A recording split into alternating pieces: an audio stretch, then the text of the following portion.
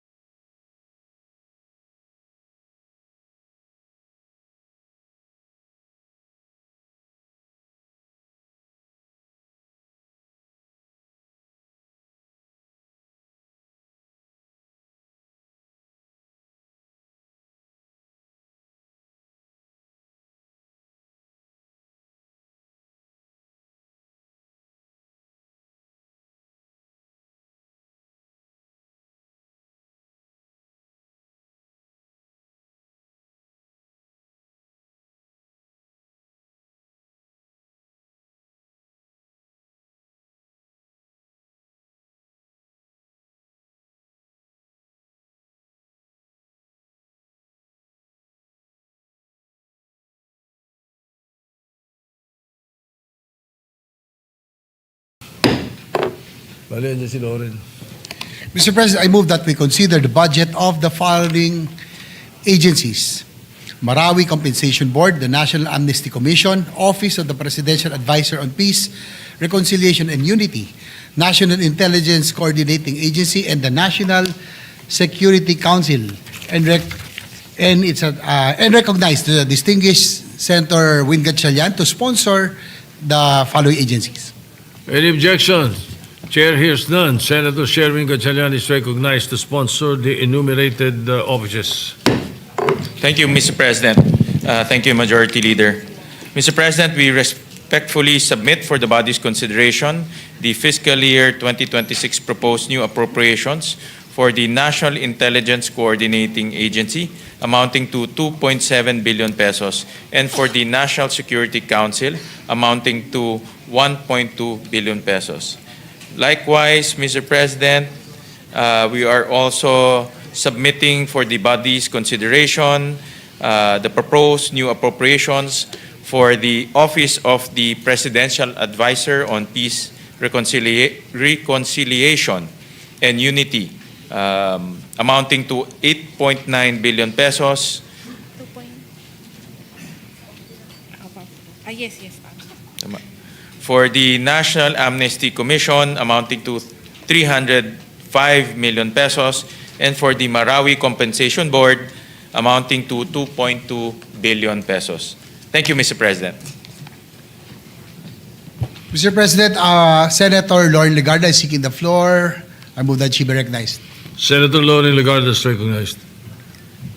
Thank you, Mr. President. I rise in support of the budget of all the agencies, especially the NSC, the NSA, and I used to defend this for a couple of years, and I'm glad that the Office of the Presidential Advisor for Peace is also here. I would just like to manifest that I commend the Chair for including under the Senate Committee report OPAPRU's budget increase of 1.7 billion, if I'm not mistaken. It was included. This supports the Educational Assistance Program for decommissioned combatants of the MILF and the MNLF, their family members or next of kin, and eligible indigenous peoples.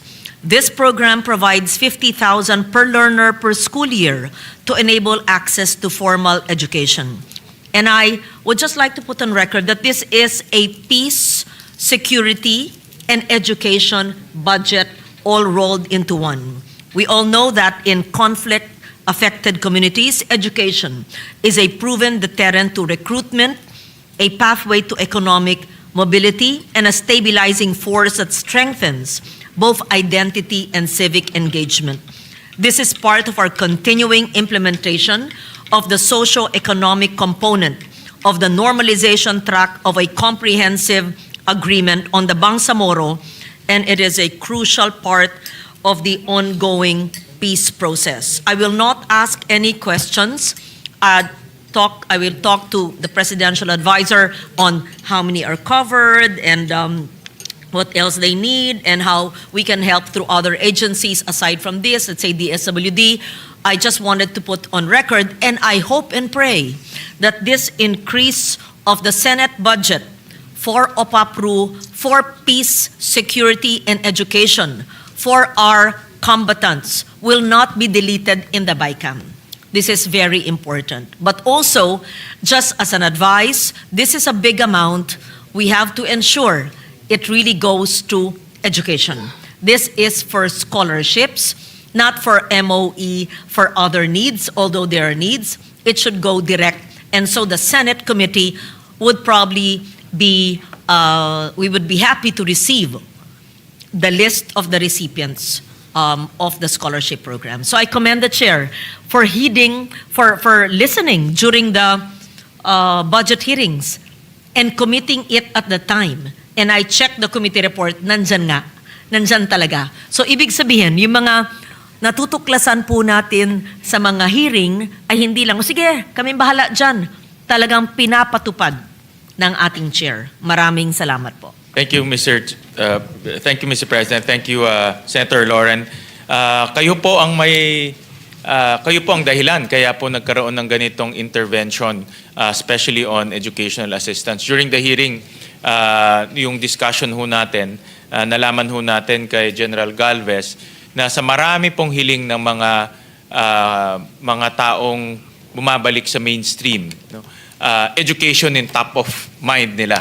So alam ko marami silang pangangailangan, pero kung may isang pangangailangan na talagang gusto ho nila matanggap sa ating gobyerno, yun po yung educational assistance. At maganda ho yan dahil binibigyan nila ng malaking pahalaga yung edukasyon ng kanilang mga anak at of course yung kinabukasan, yung future ng kanilang pamilya. Kaya ho, doon po sa hearing nagmugkahi ho kayo na bigyan po ng educational assistance at yun po ngayon ay nailagay ho natin sa ating committee report. Kaya kami po ang magpapasalamat ho sa inyo.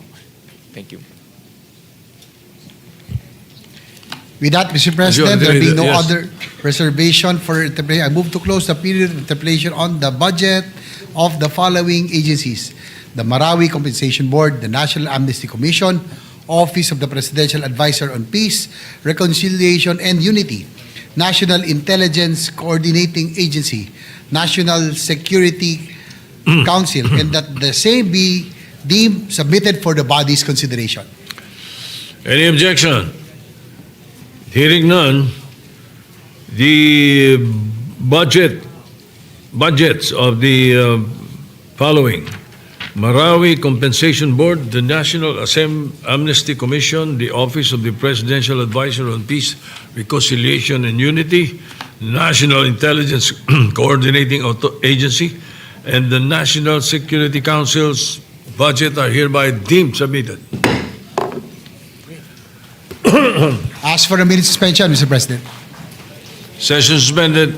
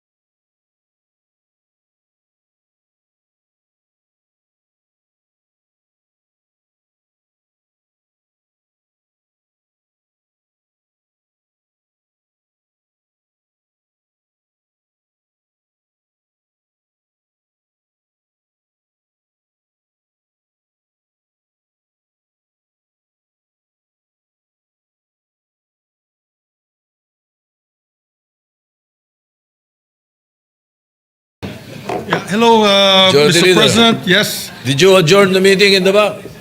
yes, Mr. President. This one, All right. the Good. second one, the second one. Very Thank good. you, Mr. President. Good morning, Mr. President. My apologies for being a bit delayed. We did end up late last night, this morning, and a bit of excitement that I will make cuento to you later. But, Mr. President, move that the department, or we consider the budget of the Department of Transportation. I so move, Mr. President. Any objection? Hearing none. Consideration of the budget of the Department of Transportation is in order. Chairman is Yes, the chairman is our Sponsor. distinguished Deputy Majority Leader, Senator J.V. Ercito. May we recognize him to give the details of the Senator budget. J.B. Ersto is recognized, but before you give the details, the session is suspended. We ask Senator Loren Legarda to take over the chair. Session suspended.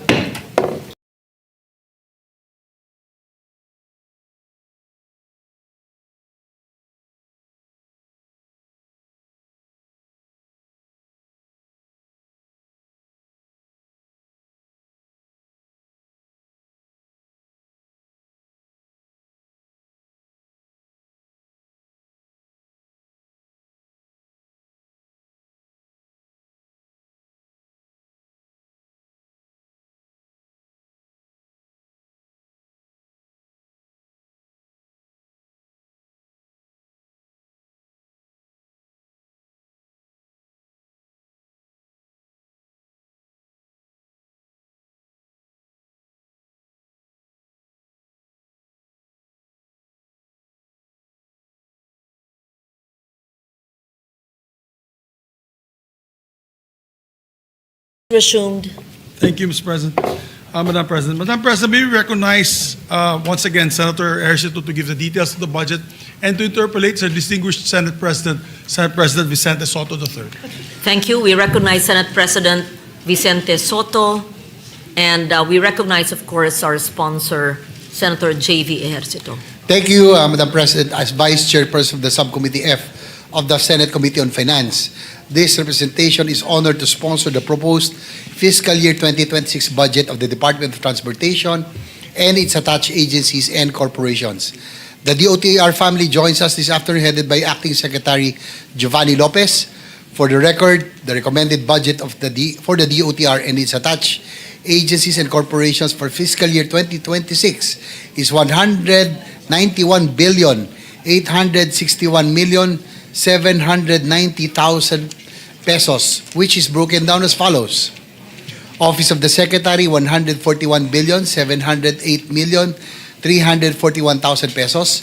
Civil Aeronautics Board, 262,380,000 pesos. The Maritime Industry Authority, 1,477,468,000 pesos. Office of the Transportation Cooperatives, 47,304,000 pesos. Office for Transportation Security, 1,156,862,000 pesos. The Philippine Coast Guard, 44,558,276,000 pesos. The Toll Regulatory Board, 78,650,000 pesos. Further, for the DOTR attached corporations, Light Rail Transit Authority, 1,220,896,000 pesos. The Philippine National Railways, 1,351,622,000 pesos. Madam President, the Senate Committee report reflects our steadfast commitment to modernize, improve, and sustain the transport sector. With the support of Sen. Win Gatchalian, the chairperson of the Committee on Finance, we are proud to report the following key accomplishments in the Senate Committee report. For the maritime sector, Mr. President, Madam President, in support of the brave men and women of the Philippine Coast Guard, we have introduced an amendment that secures the allocation of 4,900,000,000 pesos for the acquisition of more than 400 floating assets, together with an allocation boosting their technological capabilities. This additional appropriation underscores the Senate's commitment to upholding the sovereignty and patrimony of our nation. ensuring that the Philippine Coast Guard is adequately equipped to carry out its sworn mandate.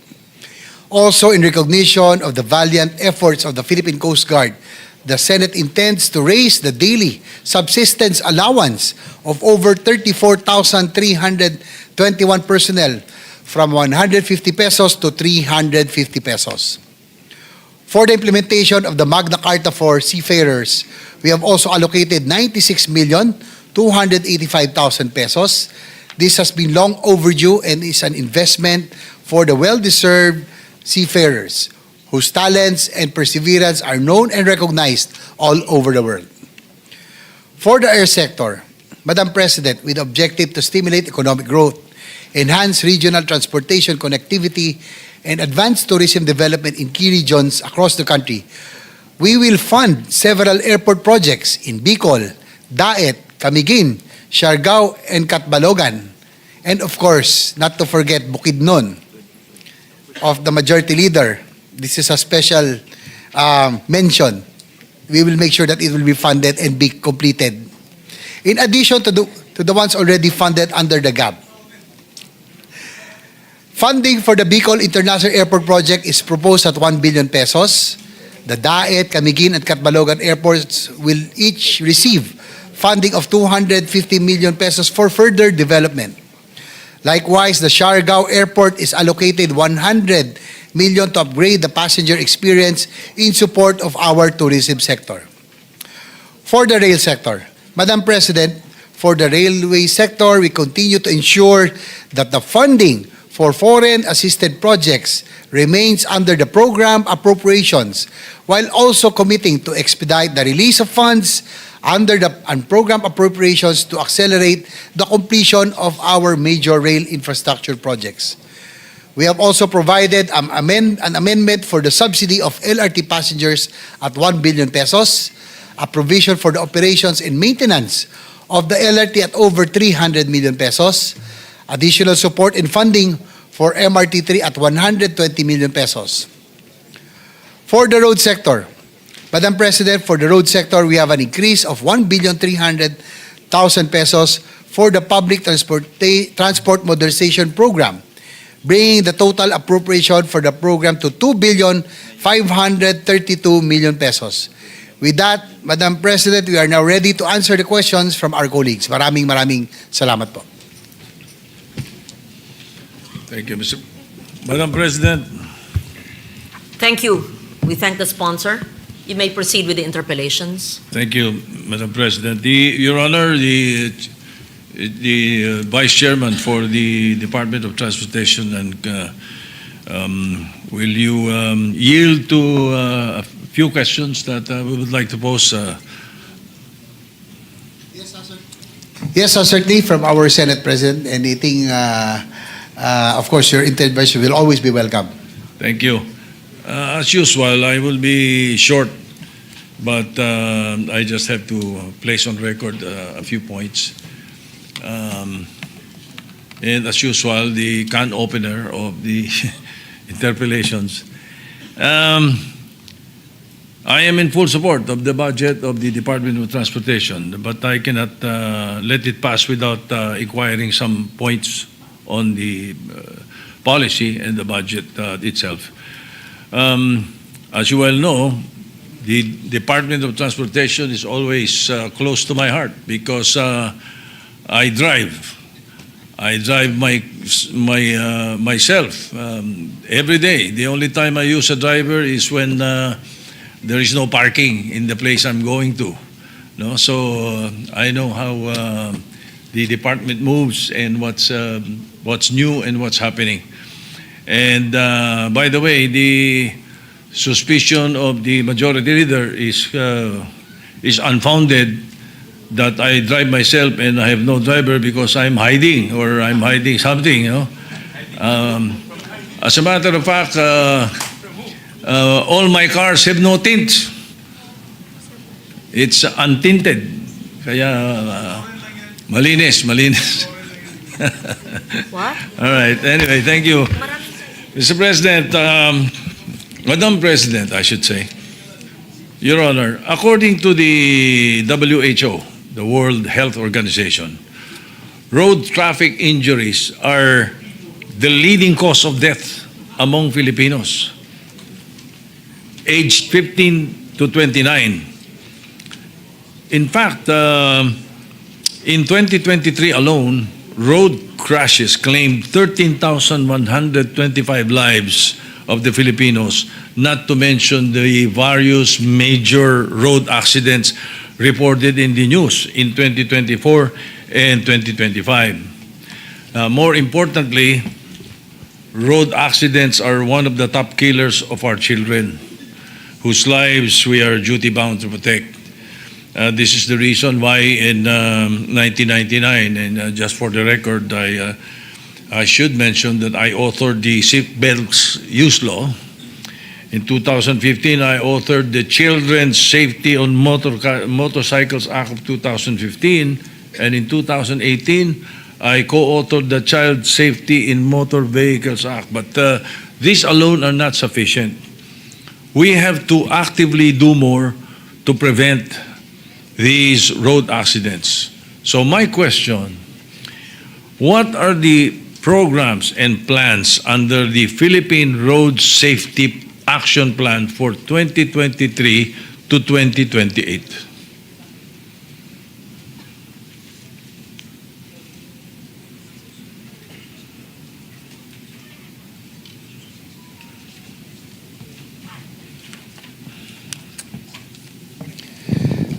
Madam President, we agree with the Senate President, because if anyone here knows what the real situation on the ground, on the road, it's you, because you really drive yourself, no? But unfortunately, the road crashes, no, yung accidents still reached 13,000 last year, as you mentioned. But there are some measures that we have passed in the Senate, no, yung child safety and the speed limiters law, which we also passed.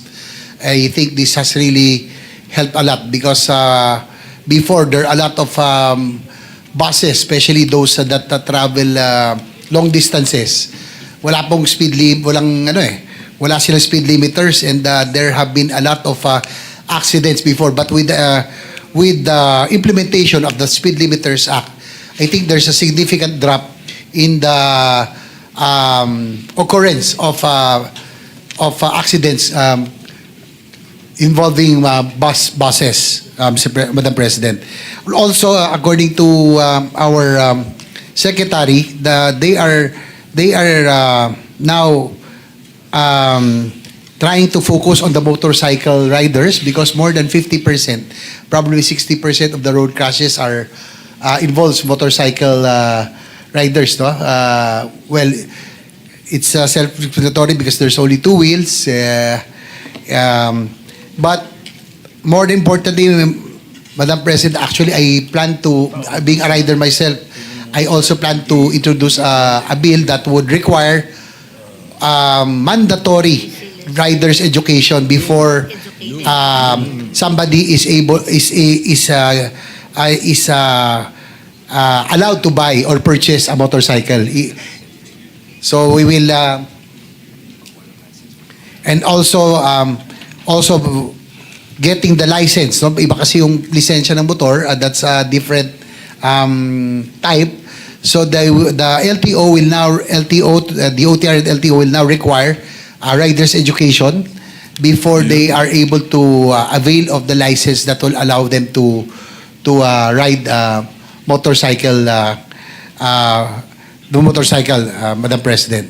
So these are the long-term plans, Madam President. I think the introduction of the riders education, the mandatory riders education before any purchase of motorcycle and issuance of license will be very helpful in case we are able to pass this measure. Yes, I agree. And I hope that is included in the Philippine Road Safety Action Plan, no? For 2023 to 2028 in your program, okay? So again, will that include medyo stricter giving out of licenses by LTO? Ano, yung pagkuha ng lisensya hindi kasing dali nung araw. Nung araw, napakadali. As a matter of fact, there were some years ago that marami nagalit sa akin. Sabi ko, pagka naghigpit uli ang LTO ng pagkuha ng lisensya at gayahin yung katulad ng pagkuha ng lisensya sa ibang bansa, katulad sa Amerika, ulitan.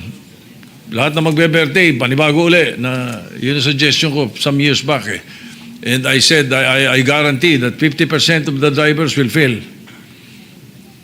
Di ba? Ay ganun kadali kumuha ng lisensya nung araw. So hopefully, kasama sa action plan ninyo na yun, Riders Education Program, at hindi lang education program nagpapatakbo, dapat may konting, kumbaga sa yung sinasabi ninyo sa mga taxi driver, di ba? Ayaw nyo ng nakakamiseta, or hindi ba, kailangan maayos ang pananamit. Ganon din sa mga riders. Dami ko nakakasabay, nakachinelas Papanong, di ba? Papanong makakakilos ng matinuyan kung nakachinelas? At hindi nasisita. No? So, I hope that is included in your road safety action plan. Well-educated drivers na yung sumusunod sa, yung isang araw, nagre-reklamo sa akin yung aking political officer, si Hatch. Sabi niya, bakit itong mga driver natin hindi nakakaintindi ng isa-isa? Hindi ba? Hindi nakakaintindi ng isa-isa. Basta singitan na singitan. Talagang and I experience it daily. I do not have motorcycle escorts, but I can see the motorcycle riders, and it's pandemonium most of the time. So, kaya nagiging ganyan ang mga aksidente because of these actions or these things that happen. So again, hopefully, that will be included, in your road safety plan. Do we get that assurance, Your Honor? Yes, Madam President, our Senate President, our Secretary has committed, and he said that they will make sure that the practical driving course for motorcycle riders will be implemented before the issuance of license, and before they are allowed to purchase motorcycles. Kasi nangyayari po ngayon, Mr. Senate President, ang dali hong kumuha ng motorsiklo, mag-down payment ka lang, ilang libo lamang, makukuha mo na, kahit na wala hong training, minsan po talaga, sa totoo, ako'y rider, pero nakikita ko meron talagang mga hindi rin disiplinado, akala nila bisikleta lang na nalagyan ng makina. Kaya nagiging delikado. Kaya I think this introduction of mandatory training for motorcycle riders will be a big step towards road safety. And also, meron pang suggestion that aside from sa DepEd po sana, aside from the GMRC now that being implemented, that yung pong traffic rules, regulations, and etiquette be also included in the courses para alam na po ng mga tao kahit na hindi po sila motorista, they know the traffic rules and for safety reasons as well. At saka, pero ngayon yan yung mga kasama sa road safety plan nyo. Paano yung mga dati na? May mga dati na may mga lisensya, dati na mga nagmamaneho. Hindi ba dapat medyo higpitan nyo ng konti? Di ba? In coordination with the traffic management, the LTO itself and traffic management, dapat higpitan nyo ng konti, paghuhulihin yung lumalabag. Para madala. Kaya mababait magmaneho ang mga Pilipino in other places dahil mahigpit dun doon medyo hindi ka huminto sa stop sign. Huli ka agad ticket ka. Kung hindi man, yari ka rin sa Saka masunurin po sa ibang bansa. Sa ibang bansa, masunurin. Pag dito, bastusan di ba? Talagang, so, higpitan lang. Higpitan nyo lalo. Palagay ko, baka makaiwas tayo sa mga malalaking aksidente.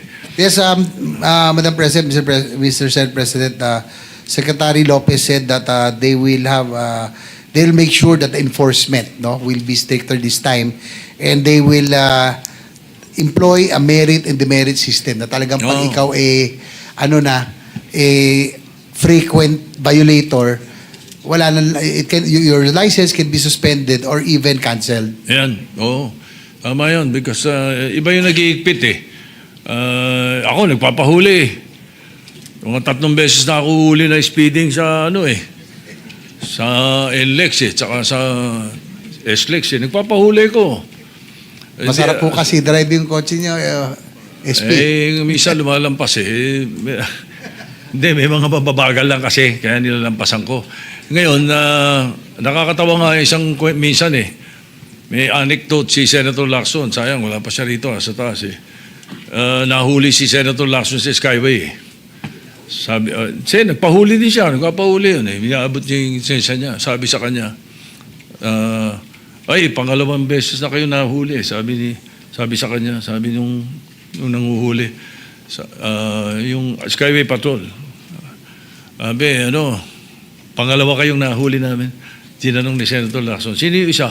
Si Senator Soto.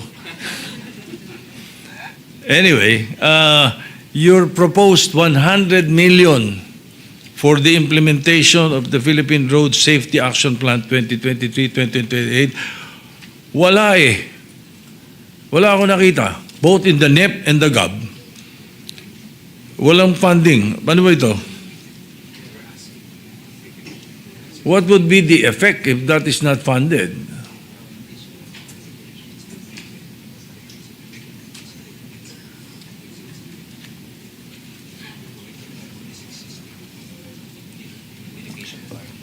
Unfortunately, Mr. President, hindi nga ho ito na ibigay. But according to our secretary, they cannot intensify itong new efforts that they would want to introduce. Yung po mga nabanggit natin. So they will go back to the old program. They will just have to do and be contented with existing. Pero may programs funding that yung they have. old program nyo. May funding kayong pwedeng gamitin from the DOTR. Because kung wala, naloko na. Unfortunately, wala akong funding, SP. We must take a look at this at this point.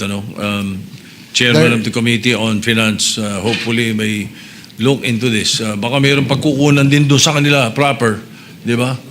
Para hindi tayo gumalaw sa iba. Actually, So that, Mr. President, we included it in the subcommittee report, not approved by the Mother Committee, just in case meron hong sobra. Kasi po, as you pointed out, this is very important, especially with still a lot of road crashes every year. The DOTR is asking for about 100 million for this program, yung Road Safety Program, Mr. President, Madam President. Alright, sige. Pwede yun. Kung merong makita si Senator Gatchalian dyan na kahit dun mismo sa kanilang budget itself. No? We're talking of, what is the total budget of DOTR?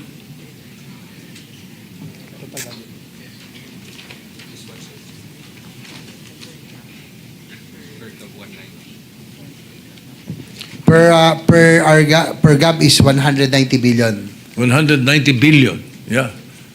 Siguro naman may naliligaw na 100 million dyan na pwede. Anyway, that's it. Thank you for yielding, Your Honor. Thank you very much to the DOTR family. Madam President, thank you.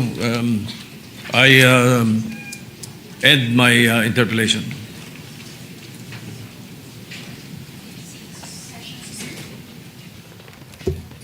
We thank the Senate President for its interventions. We suspend session for 1 minute.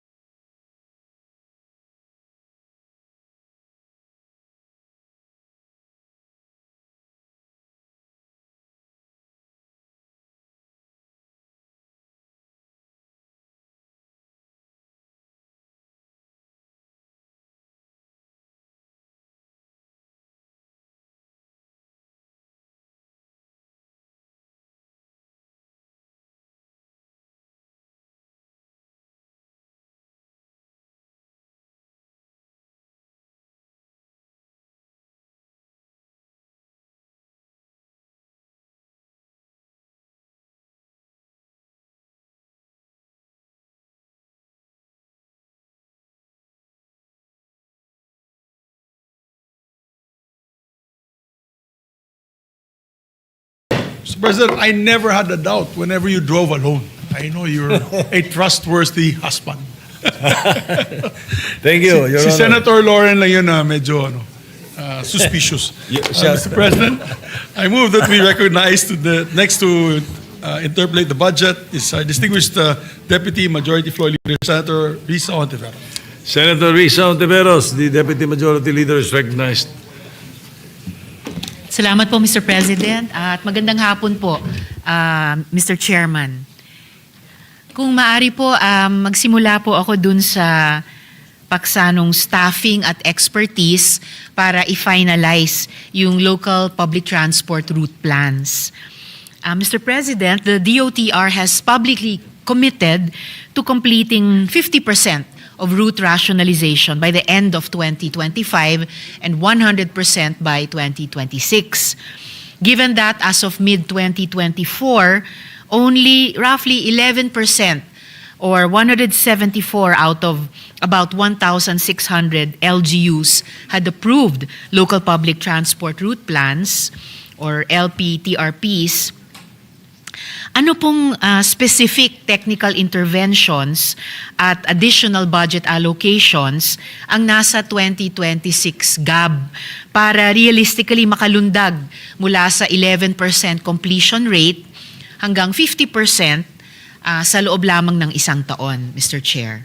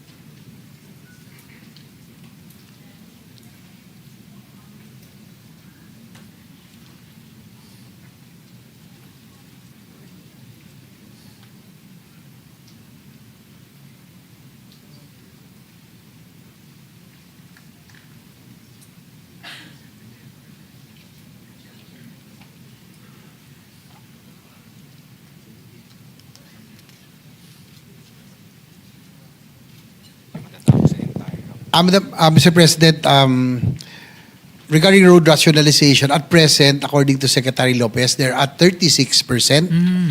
And also, from the local government units, the DOTR already took over. No? Sila na po ang mag-implement by next year. And also, next year, they target 75% na? By mid-77, by next year, and the entire year 100%. By mid next year, about 77%, and hopefully by the end of the year, they would target to have 100% of the route rationalization. Likewise, Ito, so we have to procure this music. Yeah, to the same thing like I said earlier. also for additional information, as of November 15, 2025, 1,237 LGUs out of 1,591 LGUs have already submitted their draft local public transportation route plan for the review of DOTR and the LTFRB. Out of the 1,591 LGUs, 617 LGUs are compliant or have been approved.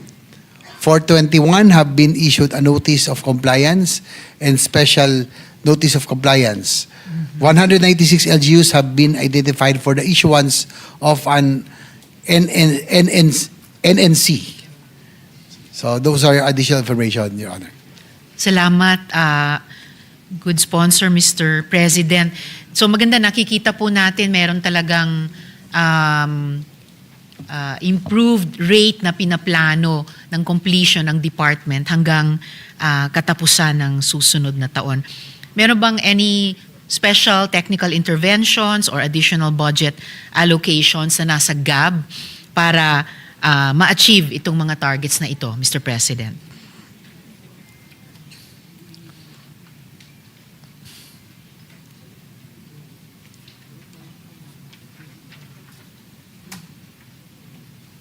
Sorry for the day, Mr. President, because It's all right, Mr. President. I'm still having a difficult time with my eyesight. Di ko babasa yung kanilang note cards. Oh, take your kinukunan time, ko muna Mr. ng Chair. picture. Opo.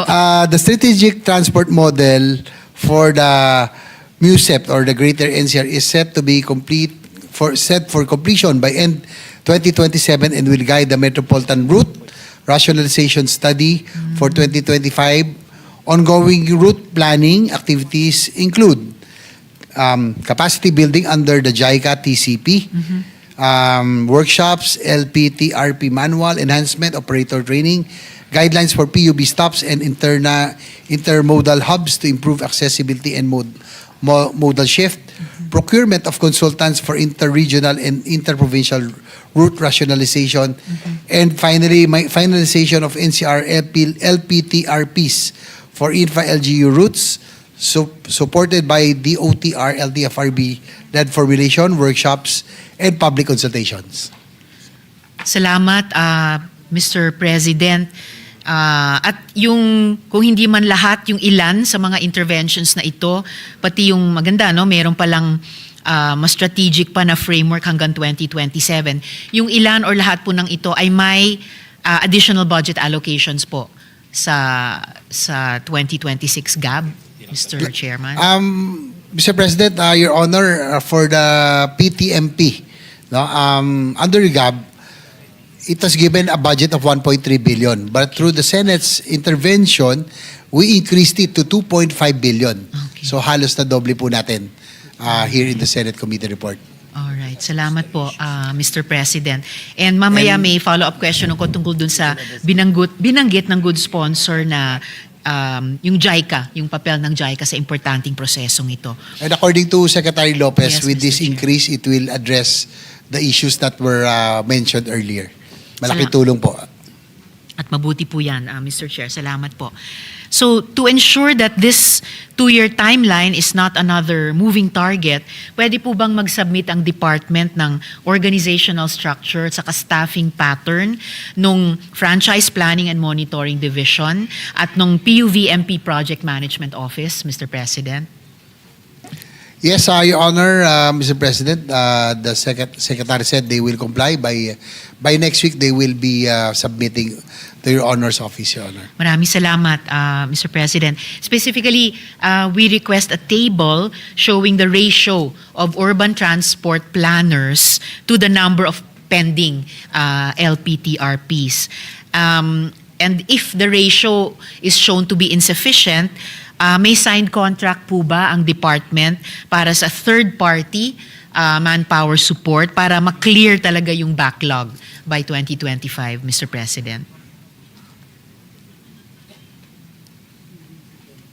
Your Honor, Mr. President, according to Secretary Lopez, that will be based on the consultant recommendation that they will be procuring by next year using these funds, Your Honor. Alright.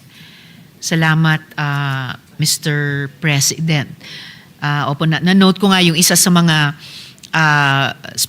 specific technical interventions na binanggit nyo kanina ay yung pag-procure ng mga consultants na ito. Okay. So, dako naman po ako dun sa 2 root causes ng PTMP unbankability sa DBP. Mr. President, there were reports that indicate that the Development Bank of the Philippines has suspended its Pasada loan program for transport cooperatives and is proposing to raise the required equity or down payment from 5% to a staggering 25% due to a past due rate of 25% among borrowers. I have a 2-part question regarding this policy shift. First, regarding the financial consequences. Aware po ba ang DBP sa pagkaalam ng department?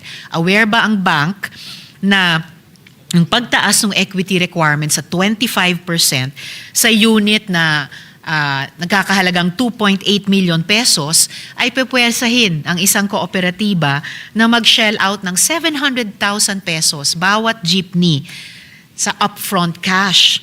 considering that the government subsidy is only 260,000 pesos, hindi ba effectively, Mr. President, mateterminate nito yung modernization program para sa vast majority ng transport sector na hindi kakayaning erase itong kapital na to, Mr. President?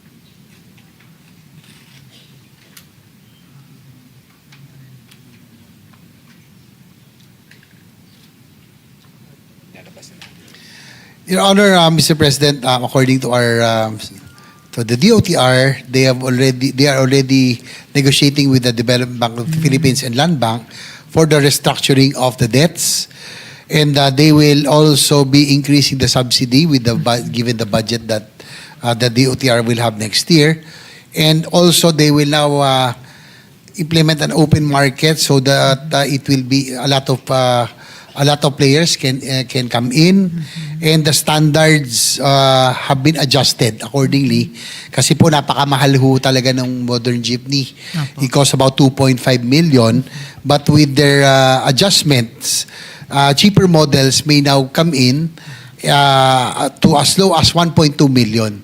So halos kalahati na lang po. Yun na, I think that has been the problem. Medyo malaki po. It's a little bit expensive for modern jeepney, yung 2.5 million. So hopefully, if they can really achieve this by the adjustment of the standards to cheaper models of 1.2 million. Salamat, Mr. President. Yung negotiation po ba ng department sa DBP at Land Bank ay may target na i-retain yung equity requirement sa 5% or at least something lower than 25%, Mr. President?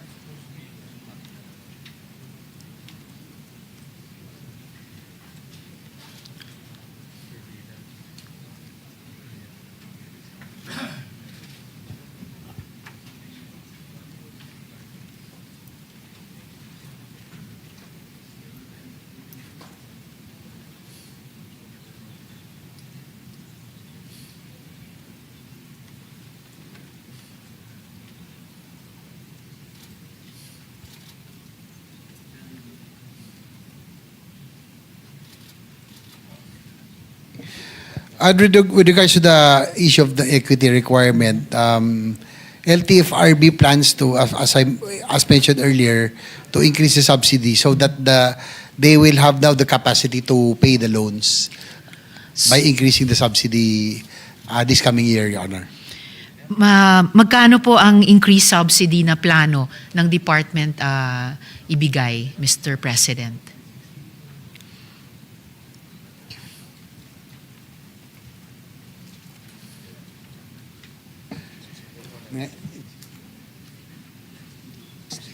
At present, Your Honor, the subsidy is 260,000. Opo. So they plan to increase it to 400,000.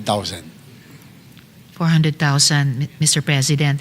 So, mukhang kailangan pa rin i-negotiate na huwag itaas mula sa 5% hanggang 25% yung puhunan. Susubukan pa rin ba ng department i-retain at 5%? Kasi bagamat mas maigi na ang 400,000 kesa sa 250,000 subsidy, still, kahit pa yung mas murang modelo na 1 million plus ang papasok, 400,000 at best would represent 40% nung kabuang halaga, Mr. President.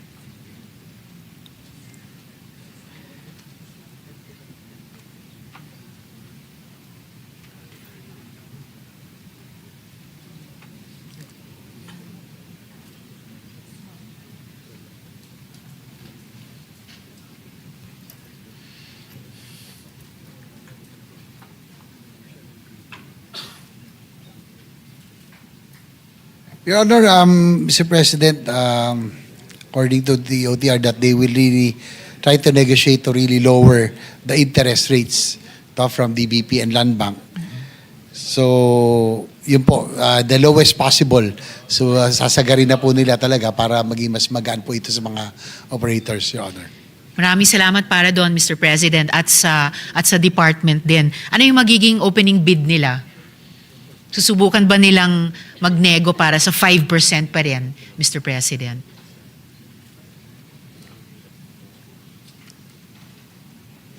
Yes, Your Honor. They agree. 5% po. That will be the starting. Salamat, Mr. President. I wish the department the best of luck at sigurado ko yung ibang mga nasa public utility vehicles, lalo na sa jeepney sector, ay magwi-wish din ng luck sa kanila dahil marami-rami yung pumasok na sa programa at malamang marami-rami pa ang gustong makapasok basta't makalikha ng conducive environment yung department para sa kanila. Secondly, Mr. President, regarding the root cause of unbankability, posible po ba na yung high default rate, yung nabanggit kaninang 25% past due rate among borrowers, ay hindi dahil sa mismanagement ng mga kooperatiba, pero dahil hindi pa nase-secure ng department yung mismong mga assets na the bank is lending against. Specifically, Mr. President, nakatanggap na po ba ang DBP ng assistance mula sa department para i-clear yung mga colorum vehicles mula dun sa mga rationalized routes? Kasi po, Mr. President, if the state mandates modernization but fails to remove illegal competition, hindi ba lumalabas na regulatory taking po yan ng franchise value at magja-justify ng shift dun sa walang kamatayang advocacy ng transport sector panahon pa ng pandemic na service contracting kung saan yung gobyerno na ang mag-a-assume ng revenue risk, Mr. President.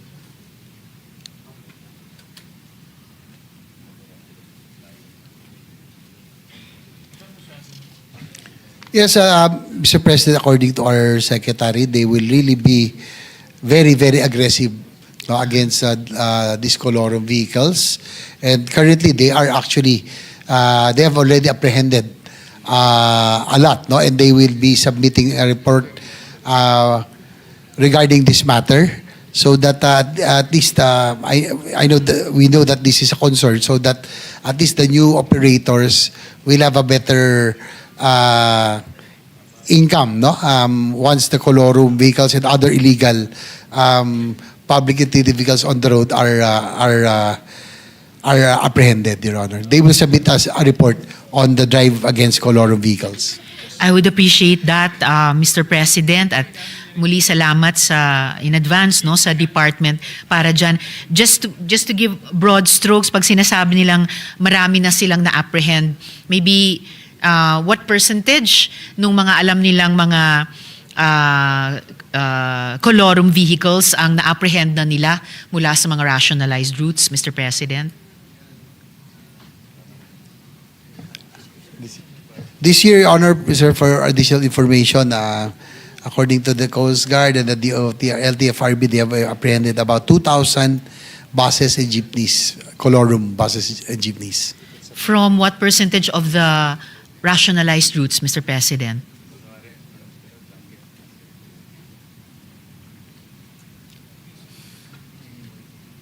Your Honor, Secretary Lopez said based on the percentage of the rationalized route, they will be submitting again. They will include this in their report that they will be submitting to Your Honor. All right. Salamat, Mr. President.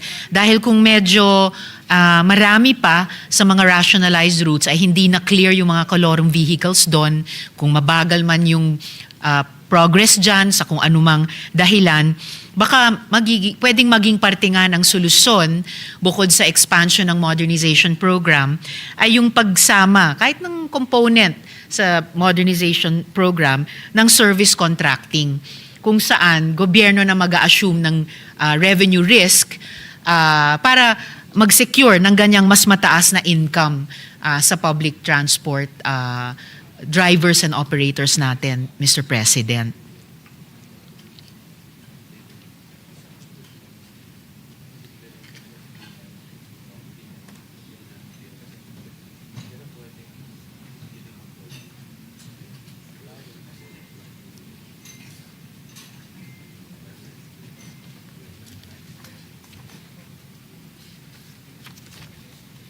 Your Honor, Mr. President, unfortunately, yung pong service contract of about 1.3 billion in the GAB was not included in the Senate report, and it was transferred to the PTMP. But they are requesting that this will be a big leap, no, towards their for the route rationalization and their. It helps, sir. The service contract helps the legitimate cooperatives that And the service contracting will be able to help and support the legitimate cooperatives modernize. So they're appealing that we restore, if not add, no, ito pong natanggal na budget. Nandito lang po yung chairman natin. Hopefully, this will, we'll submit also our recommendation. Salamat, Mr. President. Pag ginawa po yan ng ating Vice Chair, sasama po itong representasyong ito para suportahan yung appeal na ito ng department. Salamat, Mr. President. At yung high default rate, yun ngang 25% po, symptom din ba iyan ng badly designed routes mismo?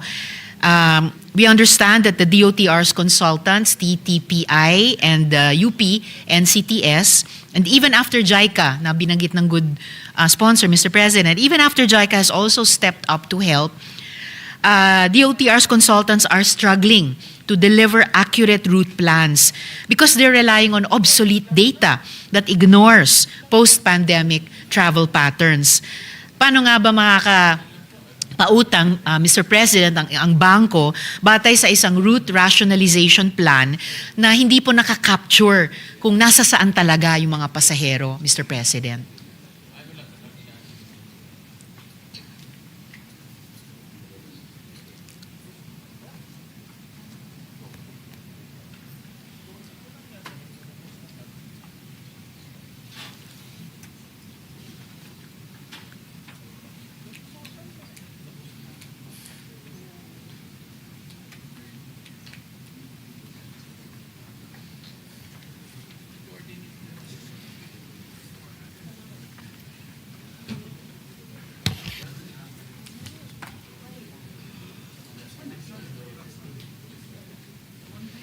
Yes, Secretary Lopez said he agrees with your Honor's observation. No, that's why for PTMP, they would want to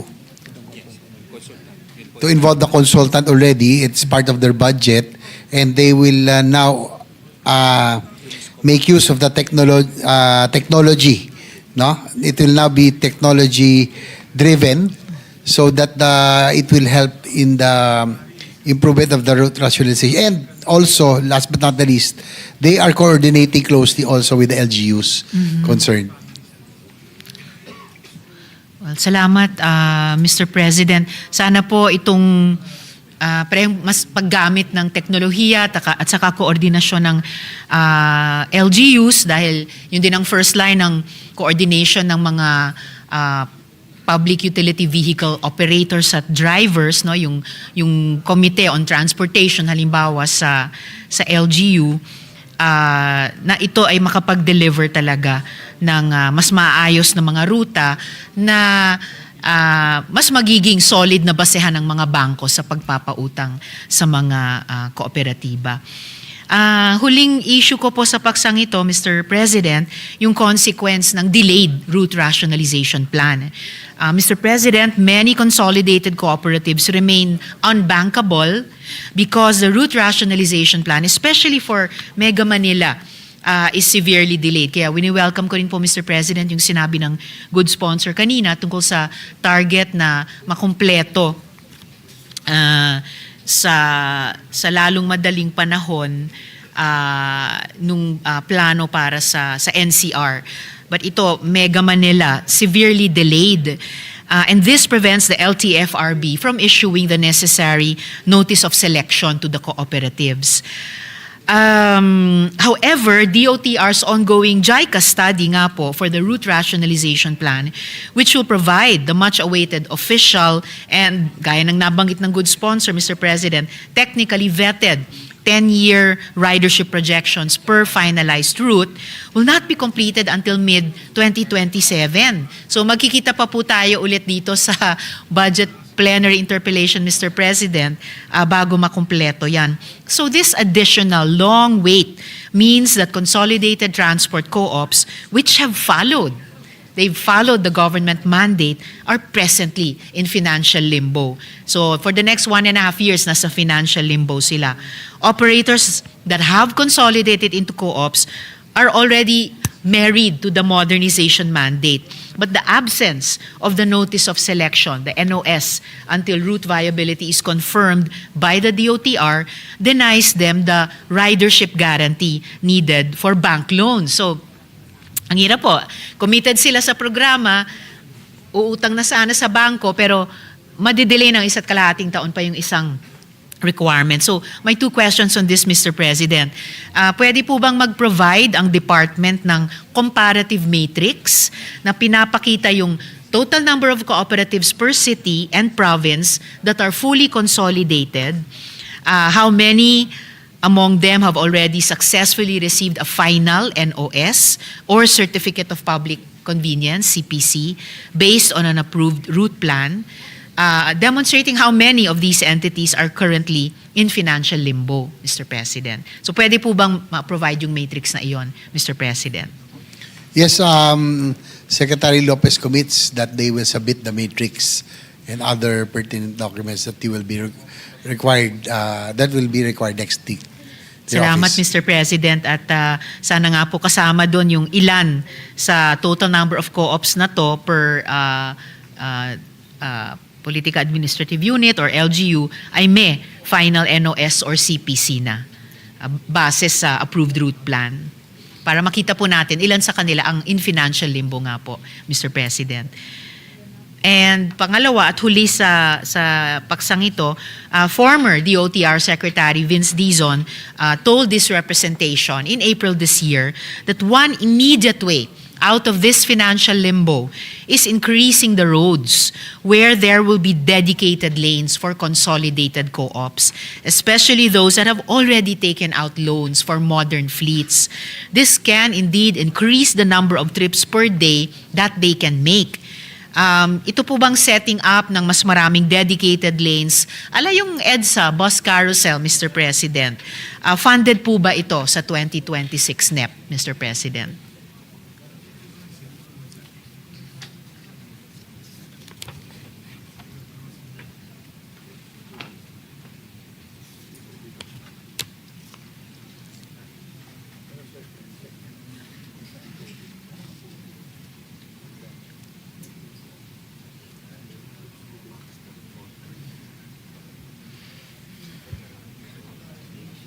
Your Honor, Mr. President, the EDSA carousel has funding. But for the other dedicated lanes that they have proposed in the other major arteries, unfortunately, wala hong funding. So it's just EDSA carousel that was given funding. Hindi po ba nag-request ang department ng dedicated lanes para dito sa mga transport co-ops, Mr. President? Lalo na jeepney transport co-ops. Yes, they did, Your Honor, Mr. President. Unfortunately, it was not included in the NEP. I see. May plano po ba sila kung hindi man appeal ngayong taon para sa mga susunod na taon? Para maunahan naman yung 1.5 taon na in financial limbo pa itong mga jeepney co-ops, Mr. President.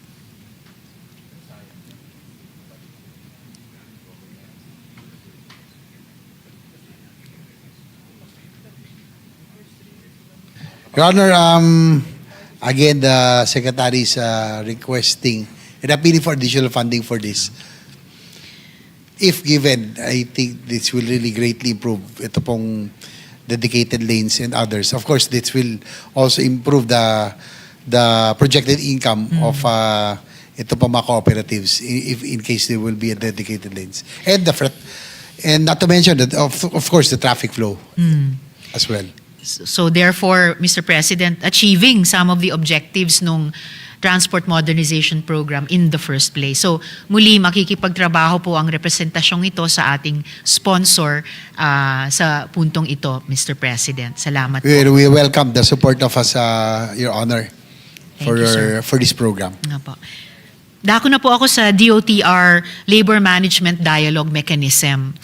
My office has been in close coordination with labor unions and workers associations supporting construction workers in the ADB-funded Malolos-Clark Railway Project and South Commuter Railway Project. These projects, while critical to our national development, continue to face recurring and documented cases of labor standards and labor law violations, including delayed or unpaid wages, non-remittance of SSS and pag-ibig contributions, excessive working hours, unsafe working conditions, and poor living arrangements, especially among subcontracted workers. One concrete proposal repeatedly surfaced in these discussions is the adoption of a labor management dialogue mechanism. This mechanism will serve as a structured platform for regular dialogue between the Workers' Association or Union, general contractors, and DOTR. A concept note has already been prepared, and I understand that DOTR, together with at least 2 joint venture contractors, had expressed willingness to pilot test this mechanism. So, Mr. President, ano po yung current status at internal decision-making timeline para i-institutionalize itong proposed labor management dialogue mechanism concept note, Mr. President?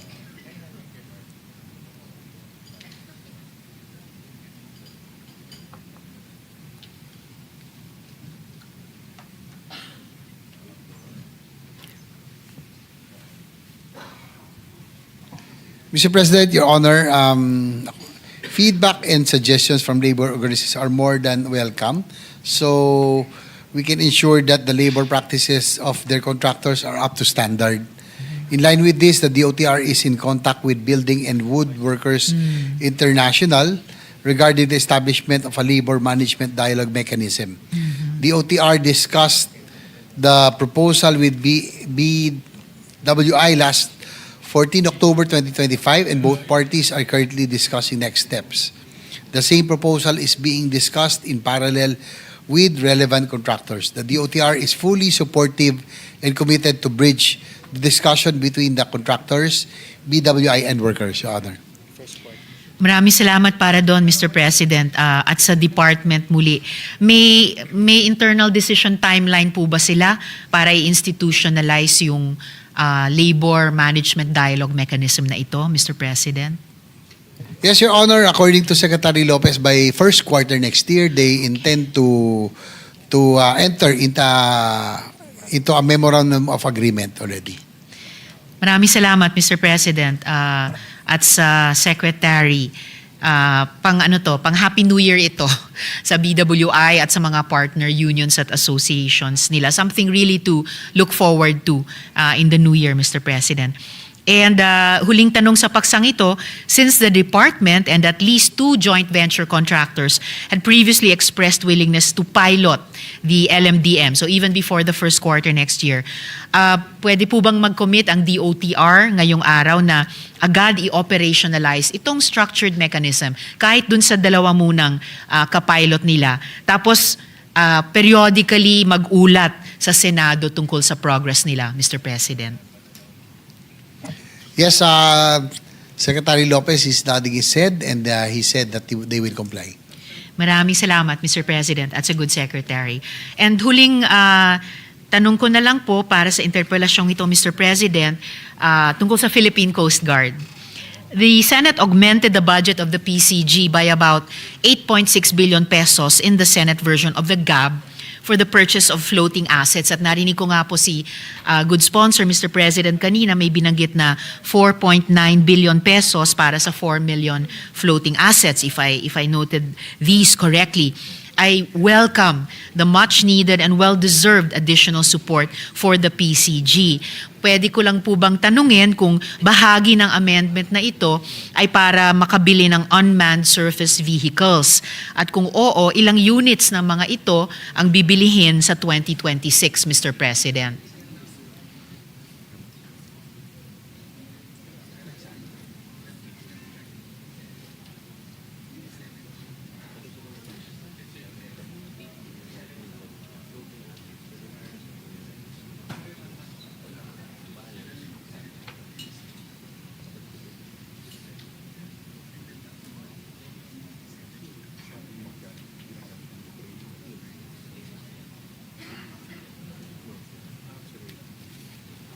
Your Honor, Mr. President, we included in that purchase is a 97-meter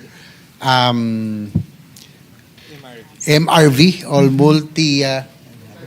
multi-road vessel, response vessel, 97 meters. But most are smaller aluminum boats because of the current situation that we are always now being visited by calamity. So they will also use these aluminum boats, about 400 bill? 40. About 40 aluminum boats that they will be used for search and rescue. Okay. But there is no unmanned I see. vessel on the list. Kung ganon, Mr. President, para lang i-put on record na I received a letter from the PCG asking for support for the purchase of this asset, yung pong mga USVs or unmanned surface vehicles, which I will forward to the committee. And I hope the good chair can consider augmenting their budget for this. These USVs are a necessity in protecting our territory and would help the PCG achieve this goal, Mr. President.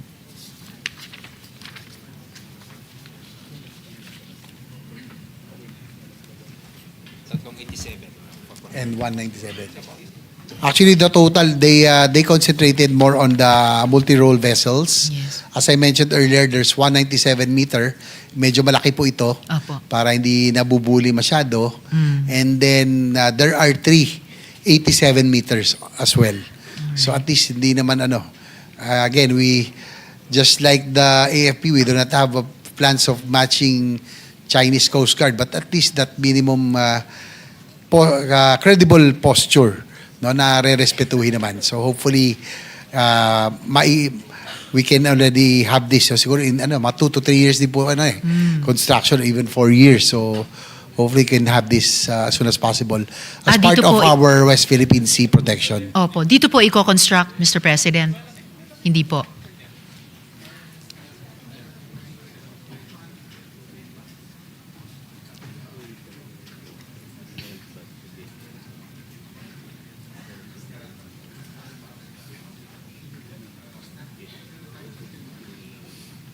Your Honor, yung pong 97 meters will be from Japan.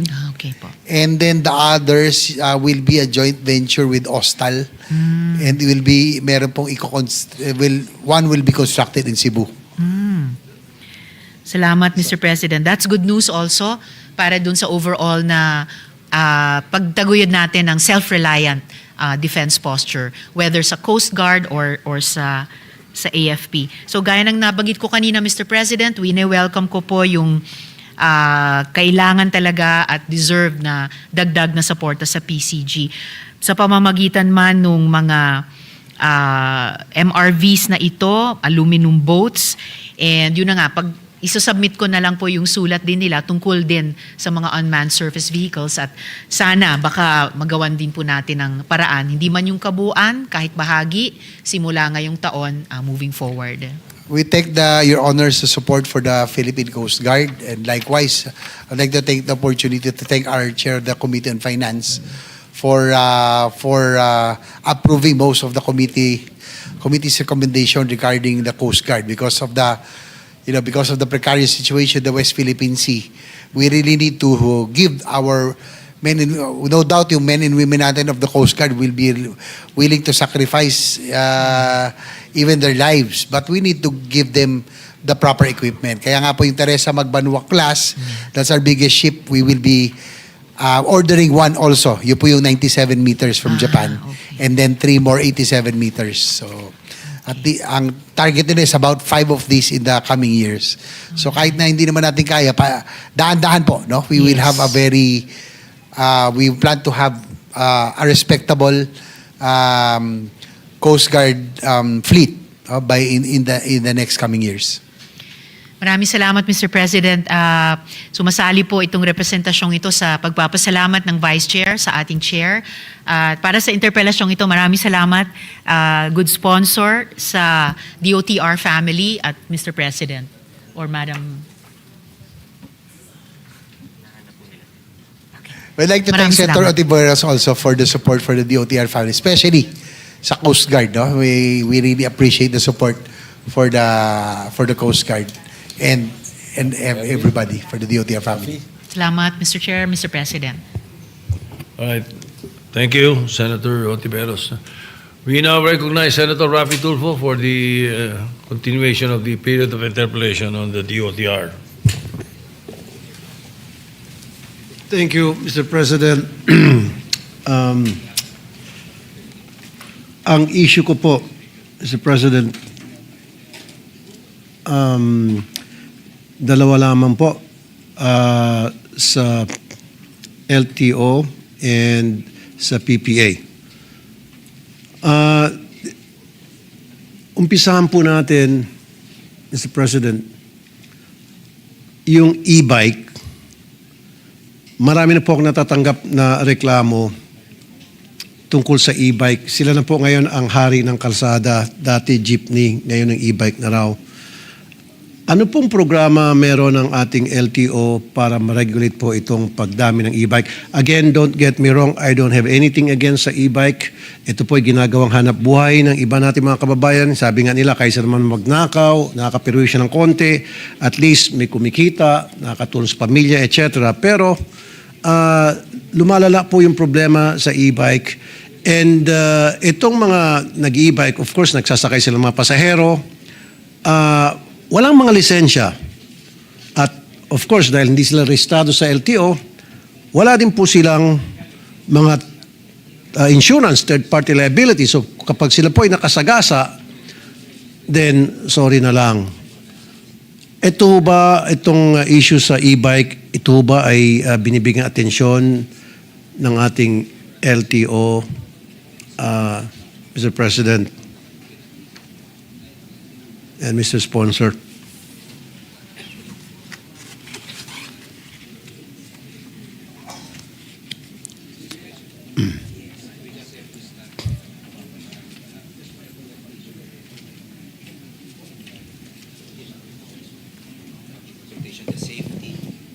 Ayan o, may video tayo. Your Honor, Mr. President, tama po yung inyong obserbasyon, no? Ako rin po nakikita natin yung mga e-bikes, no? Kung saan-saan. But there was a memorandum circular issued by then Secretary Bautista requiring LTO issued the MC yung LTO pala nag-issue ng MC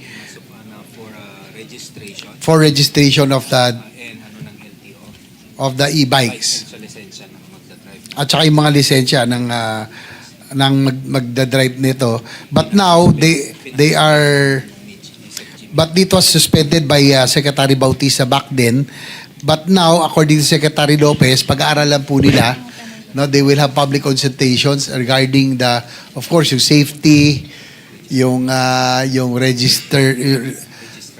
registrability, and the issuance of license, no?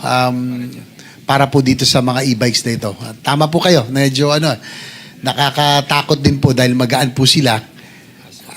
As of now, bawal po sila dapat sa mga main thoroughfares. So, ang kailangan nila paigtingin yung enforcement, Your Honor. Pero nakikita pa rin sila sa mga main thoroughfare, Mr. President. Nakikita, in fact, coming here from my residence, binilang ko yung e-bike na nadaanan ko, siguro may mga 50. Very prominent na sila ngayon. Kumbaga, natabunan nila yung tricycle. Ang concern ko rin, itong mga tricycle drivers natin, tricycle operator, dumaan sa butas ng karayman halos kasi paparehistro sila ng tricycle nila, kukuha silang prangkisa, tapos magme-member sila ng TODA, kailangan meron silang insurance, tapos kailangan may driver's license sila and all. Samantala itong mga e-bike na mga operator, nada. Bibili silang e-bike, after that, pasada na sila, game na. So, nababawasan din ang kita nito mga legit na tricycle operators and drivers. Mr. President.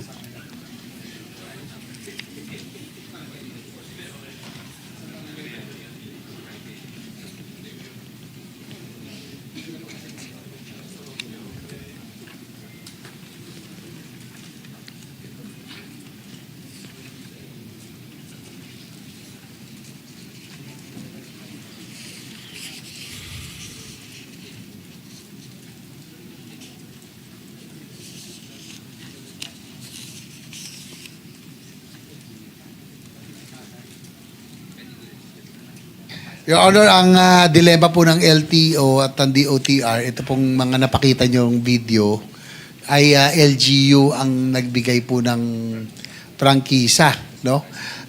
Pero as far as LTO is concerned, hindi po sila registered at hindi po sila dapat dumaan ng main thoroughfares. Pero for leeway, pinapayagan po sila sa mga barangay, sa mga subdivision, hindi po sila dapat dumaan ng main thoroughfare, Your Honor. But that's main thoroughfare, Mr. President. Kasi kita mo naman, lahat ng whether light or heavy vehicles dumadaan, so that is considered as main thoroughfare.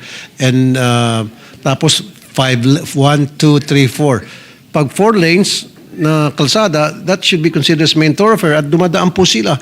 And then wala po mga driver's license yan. According to LTO, they will now apprehend. Kasi po, LGU po ang nagbigay ho yata na pahintulot, pero as far as LTO is concerned, hindi po dapat payagan, no, sa main thoroughfares. Maging fair po dapat tayo. Wala pong kontra dito sa mga e-bike operators. Pero bakit hindi ho tayo makipag-coordinate sa DILG para yung DILG kakausapin tong mga LGU, magkakaroon ng instructions, magkakaroon ng agreement between LTO and LGU para malaman nila, magdi-design sila ng programa na ma-regulate na maayos itong e-bikes na hindi naman po mamamatay yung mga traditional tricycles natin. Na itong mga tricycle drivers na nakausap ko, sila po yung nababawasan ng kita. And yet, sila ay magme-member ng TODA, tapos sila po may nag-iintriga pa sila ng kita, tapos meron silang insurance, driver's license, etc. Itong mga e-bike operators, bibili silang e-bike dyan, and then after that, punta lang sa LGU, and then pasada na. So siguro it's about time na pag-isipan po natin na obligahin natin itong mga e-bike drivers, operators, na kumuha ng driver's license. If not, siguro apprehend sila or pagsabihan po itong LGU. Your Honor, according to Secretary Lopez, papasalamat po sila sa inyo pong paglabas nito pong sa inyo pong suggestion.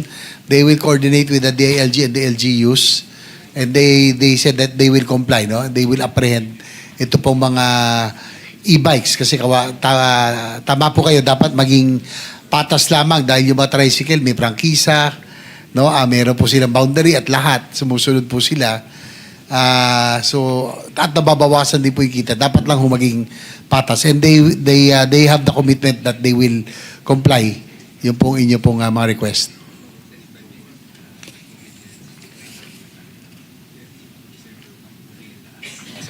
Nag-commit po ang ating bagong LTO head, si Asika Lacanilaw, that by December 1 huhulihin na po lahat po ng mga e-trikes na nasa kalye. Ayan, kayo mga na e-bike, e-trikes, December 1, wag na muna kayo mamasada. Hindi, maging parehas na kayo. Kasi syempre, mahal ko rin mga tricycle drivers. Lumalapit din sila sa atin.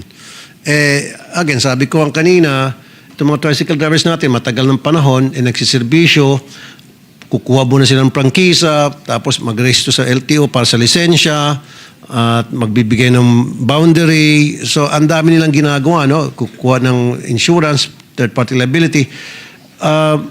Hindi basta-basta maging member pa ng TODA, samantalang itong e-bike o e-trikes, wala talaga eh. Tapos ngayon, pag nagka-disgrasya o gumawa ng violation, paano sila issuehan ng citation o ticket for traffic violation? Okay, matanong ko lang, ngayon kasi December 1st, yung mga in the past and then in the coming days until December 1st, pag nagkaroon ng violation ang isang e-bike driver, sino ang magtitiket sa kanila at ano ang ticket na matatanggap nila? Wala naman silang driver's license, karamihan sa kanila. So ano ipapakita nila doon sa apprehending officer? Your Honor, according to LTO and the DOTR, automatic impound na. Kasi po, yung nakikikwenta nyo, dilema po talaga eh. Minsan, hindi talaga sila lisensyado. Minsan, mga nanay-nanay pa ho ang nagdadrive. May mga kasamang mga anak na delikado, very light. So, yun po ang sabi ng LTO from now on. Talagang dapat ho, pag nasa main thoroughfare especially, talagang automatic impound na po nila. Yun. Again, ulitin ko, wala akong problema doon sa e-bike o e-trike. Siguro sa loob ng subdivision, why not? Pero once na humalo ka na doon sa mga regular traffic, meaning sa mga kalsada na nandun yung mga heavy, light, and medium vehicles, dapat wag na silang pumunta doon. So starting December 1, ito'y para malaman ng lahat ng mga e-bike operator o driver o e-trike, whatever you call them, then by December 1, wag na. Tama po. Wag na Basta kayo po, main thoroughfares, bawal na po talaga sila. Dahil siguro bibigyan natin ng leeway sa barangay o kaya sa mga subdivisions. Pero sa main thoroughfare ay talagang hindi na po sila papayagan. So siguro ang LTO ay magbibigay ng notice sa LGUs through DILG para ipaalam, para hindi na natin magugulat, baka magulat na naman itong mga e-trike o e-bikes operators o drivers. Teka muna, pinanghuli kami, hindi namin alam yan. Yes, Your Honor. Secretary Lopez said that they will comply by tomorrow. They will write the DILG and also inform the LGUs. Okay. Gusto ko lang malaman, so after December 1, anong sunod na mangyari? Kawawa din naman itong mga bumili, nag-invest sa e-trike. So ano yung programa meron ang LTO for this group of transport operators?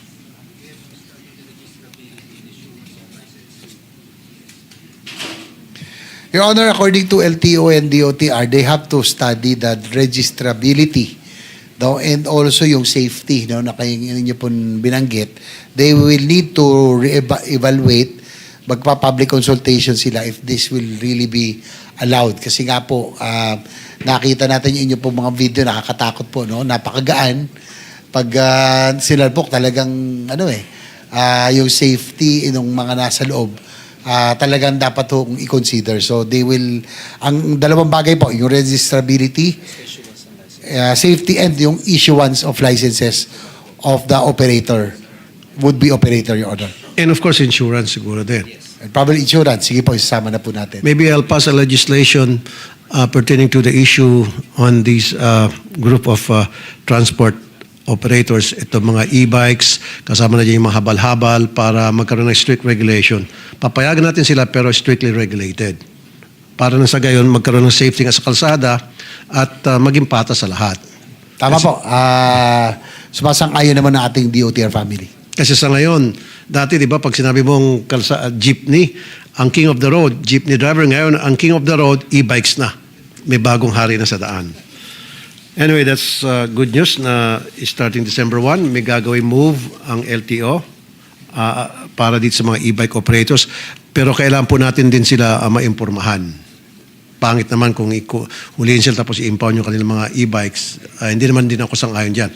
Impormahan sila and then come December 1, makapag-ready sila. Hindi naman sila mamamasada until na magkaroon ng public consultation tungkol dun sa programa na fit o bagay sa kanilang ginagawang hanap buhay. Yes, according to our secretary, by December 1, mag-i-info drive muna sila. Mag-iikot. Just to inform, sabihan po muna lahat na nakikita. So, bibigyan muna nila ng chance malaman po lahat, information campaign. bago po sila maghuli. No? At least, may warning po muna sila. Easy lang yan. Ang gagawin ng LTO, pumunta sa LGU. And then yung LGU, impormahan yung mga traffic enforcers. May mga kanya-kanyang traffic enforcers sa mga LGU eh. And these traffic enforcers, these people in barangays, will inform naman itong e-bike o e-trike operators. Kilala naman ito ng mga taga-barangay at mga traffic enforcers kung sino yung mga e-bike, e-trike operators to let them properly know na meron ng bagong patakaran ang LTO tungkol sa pagmamaneho ng e-bike sa kalsada.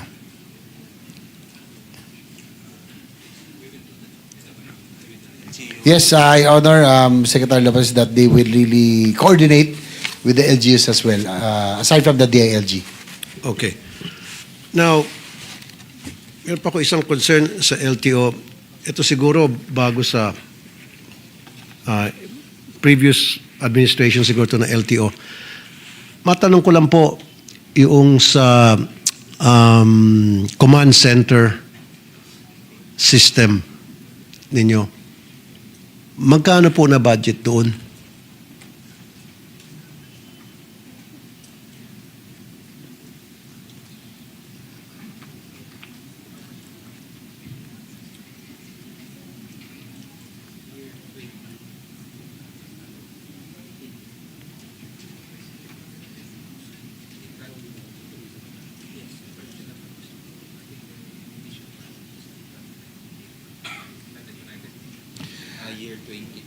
Your Honor, it was funded 2020 with a budget of initially about 800, almost 900 million, and it's now it is already operational, Your Honor. It is operational or it's half operational?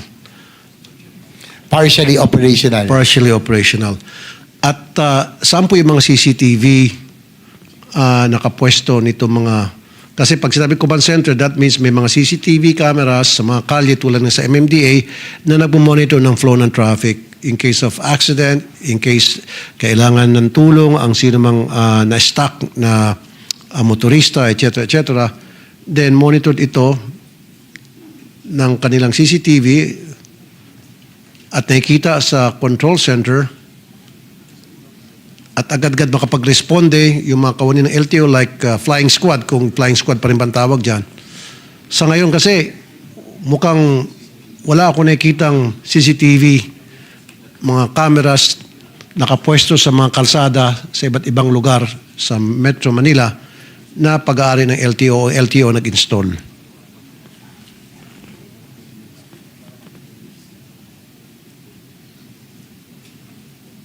Kung nakikita niyo po sa screen, TV screen, sa kaliwa yung LTO Command Center, isang di pa lang ata yung laki ng computer screen. Sa MMDA, nakita niyo sa right side, napakalawak, napakalaki. Now, ito po yan.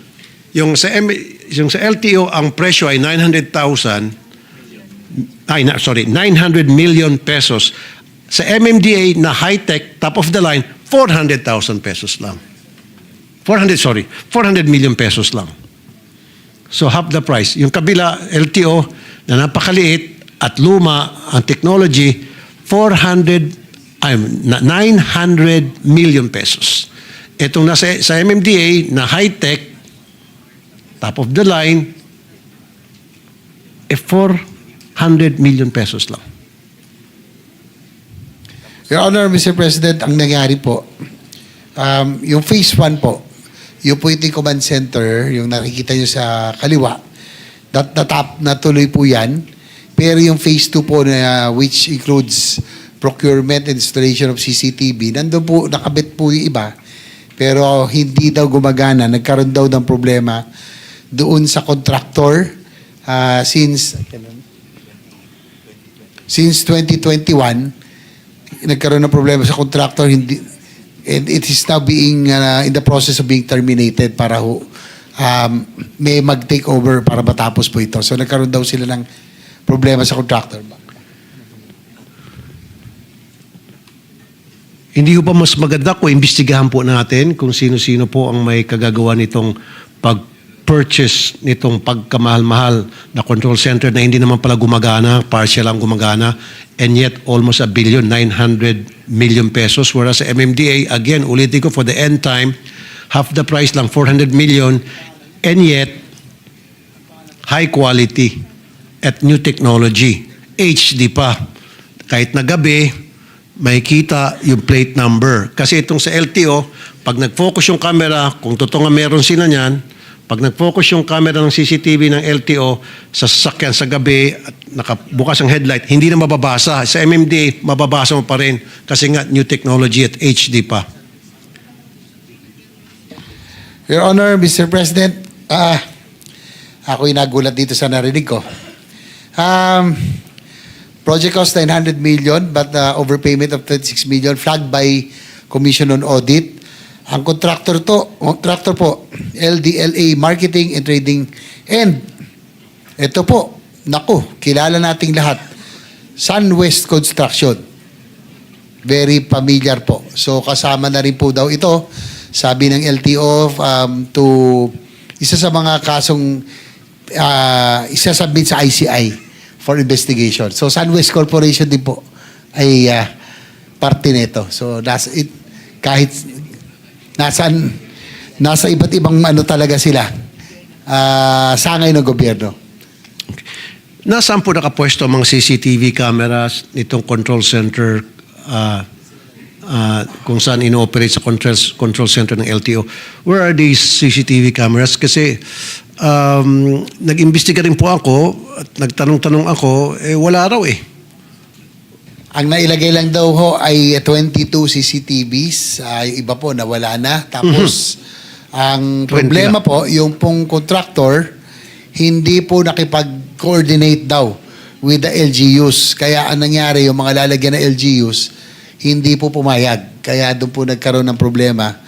Hindi ho nila natapos. Kaya medyo malaking halaga rin po ito na talagang dapat maimbestigahan, Your Honor, dahil malaking pera po itong nawala, 900 million po. So dapat siguro ibalik yung 900 million, Mr. President, kasi hindi naman napakinabangan pala. Opo, nagulat nga talaga ako nung narinig ko na ang joint venture nitong LDLA Marketing, very familiar, Sunwest Construction po. Thank you, Mr. President. So, expect ko po yan na magkakaroon ng investigation pertaining to that at yung pera na nagastos dyan, sana maibalik sa gobyerno at magamit sa mas maganda pang mga programa na kapakipakinabang. Okay? Wala rito yung PPA. PPA is here. Okay, very good. PPA. During the last hearing, pwede natin pakita yung video? Last hearing. Saan ba yung last hearing natin? This has to do with body-worn camera. Body-worn cameras. Body-worn cameras noong 2020. Isang unit nagkakalaga ng 879,000 pesos. One unit ng body-worn camera. Noong August 19, 2021, bumili ulit kayo ng 164 units dito pa rin sa Boston Homes in the amount of 168,680,000. 1 million pumapatak bawat isang unit. Sobrang overpricing, immoral na ito. Skandaloso na masyado ito. Secretary Lopez, imbestigahan mo to at sibakin dahil merong kakuntsabahan dito na para dugasan yung gobyerno. Mr. Chair, you have my commitment that I'm going to look into this. Secretary Lopez, I know na hindi mo pa panahon to nangyari to. So, I'm not going to fault you on this one. But I did tell you during that hearing to investigate, and you said, yes, we will. So what happened to your investigation, Secretary, pertaining to this scandal?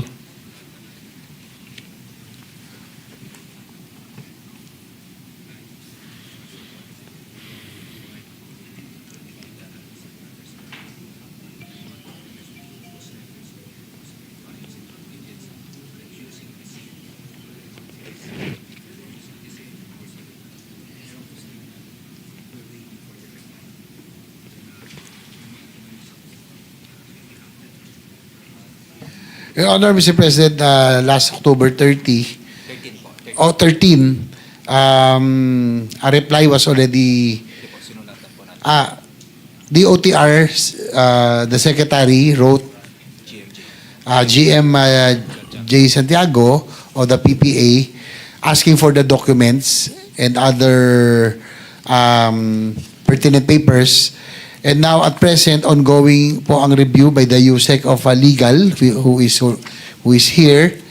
And they are awaiting for the confirmation from other government agencies. No? Yung po may mga similar body-worn cameras.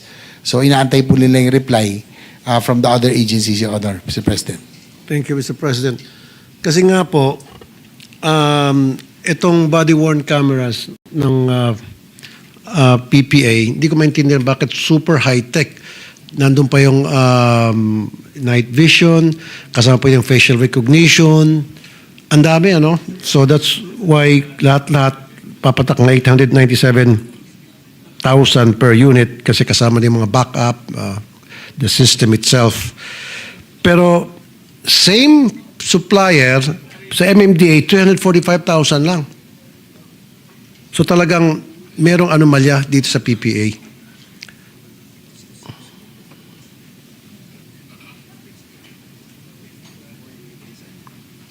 Your Honor, according to Secretary Lopez, the USEC for legal is now, yan po yung kanilang pinag-aaral ngayon, kung pareho talaga yung specs, yung pong scope of work. Kasi po, ang sinasabi po ng PPA ay, ito po yung parang online. Kasama po yung yung back-end, yung system, Yes. command center, that Yes. includes the command center. Yes. So they will be reviewing all of this and compare it doon pa sa mga binanggit na mga ahensya that are using the similar or at least gumagamit din ng body-worn cameras yung nabanggit niyo po kanina na mas mura, they will compare kung pareho yung functions and yung scope of work. Yeah, lahat naman po. Tulad sa PDEA, may back-end sila, yung sa MMDA, maging sa PNP, lahat naman to meron. Kaya lang pinagkaiba, itong sa PPA, napakamahal. Ngayon, nagtataka ako, ba't nila kailangan pa kunin yung feature na facial recognition?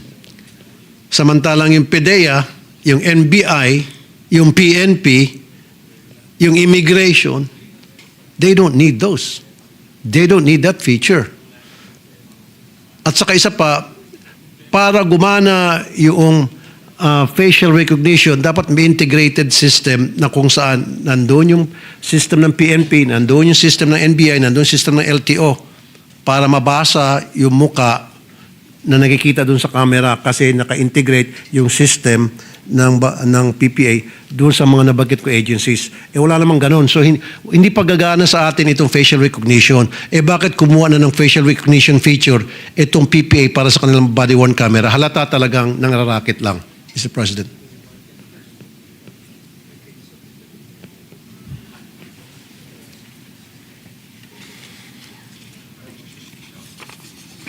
Your Honor, Mr. President, Secretary Lopez has committed that the investigation will be thorough, and according to the USEC for legal, they are just awaiting for the reply and report of the other agencies, and they will, as soon as they get hold of this, they will make the necessary, they will forward to your office, yung pong kanilang findings and report.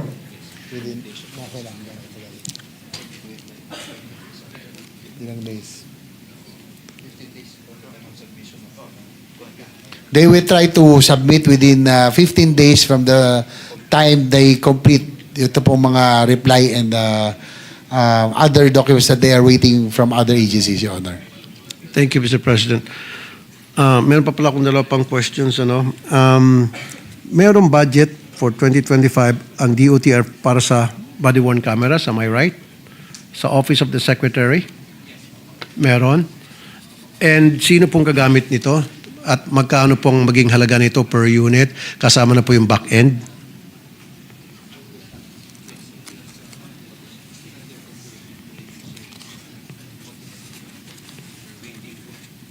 Depende kung anong ibibigay ng Your Honor, Mr. President, it is still under procurement, and the agency for procurement and the agency that will be using these body-worn cameras are the Office of Transport Security. Yung po mga nagbabantay po sa airport, they will be the end users para po siguro at least mabantayan din yung mga mawala na yung mga duda doon, no? Yung matanimbala at iba pa, mawala yung duda. So all the personnel of the OTS manning the X-rays will have body-worn cameras as well. Very good. So agree na agree po ako dyan. And that is a very encouraging information that I got from you. So akala ko yung body-worn cameras para sa mga traffic enforcer o sa mga enforcement personnel ng DOTR sa Yes, we have kalsada. Senator Tulfo, Sa airport, we have a new head of the OTS. Si former USEC Gilbert Cruz is now the head of the Office of Transport Secretary. Gilbert Cruz? Yes, apo. Wala na bang iba? OTS po. Seriously? Yes po, I think he's here already. Alam niyo ba kung ba't siya natanggal sa PAOK tapos ilalagay niya doon? Nyari. Hindi nga. Why? That's Yan ba'y dumadaan sa CA? Yung That's pwesto the niya? Kasi point. pag dumaan niya sa akin sa CA, hindi ko ipapasayan. Tapos ngayon, inabsorb ng naman si General Gilbert Cruz. Mukhang yung isang kasama si Casio po yung medyo magulo na konti. Hindi. Dito sa Parang sila magulo, siguro. Maraming mga balita-balita pero this is not siguro the proper venue to tell you that. Hindi naman siya kasama sa committee na ito. Pero kung once nakasama na siya dyan sa DOTR, di marami ako masasabi about him. Remember yung mga raid na yan nung panahon? Naku po, Mario Josep Santissima, Madre de Dios, patawarin tayo ng Panginoong Hesus Kristo. Ba't yung kasi kinuha? Wala na bang iba? It's a presidential appointment, Your Honor. Yung muning dyan na gumagalagala, baka mas qualified pa. No, I'm just joking. I'm just being sarcastic. But anyway, ako naman binabase ko yung aking sinasabi rito. Whatever I speak, whatever I say here, that's based on people who come to me to complain, to give me feedback about things that happens out there and anywhere. Ganun man po ako magsalita rito. Hindi yung personal opinion ko lamang.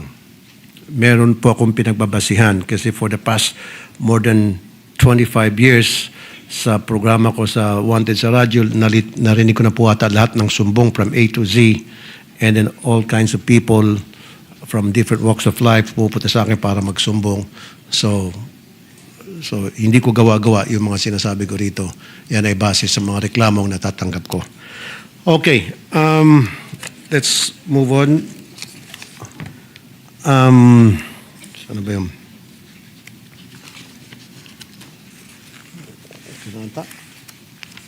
Ito. LTO's okay. Wala akong problema sa PCG. PCG, kailan suportahan natin to? Kumusta na nga pala yung budget para sa hospital ng PCG personnel? Is that being taken care of?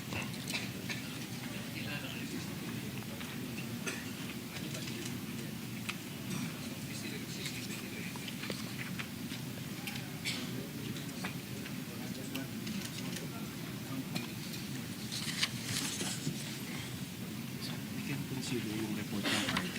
They are the second most complained after FDA. After the FDA, sila po ang second most. Your Honor, Mr. President, for 2025, meron pong budget ng 1.1 billion po for the Philippine Coast Guard Hospital. So,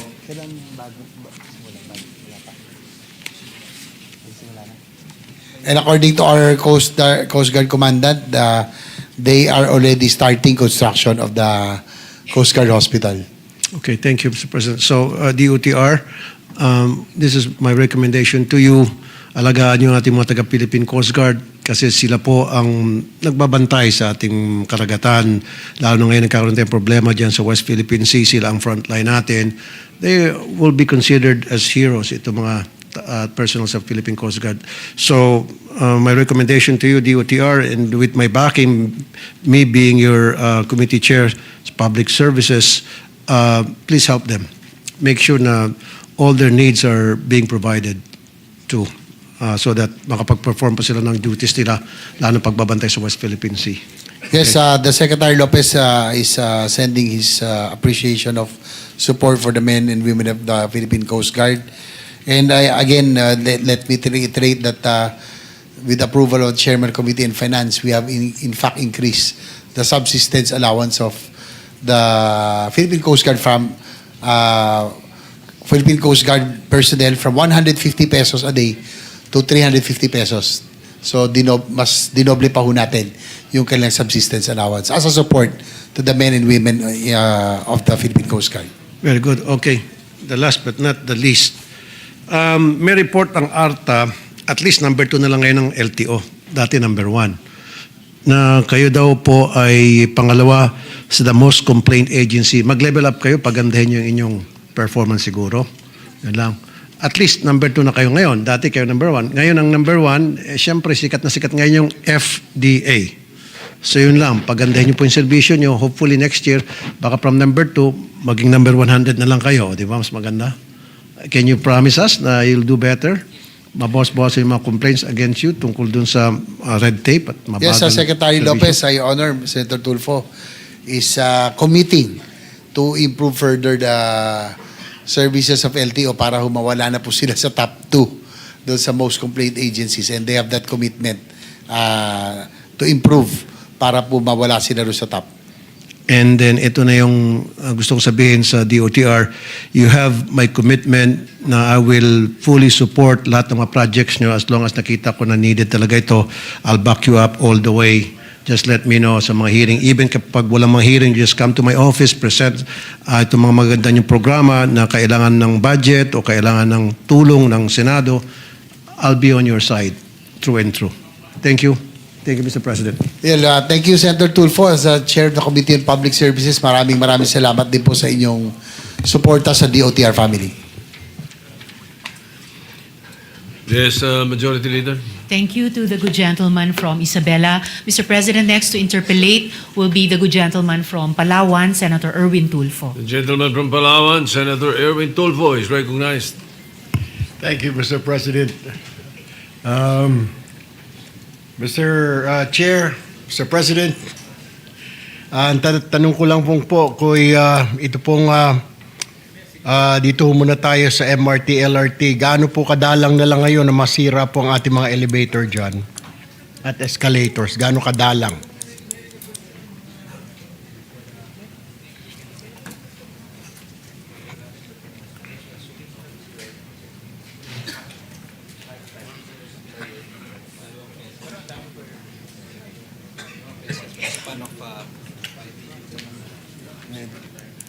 Your Honor, Mr. President, ever since Secretary Vince Dizon took over now with Secretary Lopez, doon po mga panahon na yon, siguro mga 2 beses lang daw nagkaroon ng insidenteng na sira ang elevator escalator sa mga MRT.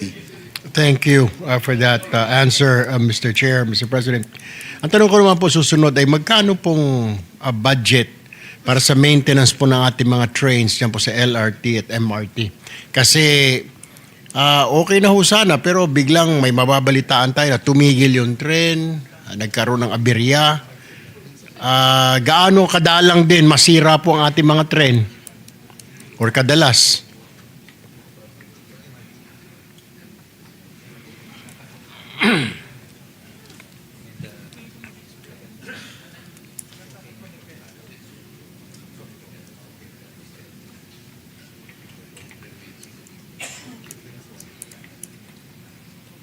Your Honor, Mr. President, yung pong pinakahuling insidente sa MRT, ito pong tumigil, was an electricity issue according to Secretary Lopez. But now, they are very positive mula ho nung nag-take over as a maintenance service provider, yung Sumitomo Corporation. Maayos po at naging maganda na ang maintenance at operation ng MRT3. Hindi po tulad nung Alam naman natin, few years back, halos araw-araw tumitirik po yan. Nung napalitan ng mga fly-by-night na maintenance provider. Pero upon our recommendation also here in the Senate, panahon pa ni Secretary Tugadi noon, sinabi natin, ibalik ang Sumitomo. So after that, halos minsan lang ho ito nagkaroon ng aberya, which is ito pa yung electricity issue according to our Secretary Lopez. Thank you, Mr. Chair. Thank you, Mr. President. Now, moving forward, let's go to the airports naman po. Ito pong Coron Busuanga Airport sa Palawan, kailan po magkakaroon ito ng late afternoon or early evening flights para po mabus yung turismo sa lugar na yun? Parang pansin ko ho, umaga lamang ho at hapon hindi na po makalipad pag ginabi ng eroplano.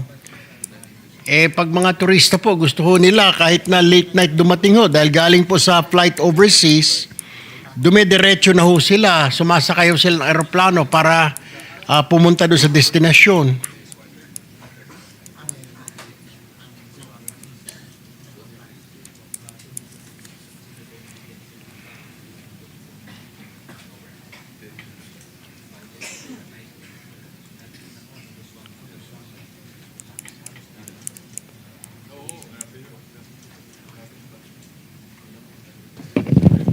Your Honor, Mr. President, ito pong tungkol sa Busuanga Airport, unfortunately, sa ngayon, wala pa ho siyang night rating, no? But in 2026, all of the tourism areas na mga airport ay sisikapin po ng DOTR na gawin pong night rated para mas ma-increase po yung flight. So, 2026 is the target completion of for the Busuanga Airport to be night rated, Your Honor. Thank you. Thank you po, Mr. Chair. Thank you, Mr. Secretary.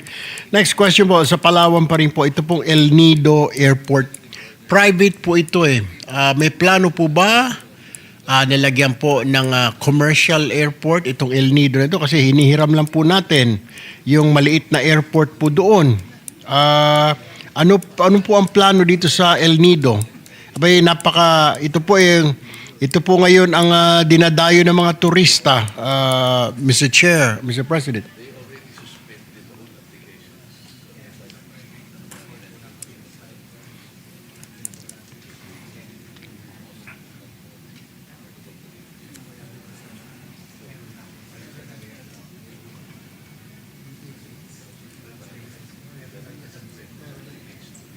Your Honor, Mr. President, tama po kayo. Yung pong nasa El Nido is a private airport owned by Ayala. No, ito po yung Leo Airport. The closest airport is under the DOTR or CAAP is San Vicente. No, yun po, but it needs to be upgraded. So, yun po ang sitwasyon ngayon. San Vicente po ang pinakamalapit na airport. Okay. Very well. Anyway, isa pa po, Mr. President, yung mga pupunta ho ng Palawan, sa El Nido, nagbabaylan po sila. Ito pong Puerto Princesa Airport, ano po ang category nito? Is it an international airport? Is it anong classification po nito na airport?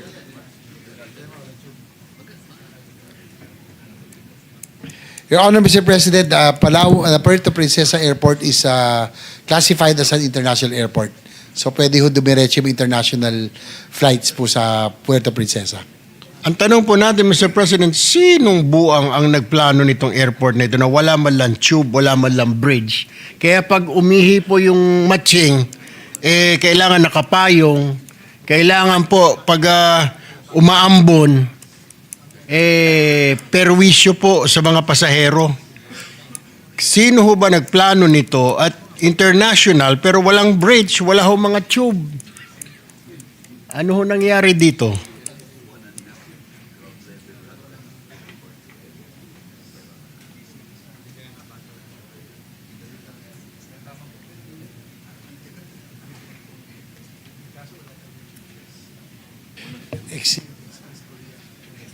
Your Honor, Mr. President, the one who undertook the project is Exim of Korea. Kexim Bank of Korea. Pareho ang ating observation during the committee hearing. Tinanong ko rin po yan Sabi ko, bakit international airport? Wala hong tube. So, ang sabi nila, because the design was only 1.5 stories, So hindi ho pwedeng lagyan ng tube talaga. Kaya yun po ang sitwasyon. Talagang natapos po. It's an international airport but without the tubes, Your Honor. Hindi po man lang naisip kaya ng mga tiga-DOTR dati, I'm not faulting our good secretary here, yung mga during the 2022 na administrasyon na. Pero yung previous ho kaya, Mr. Chair, Mr. President, hindi man lang nila naisip na dadami ang tao. Panay ang punta ngayon sa El Nido, yung turismo, pupunta ng Busuanga, kung saan-saan, sa underground river. Wala po bang plano, Mr. Chair? Wala po bang plano, Mr. Chair, na gawa ng paraan na ayusin, i-renovate yung airport na yan? At dumadami po eh. Ang dami na hong flight ho dyan. 4, 6 hanggang gabi ho sila. Tama po kayo. Considering sa international airport, dapat pati yung standards. So according to DOTR, with this, they will revisit, they will reassess, and siguro propose in case there will be yun po, pag magdadagdag ho tayo ng tube, magdadagdag ho kasi ng floor para maging ka-level po siya nung aeroplano eh. No? So we need to add a floor for that. But I think it's really worth visiting because as you pointed out, Your Honor, international airport to, dapat international standards. Dapat to may tube talaga. Thank you, Same Mr. observation actually. Sabi ko, paano Your tayo Honor. nagkaroon ng international airport na walang tube? Your Honors, if I may interject, will the DOTR be familiar with the Riyadh International Airport? Any of you have been to Riyadh? The reason I ask is that I was there many years ago. As a matter of fact, perhaps about 20 years ago, because of a bowling tournament. When I was there, it is one of the largest and most beautiful airports in the world, but no tube. I asked them why. They could not answer, but that was the design, they said. But I found out the real reason later on. The American company who built it sold buses. So if they place the tubes, they will not be able to sell the buses. So Riyadh Airport many years ago, but I don't know now if they've sold that. But perhaps you can look into this airport. Baka naman may mga binenta mga bus dyan. Kaya ayaw lagyan ng tube. Because that happened to Saudi Arabia. I can assure you that. I was there personally and I asked. Thank you. Thank you, Mr. President, Mr. Chair. Unfortunately, ako po halos sa buwan-buwan sa Puerto Princesa nga po. Naglalakad po yung mga tao pagbabaho ng eroplano. Pag umulan, ang binibigay ho, payong. Pag mainit, payong pa rin o sombrero. So, kung may dala ka pong anak, may sanggol kang dala, may stroller pa, hirap na hirap po. Kailangan ho talaga siguro i-revisit. And I think that airport po, may kumita ho dyan eh. May kumita ho dyan sa lintik na airport na yan because it's really disgusting. Anyway, moving forward, Mr. Chair.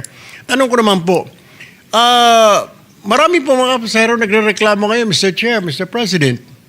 Yung turbo prop na flights, yung mga DLEC, inilipat po sa Clark. Yung mga gustong pumunta ng Busuanga, yung gustong pumunta sa Batanes, from Metro Manila, BBI pa po sila sa Clark. O from dito sa mga Quezon Province, pupunta po sila sa Clark para lamang makasakay po ng eroplano. Ito ho, parang nate-turn off sila, tinatamad sila sa layo.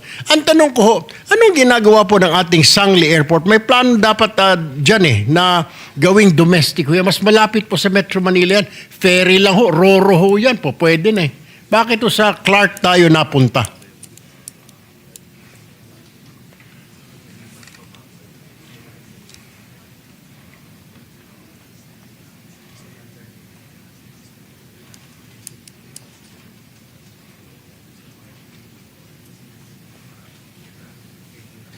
Your Honor, Mr. President, the reason why the turboprop planes were now transferred to Clark, ito po kasing natin, no? Ito pong Manila International Airport or the NAIA is over its capacity. So they are prioritizing, of course, the international flights, the bigger planes.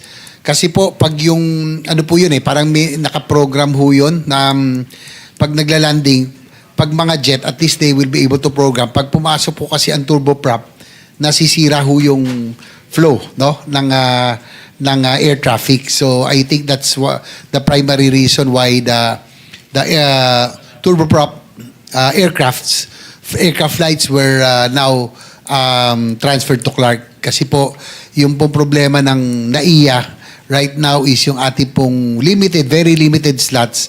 Kaya po kinikater na lang yung mga international flights, the bigger planes, and also not to disrupt the air traffic flow. Kasi nga po pag pumasok ang mga propeller, nagugulo po yung yung sequencing ng landing and takeoff and landing po sa NAIA. Tama po yun, Mr. President. Mr. Chair, as a matter of fact, I would like to commend the team of Mr. Ramon Ang for doing so. Wala na po masyado tayo mga delayed flights or cancellations because nagkakaroon lang po ng delay. Talaga pag severe po yung lightning, thunderstorm, nagkakaroon ng delay. Pero my point, Mr. Chair, is bakit hindi po dinevelop yung Sangli? Wala naman pong gumagamit doon. Mas malapit po yun Siguro, kung sa Sangli na lang, mas madali hong pumunta yung mga tao kaysa pupunta pa po ng Clark. Kung tiga-south po siya, Cavite, Quezon, mahihirapan ho Mas malapit po kasi ang Sangli Airport sana. Your Honor, Mr. President, the problem with Sangli right now, nilipat na ho yung mga general aviation aircraft. Nandiyan na po yung ibang mga private jets. Kaya lang ang problema po nila, hindi pa nila magamit for commercial use for the turboprops because of the flooding problem. No, medyo nagbabaha po doon sa Cavite City papunta ho sa Sangli. So, number one, yun po yung gusto na ayusin. Pangalawa, yung connectivity, no, yung pong transport services that would lead to Sangli as an alternate airport. So, talagang ang pinaka-key talaga rito, Your Honor, Mr. President, sa nakikita ko, we really have to rush the NSCR, yung for North-South Commuter Line, to Clark kasi magiging very convenient for Metro Manila and everybody else. No? Kung yung Clark po makonect na sa railway system natin, mag-online. Kaya nga talaga pinupush natin na wag na magkaroon ng delay. Clark Airport is really a very beautiful airport, Your Honor, Mr. President. I agree. Napakaluwag, napakaganda. Ako nga sabi ko, yung mga taga North of Metro Manila, mas maganda gamitin po ang Clark. Mas mura pa ho ang pamasahe doon, no, compared to NAIA. So I think that's the long-term plan of the OTR, really not really to rush NSCR para po maging convenient na po even for turboprop aircraft passengers pag naka-online na po yung NSCR. Opo, maganda ho yan, Mr. Chair, Mr. President. Pero yung problema ho kasi medyo malayo. Kailangan lang ho talaga ma-develop ho yan para mas maging convenient, ika nga. But anyway, moving forward, Mr. Chair, Mr. President, lipat po tayo sa Philippine Coast Guard. Narinig ko po kanina yung mga assets, meron po tayong sea assets, pero doon po sa air assets natin, meron pa, kasama mo ba sa capital outlay ng Philippine Coast Guard ang pagdadagdag ng helicopter? O di po kaya aeroplano? Kailangan po para ika nga medyo advantageous na para sa Philippine Coast Guard pasyalan yung napakalawak na West Philippine Sea. Mr. Chair, Mr. President.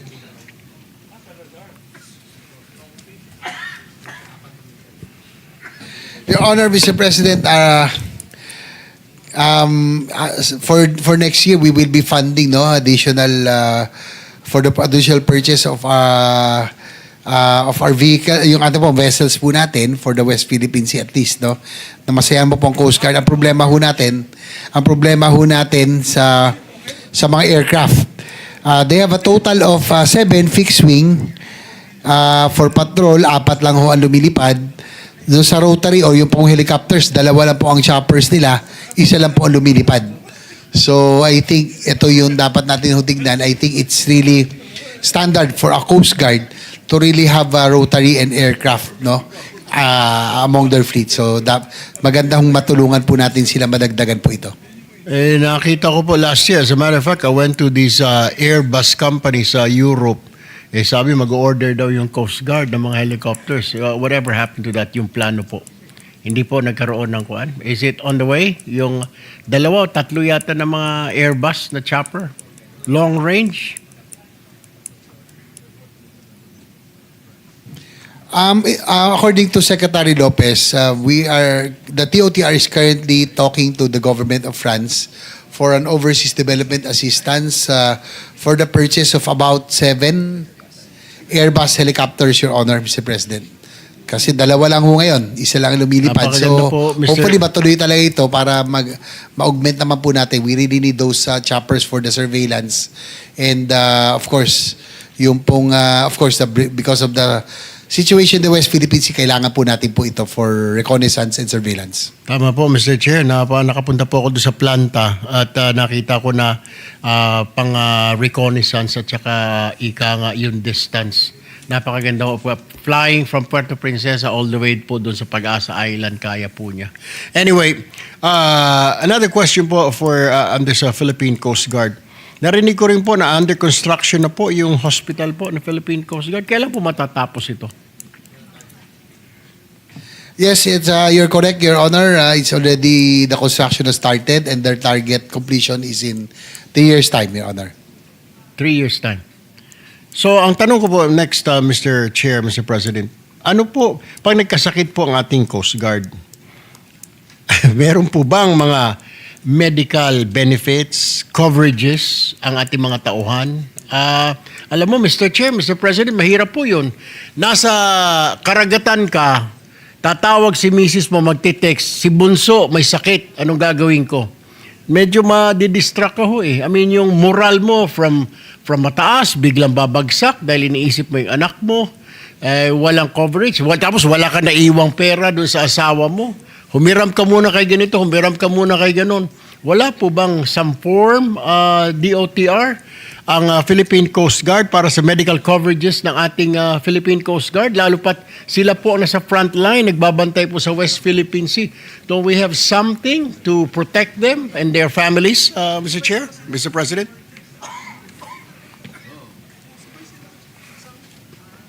Your Honor, Mr. President, nakakalungkot man, pero tama po yung observation nyo. Dahil wala pa po silang sariling hospital. They are relying now solely on PhilHealth, just like any other Filipino. Tapos nag-request din po sila ng emergency medical fund. But unfortunately, hindi po ito na-aprobahan ng DBM at hindi na-asama sa National Expenditure Program. Yun ho, malaking problema, Mr. Chair. Naisip ko lamang po na they're working out there nasa West Philippine Sea. Binabangga-bangga yung kanilang mga barko. Baka madisgrasya pa. Pero yung pinaka-problema po dito, Mr. Chair, Mr. President, pag yung pamilya ng isang sundalo, personnel, ay may sakit po dito sa Metro Manila or in some parts of our country, siya ay nakadeploy sa West Philippine Sea. Mahirap po yun, Mr. President, Mr. Chair. Madidisgrasya pa yung sundalo dahil panay ang isip niya paano paggamot yung asawa niya, yung anak niya, yung kaanak niya, kung wala po siyang medical coverage. We really have to address this, Mr. Chair, Mr. President. This is a serious matter.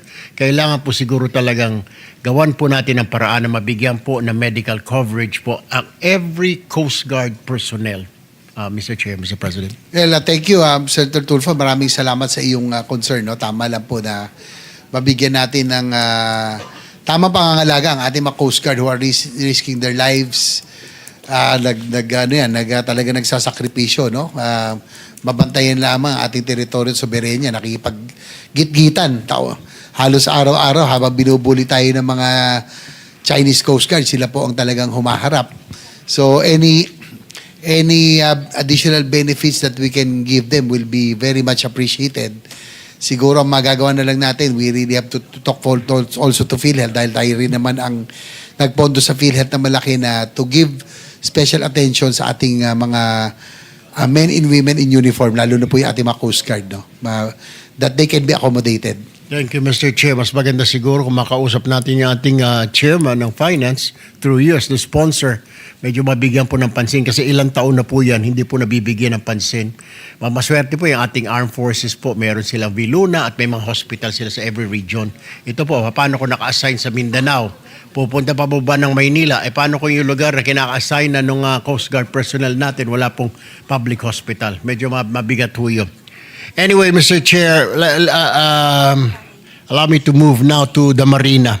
Ito mo, Mr. Chair, matagal na pong inireklamo sa akin.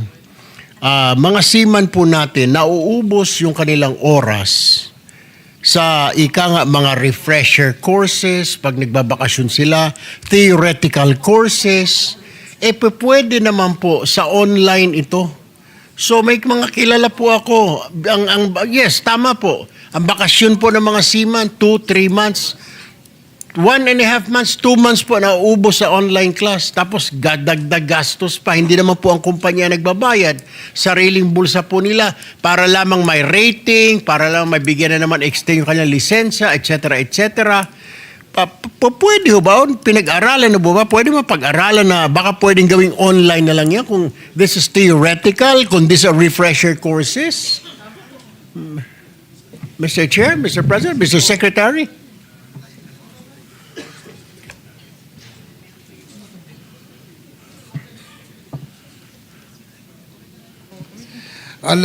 Secretary Lopez is now committing to allow online classes.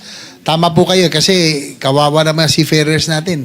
Konting panahon na lang babalik dito, mauubos pa yung oras nila sa refresher courses. So, yung inyo pong suggestion is well taken at nag-commit na po ang ating DOTR family na to have it online.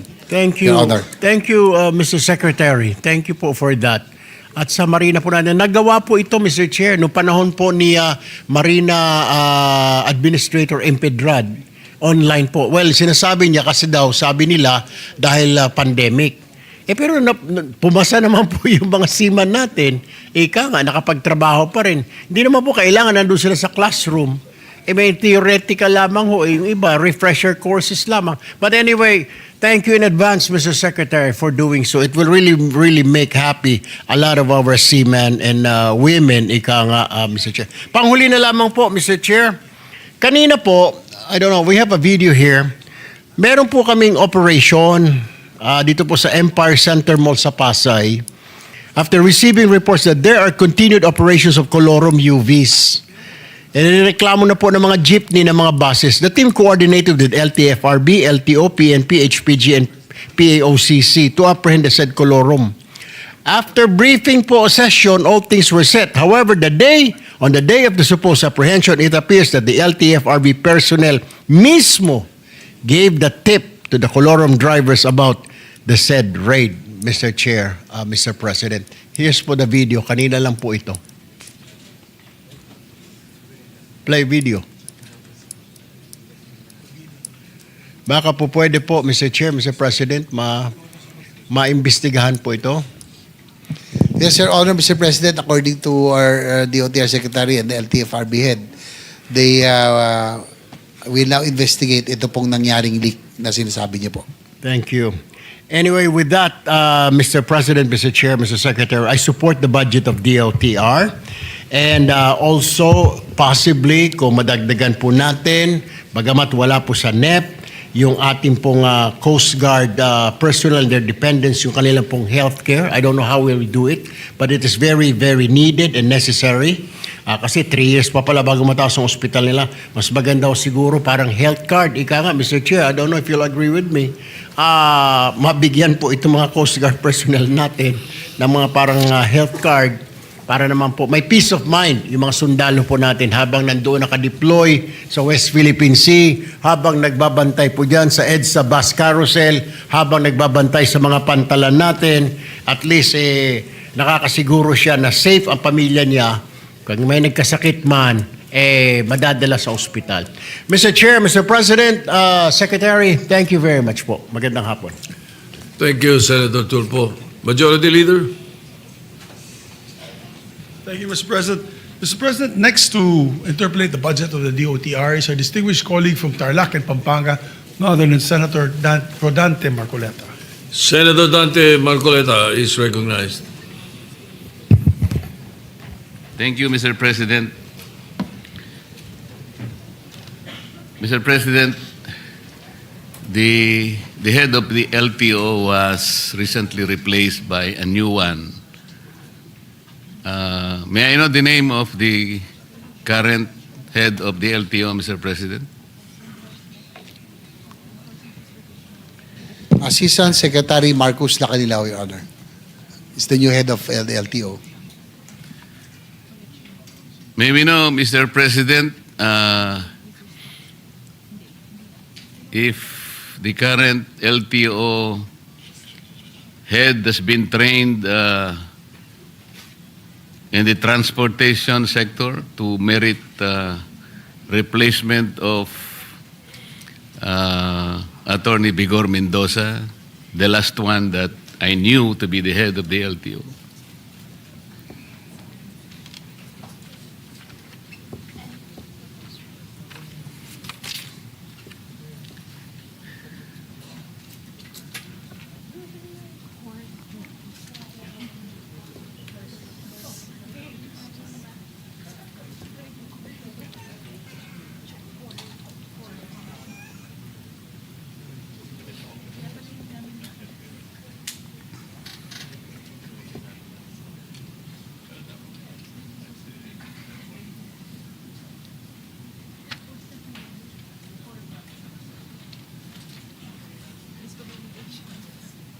Your Honor, Mr. President, he is beside me right now. He said that he has been active in the motoring sector and at one time part of in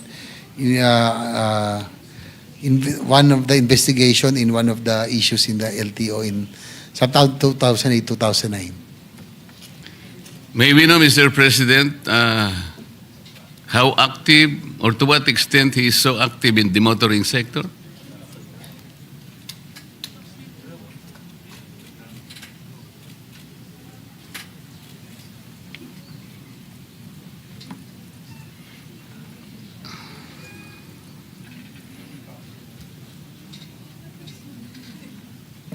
Your Honor, Mr. President, according to the LTO head, he was active in the motorsports before, car racing and motorcycle racing, Your Honor, Mr. President. Mr. President, pagka ikaw ba ay nasa car racing or anumang klaseng racing yan, o horse racing halimbawa, does that qualify you automatically as head of the LTO? Alam po ninyo, Mr. President, doon lamang po sa mga core functions ng LTO, to name a few, issuance of licenses and permits, motor vehicle registration, enforcement of LTO laws, adjudication of traffic cases, collection of revenues for the government. Nandiyan pa yung napakarami po. Why do you think he merited to be the head of the LTO by being a car racer, Mr. President?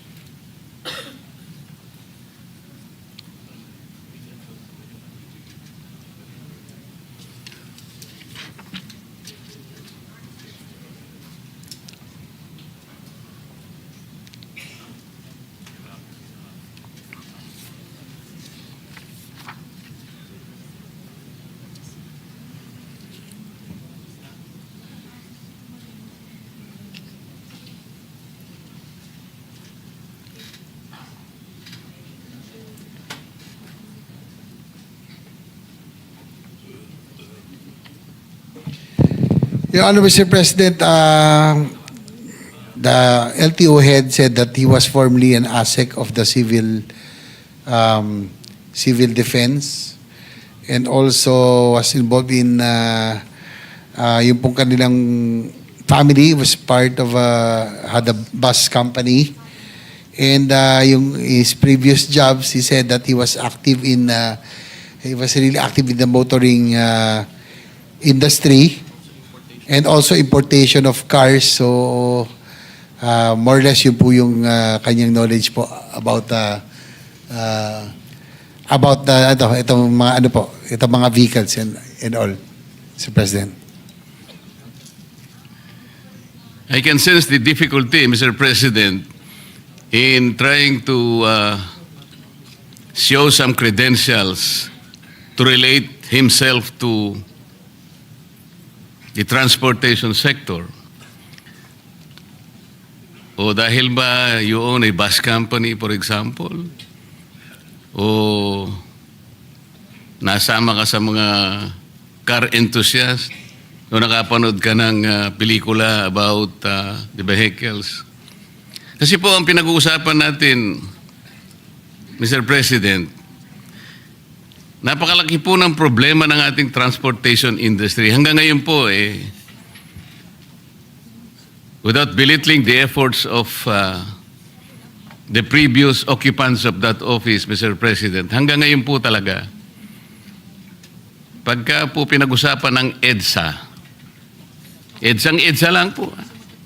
Sasakit na po lahat ang ulo natin. Pagkatapos, ngayon po, meron na namang mag-e-head.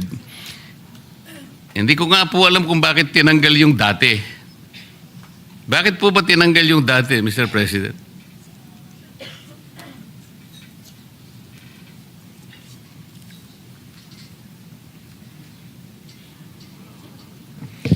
Your Honor, Mr. President, according to Secretary Lopez, they bow down to the wisdom of the President. No? There was sort of a rigodon within the DOTR family, yung pong LTO head dati.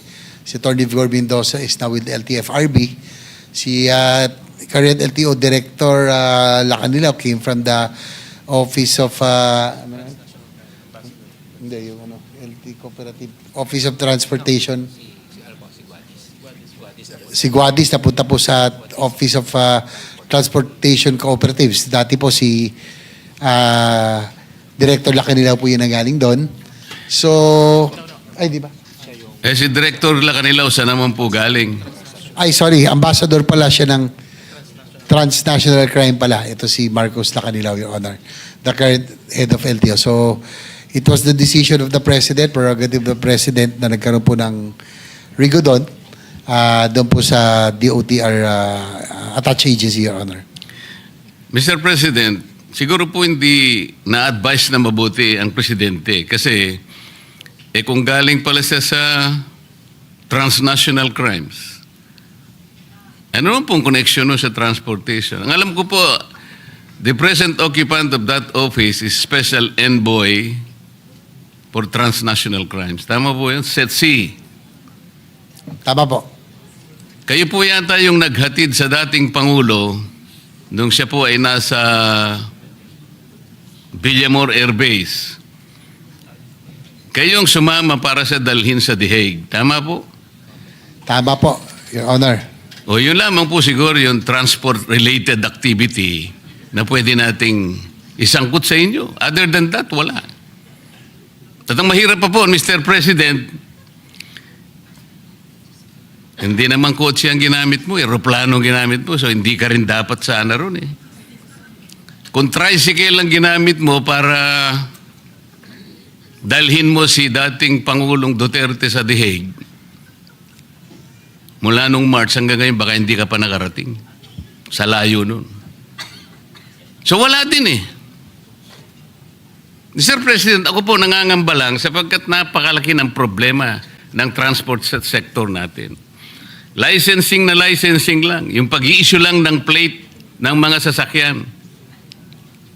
Registration. Enforcement ng ating LTO laws. Paano niyo po i-undertake ang napakarami pong sagutin na ito?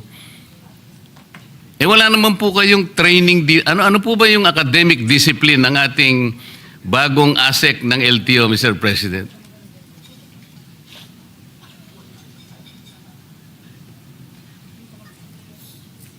Your Honor, Mr. President, according to our LTO Director, as additional credentials, he's a road safety advocate and he is a civil engineer by profession, Your Honor.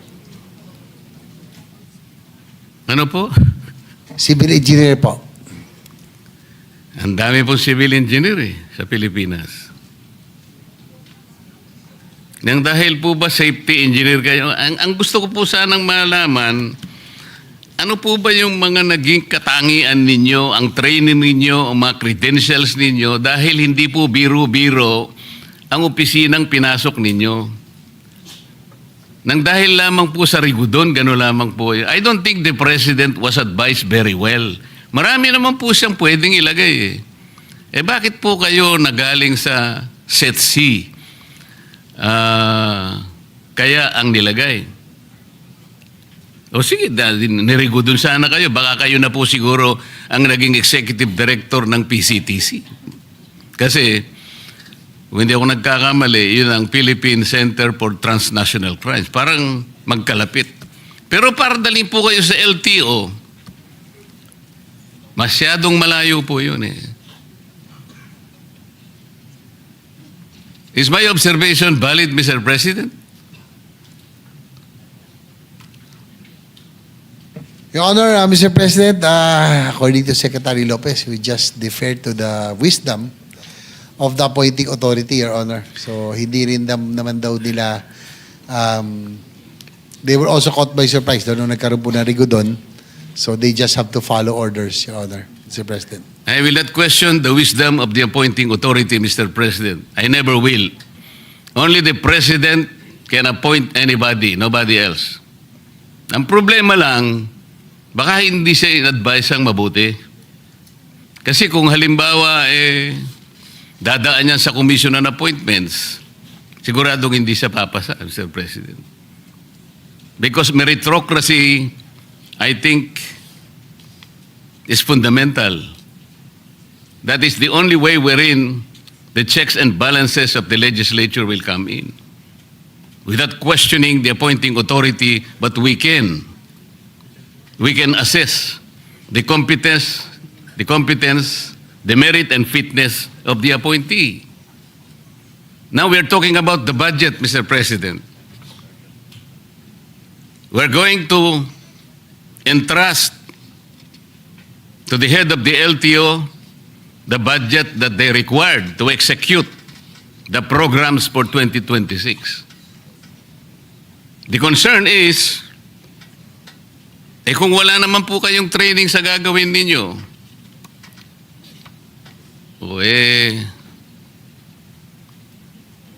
baka po, may papangako po ba ninyo na ang budget na ibibigay sa inyo ay talagang magagastos do sa kanyang dapat nakapuntahan, considering na hindi naman po kayo talaga nakaakma do sa posisyon na dapat sana ay naibigay do sa talagang karapat-dapat, Mr. President. Well, Your Honor, Mr. President, according to Secretary Lopez, since the LTO will be directly under the OSEC, they will really monitor and make sure that they will function and the reforms that need to be instituted will be done. So yan po ang commitment ng Secretary Lopez natin. In fact, meron nga akong ditong side. Meron din pong appointee ron na hindi ako pabor no, na political appointee. Na we should appoint people who have the technical skills and know-how and knowledge para hindi masayang. Not political appointees. I'm talking about the PNR chairman who was recently appointed. Sayang po ang ating pong PNR. Yan po ang advocacy natin, railway system. Nag-appoint po ng isang dati naming konsihal na who had a lackluster record kahit bilang konsihal. Kaya nga, minsan nasasayang, minsan nakakapagtaka rin. Ako rin, Mr. Chair, nagtataka rin ho ako minsan. Nangihinayang po ako sa posisyon. We should be appointing people who have that capability and knowledge in position para hindi ho nasasayang. Salamat po sa sagot. Ako naniniwala talaga ako na yung meritocracy, yung merit po talaga, importante rin yun. Halimbawa po ako, na-appoint ako na secretary ng DOH. Hindi ko po tatanggapin dahil hindi naman ako doktor Kung magicero po siguro, tatanggapin ko. Magic lang naman yun Ang ibig ko po sabihin, Mr. President, nang dahil ba kayo po ay inihatid nyo ang Pangulong Duterte sa The Hague? Ito po bang kabayaran, Mr. President? Ito po ba'y premyo? Kasi kailangan nating ma-disabuse po ang pagdududa ng mga kababayan natin. Hindi naman po kayo ang dapat na maghatid sa kanya ron Tama po, Mr. President?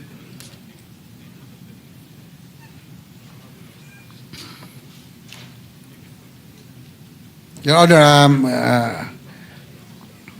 Sabi po ni Asik Lacanilaw, siya nga po, he confirms that he was one of those on the plane with the former president. Opo, Hindi na po wala siya- namang pagdududa doon and there's no debate in that. Ang tinatanong po, kayo po bang authorized na dapat sumama na maghatid sa hindi tamang pagkakahatid sa dating Pangulo? Under what authority did you accompany the former president to The Hague, Netherlands? According to Kaninalaw, being with the OSCE, they are on top of the Interpol po. Kaya po sila po kasama. Kaya What po do siya you po mean kasama. they are on top of the Interpol, Mr. President?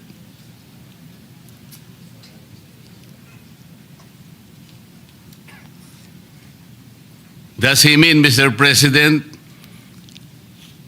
he is the local counterpart of the Interpol in the Philippines?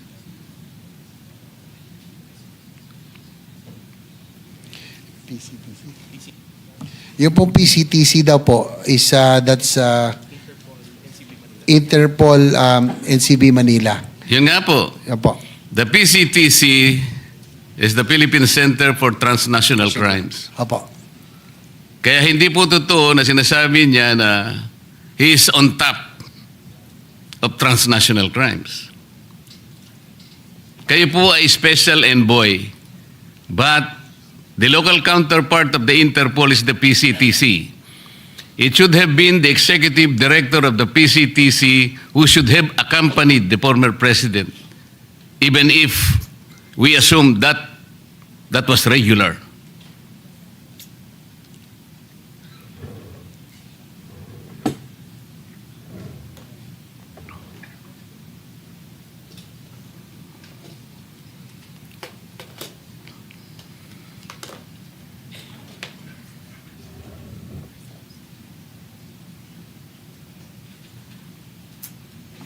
According to Asik Lacanilaw, that meron po daw siyang dokumento that he was well documented for him to be able to accompany the former president to The Hague, being the head of OSCE. PCTC is the operational arm. So that's Tapos yung PCTC po is the operational arm under OSCE, Your Honor, Mr. President. So yun po yung kanyang personality or credentials for being the former president. Can you give us a copy of that document, Mr. President? According to Sikla Kanilaw, it's with the Office of the President, Your Honor. Ano po? Nasa OP daw, sa Office of the President. Or the Office of the Executive Secretary. Can you get about that copy? He will try to request for a copy, Your Honor. What does the document say, Mr. President?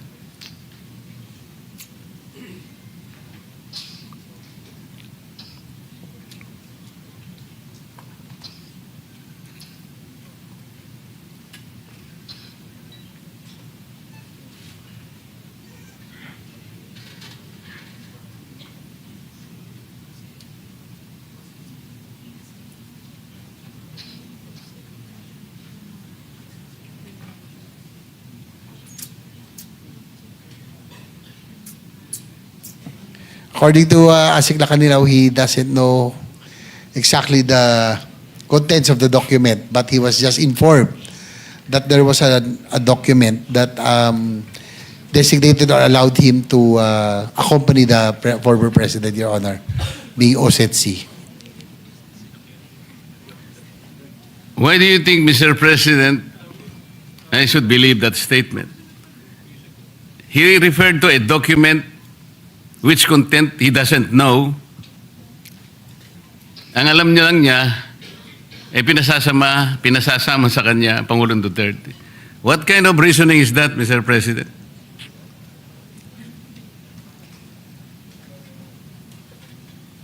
Sabihin niyo na yung totoo para matapos na ako kasi sandali lang naman sana ako. Kung hindi lang paligoy-ligoy kayo, tapos na ako .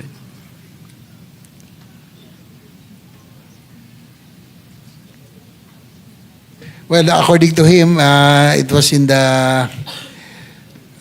nung nagkaroon daw ng investigation dito regarding that, according to Secretary Remulla of the LG, that yun lang po na sinasabi that he was well documented when he accompanied the former President, Your Honor. Sinabi mo na naman si Secretary Remulla eh. Puro kwentong kutsero naman ang... Ganito na lang. Kung sakasakali, Mr. President, kung sakasakali lang naman, ano,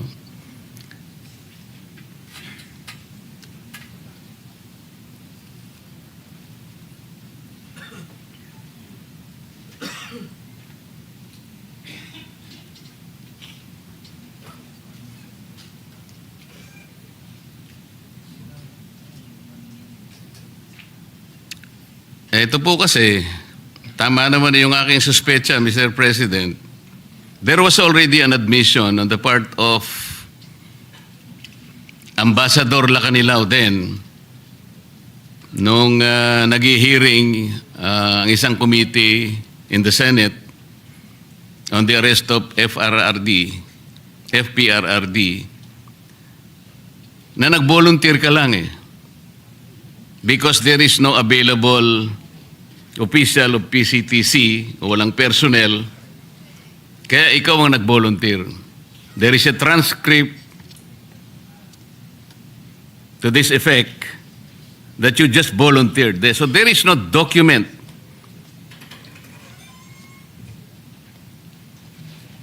So, which is very, very clear, Mr. President, that he himself volunteered due to the unavailability of personnel from PCTC.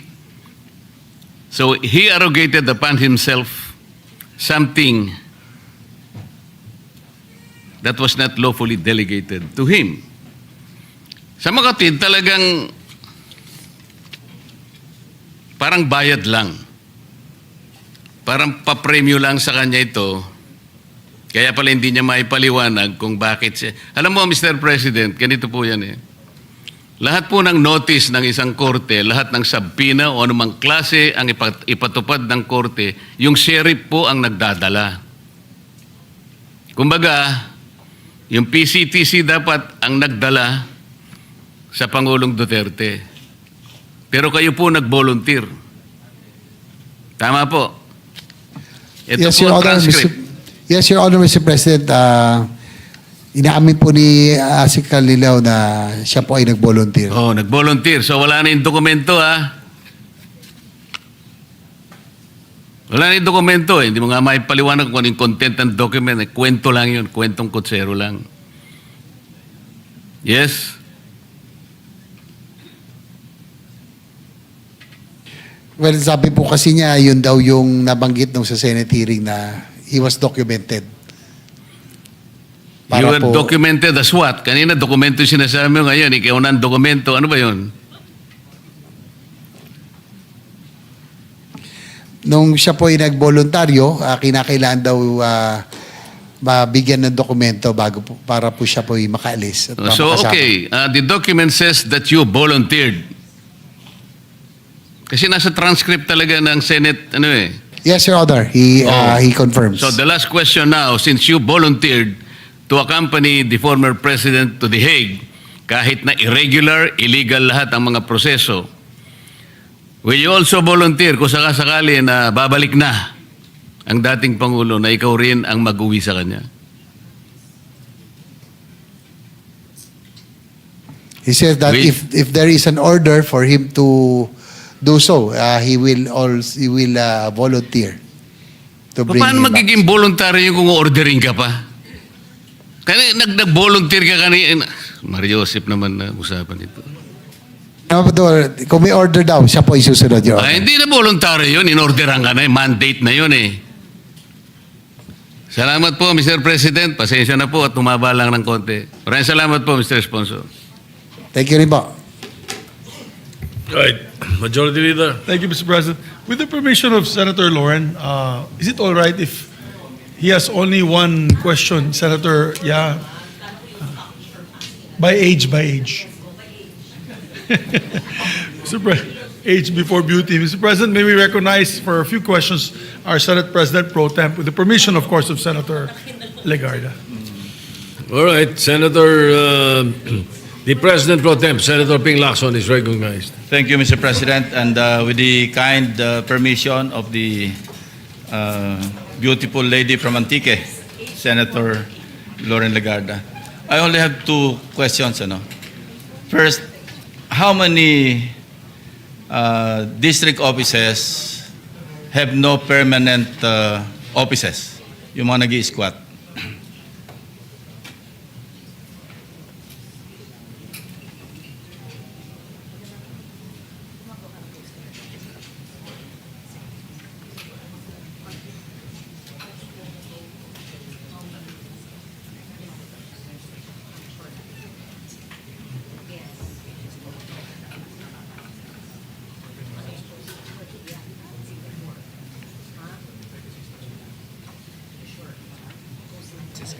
Your Honor, Mr. President, according to our LTO Executive Director, yung pong mga created by law baka less than 10, Your Honor, Mr. President.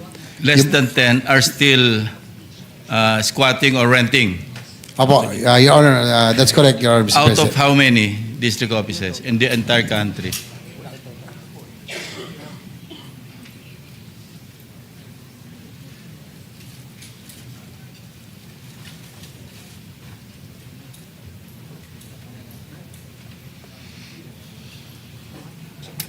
Your Honor, Mr. President, unfortunately, they do not have the figures right now and they will submit as soon as possible. Yeah, we can allow that, Mr. President.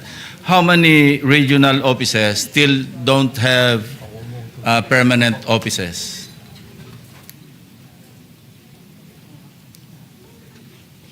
All regional offices have their own homes already, Your Honor, Mr. President. Are you sure, Mr. President? I know one at least, na wala. Car. Yung car daw po kasi, Your Honor, Mr. President, is under DOTR. Yeah, pero LTO is under DOTR, di ba? LTO Regional Office, di ba, under DOTR lahat yan?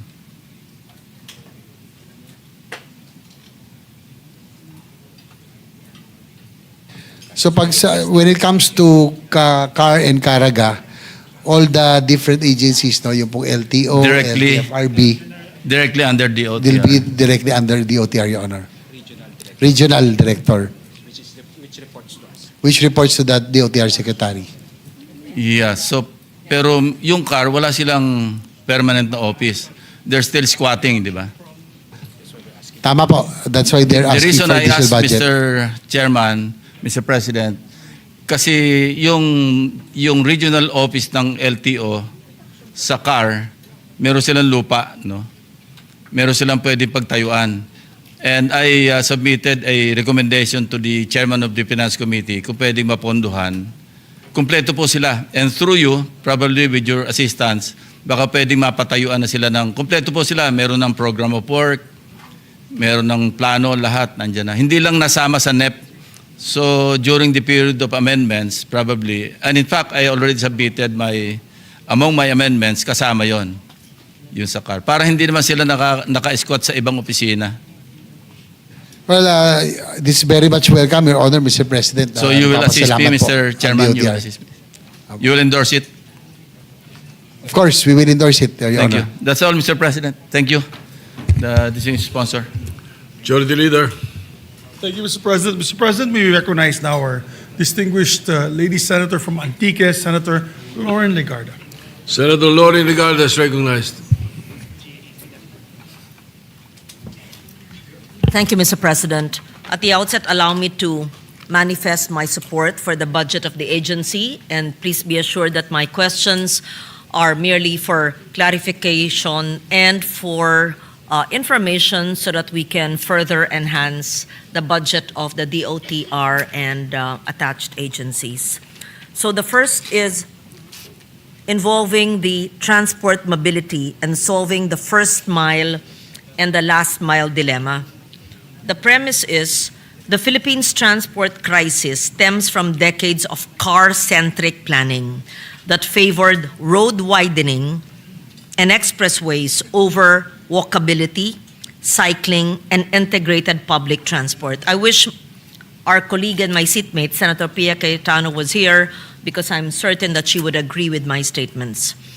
Metro Manila now endures some of the world's worst congestion, with travel times reaching 25.5 minutes per 10 kilometers in 2023, and daily economic losses estimated at 3.5 billion pesos, projected to rise to 5.4 billion pesos by year 2035.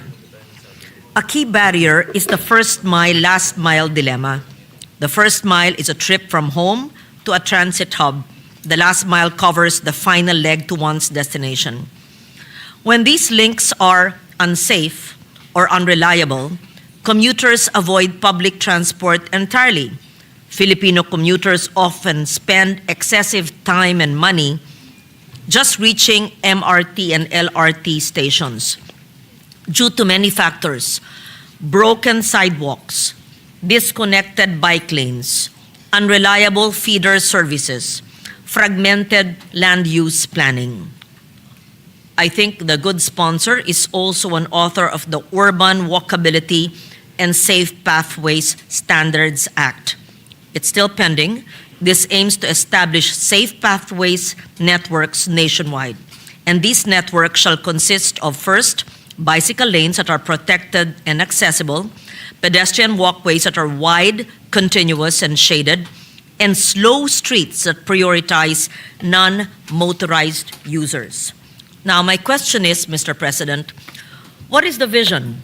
What is the current national strategy to close the first mile and the last mile gaps in Metro Manila and in our major cities like Cebu, Davao, even Cagayan de Oro, Iloilo even? And what concrete milestones have been achieved to date? May we know the status of the efforts to build active transport infrastructure such as continuous sidewalks and protected bike lanes.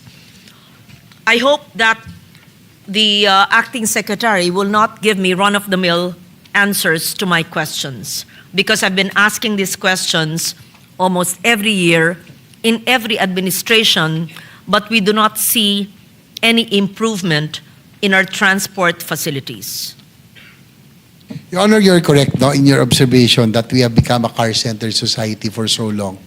Right now, there will be a shift, as you know, that the DOTR has finally, we have refocused on commuter-based, no? Yung maging commuter, car-centered, no? Not airborne car-centered, with the North-South commuter lines, Metro Manila Subway, and with your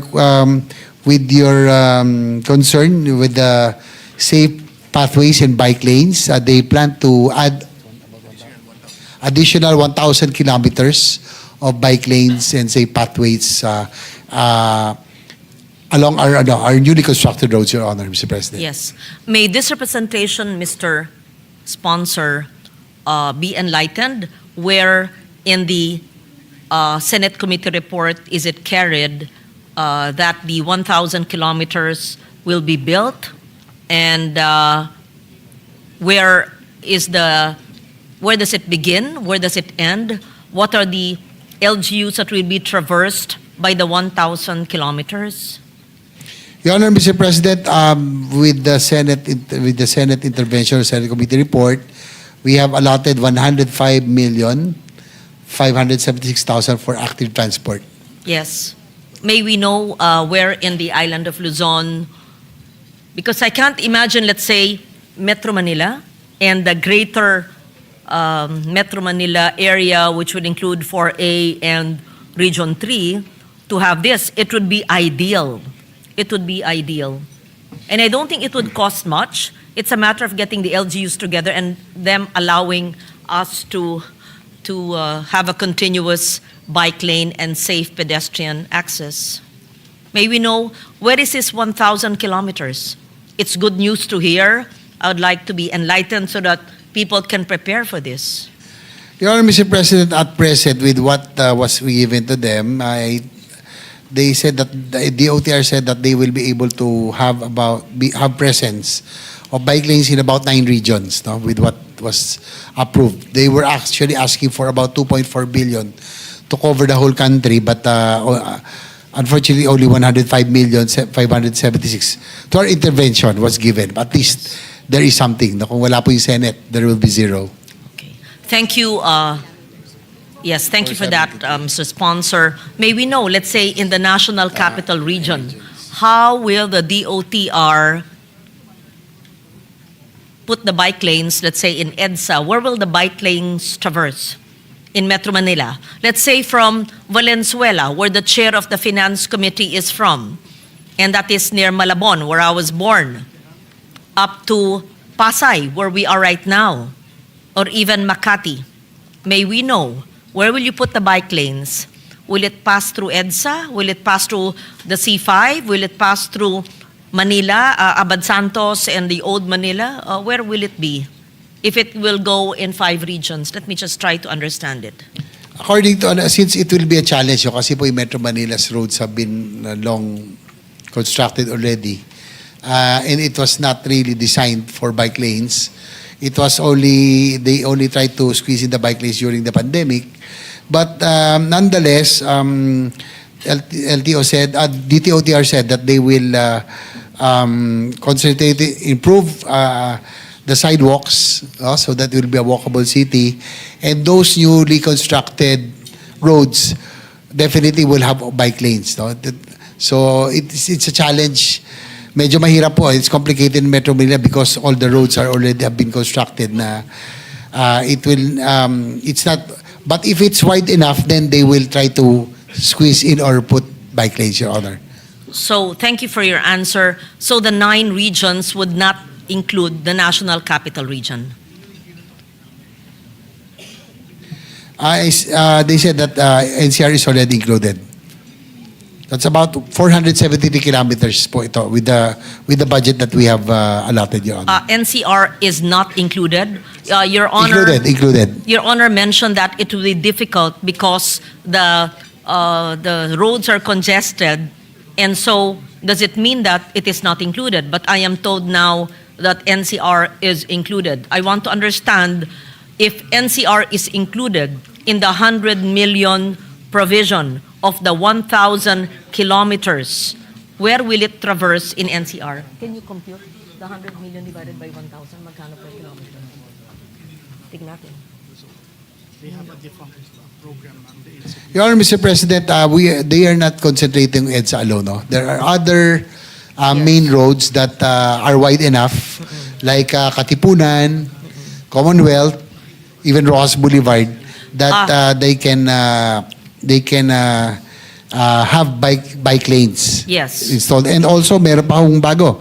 Innovation, there will have an end-trip facility at the end of this thoroughfare so that pwede ho mag-shower and refresh if you go to bike to work, Your Honor. Yes. Thank you for that, Mr. President. The fact that we are discussing it today and we will pass their budget, perhaps even enhance it or increase it, but may I know at least for 1 or 2 regions, this is specific location of are these only bike lanes or also pedestrian walkways? And if it's in Metro Manila, I want to have that vision in my mind. Because if they're not even certain if it will traverse Katipunan, not EDSA, C5, saan ba? Ross Boulevard, there should be a plan. How can we give funds to an agency which is not even certain where it will traverse in the National Capital Region? Because I am so much in favor, just like Your Honor, of having this. I'm not even a cyclist like you are, like Senator Pia Cayetano, like the others here, but we would be so excited to tell those who bike to work, which was happening partially at least during the pandemic. So may we know where in Metro Manila and how many kilometers in NCR? Your Honor, Mr. President, I can tell you the bike lanes here because I bike to work. No, EDSA has, but I don't take EDSA because Yes. it's polluted. So we want to know from the agency.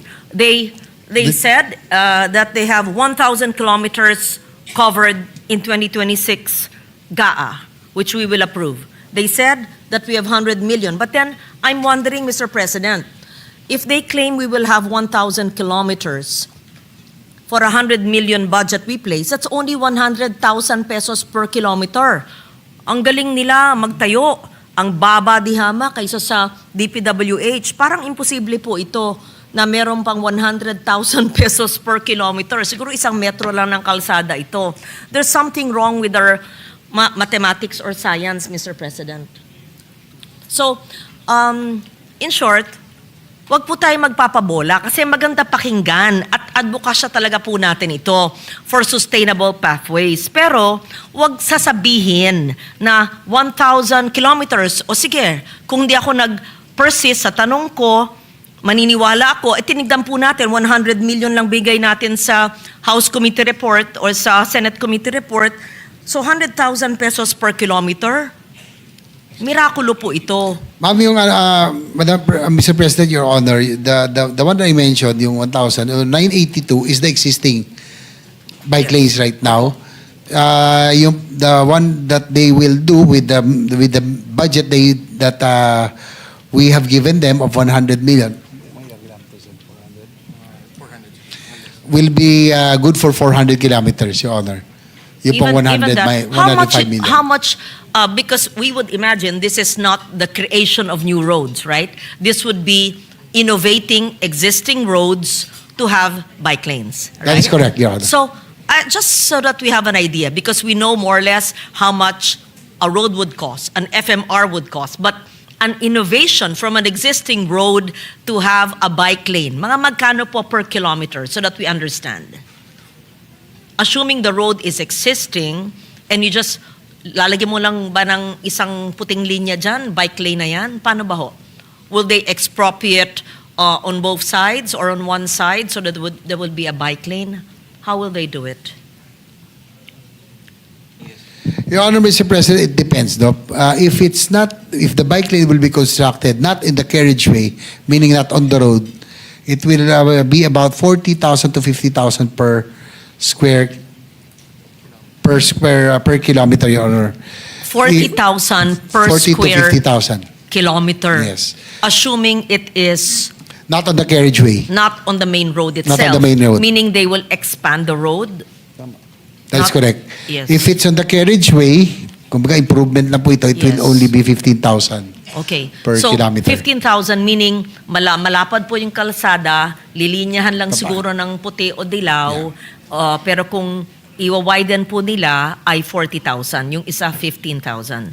That's correct, Your Honor. Oo. Tatanong po mo ng muli, yung 400 kilometers, hindi pala 1,000, ay saan po sa Metro Manila ilalagay po yan?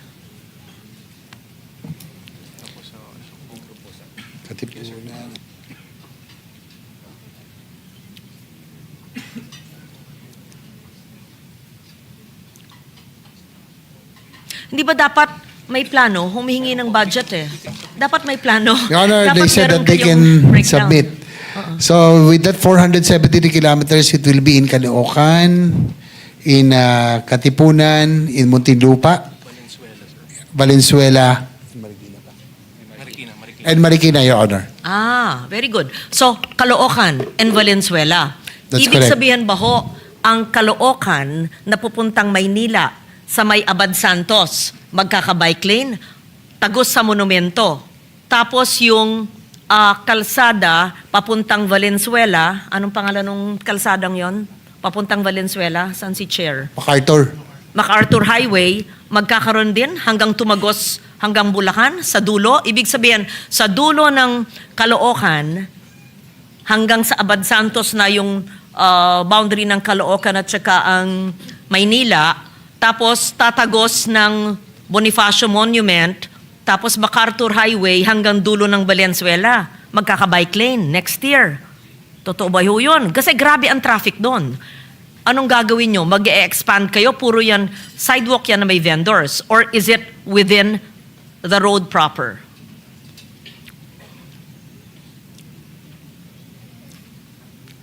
Kung It will depend, Your Honor, depending on the road condition. So if the road is wide enough, if the carriageway can accommodate, it will be in the road. But in other areas na meron po mga sidewalks and others, they need to do a lot of improvement, Your Honor, to accommodate the bike lane. Magkano po ito? Kasi I'm confused with the numbers. Can you please help me? If it's 100 million and they claim now it's how many? 470 kilometers. 470. Magkano po yan per kilometer? Magkano? Kung 100 million divided by 470. Magkano per kilometer gumawa? 212,000. Kaya nga po I'm confused eh. Kasi po sinabi po nila na pag dun lang po sa kalsada ay 15,000. Pag labas po sa kalsada, 40 to 50. Pero pag i-compute nyo po yung budget na hinihingi nila, na don't get me wrong ha, sinusuportahan ko eh. Tapos 470, magiging 200 plus thousand naman. So, ang gulo-gulo, yan ang problema sa ahensyang ito eh. At saka nothing personal ha, hindi ko kilala yung mga taong kinakausap nyo. Panahon pa ni Sec Abaya, Aquino administration pa, ganito na ako magtanong.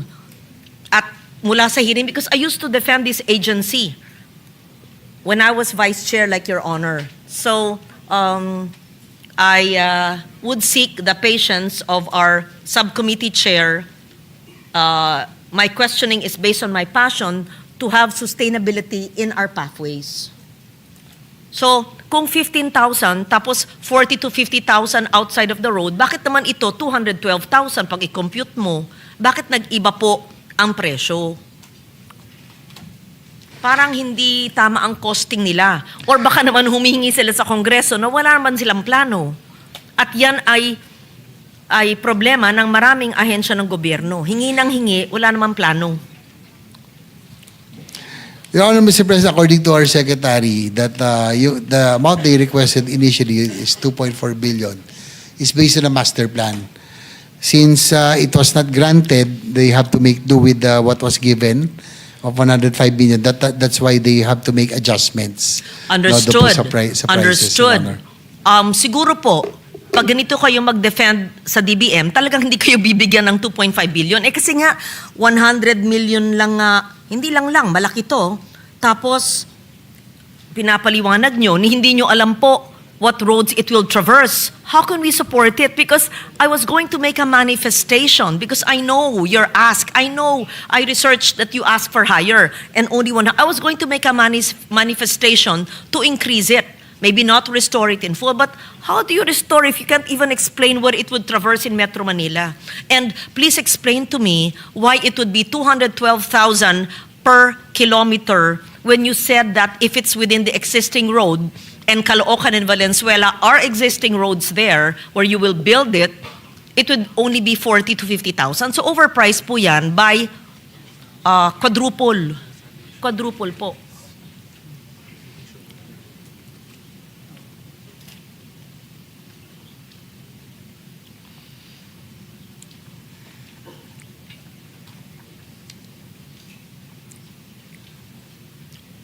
Kasi kundi mukhang patsi-patsi na naman tayo nito. Walang plano.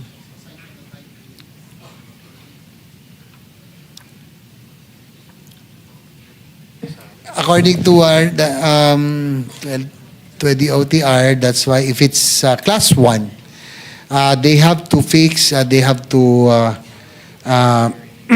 repair and improve the sidewalks, the walkways, sometimes expand to accommodate the bike lane. Kaya daw po minsan ganun tumataas yung cost per kilometer. If it's class 1.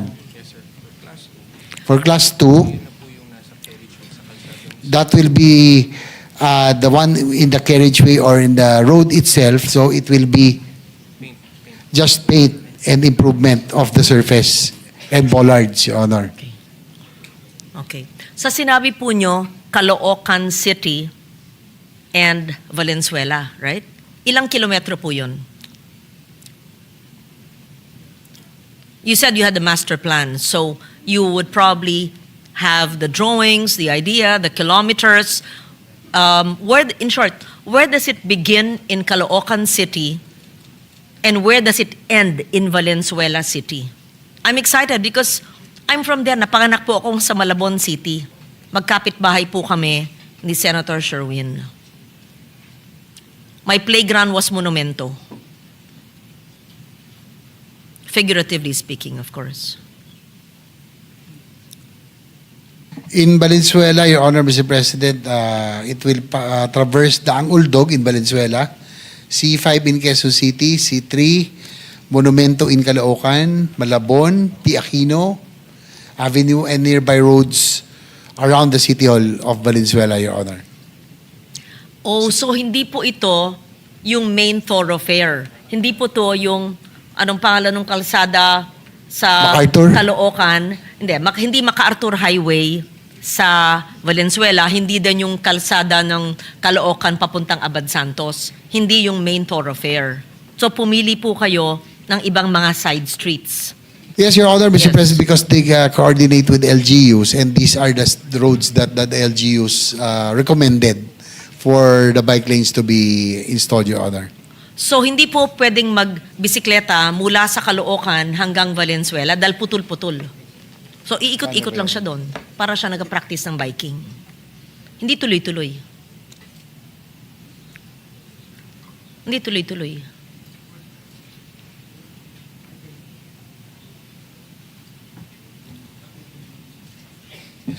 According to them, if the master plan were followed, it will be connected, Your Honor. But again, it's subject to the fund availability again. Okay, I'll leave NCR. What's another region you are competent to discuss, Mr. President? Banggitin lang po nyo yung isang bihasa po ninyo. Region 3, 4A, saan po? Region 6, saan kayo? Iloilo? They said they have in Zamboanga and Iloilo, Your Honor. O Iloilo? Saan, ilang kilometro po sa Iloilo? Saan po magsimula yung bike lane? Hanggang saan po?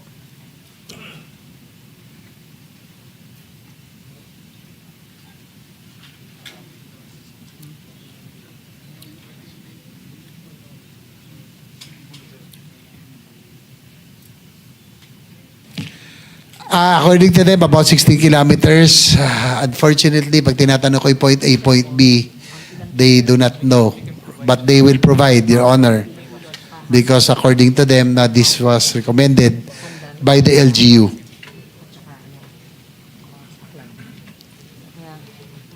Um, 16 kilometers po. 16 only? Yes, apo. Just in the city? Yes. This in addition to the existing, Your Honor. Meron daw existing in Iloilo.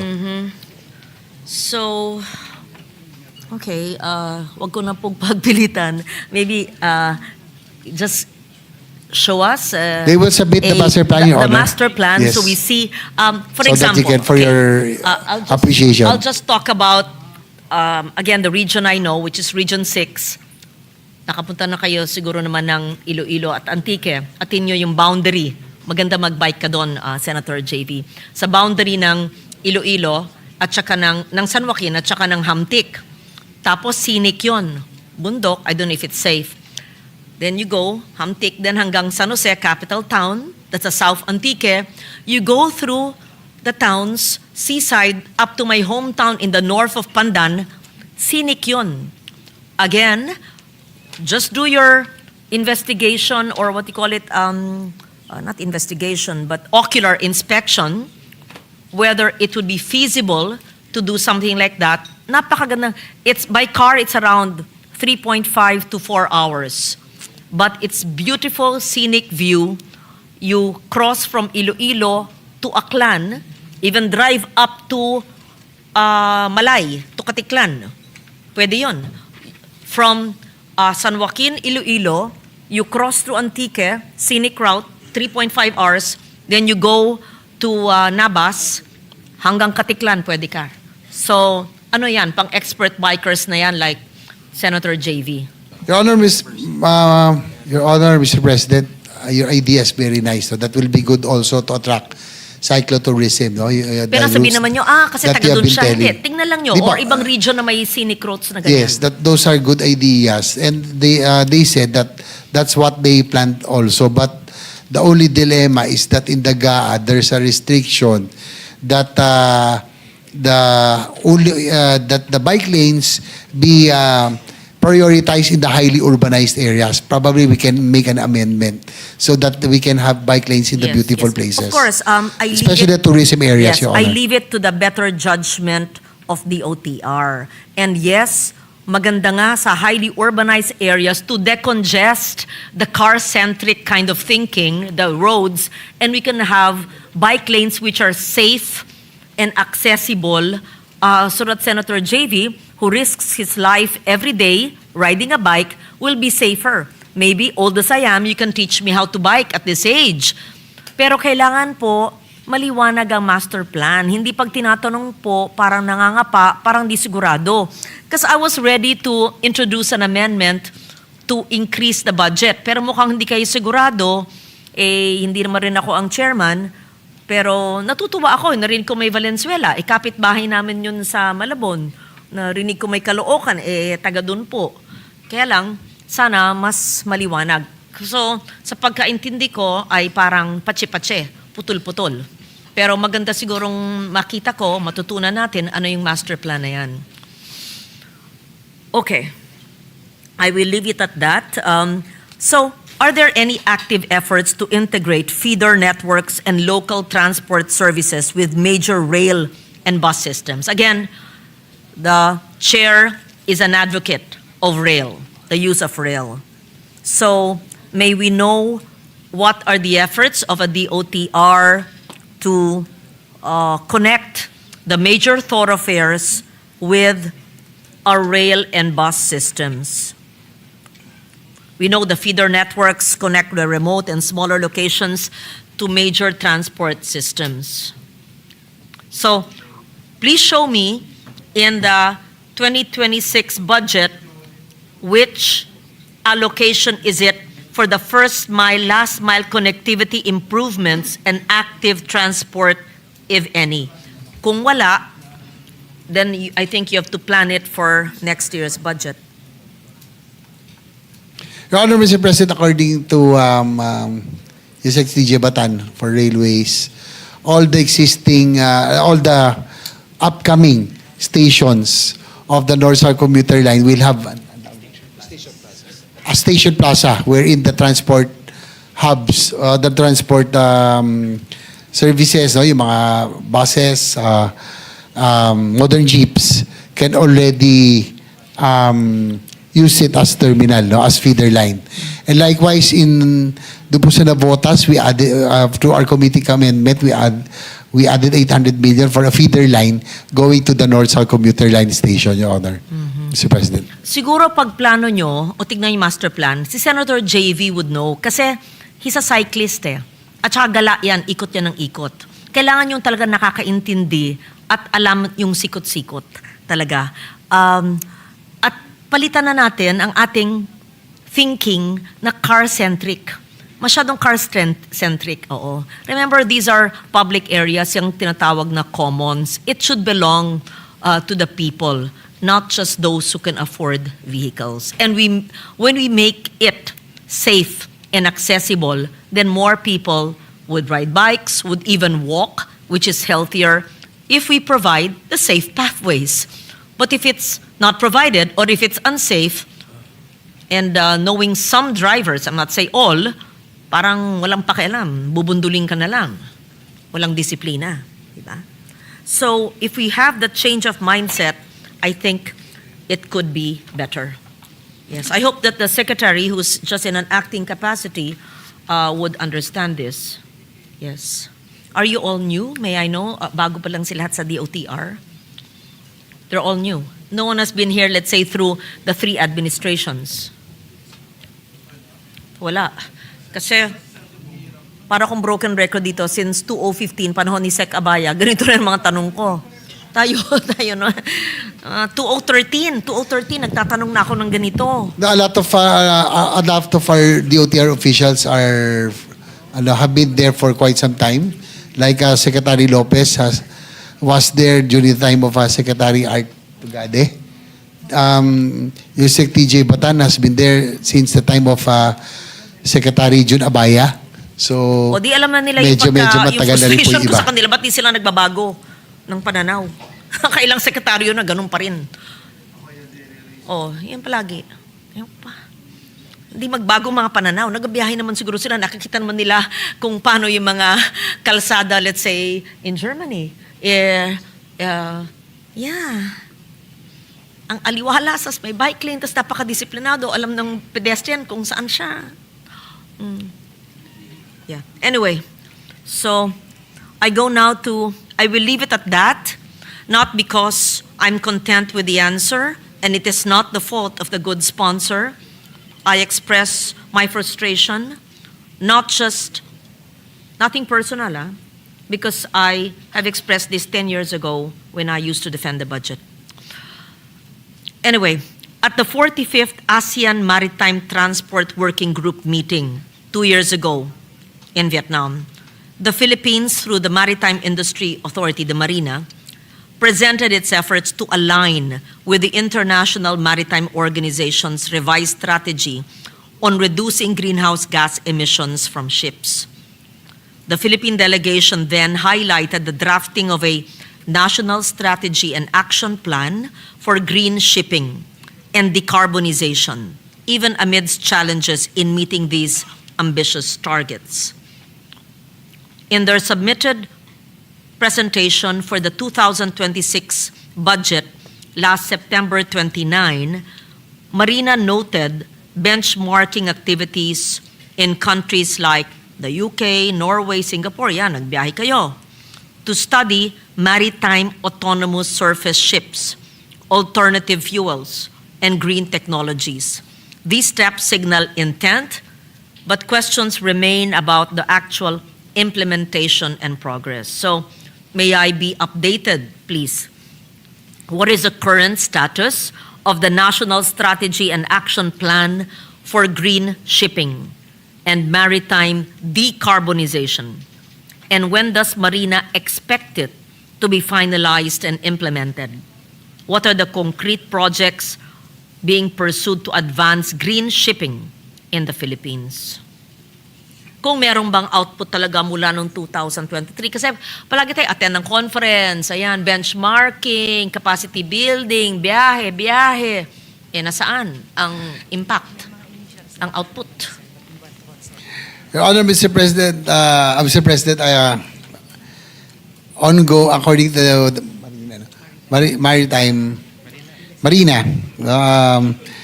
there's an ongoing study and evaluation, and they would want to Study na naman. consolidate and get the best practice, no, that they can apply. Nagbiyahe na Your nga Honor. sila. 2 years ago po yun. Sinabi ko na po, meron na po silang commitment nung 2023 sa Vietnam. At meron po silang strategy, etc. Yung Philippine delegation. Tapos nag-draft na po sila. Meron na sila. Meron silang, sabi nila, nag-draft ng National Strategy and Action Plan. Meron na daw. Ngayon, study pa rin. Ba't ba ganun? Puro study, tas nagbiyahe na rin. Aral ng aral, benchmarking, etc. So, puro ganun. Ano ba nangyari? Kailangan ulit magbiyahe sa Europe? According to Marina, there's already a draft for the National Action Plan, and they will be submitting. What they are awaiting is for the consolidated reports Ano ba yan? from those who have traveled. You will travel din. Those consolidated report from those who traveled as well. Para travel po. Parang yung sinasabing walang nangyari. Yun ang hirap eh. Sino bang head ng Marina ngayon? 2023 yun. Tapos sabi nyo, actually, I'm quoting you Dito, marina.gov.ph. Sabi nila, Philippines shares efforts on green shipping decarbonization. Maganda pagbasahin mo. Kaya excited ako sa mga tanong ko eh. Kala ko may output na kayo eh. This was 2 years ago. At sinabi nila, meron silang National Strategy and Action Plan for green shipping and decarbonization. Hindi ko po imbento ito. Kayo po ang nagsabi, even amid challenges in meeting these ambitious targets, ang ganda. Now you're telling me, whatever is written on your website, which I quoted, you're still studying it? There is no such action plan? Your Honor, Mr. President, they said that they will be submitting. Ay, Meron na raw naku. silang national action plan that they will be submitting. In gist, I want to know, in gist, what are the items needed for green shipping? I want to understand from Marina. Nag-commit kayo eh. Sabi nyo sa inyong website, meron kayong green shipping. And what are your efforts towards decarbonization? So don't use those buzzwords if you're not ready. I'm using your report. I'm quoting from Marina.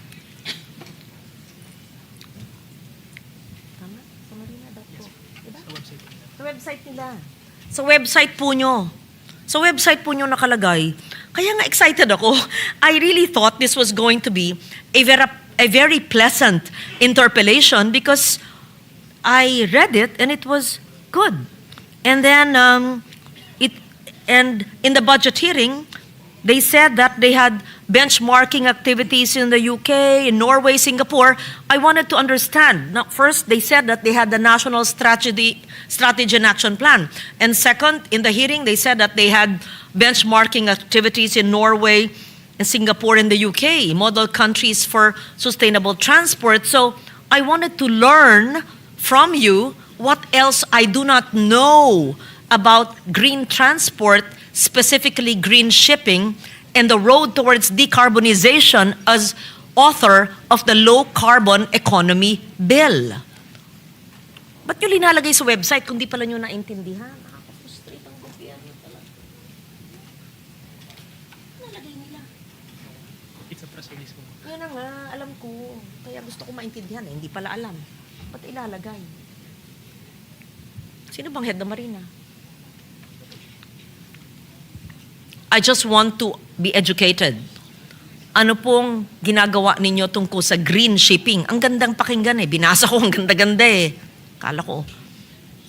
So wag kayo magde-declare sa website nyo na ginagawa nyo.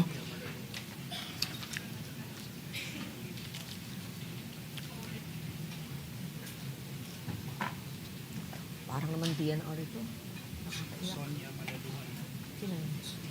Sino dyan?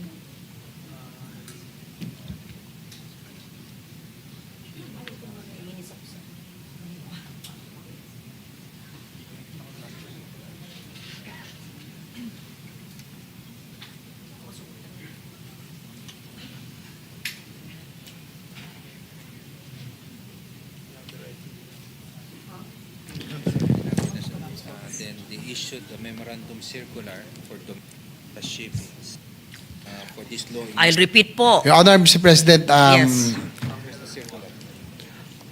they're already on the phase of capacity building, and second, they already issued a memorandum circular Domestic shipping to the domestic shipping lines for low emission regulation. For low emissions of ships, Your Honor. Yes. May I know, issuing a memo is easy. So just please tell me what are the action items towards decarbonization and green shipping. Gusto ko lang po maintindihan. Kayo po ang nag-declare sa website nyo. So pag meron po kayong action plan, sabi nyo for green shipping and decarbonization, what are these? Just 1, 2, 3. Ayan. Towards green shipping, 1, 2, 3. Towards decarbonization, 1, 2, 3. Just like if you ask me, what are the climate adaptation measures that I can advise local governments? I'll tell you right now. So please educate me. For green shipping, ano po ito? Yun lang naman. Sasagutin ko yung tanong ko. For example, solid waste management. You don't throw out na the sea. Cleaner source of fuel.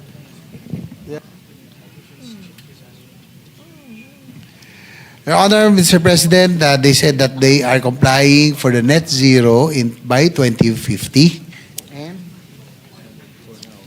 Net zero, tatanong ko, how will they balance?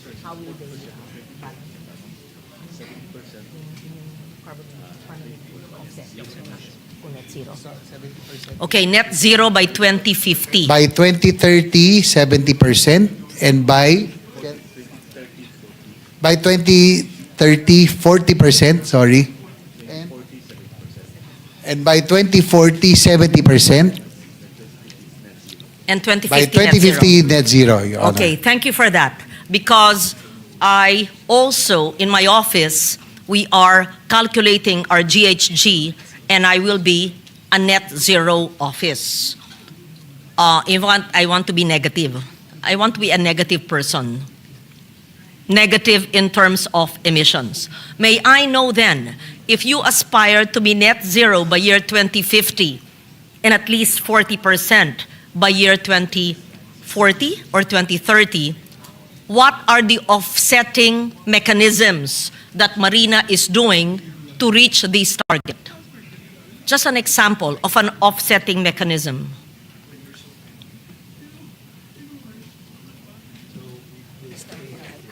They have already started using alternative fuels. For the Philippine registered ships, they're using alternative fuels.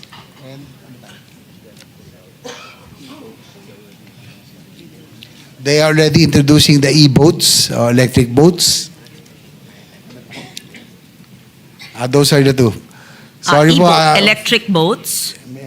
Yes, Your Honor. Yes. Which boats are Unfortunately, these? sorry for the delay. No? Wala po kasi yung head ng Marina. Oo. She is abroad, so. Bakit ganyan ang mga tao? IMO, may IMO daw, may excuse letter. Kasi hindi That's dapat why ganyan eh. kaya po nagkakagulo, pasensya na po. Oo, hindi. It's not your fault, Mr. Chair. In fact, I apologize to you. You just happened to be defending it, just like I was frustrated when I was defending PCO.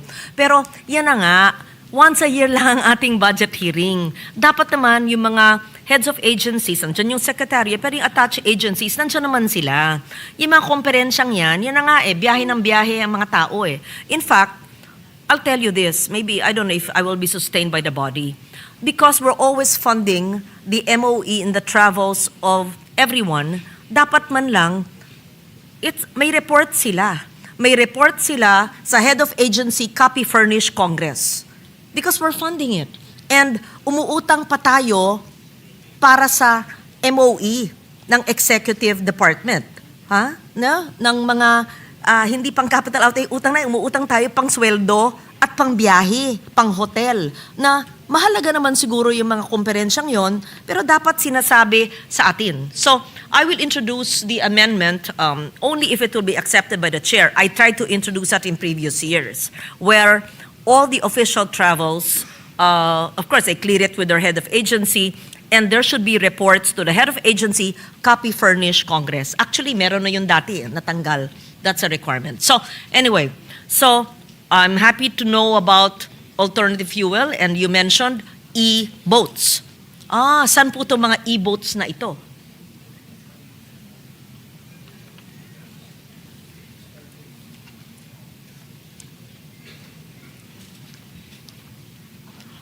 Magandang sumakay ng e-boat kung talagang ginagawa na ba yan? They're starting a pilot wala pa. testing Sige. in Pasig River together with UST. Your Honor. Yung sa ilog lang. Sige.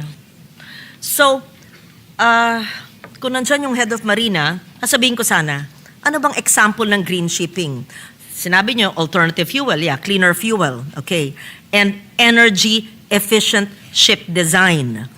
Regulations requiring slower speed, air lubrication, etc. And sustainable operations, considering a vessel's life cycle from the construction to the decommissioning. For those lang who will build, di ba? Kasi we have to start We have to start with the mindset na from the time it's built, from the design to the kind of materials. And then emissions control and mandating new tech phasing out of old systems. These are just some of the examples or action items for green shipping. And may I request Marina to do a memo and strict monitoring, again, correct me if it's not Marina or what agency and DOTR would do this, to check vessels if they really do not throw solid, liquid, infectious, human or non-human waste into our waterways, our bays, our rivers, and our oceans and our seas. Tita natin, paanahon ng habagat, no? Depende kung saan. Talagang grabe, maski malinis ka dun sa lugar mo, talagang grabe ang dumi ng plastic at ng lahat. At galing yan sa ibang parte ng arkipelago, pero hindi natin alam kung galing din sa ship. So, ano pong ahensya ng gobyerno, marina ba, ang magtatalaga sa ating mga ships, vessels, para po makita kung talagang hindi po tinatapon sa karagatan habang walang tumitingin?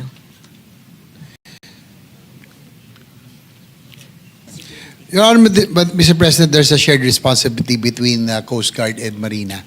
Both agencies Are under DOTR. Yes. under the OTR, they check yung pong mga vessels, all ships and all the seacraft and vessels that transcend our sea lanes. So tinitingnan po nila. They make sure that nobody dumps ito pong mga any waste, no, on our seas. Ganong kadalas po sila nakita ng violations? Both Marina and Coast Guard.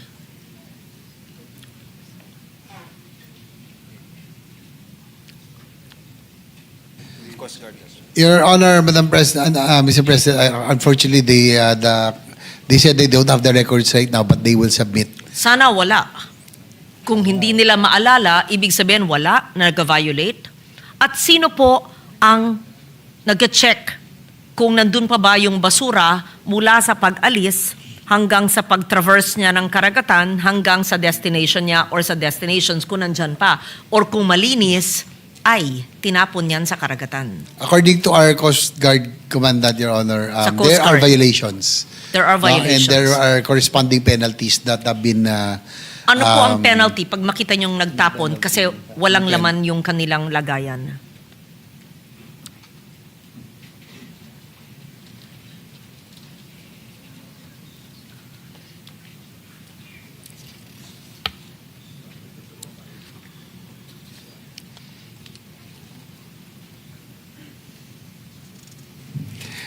Meron daw fine, no, and penalties, pero they will just check the amount. They don't have the exact amount right now. Okay. But I hope it's a joint task between Marina and the Coast Guard. Sana po stricto tayo dahil una, yan ang buhay po ng ating mga mangingisda at almost kalahati po ng ating mga mangingisda. Ang mga pamilya nila dyan nakasalalay ang kanilang kabuhayan, yan ang ating mga kinakain.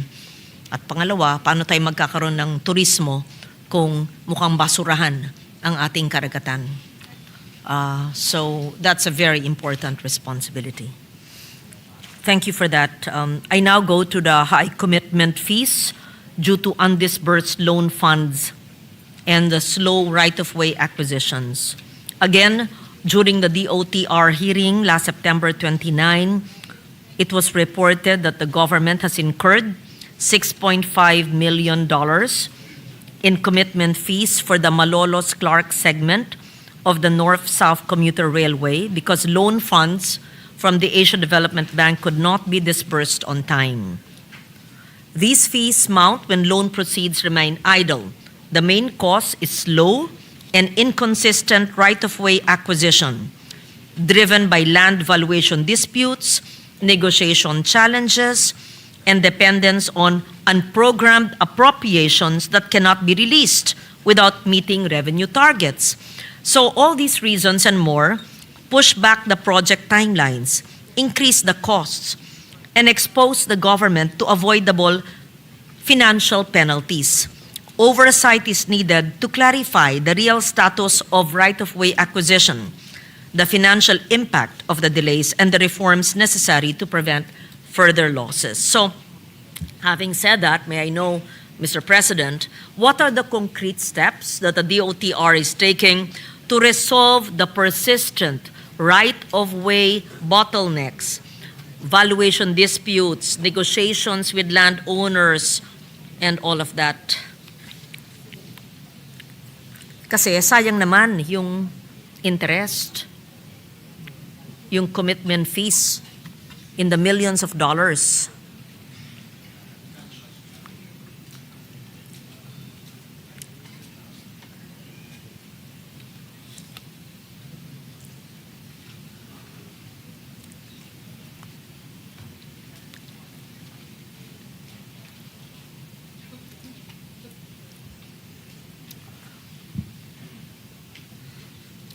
Parang matino lang ayan siya, NCCA. Oo, walang kurap doon. At saka, maganda. Kasi konti lang budget. Tapos pinapanood ko sila. Maayos. NCCA. Your Honor, Mr. President, what will be a big help to resolve the right-of-way issues is the passage of the Right-of-Way Act, the new law that was recently passed, and also they have a budget now of at present of 2.75 billion, hopefully to be able to pay obligations, no, doon po sa right of way. But as you mentioned earlier, one of the things that really delayed the North-South commuter line in particular was lodging the funding for the foreign assisted projects, especially the GOP portion in the unprogrammed funds, no? And that really had disastrous results, no? Nagkaroon po tayo ng delays because for the first few months the progress billings was not paid. Yun po, that's one of the reasons why, as I mentioned earlier, JICA went to the President himself to complain about the delays in the project. So now what we did we made sure, with the help of the chairman, with the approval of the chairman of the Finance Committee, we made sure that the government participation and the majority of the foreign assisted funds will now be lodged under the program appropriations. And whatever is left in the unprogrammed appropriations, we will have a special provision, hopefully with the consent of the body, that once the loan, there's a billing, immediate priority will be it will be released in the unprogrammed funds, Your Honor, to make sure that it will not happen again what happened in the past, that there will be delays, so as to Expedite prevent, the process, yeah. to expedite, and also to prevent the commitment fees that are very expensive, Your Honor. Thank you for that, Mr. Chairman. Now we go to the uneven distribution of regional budget and the congestion spillover. According to the roadmap for transport infrastructure development for Metro Manila and surrounding areas, prepared by JICA in partnership with NEDA, and this was long ago, 2014 and 2019, NCR, Region 3, 4A, so Central Luzon and Calabarzon, are collectively referred to as the Greater Capital Region, as you know. Collectively, GCR accounted for 56.1% of the country's economic output in real terms in 2024, based on data from the Philippine Statistics Authority. In 2026, however, the National Capital Region, NCR, will again dominate the DOTR budget with 181.6 billion, or 92%, leaving only 8% for the other 17 regions, and poorer regions such as BARM, Region 5, Region 9, Region 8 will continue to receive very minimal shares. So NCR's chronic congestion, as we know, doesn't stop in its borders. It spills into Cavite, Laguna, Bulacan, and Rizal, where millions commute daily. Without upgraded infrastructure in these feeder regions, congestion in NCR cannot realistically be solved. Kung again, puro Metro Manila-centric tayo, hindi po natin iniisip yung mga nagtatrabaho dito pero nakatira sa Cavite, meron sa Laguna, meron sa Bulacan, sa Pampanga, maaring Tarlac. Paano po yun? Ang concentration ng alokasyon natin ay NCR pa rin. 92% po ng budget. So may I be enlightened, what is a DOTR's basis for allocating 92% of its 2026 budget to NCR, despite a documented need for regional transport development in the greater capital region and the rest of the Philippines?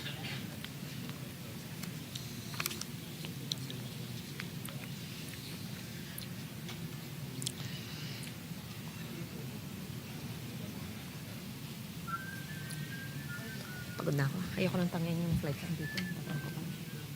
Pero siguro para may on record, no? Your Honor, Mr. President, kaya po mukhang malaki po yung sa NCR because we are currently the biggest projects that are ongoing is the North-South Commuter Line and the Metro Manila Subway System. But the North-South Commuter Line passes through 3 regions. It's not just NCR. It starts in Pampanga, in Clark, traversing to Metro Manila, and then ending in Laguna, in the south. No? And then the Metro Manila Subway System, ongoing. And also, through our intervention, yung pong mawawalang budget for infrastructure in the flood control, part of it, with the permission of the chairman, we propose that it be used still for infrastructure projects. That's why we will have airport improvements in various areas, no? Yung po mga bago, Mati Airport, Camiguin, Daet, and then improvement of Siargao Airport, about 100 million. That's because it's a tourism center. Legazpi, about 1 billion. And other projects, no, improvement of ports and airports all over the country. Marami ho tayong upgrading of airports to make them night rated, and also ports improvement. So you can say that probably yung pong concentration looks like it's just in Metro Manila because it's in the central office. But there are a lot of projects now ongoing in the different parts of in the different regions in the country, Your Honor. Thank you for that, Mr. President. I'm happy to hear that, and we would be happy to receive the allocation of the both airports and ports that you mentioned, so that we can tell the people that it's not just Metro Manila-centric or Luzon-centric. Yes, so who was here during the Abaya time, the Aquino administration? Because I remember during that time, there were so many regional airports that were promised, and the committee hearing, they just admitted that they had the funds. I think para ma-obligate, they put it in CAAP, then it was probably never built. So that was 10 years ago. If you can just kindly look at your files, bagamat bago kayo, you don't have to answer it now, ano yung mga airport noon na pinangako, nag-antay ang tao, may lupa, o baka sinimulan, hindi ginawa, hindi natapos, nag-iba ng administrasyon, hindi na nangyari. Buti na lang si Senator JV, talagang he's for regional development, nasimulan, pero ang liliit naman ng mga pondong linigay nyo sa airport, baka naman pagkatapos, pag hindi na kayo chair or ibang administration, makalimutan. Tapos, may mga bakal na nakalabas dyan, tapos wala nang airport, o maliit yung runway, wala naman makalanding, maikli, ganun. So, I don't know if you have the list now, but during the time, I remember 10 years ago, I asked these questions in a hearing when I used to chair the budget.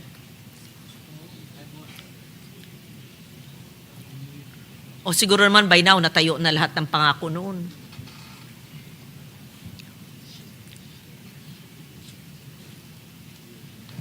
I have an initial list of the airports promised. No? Like San Vicente Airport in Palawan, supposedly communications equipment for control tower. Funds were reverted. Naga Airport. Sayang naman, like San Opo. Vicente. Bakit sa gitna po ito, ha? Opo. Kasi yung El Nido is a private airport. Yes. Puerto Princesa, yan lang ang commercial airport. That is Bakit correct. sinimulan, tas hindi ginawa? Yes, Anong that's dahilan po 2016, yun? Your Honor. 2016, bakit po? Sayang. Sayang. Anong reason? Because San it's Vicente. around May 2 to 3 hours from Puerto Princesa That's correct. to San Vicente. And from San Vicente to El Nido, what? Another 2 to 3 hours. Bakit hindi ituloy yun? But now, Madam, Your Honor, Mr. President, according to CAAP, San Vicente is now completed. It's now operational. 2016 na po nakalagay reverted, but it was now completed. pero turboprop lang ang pwede. Turboprop. Yes, that's correct. Turboprop. Mhm. Naga Airport, site development 2016. Funds reverted due to issue with right-of-way being undertaken by LGU. I don't know. Ano, Provincial government. Sige, you can just submit the list, but Yeah. maybe they should update it. Kasi I think this is a similar list. There are a lot of airports, Your Honor, Mr. President. Pero But the natupad- others are, nakikita ko po, have been done already. May mga natigil Nangyari on, na. but Siguro nangyari. naman 10 Like Kawayan years. Airport is already close to being nitrated, no? Yung Osamis po, Pagadian. So there are a lot of, some of our... Kasi nakatatlong administration na being, siguro ano naman na. naitayo na. Yeah. In Siargao Airport, which to our intervention, we will have 100 million for the upgrading because it's a tourist area. So marami naman ho tayong improvement with the airports, Your Honor. Siargao, turboprop lang, no? Hindi pa pwede ang jet. That's Maikli correct. pa yung runway. Bakit hindi habaan yung runway assuming may lupa para pwede ng jet? The CAAP is studying it for full extension of the runway. Baka kailangan mag-reclaim because of the limited yun ang space. problema. Huwag na natin bagitin yung reclamation. Okay. Since I will end with the cost of flying, no? At alam nila ito, airfares from Manila, okay, I'll sound parochial but I have to set an example, to Antique are consistently 2 to 3 times more expensive than flights to nearby hubs like Iloilo or Caticlan. Let's say Manila to Antique, Manila Iloilo or Manila Caticlan ticket can cost 1,200 to 1,700, while Manila Antique tickets often sit at 3,000 to 5,000, even higher on peak season. So, yun, mas mahal. Alam ko sasabihin nyo kasi bihira lang ang flight dahil sa ikli ng runway, hindi pa sapat. I want to understand that.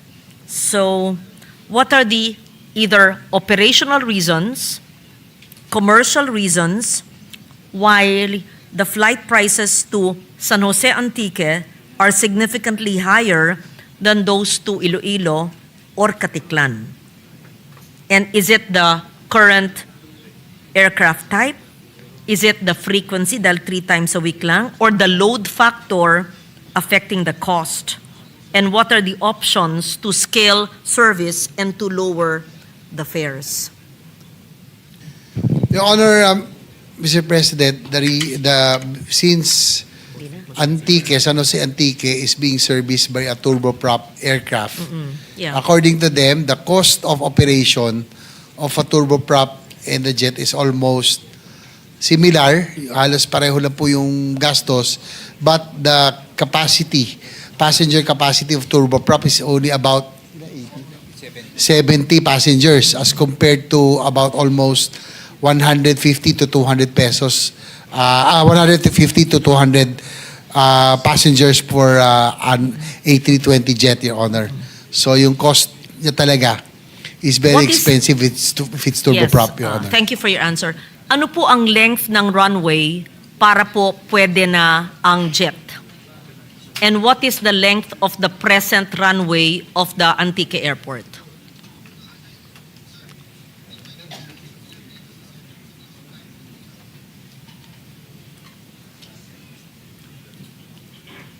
Just so that in context na makita nyo, Kasi po, 3 oras at kalahati kung nakasasakyan ka from Iloilo Airport to 1,600 Antique. Antique. And then, from South Antique to Katiklan Airport, mga 5 hanggang 6 na oras. So, kailangan talaga ng airport doon. Pero ang mahal naman ng pasahe.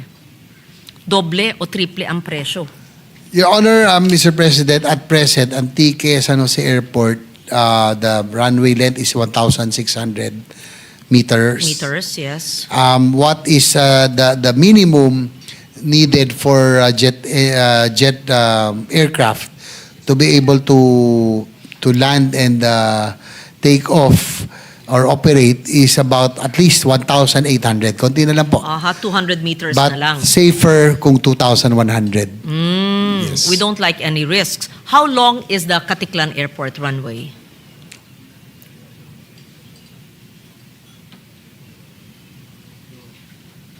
Katiklan Airport is about 1,800, Your Honor. So, safe naman nag-landing doon, oo. So, we need 200 meters more so that it is as long as the Katiklan Airport.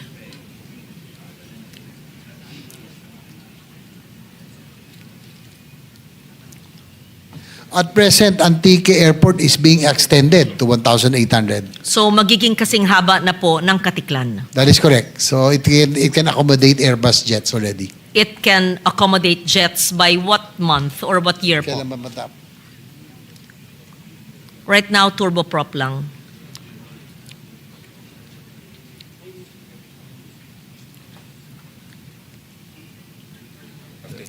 Third quarter of next year, Your Honor, is the target completion. Okay, thank you for that. So by next year, the length of the runway of Antique Airport in San Jose, the capital town in the south, will be as long as Katiklan Airport, 1,800. Pero sinabi nyo, for safety reasons, dapat 2,100. Does that mean hindi po safe lumipad sa Katiklan ngayon? Na 1.8 jet po? It is safe, Your Honor, Mr. President, but it's payload limited, meaning hindi ka po pwede mag-full Mag-full. fuel capacity or fuel passenger At nagbabayad passengers. ng mas mahal, no? Yung airline. That is Diba? correct. Oo, nagbabayad na mas mahal. Kaya mas mahal din ang presyo ng ticket. That is correct. Oo. So pag i-extend ang Katiklan ng Tuwan at ang Antique ng Tuwan, bababa ang presyo ng ticket. Tama ba ho? Optimum, madam, because they can already be maximum Oo. capacity. Ang Siargao, ilang meters po ang runway? Kasi turboprop din. 1.6 lang? About 1,600. Also 1.6. Bukidnon Airport of Senator Miggs. Ay, total. Ay, buti pa si Senator Miggs. Jet. Iba talaga. Magaling talaga. Ako nagsimula. Why does it take you 10 years to build an airport? Yeah. Why does it take forever? Ano po ang challenges? Bakit? Parang ako, parang 10 years yata bago. Hindi pa rin tapos yung completion ng runway. Presyo next year. Ilan?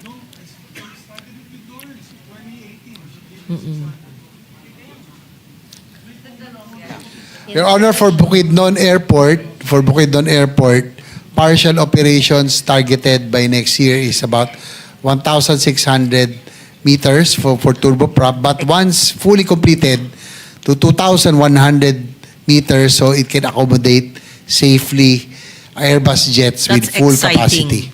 Very good. Yes. That's the because right legacy now- of our majority leader. Yes, and it started in 2018 when I was chairman of the Finance Committee, and it was a Senate amendment. Ayun. Thank you. Marinduque Airport, for example, ilang kahaba po ang runway?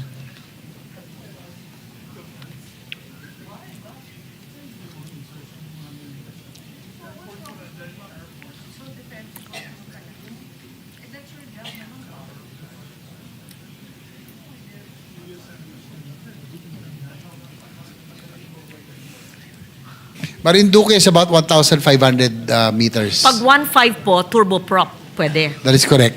Ang San Vicente, ilan? 1.6 ba? turboprop? Yes. Ang San Vicente po, ganong kahaba? Chairman, Mr. President, may I interject with the permission of the two, the sponsor and the interpolator? Mr. President, if I may, it's okay? Yes. Yeah. Yes. I'm trying to, can I, bit of restraint to the DOTR because yung turboprop, masyadong mahal ang turboprop.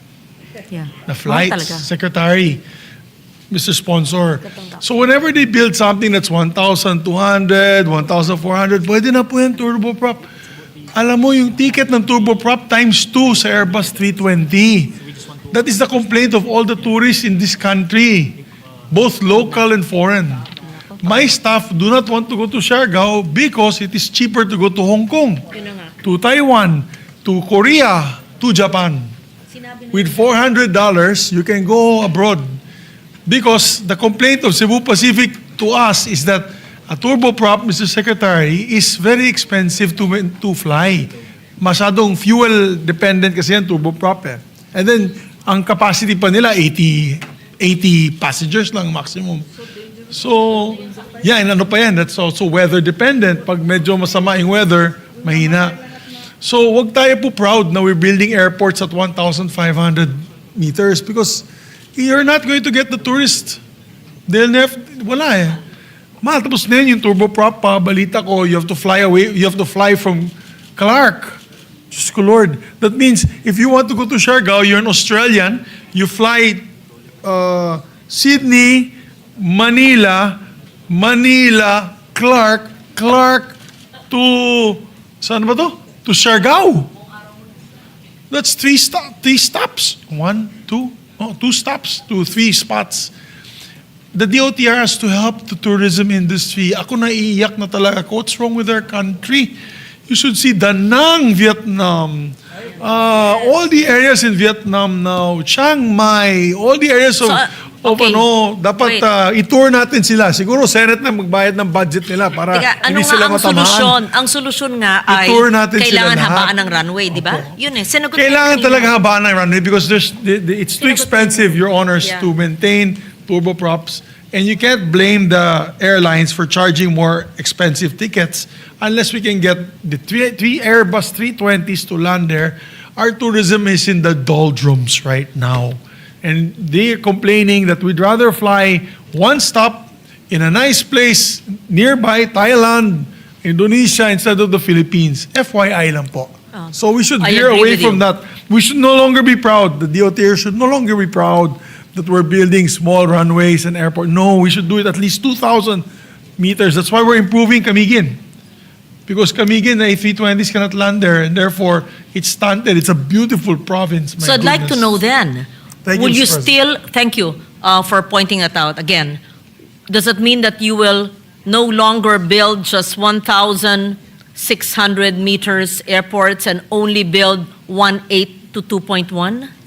Your Honor, Mr. President, the thrust of the OTR right now is to upgrade all airports, especially in the tourist areas, and to target about 1,800 Minimum, to 2,100 Okay. so that Airbus jets can be accommodated and to upgrade the airports so that they can be night rated, Okay. so that they can accommodate flights even at night. Okay. I will stop at that. And on that high note, that commitment of the OTR through the chair, so improve all the runways, yung mga 1.6 or 1.5, magiging 1.8 or 2.1, right? And then they will give me the list of those which are, Palawan is touted as the best island in the world. So, kung Puerto Princesa lang ang entry, tas ang mahal-mahal ng El Nido, kasi naman private airport yon, pero yung San Vicente, maganda sana. Actually, Your Honor, habaan Mr. naman yun to Mr. 1.8 President, para it's pwedeng jet. 1,800 already. 1.8 na siya. Yes, so Pwede lang jet. probably just improve the terminal and Bakit pag walang- nagkaroon na siguro ng Bakit walang traffic. jet na nag-fly doon? Bakit turboprop lang? Huh? Your Honor, they claim that there's still not much traffic, so not lack of siguro facilities. But it's already 1/8. Yes, it's 1/8 Can- already. It's ready. Kung meron na facilities and probably passenger traffic, then it can accommodate already Airbus Can we aircraft. request DOTR through CAAP? Is it CAAP or CAB to help us also invite where you have already successfully completed runways which are either 1/6, 1/8, or 2/1 to have a marketing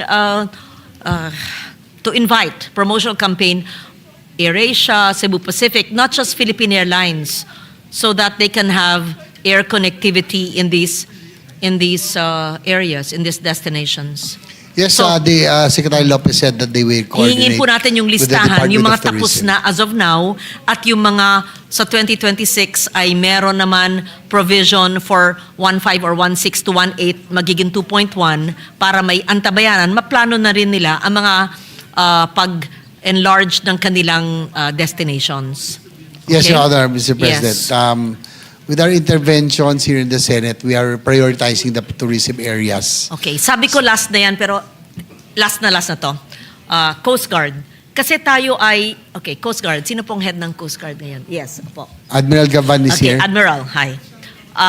Alam naman nyo, bilang advocate ng ating karagatan, kalikasan, at proteksyon din sa seguridad ng ating bansa. Ilan ba tayong kilometro? 36,000? 36,000, no? Okay, 36,000 kilometers ang ating bansa. That is correct. Okay. 7,641 islands, 36,000 kilometers of the Philippine archipelago with 112.7 million population. Ilan po, last na, ilan po ang ating Coast Guard stations sa ating coastline ng 36,000 kilometers? Main stations and substations, if any, and what are our assets in those Coast Guard stations? We have 96 Coast Guard stations and 644 substations. Nakapaligid po yan. Sa 36,000 kilometers, pero baka iba inland. Ito po, sa 36,000 kilometers, ilan po ang main Coast Guard stations and substations? Because when you say 600, the others may be inland waters. Yes. Sa ano po, exterior, what is the right word, of our archipelago?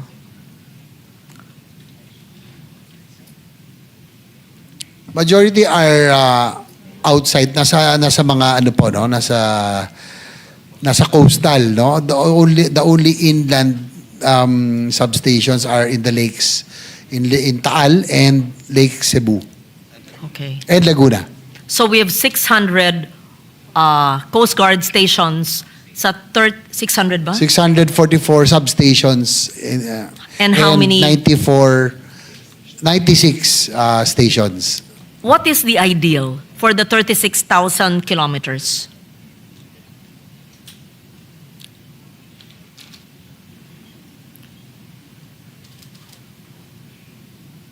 And are these stations in good shape?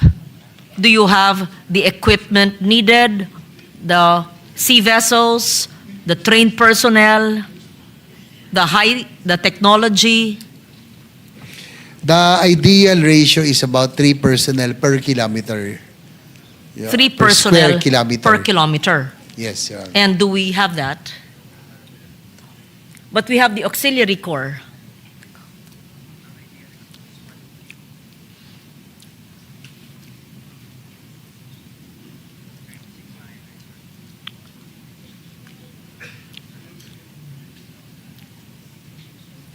They will be needing about 108,000 personnel, ideally. So at 100? present, 108,000. 8,000 Coast Guard Personnel. stations. Personnel. Personnel. At present, they have about 36,000. Okay. So we're We're only one-third. We're only one-third of what's needed. Yes, they're short Yeah. of 70,000. Your Honor. You're talking about personnel, but not yet the stations. So if Yes, we personnel. have the stations, the 600 substations, and how many main? Is it 90, you said? 96. 96. So sub and the main stations, say mo na 400, no? Both the main and the substations. What is the ideal number of stations for the 36,000 kilometers?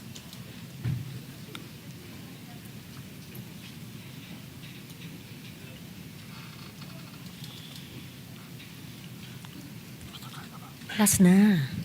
May pagod na rin nga ako eh. Oh, sige. Bakit pag si Alan hindi mo pagod? You are just talking about stations. You know, the shoreline of the Philippines is longer than the shoreline of the United States. But the Coast Guard capability of the United States, we're about 40% of what they have, especially in equipment. I think you should concentrate on that also. Yes, in fact, I have many more questions. I wanted to know the stations, the personnel, and the capability, and the assets, but the majority leader is asking me to wind up my interpellations.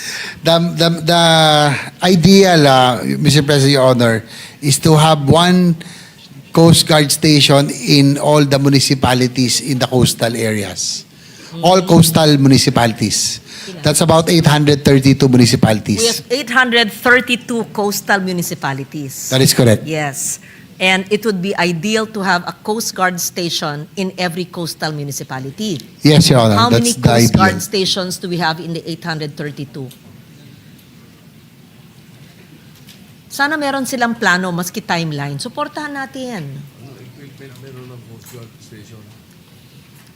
Sige, ibigay na lang nila. Kasi it's not a matter of building a station. Pero do we have the trained personnel? Do we have the equipment? What are these basic equipment?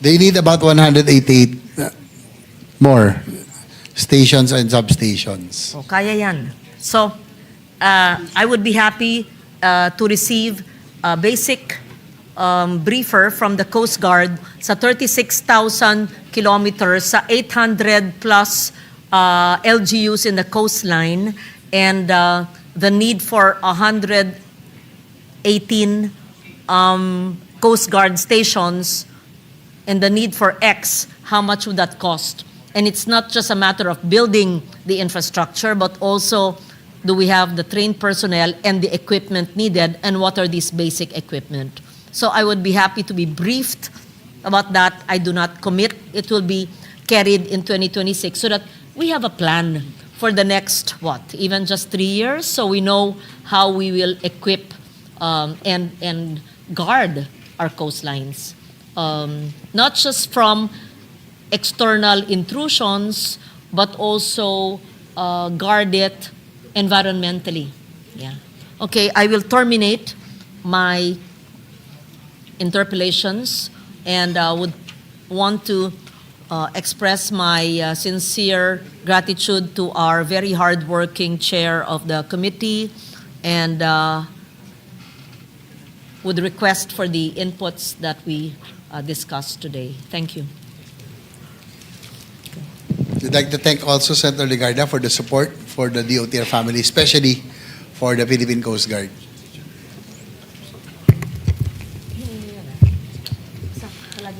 Thank you. Mr. Majority Leader, before you call on the next interpellator,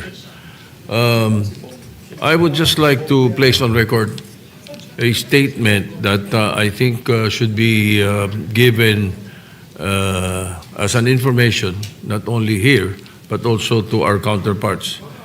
Because it has come to my attention that several members of the House of Representatives, and they have called my political officer, especially district representatives. They are anxious in saying that the budget for their districts are being slashed here in the Senate, specifically by Senator Lacson and myself. This is unfounded. We have not touched the budget of the districts. Our finance chairman can confirm this.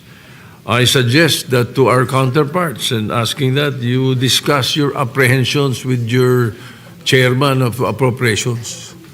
Tanungin niyo because there's nothing happening here. Wala kaming ini-slash or ginagalaw sa mga districts ng GAB.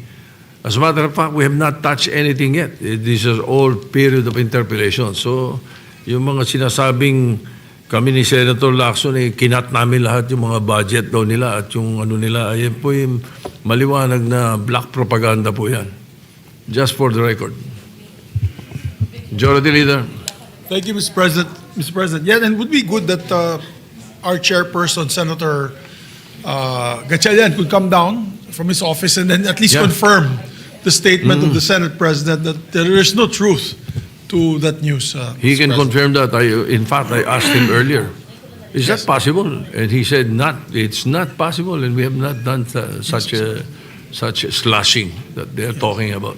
So while we await maybe the entry of Senator Gatchalian to the session floor, we'd like to recognize, to continue the interpellations, Yes, Senator please, Joel continue. Villanueva, Mr. President. Yeah, Senator Joel Villanueva is recognized, and I yield the chair to the President Pro Tem.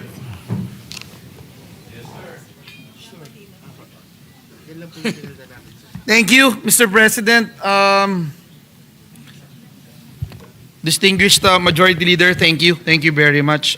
Mr. President, may I be allowed, Mr. President, to maybe know if the distinguished sponsor, our seatmate, our brother, and the hardworking Deputy Majority Leader and the Vice Chairperson of the Senate Committee on Finance, Senator J.V. Ejercito, would yield to these representations a few questions, Mr. President. Yes, absolutely. Your interventions are always welcome. Thank you, Mr. President. Thank you, distinguished colleague.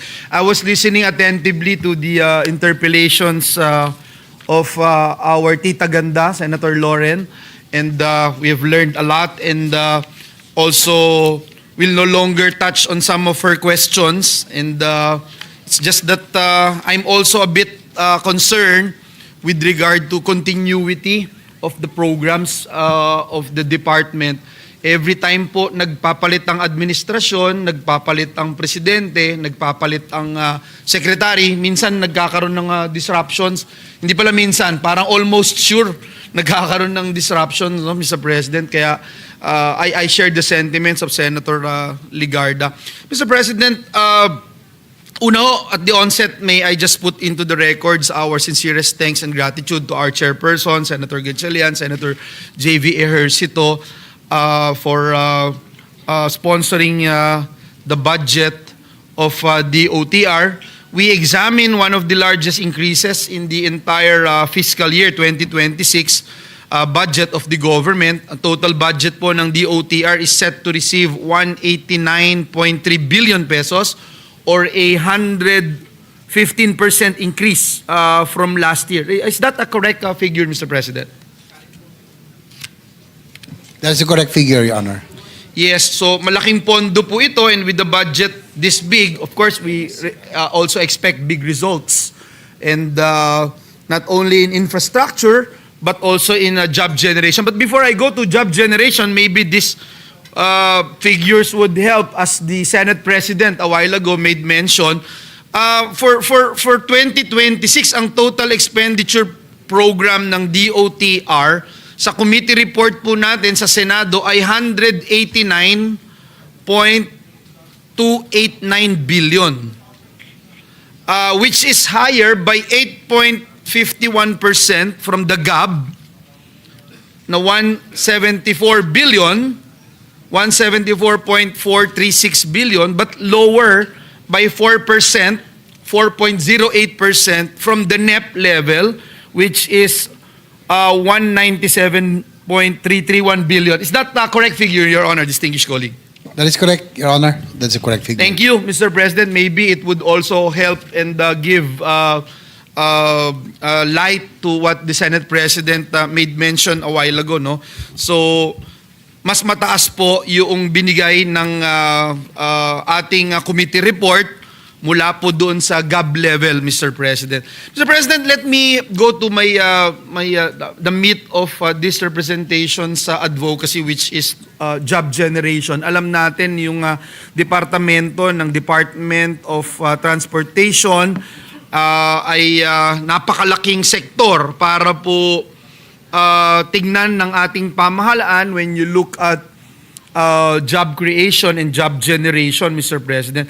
May we know, first question, may we know how big is the sector in terms of employment at ano po yung percentage nito sa ating gross domestic product? I have some figures but I'm not sure if this is correct figures na isinabmit po sa atin. Just to put on record, Mr. President.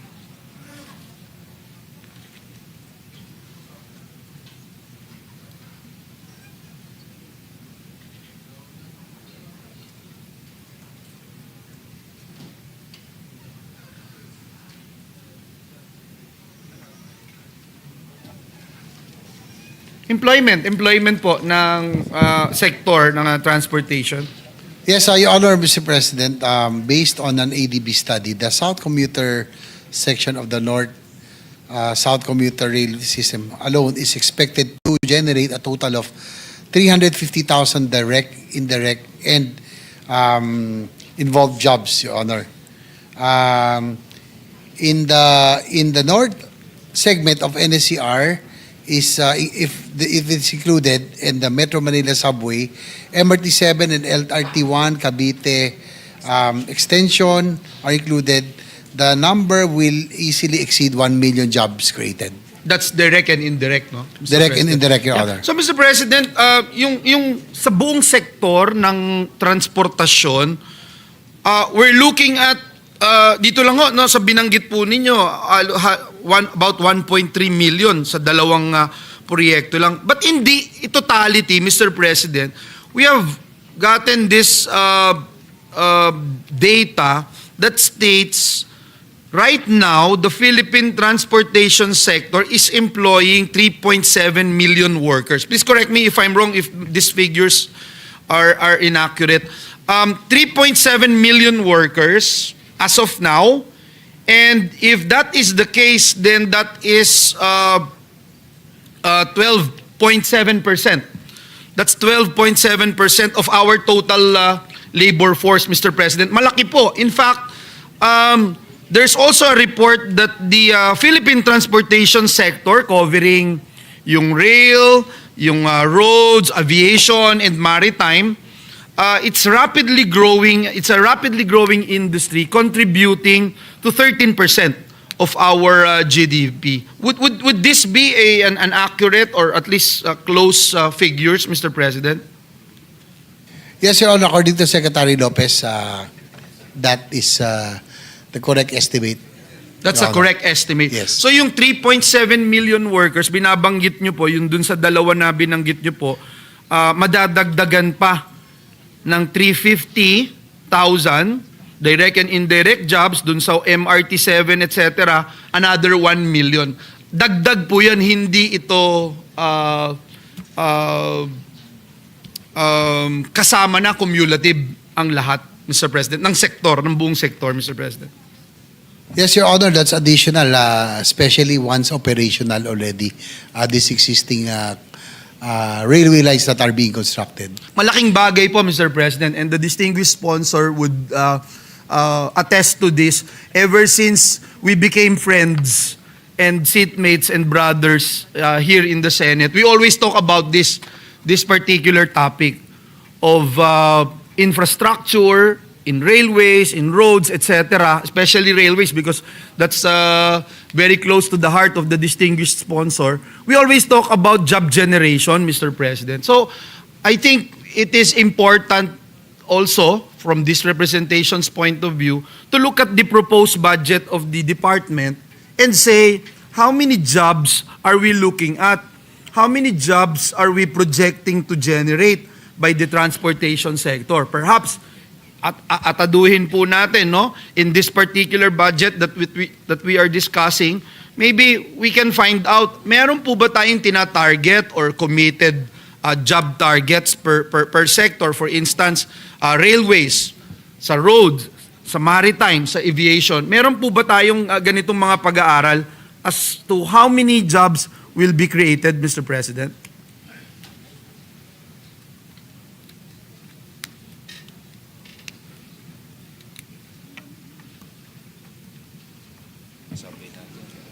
Usually, Your Honor, Mr. President, that for example, they will submit a study. For example, we're applying for an ODA or that's for or any requirement. For example, with JICA, ADB. That's part of the feasibility study. Yung pong jobs that will be created or be generated because of the said project, Your Honor. Yes, Mr. President. And you know, I asked that question because I found out, Mr. President, distinguished colleague, that the DBM only approved 158.294 billion under the NEP out of the 464 billion requested by the Department of Transportation and Railways. Is that a correct figure, Mr. President? That is correct, Your Honor. Yes. So, Mr. President, having said this was further reduced to 135 billion under our very own Senate committee report on the GAB, with cuts heavily affecting capital outlays, Mr. President. So, Mr. President, itong mga nakat po na ito, at kanina tinatanong ko po, binanggit ng ating sponsor, meron silang mga pag-aaral, meron silang mga preparation tungkol dito, yung trabaho para sa Bayan Act is already a law, yung master plan, employment master plan ng pamahalaan ay gumagana na.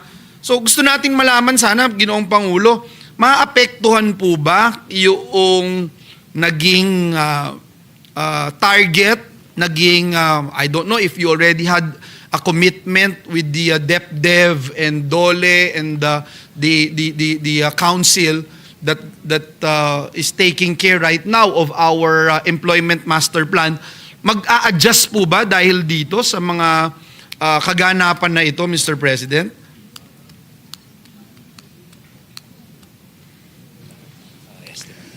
Your Honor, Mr.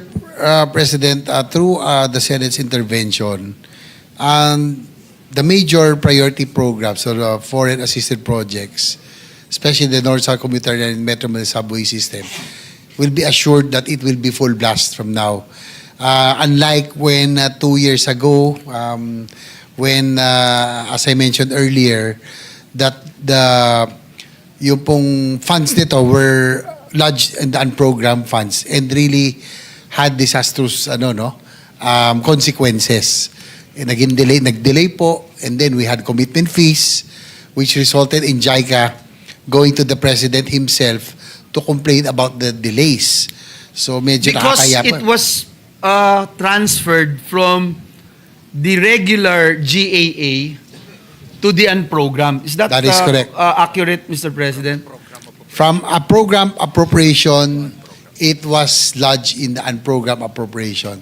You and I, Mr. President, We distinguished know that. We colleague, know the reason. know very well the reason. Yeah, as you mentioned. That is correct. And you also, Mr. President, distinguished colleague, you also know very well that this representation is allergic to that unprogrammed funds. And the chairman of our Senate Finance Committee, who just stepped in, know very well the challenges and the hocus-pocus happening with the unprogrammed funds. But I will not go there, Mr. President, but I'm more interested, again, in the job creation, in the commitments, probably if there's a commitment from the department as to how many jobs will be created. Because you made mention, Mr. President, distinguished colleague, that with the 3.7 million employed Filipinos in this particular sector, you're looking at additional 1.3 million just with the two projects that you made mention a while ago. So that would increase the number of employed workers in the Philippines, in our country, by at least 1.3 million, and that will reach at least 5 million workers in the sector, Mr. President. Is that a correct statement? Despite the fact that the request made by the department to the DBM ay hindi po naaprubahan, Mr. President. Yes, that's a correct figure or estimate, about 5 million, but it will just be delayed a little considering that the project will be delayed from 2028. It was pushed back to 2032. So 2032. Apo, 4 years in the delay as a consequence of that by lodging it in the unprogrammed funds. So ganun kagrabe, yung naging epekto. So they are still confident I'm a bit confused, Mr. President. Dahil parang 1 year lang naman yung difference, but naging 2032 ho?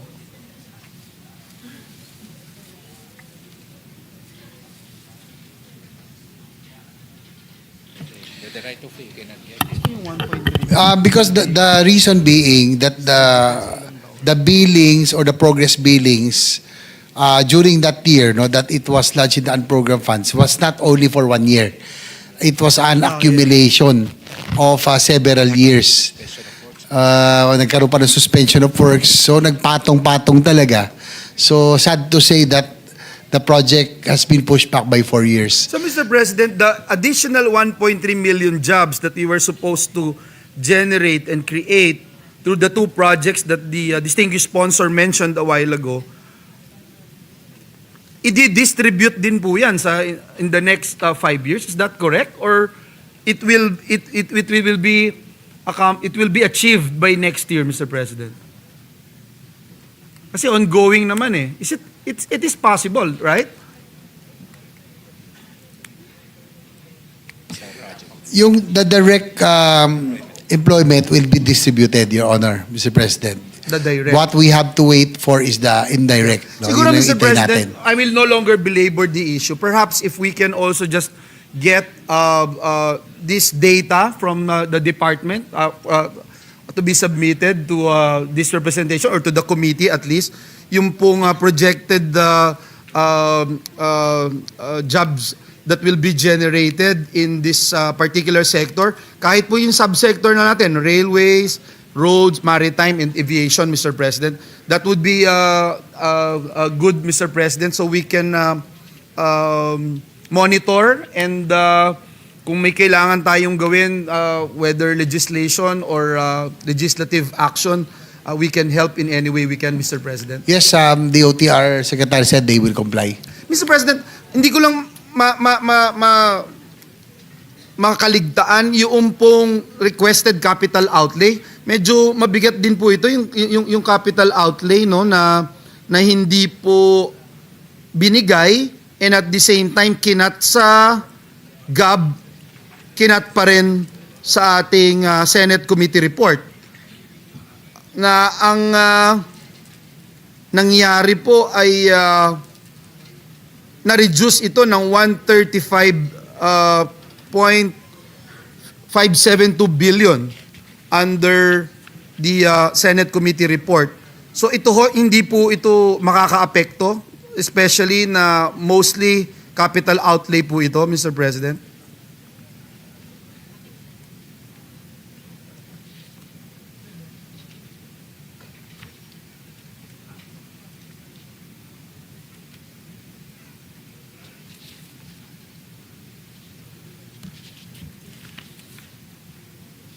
What is more important, Your Honor, Mr. President, that yung pong foreign assisted projects natin, the main priority programs, masigurado na malagyan ng pondo. So that's why we put it in the program appropriations. So malaking bagay po yun.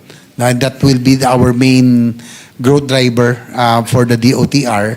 And then yung pong malalagay portion will still be placed in the unprogrammed appropriations. But hopefully, with the support of Your Honor and the body, I will be proposing a special provision wherein once meron pong progress billing, meron immediate release already para wala hong delays, because this was a concern raised by JICA and the Japanese embassy. So yun po ang ating Yes, pong... Mr. President, just for the record also, Mr. President, this was also discussed last year and this was also mentioned last year na ito po ay nandun mismo sa General Appropriations, the Senate Committee Report, Mr. President. And nawala po ito eh.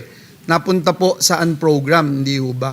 So ngayon, Mr. President, ano yung assurance natin na by the time na aprubahan natin ito, pagdating po sa BICAM, hindi na mapupunta ito sa program, Mr. President? Kasi binabanggit nyo, may ilan po na mapupunta pa rin sa program, Mr. President. Is that correct, Your Honor? We discussed this already with the chairman of And Committee it's on good that the Finance. chairperson of the Senate Committee on Finance is with us right now, listening, Mr. President. So, Mr. President, can we also get an assurance, Mr. President, that this will no longer be boxed out from the Senate Committee report until the BICAM, until it becomes a law? Yes, we discussed this already with the chairman of Committee on Finance, and we both agreed that the bigger portion will now be lodged in the program appropriations, including the government participation. Pero po kasi para hindi naman po masayang yung pondo, those that will be lodged under the program, as I mentioned earlier, pumayag din po ang ating chairman to have a special provision that once the progress billing arrives, priority po talagang tuloy-tuloy. Ano po yun? Once the progress billing is due and demandable, there will the release will be expedited as soon as possible without delay. So ibig Maglalagay tayo ng special ibig provision. sabihin po ba, Mr. President, distinguished colleague, kung may capacity sila at meron ng progress billing, pwedeng ilagay na rin dun sa regular program. If. Tama po? Pwede rin. Thank you. Thank you, Mas Mr. maganda sa President. program, but Yes. there's an assurance naman, and with this, the chairman of Committee on Finance assured that there will be no delays. So, kahit na nasaan program, talagang By the way, priority. Mr. President. Tsaka wala na siya kaagaw eh. Unlike before, meron nung, alam niyo na po, yung sagip at yung mga siningit-singit, may kaagaw. Pero ngayon po, wala na siyang kaagaw sa program appropriations. And saan program, Mr. President, just to put on record, saan program, Mr. President, ano yung mga prerequisites, Mr. President, bago mag-release mula po doon sa program funds, Mr. President? Tama po ba na sabihin na kailangan may bagong buwis? Tama po ba na kailangan may overcollection sa ating mga government-owned and controlled corporations? Dapat po ba ay ito ay sertipikahan ng iba't ibang departamento ng ating pamahalaan? Is that correct, Your Honor, Mr. President? There's no need for new revenue generating or any taxes, but those are excess revenues or excess funds that will be collected by third quarter or the end of the year, Your Honor. And the Department of Finance participation would be... The Bureau of Treasury, Your Honor. What? The Bureau of will Treasury. certify. Through the Department of Finance. That And is the correct. Department of Finance must issue a... Certification. What's that? Certification. And then after the Department of Finance issues certification, the Department of Budget and Management would have to assure that the funds are available. Is that correct, Your Honor? That is correct. Through the So, SARO. you know, They have to merong issue the prerequisite, SARO. no? Kaya ho sinasabi nyo, mas maganda na nasa program. That is Wala correct. dun saan program. Ideally po, it is Dahil it will saan be better. program, marami pong cheche-bureche. Hindi ho basta-basta... And we will still wait if there are additional revenues, Your Honor. Exactly. Tsaka third quarter na. We can only avail of the funds by the third quarter. And not one person, not one entity in the government can actually access or release the funds. Is that correct, Your Honor? That is correct. Thank you, Mr. President. I'm very happy for the answer of the distinguished gentleman from Saman. Mr. President, let me go to another topic that I'd like to raise. But anyway, I will be awaiting for the the report and the projected job generation creation for the 4 subsectors, Mr. President, that mentioned by this representation a while ago. Mr. President, yung DOTR po, as the good gentleman from San Juan would know, over the years, no, lagi nating tinatalakay dito sa Senado yung tinatawag na low disbursement rates, Mr. President. In fact, as of December 2024, nasa 54% yung disbursement rate and 48.94% naman as of 2025 in July, Mr. President. So itong delays in fund utilization, naniniwala po ba kayo, Ginoong Pangulo, na pagka merong delay sa fund utilization, meron din pong delay sa job generation? Would that be a correct statement, Your Honor? That is correct, Your Honor. So, Mr. President, what accounts for the low disbursement rate, Mr. President? And perhaps the more important question would be if we would know whether in this particular budget that we are deliberating upon, meron na po tayo, if there are measures, initiatives that are in place to ensure that budget delays do not translate to job losses or employment opportunities, Mr. President?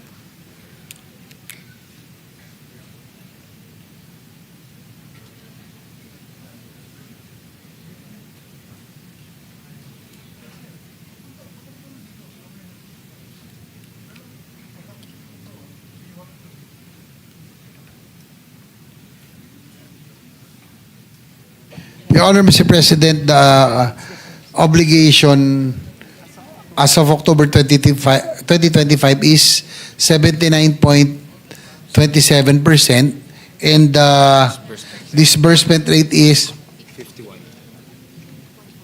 53.41%.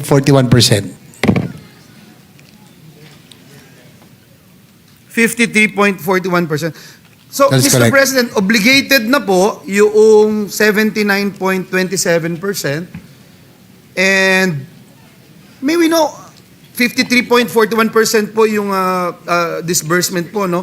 And we are targeting by end of the year, next week po, December na po, no? Halos December na. Ilan po yung mapapataas natin dito sa percentage na to? So, yun yung magandang itanong po natin. Kasi baka yan din po yung gamitin sa atin pag sinabi natin na kaya binawasan, tinapyasan ng DBM, tinapyasan ng GAB, buti na lang, tinaasan pa ng konti ng ating Senate Committee report.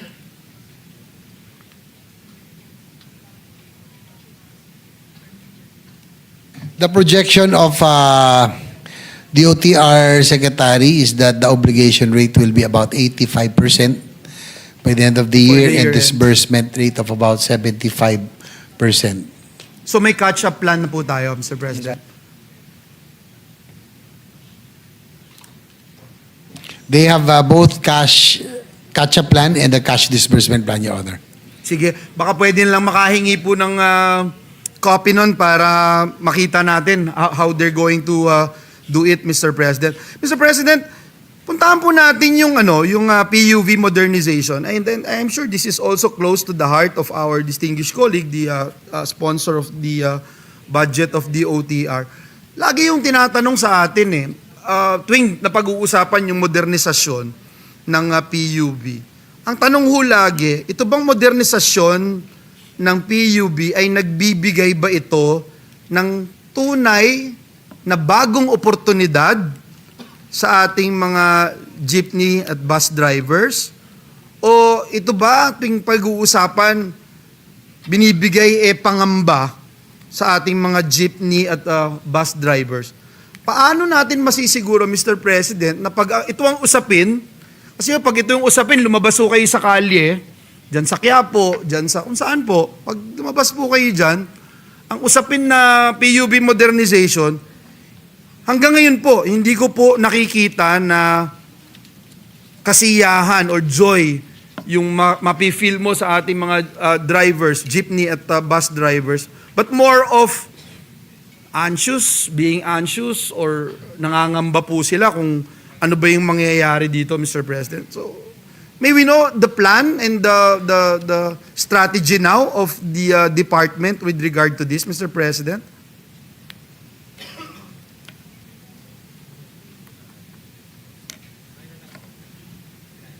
I actually remember, Mr. President, when Secretary Vince Dizon assumed office in the Department of Transportation, may isa pong execom, Mr. President, na bigyan ako ng pagkakataon na maupo kasama ang ating mga top leaders ng ating DOTR at nabigyan po tayo ng pagkakataon na makapagsalita doon, maging resource person ng ating mga kasama, Mr. President. So I'm really interested kung ano na po yung update tungkol dito sa PUV modernization.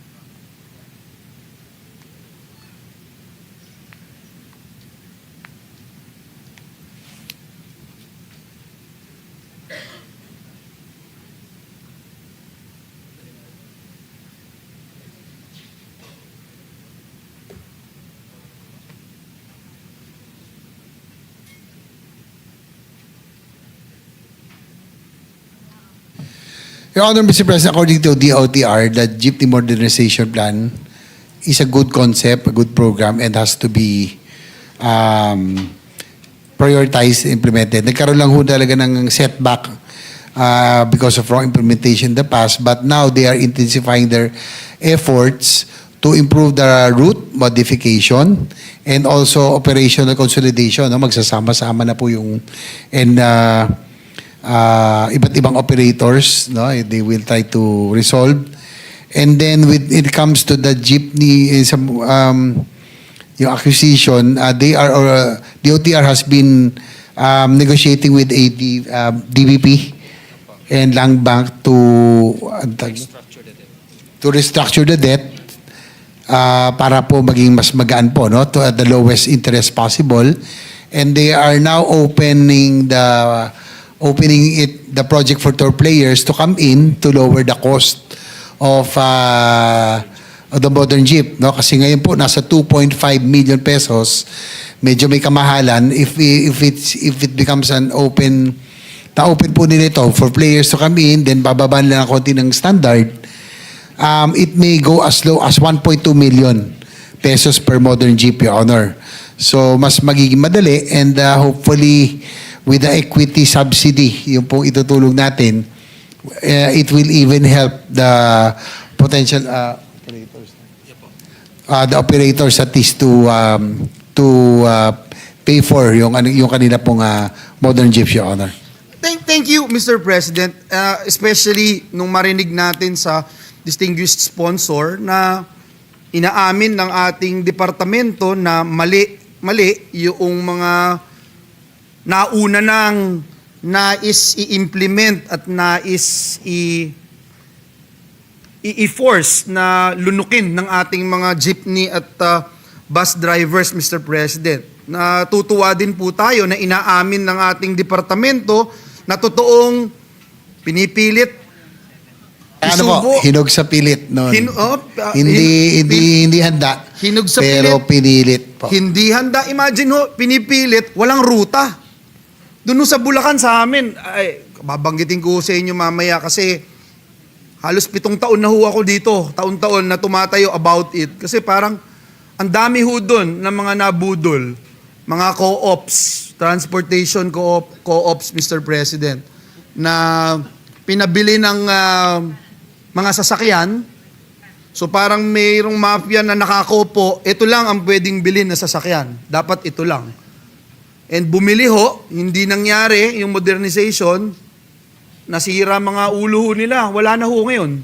Wala na ho sa transportation sector, Mr. President. And nakakalungkot lang, Mr. President, na hindi napapag-aralan pero ipipilit, kagaya ng sabi ng distinguished sponsor, hinog sa pilit.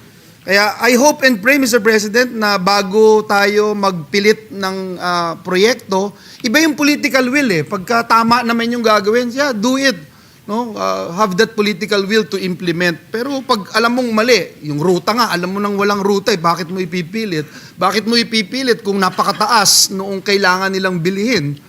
At walang option yung mga drivers, Mr. President. Mahirap naman po yun. By the way, Mr. President, how many drivers and operators will be affected with this PUV modernization? O meron bang, of course, may risk yan of displacement. Meron na po ba tayong concrete numbers, figures, para masiguro, masabi natin sa taong bayan na this time around, ready na tayo, this time around, napag-aralan na natin, this time around, maraming options available para sa ating mga kababayan at hindi sila talaga pahihirapan.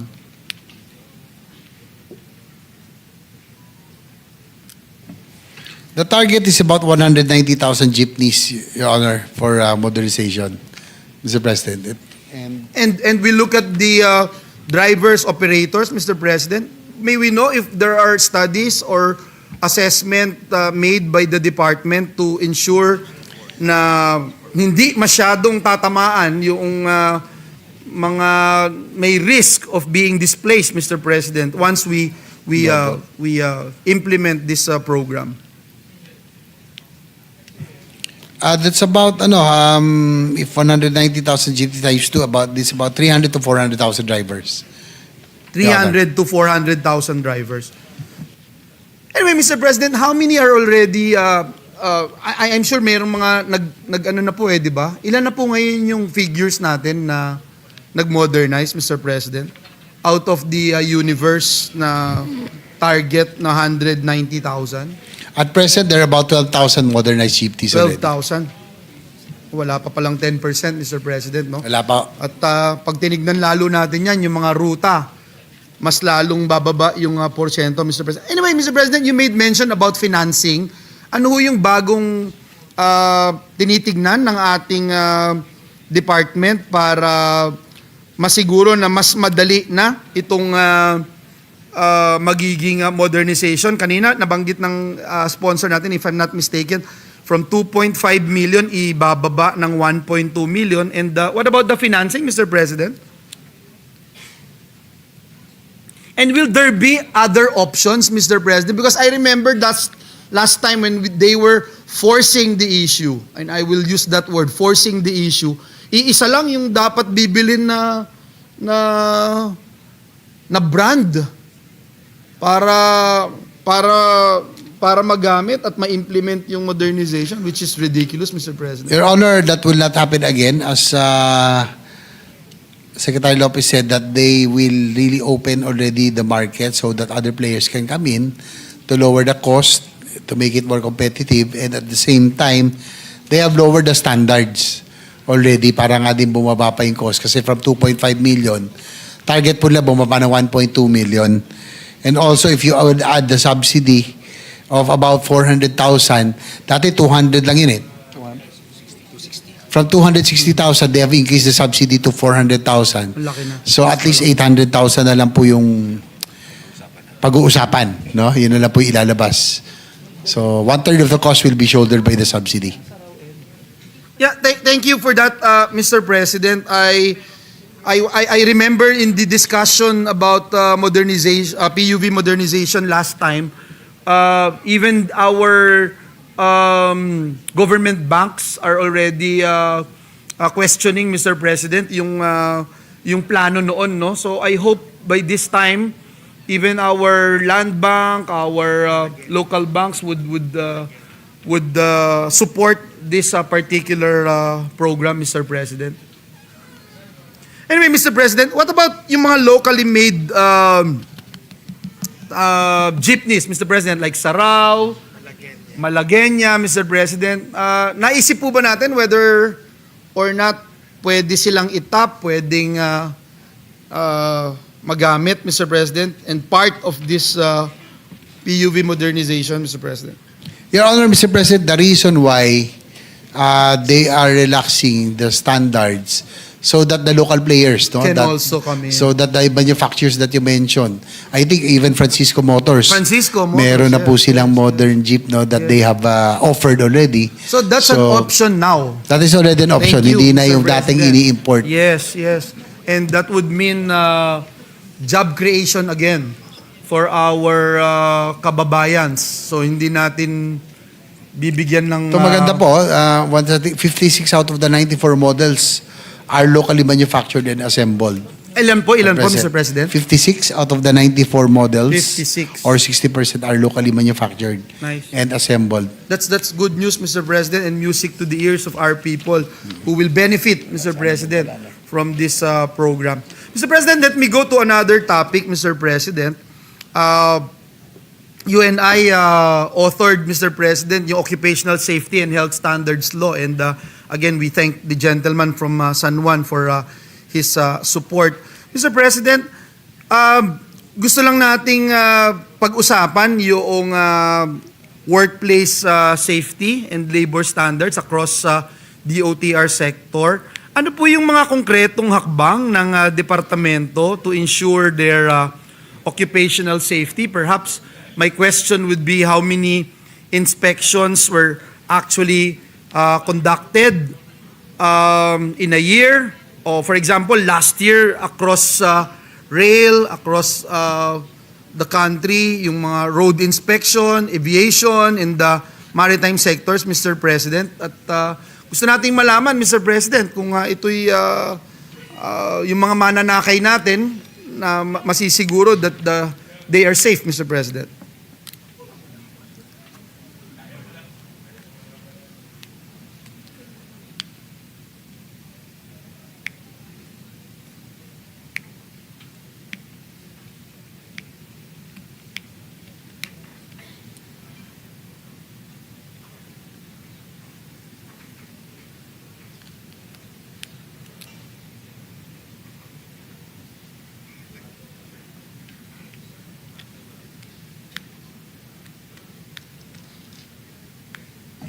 Your Honor, Mr. President, according to our Secretary, when it comes to the two ODA funded or the foreign assisted projects, ito pong dalawang railway natin, very strict po standards, no?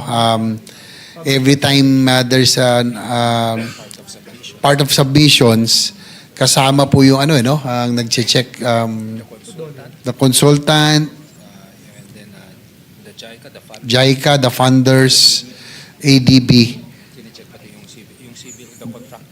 and even the contractors, no, are being checked, Your Honor, and DOTR also checks, Your Honor. Medyo very strict and very regular po yung kanila pong checking and compliance. So it's the different stakeholders who are inspecting, Mr. President. That is correct. Wala ho bang on top of it na from the department para masiguro na may accountability, Mr. President? Because safety is non-negotiable, especially, Mr. President, not just to the passengers, but even for the workers, the transport workers, drivers, mechanics, baggage handlers, airside workers, maritime personnel, who we believe face daily risk just to keep our transportation system running.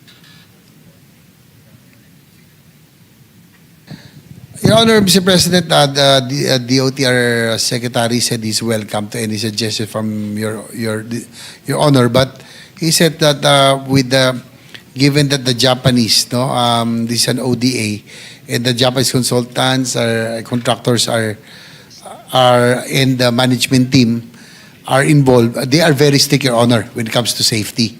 So, but if there's a suggestion that how the OTR can better participate to make sure that they are on top of the safety procedures that will be followed. They are open to any suggestion. Under the law that we pass here in the Senate, yung occupational safety and health standards, may inspectors din naman ang DOLE, no? Sila yung i-inspect ng mga workplace, Mr. President. But for me, I feel na yung workplace na pinagtatrabahuhan, yes, pero yung public areas where our passengers go, mga parokyano, nung whether doon sa mga pantalan, DOTR po yun, di ba? DOTR ang may jurisdiction po sa mga yon. And so, Mr. President, for example, may mga corrective actions na ginagawa po kayo kung hindi ito safe or may mali or may pagkukulang yung isang lugar, Mr. President. Sinasanctions niyo po ito, hindi po ba, Mr. President? That is correct, Your Honor, Mr. President. So, itong mga bagay na ito, Mr. President, merong particular bureau ang departamento para masiguro ang safety nila. Is that correct, Your Honor?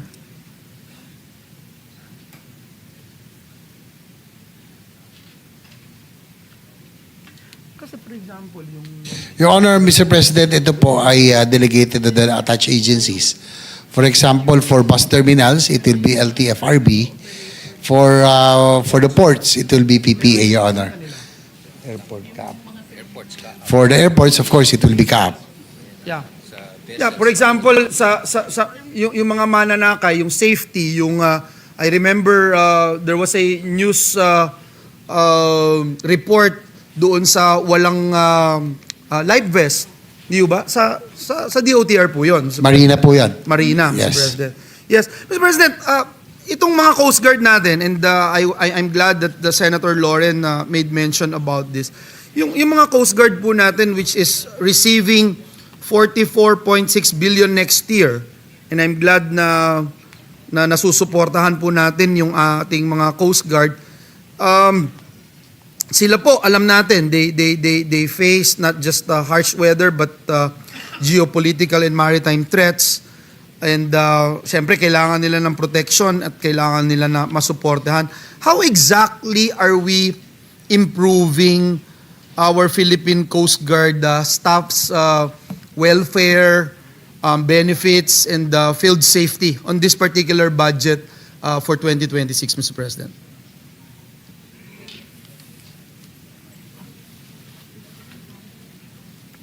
Example, Mr. President, do we have updated provisions for hazard pay habang tumataas yung tension dyan sa West Philippine Sea?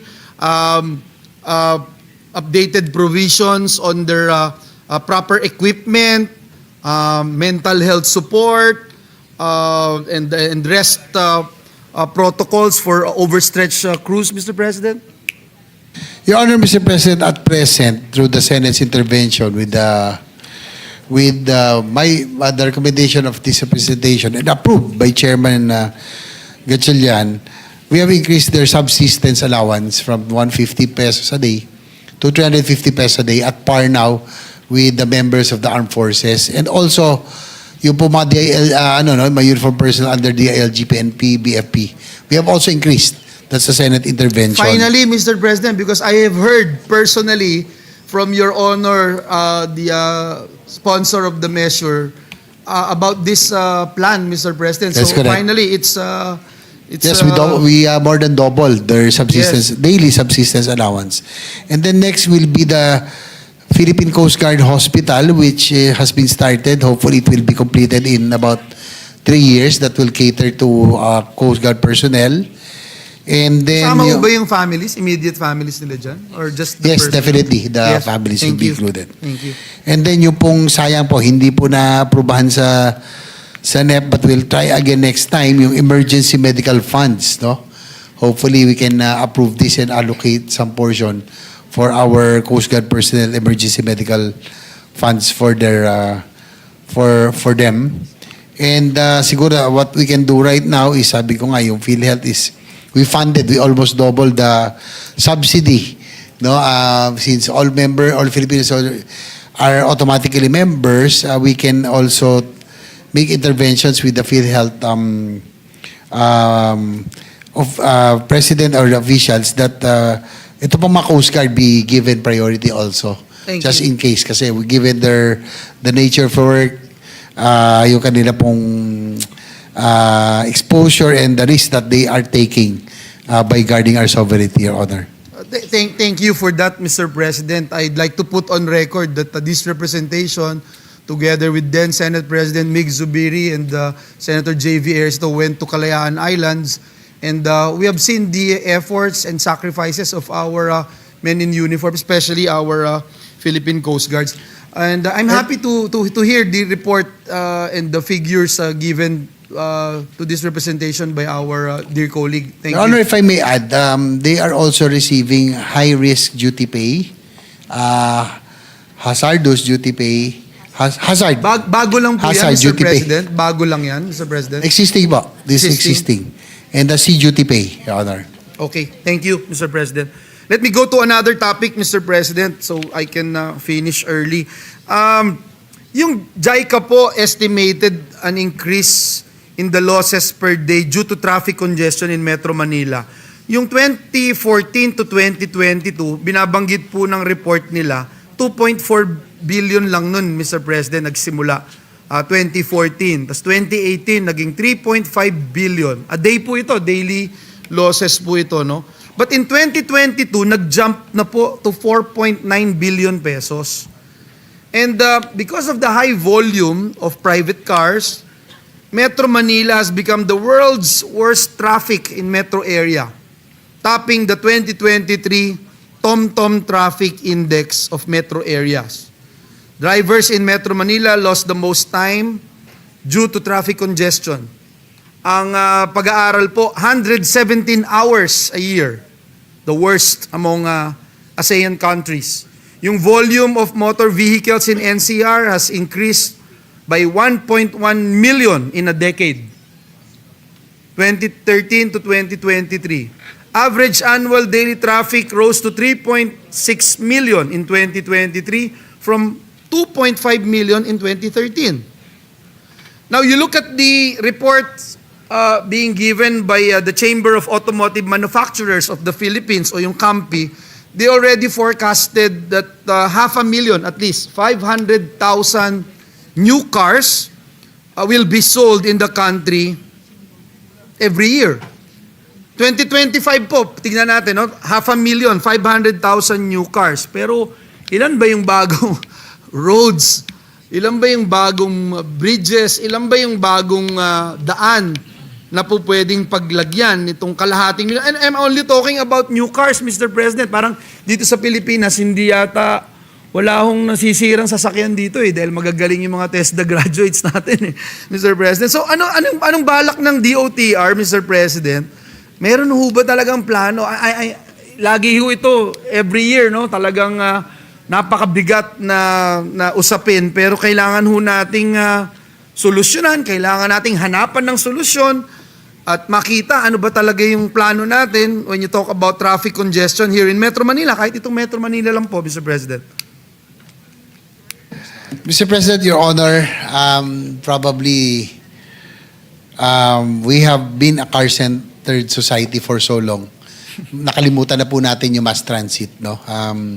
But now, because of the growing population and what really worries me, no, yung pong what you mentioned, is the volume of yung car sales natin every year.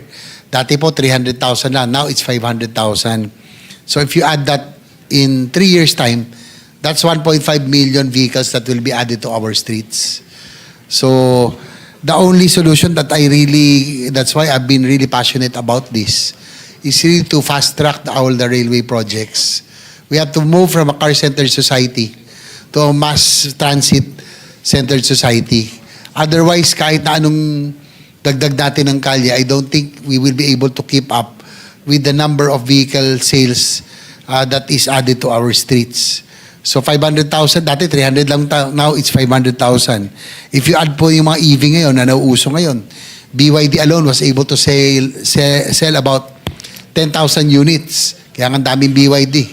Ngayon, around, na exempted pa. So, we're hoping that we can fast-track the South Commuter Line, the South Long Haul. The MRT-7 hopefully can be operational soon. Add more coaches in LRT-2, MRT-3. Hopefully, we can pursue again yung pong South Long Haul, yung pong papuntang Bicol, and the other railway system, Your Honor, Mr. President. That's my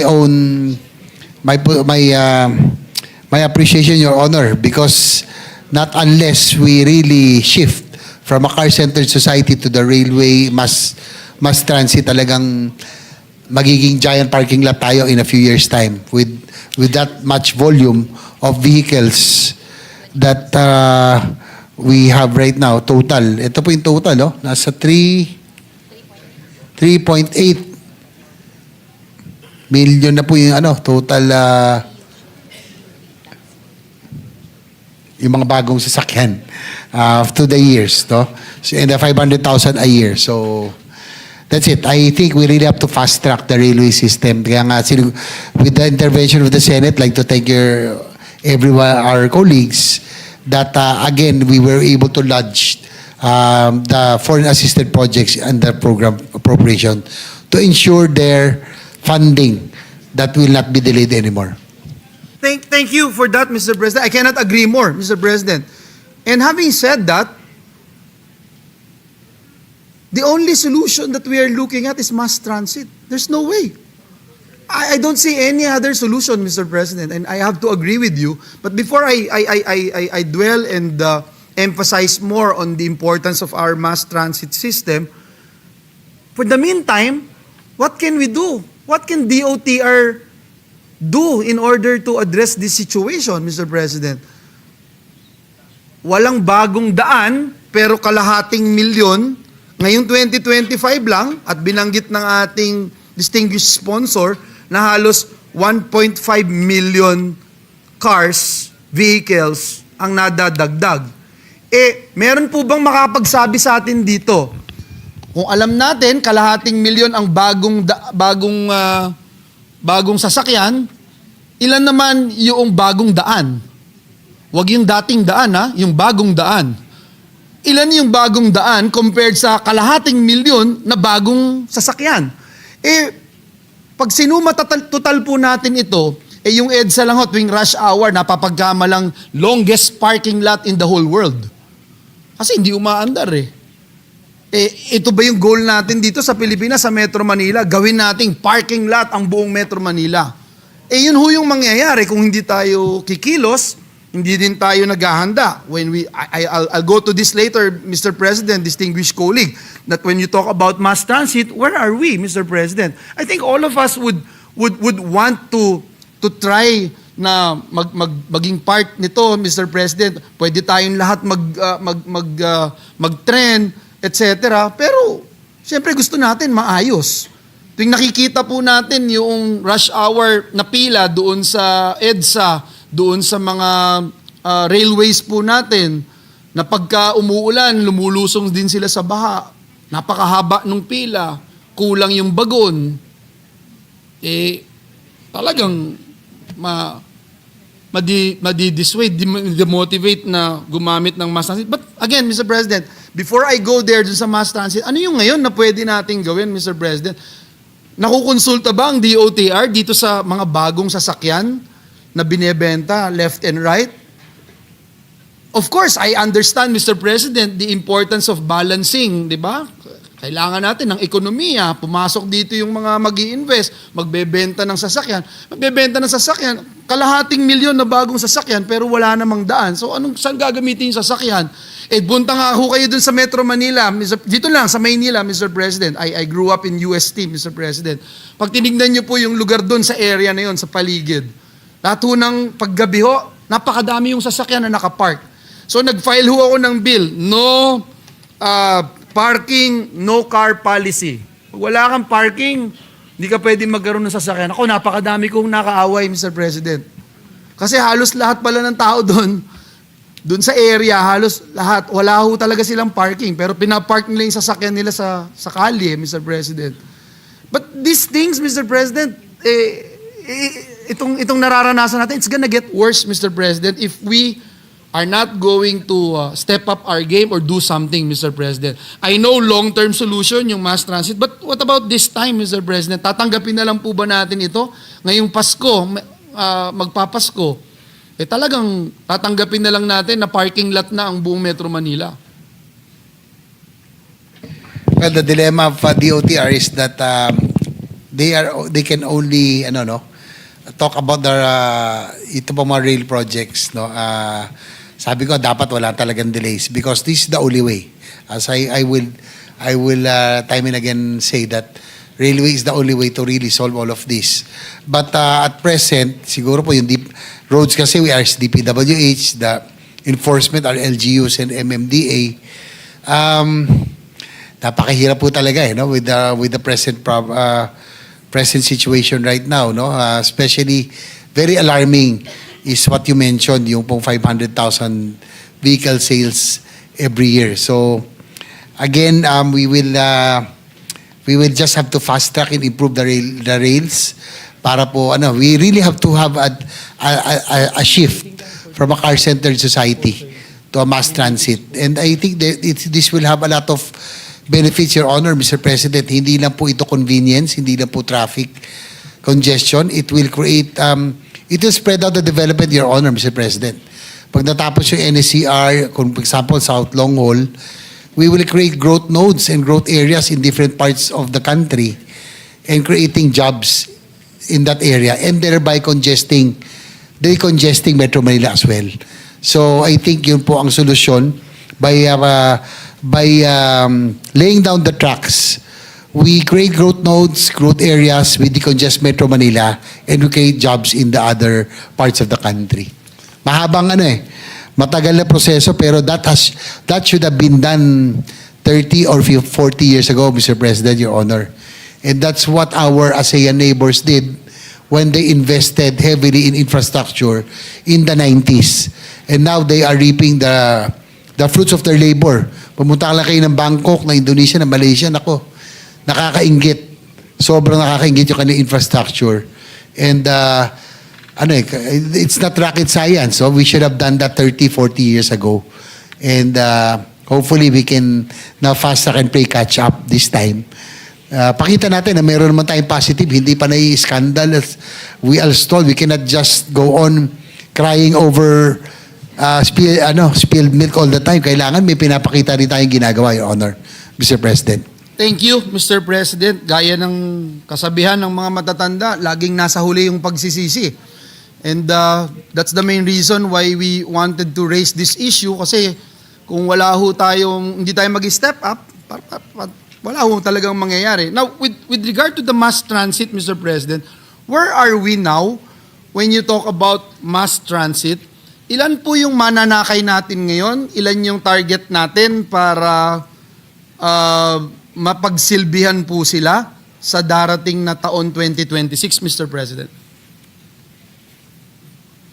Your Honor, Mr. President, ang immediately na naantay natin yung MRT-7, yung pong papuntang from Quezon City to San Jose to Bulacan. At 1 milyon na trabaho, Yes. direct and indirect jobs ang kayang i-generate nito, Mr. President. Yes, the projected operation will be first quarter 2027 with the 12 stations.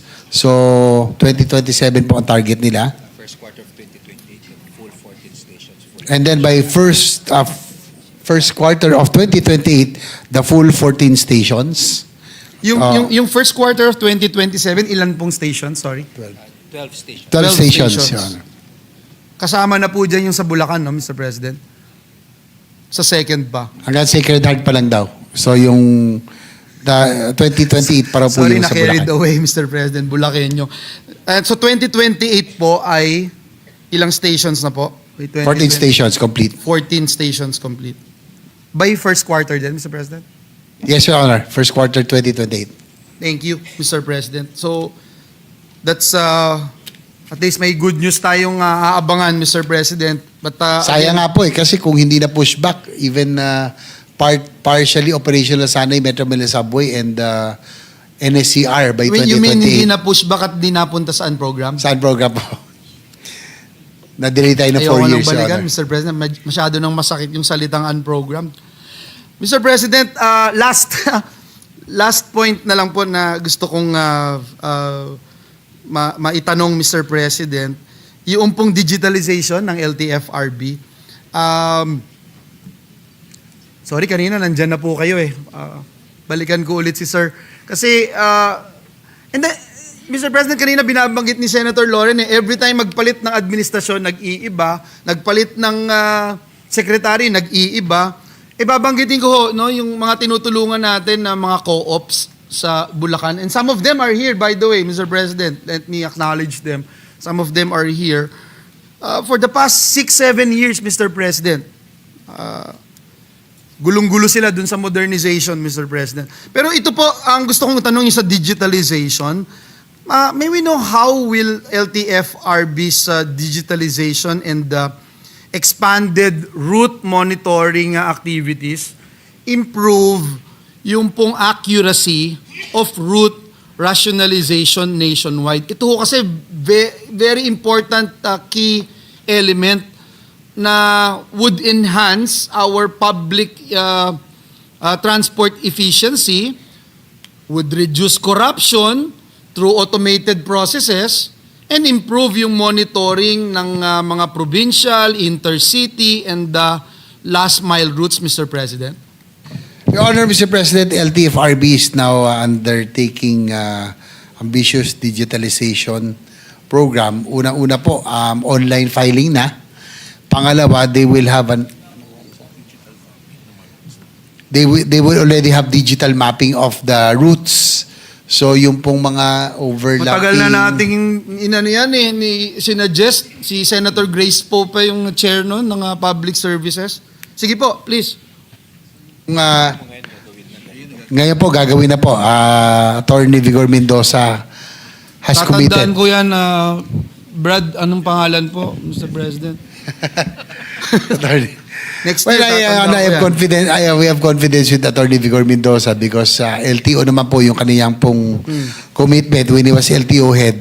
Yung pong 12 million backlog na plate numbers, ngayon po 1 million na lang. Yes, no? So, I remember that. I think he delivers. Yes. So, thank you. I am confident that with the LTFRB under Attorney Vigor Mendoza will be able to deliver ditong digitalization program, Your Honor. Kaya yung LTFRB is set to receive 912 million representing 22.74% increase from the current year's budget of 743 million. So yung total amount po, yung bulk 357 million will be dedicated to the board's MOOE, including expenses for the conduct of route monitoring, validation, and surveys, inspection and of units and garages and other administrative activities, as well as expenses to support its digitalization initiatives. Ito po yun, no, Mr. President?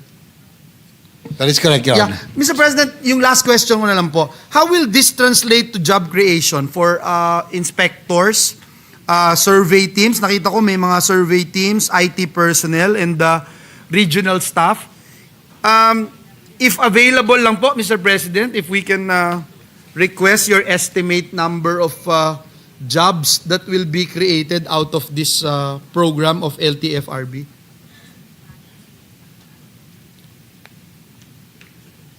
Your Honor, Mr. President, they are now in the process of reviewing their organizational chart and they will be submitting ito pong yung bagong rationalization, sama na po yung mga bagong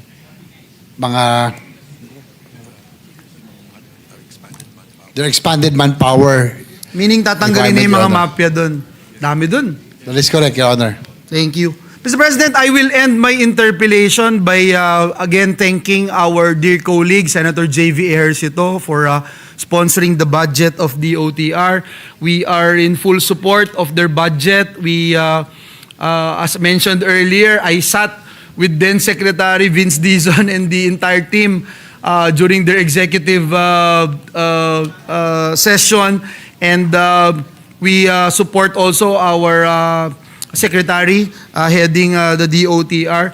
So maraming salamat po sa DOTR family. Senator JV, maraming salamat. Mr. President, maraming salamat po. Thank you also, Senator Joel, for the support, especially for our program, especially po sa railway projects natin. Maraming salamat. Thank you very much, Mr. President. Mr. President, yes, I believe Senator was next. We just want to say that it's been 6 hours and 48 minutes Very popular pala talaga tong DOTR, Mr. President, of department. But we have a couple of more members who are. Yes, while we are waiting for the next interpellator, may we recognize the distinguished chairman of the Committee on Finance to respond to the manifestation made by our distinguished Senate President earlier about any sort of mangling of the budget by the Senate, which there's no truth to it, Mr. President. If we can recognize our distinguished chairman of the committee, no other than Senator Wing Gatchalian, Mr. President. Senator Wing Gatchalian, the chairman of the Finance Committee, is recognized. Thank you, Mr. President. Mr. President, I heard the Senate President earlier mentioned about projects that were allegedly removed in the GAB, Mr. President. So for the record, wala ho tayong ginalaw na project sa GAB. No? So lahat po ng ipinasa ho sa atin from the House of Representatives, inadapt po natin except for 28 projects out of the 6,113 projects. Itong 28 po, nung pag-review ho natin, kasama po yung DPWH, meron po mga duplicate projects, may repetitive projects, may mga projects po na red flags. So tinanggal po itong 28. Ang halaga po nitong projects ay 1.2 billion pesos. So other than that, we adopted the projects under the General Appropriations Bill that was transmitted to the Senate. So wala pong katotohanan na tinanggal ho natin yung projects. Ang nakita kong dahilan, Mr. President, is for the first time, in-upload ho natin yung Senate Committee Report together with the annexes in our website.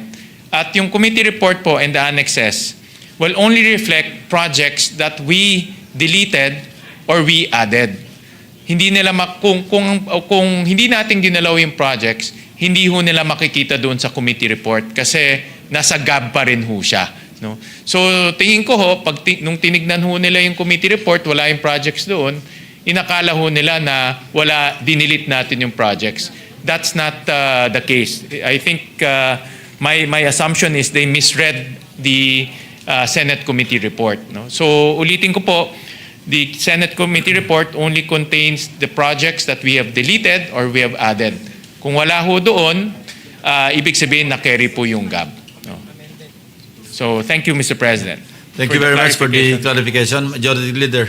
Thank you, Mr. President. And just for clarification, I believe these projects are the infrastructure projects of the DPWH in the different districts. Is that correct, Mr. Chairman?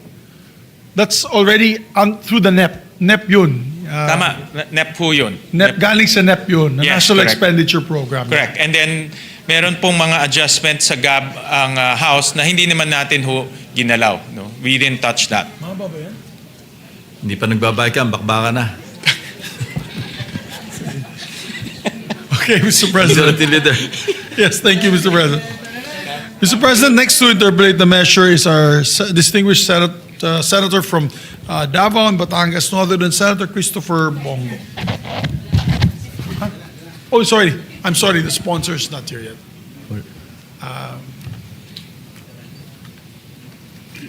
I like the suit of the good sponsor, Mr. President. He reminds you of the COMELEC chairman in his outfit. Naka three-piece suit siya, Mr. President. Maybe you now recognize Senator Christopher Go, Mr. President. Senator Christopher Bongo, gentleman from Davao, is recognized. Salamat, Mr. President. Good sponsor and to the DOTR. Magandang gabi po sa inyo lahat. Mr. President, transportation has always been the backbone of our economy.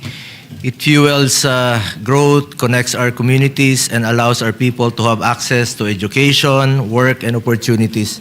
Yet, despite the progress in recent years, our country continues to face challenges in the transport sector.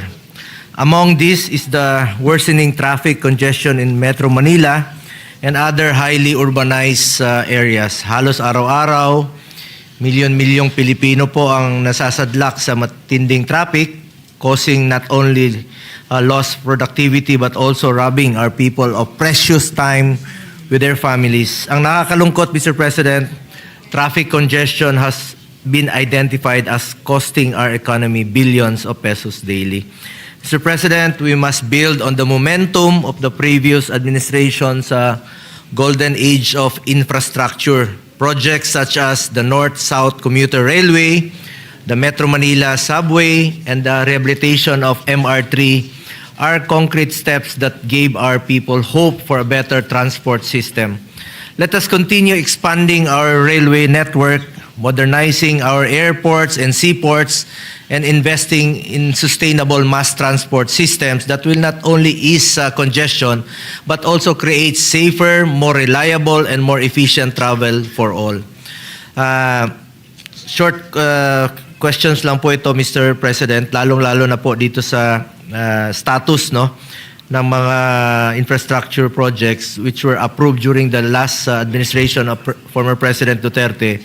Na-implement pa ho ba ito sa ngayon at ilan na ho ba ang ongoing at tapos na po, Mr. President?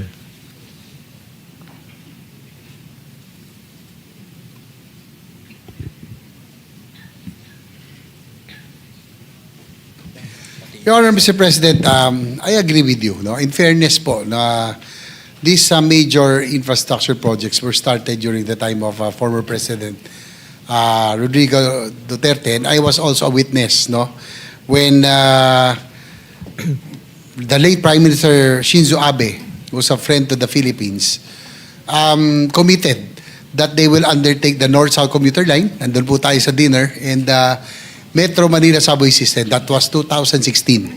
I was so happy, excited. Sabi ko, finally, matutuloy na itong mga pangarap natin. And but in line with that also, sana meron po South Long Haul. Ito po yung dapat Bicol Line and the Mindanao Railway System. Unfortunately, these two projects did not materialize. It is put on hold right now. But the NSCR, or the North-South Commuter Line, which stretches from Laguna, Metro Manila, and up to Clark in Pampanga, is ongoing and full blast. The Metro Manila Subway System is also ongoing in full blast. MRT7 will be online by 2027, hopefully, and completed by 2028. Then the MRT rehab, it's still, it's still because of the Sumitomo. When Sumitomo re-entered as the maintenance provider, the operation has been improved immensely. So yun po ang natin, hopefully under this administration, yung pong pangako kasi dapat build better more Sana po ma-pursue yung South Long Haul and Mindanao Railway System, which has been put on hold. But the two which were started the previous administration are now full blast, the NSCR and the Metro Manila Subway System. Hindi naman naapektuhan sa mga controversies ngayon, Mr. President, ang inyong implementation ng mga proyekto? It's not affected in the sense that because these are overseas development assistance, these are foreign assisted projects. So tuloy-tuloy naman po siya. Ang magandang ginawa lang po natin sa Senado ngayon ay nilagay na po natin sa program appropriations, yung pong foreign assisted yung loans and yung government participation.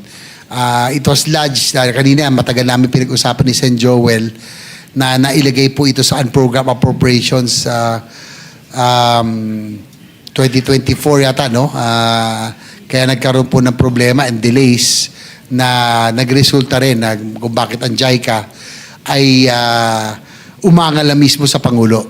But through the Senate's intervention, we made sure this time that it will now be lodged under the program appropriations, both the GOP portion and the foreign and the loan proceeds. And yung pong merong may iwan saan program appropriations pero malita porsyento na lamang, but there will be a special provision that I will be proposing, which Senator Gatchalian agreed, that in case yung pong billing, for example, yung loan releases are demanded priority po ito, talaga release para wala hong delay, Your Honor, Mr. So, President. ibig mo sabihin, Mr. President, mas stricto po itong mga foreign assisted projects, minomonitor po ng mga foreign assisted projects, minomonitor po ng mga foreign counterpart na maiwasan po yung pinagsasamantalahan po ng ilan, Mr. President? Very strict po because it's ADB funded, JICA also. Napaka-stricto po ng project management team. Composed of composite, no? May Japanese, meron pong Pilipino. Pero alam naman po natin pag Japanese po yan, iba ang quality, iba rin po yung kanilang pagiging stricto sa pagbabantay ng mga proyekto, Your Honor. Salamat at bawat sentimo po ay dapat accounted po. Dahil pondo rin po ito ng bayan, yung counterpart po ng budget po ng Pilipinas. Anyway, the DOTR previously announced that the launch of the pilot operations of Cebu Bus Rapid Transit, no? Ito pong Cebu BRT. Natuloy ho ba ito last September? Ano ang status po nito, Mr. President?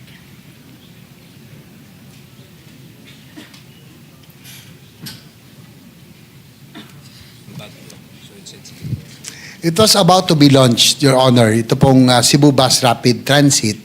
Unfortunately, two major calamities struck Cebu, yung pong earthquake and itong recently, itong bagyo, yung flooding. No? So, na-push back lang po, but it is ready for launching already. And I think it was, na-resolve na rin po yung ilang issues, no? Dati sa Kapitolyo, may magan, pero I think it has been resolved. So, na-push back lang po. Ito rin pong 2.5 billion was allocated for fuel subsidy to transport sector affected by rising fuel prices. Ano na ang status ng programa? Malaking tulong po ito sa ating mga public utility drivers. Ika nga, bawat piso, bawat sentimo ay napakahalaga po nito. Pambili na yun ng pagkain sa kanilang mga pamilya, baon sa mga anak. So, pinatuloy ho ba itong programang ito?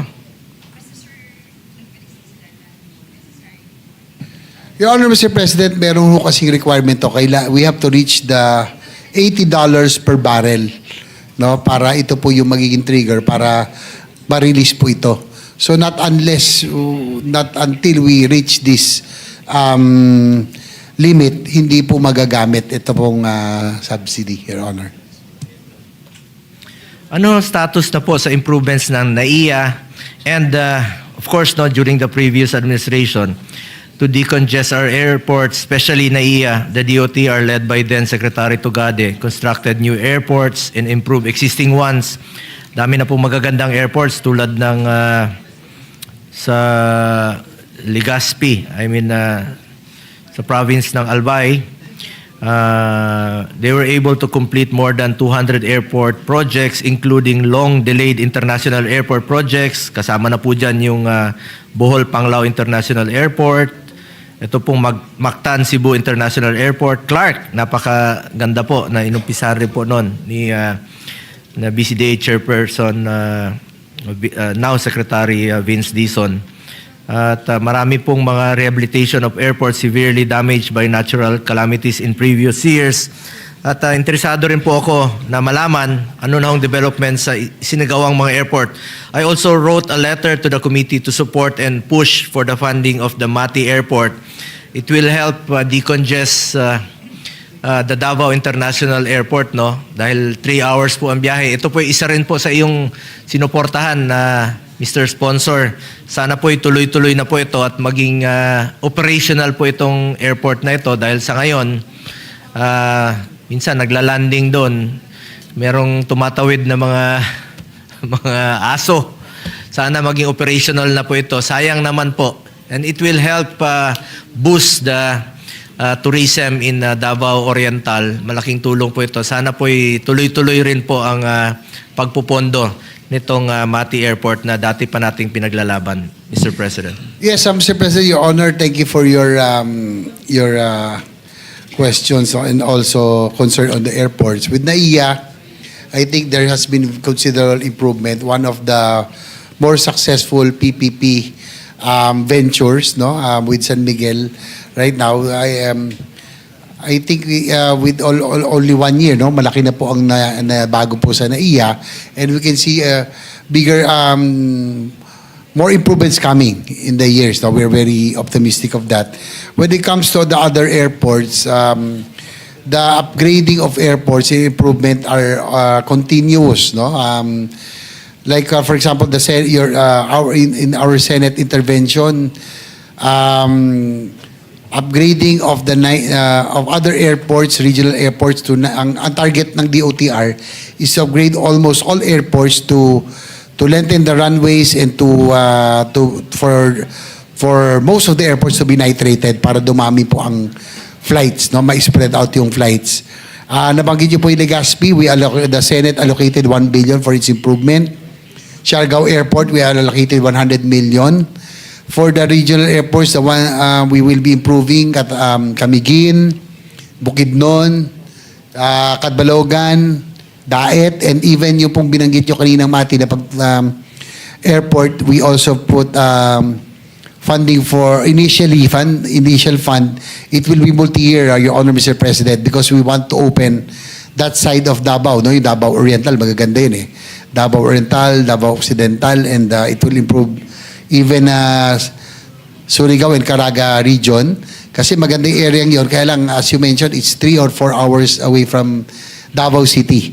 So hopefully in 2 or 3 years' time, if we can complete the airport, mapapahaba natin yung runway, we'll put the terminals, it will be operational by that time. So it will open a new gateway for tourism and for commerce, Your Honor, Mr. President. Salamat, Mr. Sponsor, sa yung walang sawang suporta sa mga airports natin. The NEDA DOTR road crash costing model estimates that road crashes cost our economy about 105 billion annually due to productivity losses, hospitalizations, and infrastructure damages. How does the department intend to address the rising number of deaths and injuries on our roads? Bilang isa rin pong motorcycle rider, tulad po ng sponsor na motorcycle rider din po, paano po natin na-address ang road safety risk na kinakaharap ng ating mga motorcycle riders? May budget po ba para dito, Mr. President? Your Honor, Mr. President, earlier, Senate President Soto interpolated and he was proposing to add a budget for the road safety action plan, no? Kasi po wala pong budget 'yon. And this will help a lot in terms of road safety, no? Kasi alam niyo si SP po natin, sabi ko among us, siya lang talaga yung nagda-drive araw-araw, no, na walang driver, walang backup, wala lahat. So he knows the real score in our roads, to know. So hopefully if we can fund this will help improve in the prevent road crashes, no, by having ito pong mga drivers education, lalo na po siguro I'm a rider, a motorcycle just like you, more than 50-60% of the road crashes involve motorcycles. Of course, there's only 2 wheels, mas talaga, prone to accidents. But meron po tayong proposal that mandatory riders education will be conducted before anybody is given the opportunity to to purchase a motorcycle. Kumbaga gagawin nating mandatory riders education bago po sila pagbilhan ng motorcycle, and also to renew or to apply for a license na category, kasi may category na iba yung motorcycle, so kailangan na riders education. So and LTO and the DOTR intends to make that requisite, no, yung pong riders education. Honor. Salamat po, Mr. President. Last 2 questions na lang po. I also note that we must further support the budget of the Philippine Coast Guard in light of the challenges faced by the PCG in the West Philippine Sea, and considering that they are crucial in our disaster rescue operations. Laking tulong po nito tuwing merong disaster. I filed the Senate Bill 682, or the proposed Philippine Coast Guard Modernization Act, to expand the capabilities of the Philippine Coast Guard through significant asset upgrades and organizational development. But while this is pending, I hope we could already lend our support to the budget of the Philippine Coast Guard for its modernization.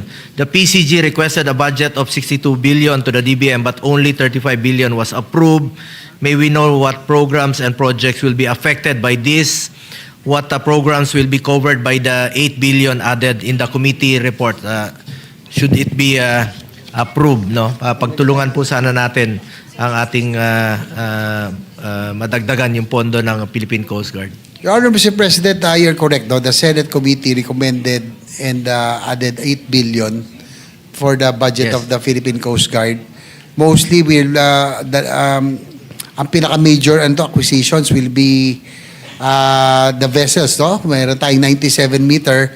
Yun po yung pinakamalaking barko po ulit, Teresa Magbanwa, of this type that will be purchased na 97-meter multi-role response vessel.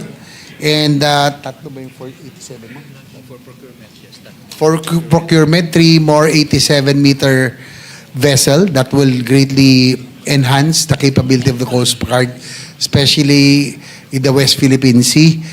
But the biggest benefit for our Coast Guard personnel is the Senate's intervention of increasing the subsistence allowance from 150 pesos to 350 pesos per day. Thank you. Let me put into the record my full support for Philippine Coast Guard also. Earlier this year, there were alleged incidents of tanimbala in the NAIA. Meron pa ba ito? O kala ko nawala na ito? Tagal na since 2016 during the time of former President Duterte, na maalala ko galit na galit po siya dahil talagang pinapahirapan po ang ating mga OFWs na mga inosente naman po na nagtatrabaho lamang pero nagiging biktima po nitong tanimbala. At sa maalala ko, tapos wala na po ito. So totoo bang the DOTR has fired 3 employees of the OTS over alleged involvement in the extortion scheme? O ibang scheme po ang ginawa nila? Ano bang hakbang ang ginagawa ng DOTR para masiguro na hindi na maulit itong tanimbala scheme na bumibiktima sa ating mga kababayan, lalo-lalo na po sa mga OFWs? For this year, 450 million was allocated for the purchase of body-worn cameras for transport security. Malaking tulong po ito na mayroon silang body cam ang ating mga transport security personnel. Totoo ba itong naiulat this year or ibang scheme po ang ginawa? Your Honor, Mr. President, doon po sa yung pong tatlong natanggal, it's not anymore under Secretary Dizon or Secretary Lopez. Yung tatlo yata yun na natanggal. It was previously under Secretary Bautista, 3 personnel. Pero yung po sa tanimbala, according to Secretary Lopez, there are no incidents anymore. Kung sakali man, baka daw yung mga amulet o yung pong anting-anting, nalililet go na po yun. No? Wala hong, as of the present, they have no knowledge of any tanimbala. So ibang insidente po ito, yung natanggal? Iba po. Ito po yung kumain yata ng sumubo ng pera, Your Honor, Mr. President. It's not tanimbala. Anyway, with the... And also, just to add, we also added budget for OTS for them to procure body-worn cameras. So lahat po ng OTS personnel manning the X-rays at airports will have body-worn cameras already. So to prevent yung magkaroon ng mga irregularity at ng mga kalokohan, hindi maiwasan na po yun kasi lahat po sila magkakaroon ng body-worn camera. And with the able leadership now of OTS head, si USEC former General Gilbert Cruz, siya na bang magaling naman po yun, so kayang-kaya na niya yun na mapigilan po yung mga extortion scheme.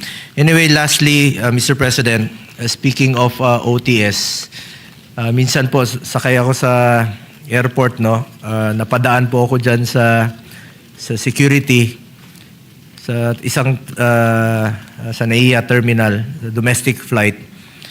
Paghubad ko po sa jacket ko, nung kinuha ko na sa tray, meron lang po silang pinaabot na mensahe. Sir, baka naman ma-follow up lang yung bonus namin for Christmas. That was a week ago. I think na-release na ho ba yung bonus nila?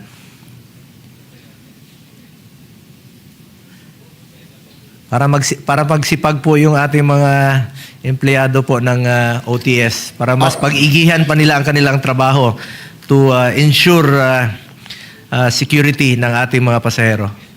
According to our OTS head, newly installed OTS head, he's here, former General Gilbert Cruz. Yes, it has been released, the bonuses and their salaries, Your Honor. Mr. President. Salamat. Mga disiplinado naman yung inyong mga OTS personnel sa airport and they are doing their job. Yun lang po, Mr. President. My full support always sa ating DOTR. Maraming salamat. And of course, sa ating bagong secretary. Kayang-kaya mo yan.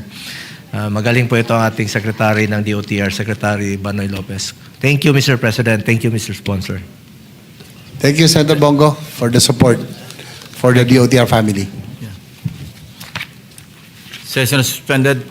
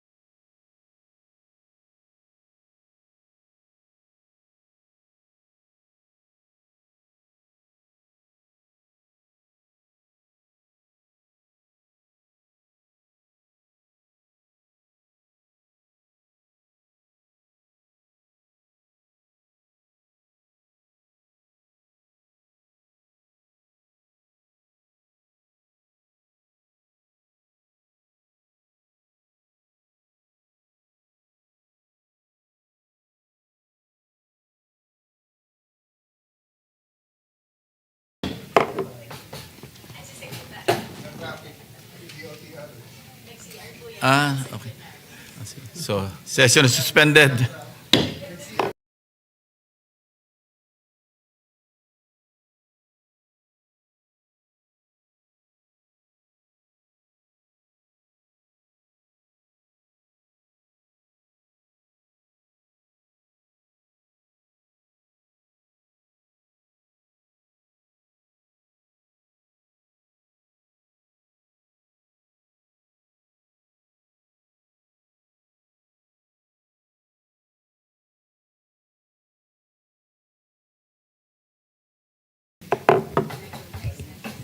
We recognize Senator Cayetano for his interpellation.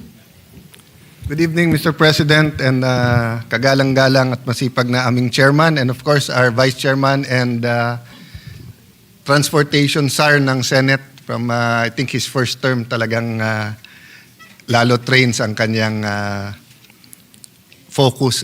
Mr. Secretary at family ng DOTR, magandang gabi. Mr. President, may I ask the sponsor if I can ask a few questions? Definitely. Your interventions are always welcome, Your Honor, Mr. President. Okay. Can I preface with a couple of questions and then maybe some assertions? Some of this sa preface nasagot nyo na, pero just to paint the foundations or to lay the basis ng iba kong mga tanong, no.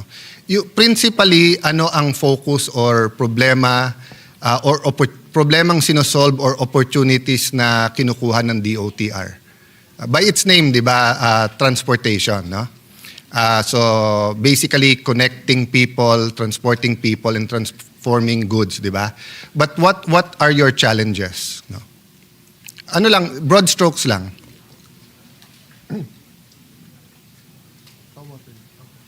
You have the slides and ano itsura?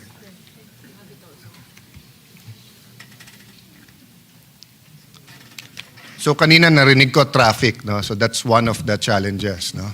Well, of course, the biggest challenge is the lack of infra, considering that the OTR is in charge of mobility, transportation of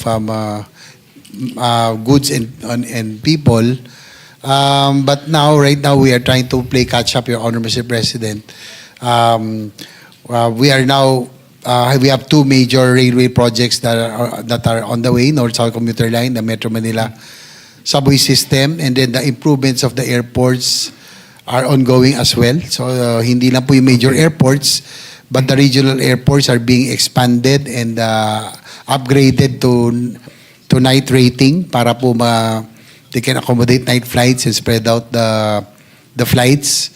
So but we are playing catch up with our ASEAN neighbors, Your Honor, Mr. President. Yung dilemma po natin. Kanina pag-usapan nun namin ni San Joel Villanueva, our concern is the vehicle sales, no, which have jumped up from 300,000 to 500,000 vehicle sales every year. So that will add up to our streets kung that's 1.5 million vehicles in 3 years' time. So the real challenge and then talagang dapat natin talaga i-pursue is really to fast-track the mass transit system, the railway system in the coming years, Your Honor, Mr. President. Yeah. Your answers are excellent, Chairman, and may I take it a step backward, but isang interjection lang. So if I say make the Philippines great again in terms of transportation, it would be a valid statement because after the war, lamang tayo, di ba? Kasi PAL was one of the first airlines in Southeast Asia. During that time, we had one of the most extensive railway systems. Of course, that was Luzon lang, no? Correct me if I'm wrong, if they were basically Luzon to Southern Luzon to Central Luzon ata, no? And then, of course, in terms of roads, hindi pa tawag nun farm-to-market roads, but any kinds of roads, mas marami tayo nun. So, again, I go to the basic, transportation of goods, transportation of people, or mas ano ngayon yung sinabi nyo, mobility, connectivity, no? So, having said that, can we list down? So, when we talk about DOTR, whether katulad ng tricycles, no, under LTO, pero yung kanyang franchise ay delegated sa local government, no? So land, air, and water, no? So, can we enumerate that? So, please add or correct me, Mr. Chairman. So, sa land, you have the tricycles represented by the TODAS, Tricycle Operator Driver Association. You have the jeepney na minomodernize natin ngayon, which is the JODA, the Jeepney Operators Drivers Association. Then you have the vans ngayon, di ba? What do we call that now? Yung pong UV Express, Your Honor. Mr. President. PUV Express. UV Express. UV Express, okay. And then you have buses. And then you have yung mga Grab and may Uber pa tayo, no? TNVS, Your Honor. Yeah, PNVS. Okay. Maraming issues, no? I'll try to go through some or we can work it out through the committee, no? But so sa air, you basically have the airlines, commercial airlines. Ilan na ba ngayon sa Pilipinas? PAL, Cebu Pacific, may AirAsia, no? 3 major airlines, Your Honor. Three Philippine major. Airlines, AirAsia, and Cebu Pacific, and then a couple And then of smaller. international airlines, no? Yes, Your Honor. And then, of course, hindi ko na i-name lahat ng roads, no? But in terms of airports, the major lang, international, NAIA, Clark, Cebu, Davao, Iloilo, Puerto Princesa, Puerto Princesa, Bohol, Banglao. yung Panglao. So, seven, no? Then, ilan ang regional, minus the 7, ilan pa ang airports natin? More or less lang. 42 airports, Your Honor, Mr. President. 42, okay. Of course, I'll ask the DPWH ano yung ideal roads. But sa inyo, ilan ang ideal in you know, if suddenly may oil ang Pilipinas or bawat sulok may gold or sabihin ng Hapon, we'll build it for you. Ilan ang international airport at ilan ang regional airport na ideal? I mean, of course, the more better, but ano yung tingin yung ideal given we're an archipelago? More or less lang, I won't hold you to it.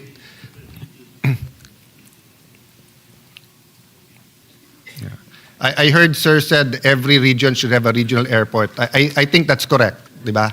So, 18, no? 18.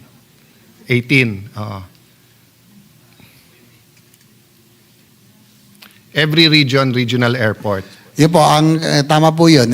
Every region should have a regional airport. And then, ilan international airport? I know it's not only building it, it's supply and demand, di ba? But if we have 7 now, but ano ideal? 3 more, 5 more? Di ba? Maganda sana kung sa Region 1, di ba? Whether Ilocos or Pangasinan, may international airport tayo.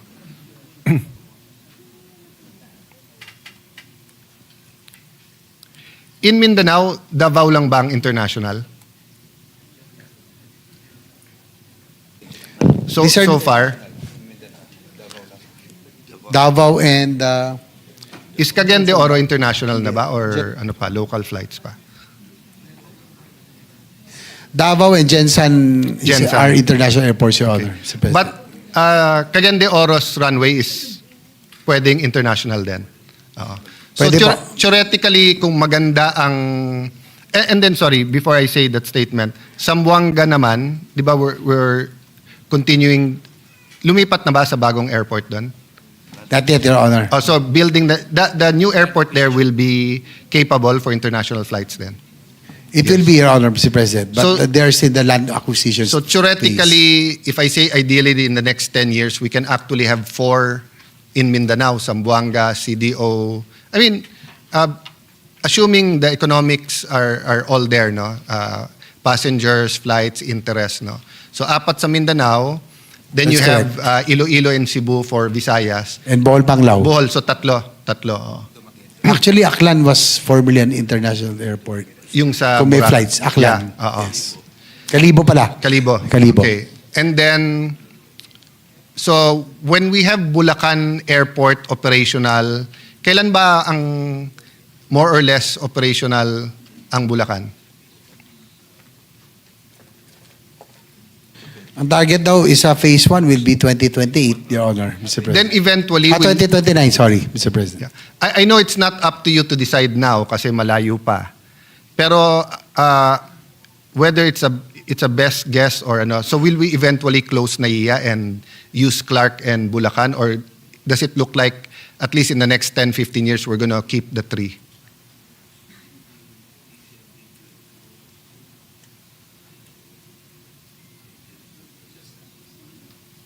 Yeah, I won't hold it to you, sir. I mean, ano lang, kumbaga wishful thinking tayo. Assuming naging singyaman tayo ng Singapore.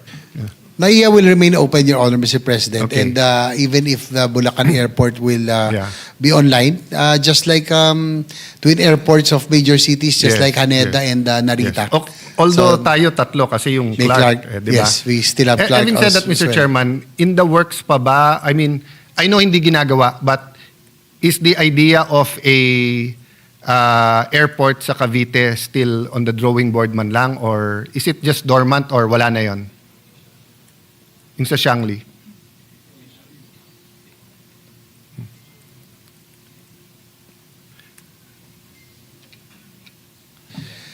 Yung po sa Sanli, no, it will be, it's between the provincial government and whoever proponent. So pwede. Pwede rin po. It's not a dead idea, di ba? It's just not being built now, pero in the future pwede yon. That is correct. So that leaves basically Southern Luzon and Northern Luzon. But Pangasinan does not have a airport, and basically yan ang pinakamaraming tao at saka medyo mas sentro eh. Are we thinking of building a airport sa Pangasinan o hindi? Meron abandoned doon, di ba? Runway, pero may bahay na sa gitna eh. Yung malapit doon sa mall.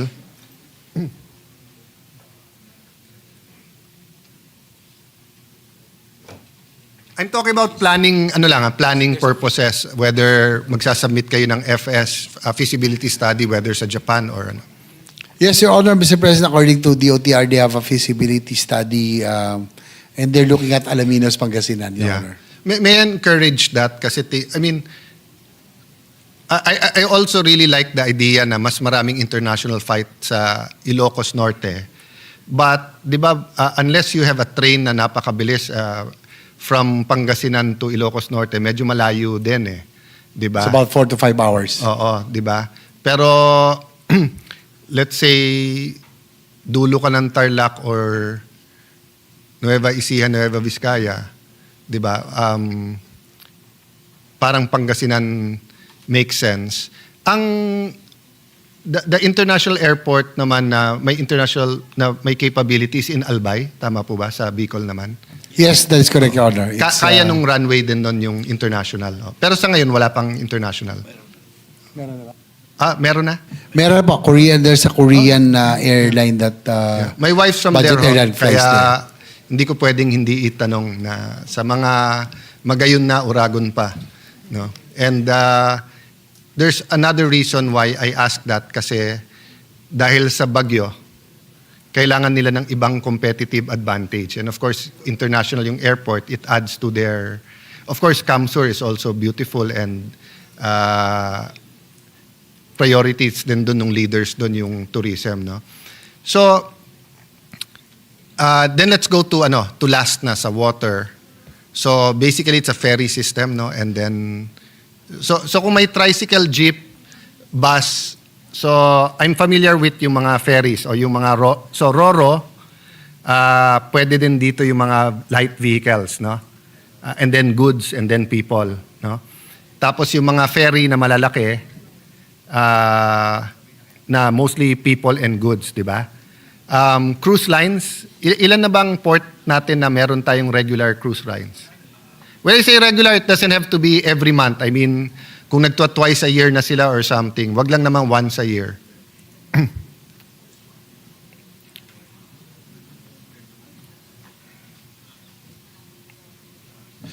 For cruise lines, ports that can accommodate, there's one in Ilocos, in Curimao. And then Puerto Princesa. And yung sa Manila Bay din, no? May port, may yes, Manila Bay, right by Manila Hotel.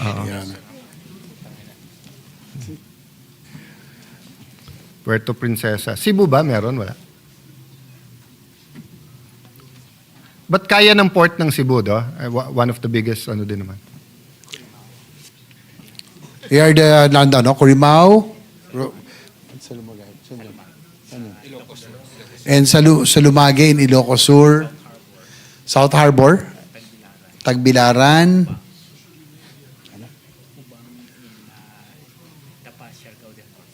Hubang in Dapa, Siargao del Norte. And Puerto Princesa. Okay. Is it, given those na meron na, mahirap, so for example, na may deep port ka sa Subic, tapos let's say yung port sa Batangas, then let's say Davao, Cebu, kung sasabihin ng cruise lines na gusto din namin doon, madali yung madali yung adjustment, hindi major changes sa port.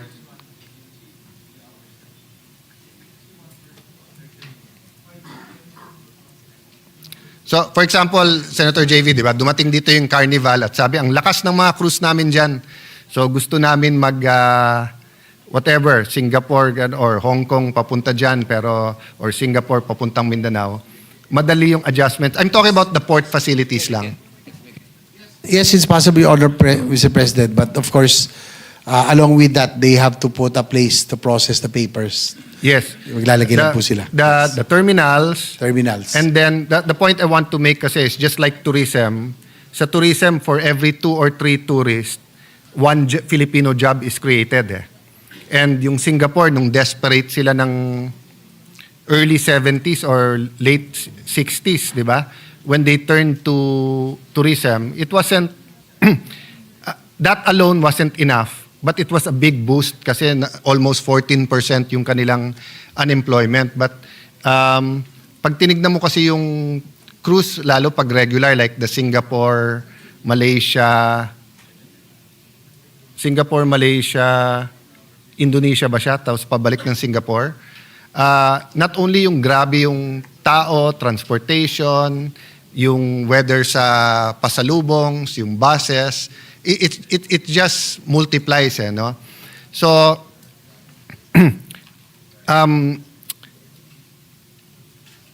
the point I wanted to make is that yes, you need either DTI or an investment board to put it all together. Pero as you said kanina, Senator JV, di ba, Mr. President, yung infra kasi unang titignan Kasi kung nandyan yung infra, madali. So, hindi ko natanong sa former secretary nyo, who's now in DPWH, I think, umabot ba siya sa budget hearing last year? Yeah. I mean, last year, was he secretary of DOTR last year? December? Hindi pa, no? Hindi pa. Actually, this was supposed to be his first budget hearing. Sa DOTR. Sa Pero DOTR. nalipat nga doon. I'm not sure kung kay Secretary Bunoan ko tinanong kasi meron sila doon convergence. And supposedly, yung main, kasi naghalo-halo na but nung una, yung convergence nga, paano mo i-link yung seaport, airport, and then, what do you call yung katulad ng mga PITX, etc.? Mga terminals. Land terminals, land ports. Land port, land terminals, di ba? So, seaport, airport, land port, tapos sa Taguig may the port. Pero BGC na tawag nila ngayon. Mga bata, BGC na, hindi na the port So, linking all of that, di ba? So, for example, kung may cruise ship na pupunta ng Subic, kung may train sana na mabilis from Subic to Clark, and then, or baliktad, International Airport to Clark na meron na, yung train, so hindi ko isa-isin, Senator JV, ano yung mga train na kailangan natin, but pwede ko lang itanong dalawa, no? One is yung from Clark to Subic. Is that ongoing, in the works? Anong status nun?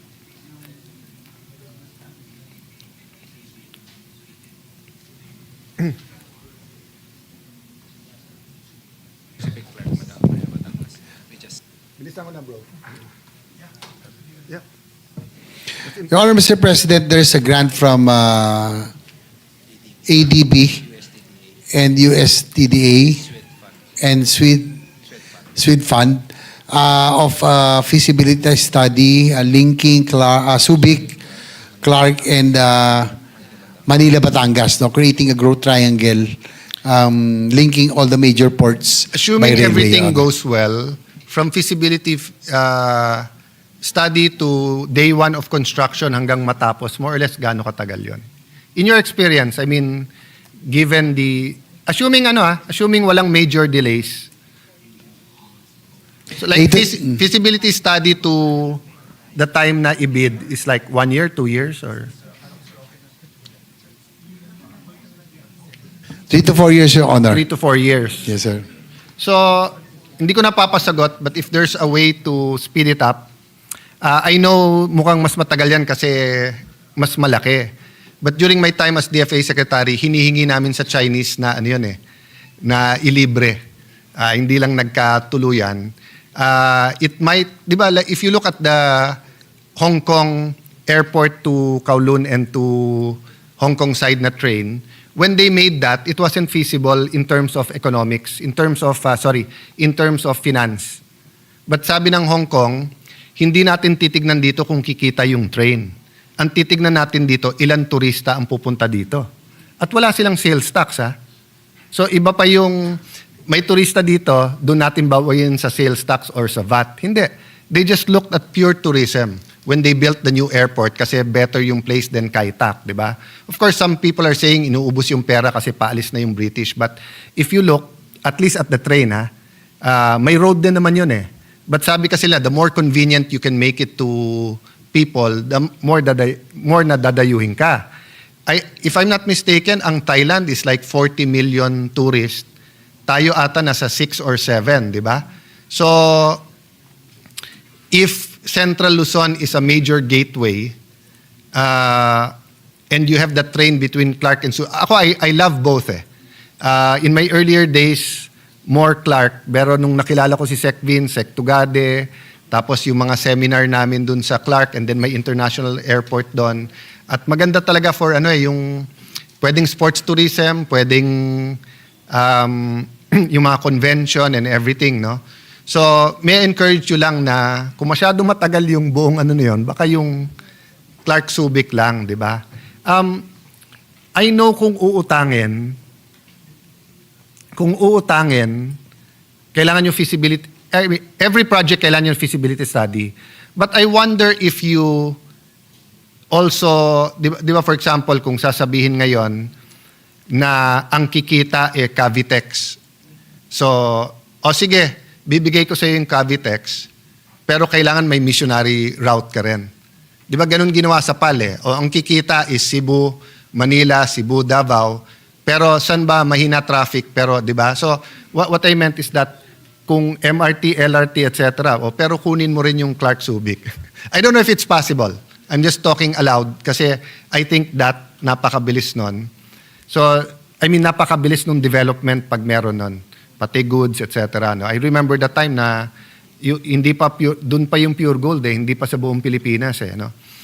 How about the Mindanao Railway? I know some of our senators from Mindanao asked about it sa briefing, but just for the record here, anong status at anong possibility natin doon?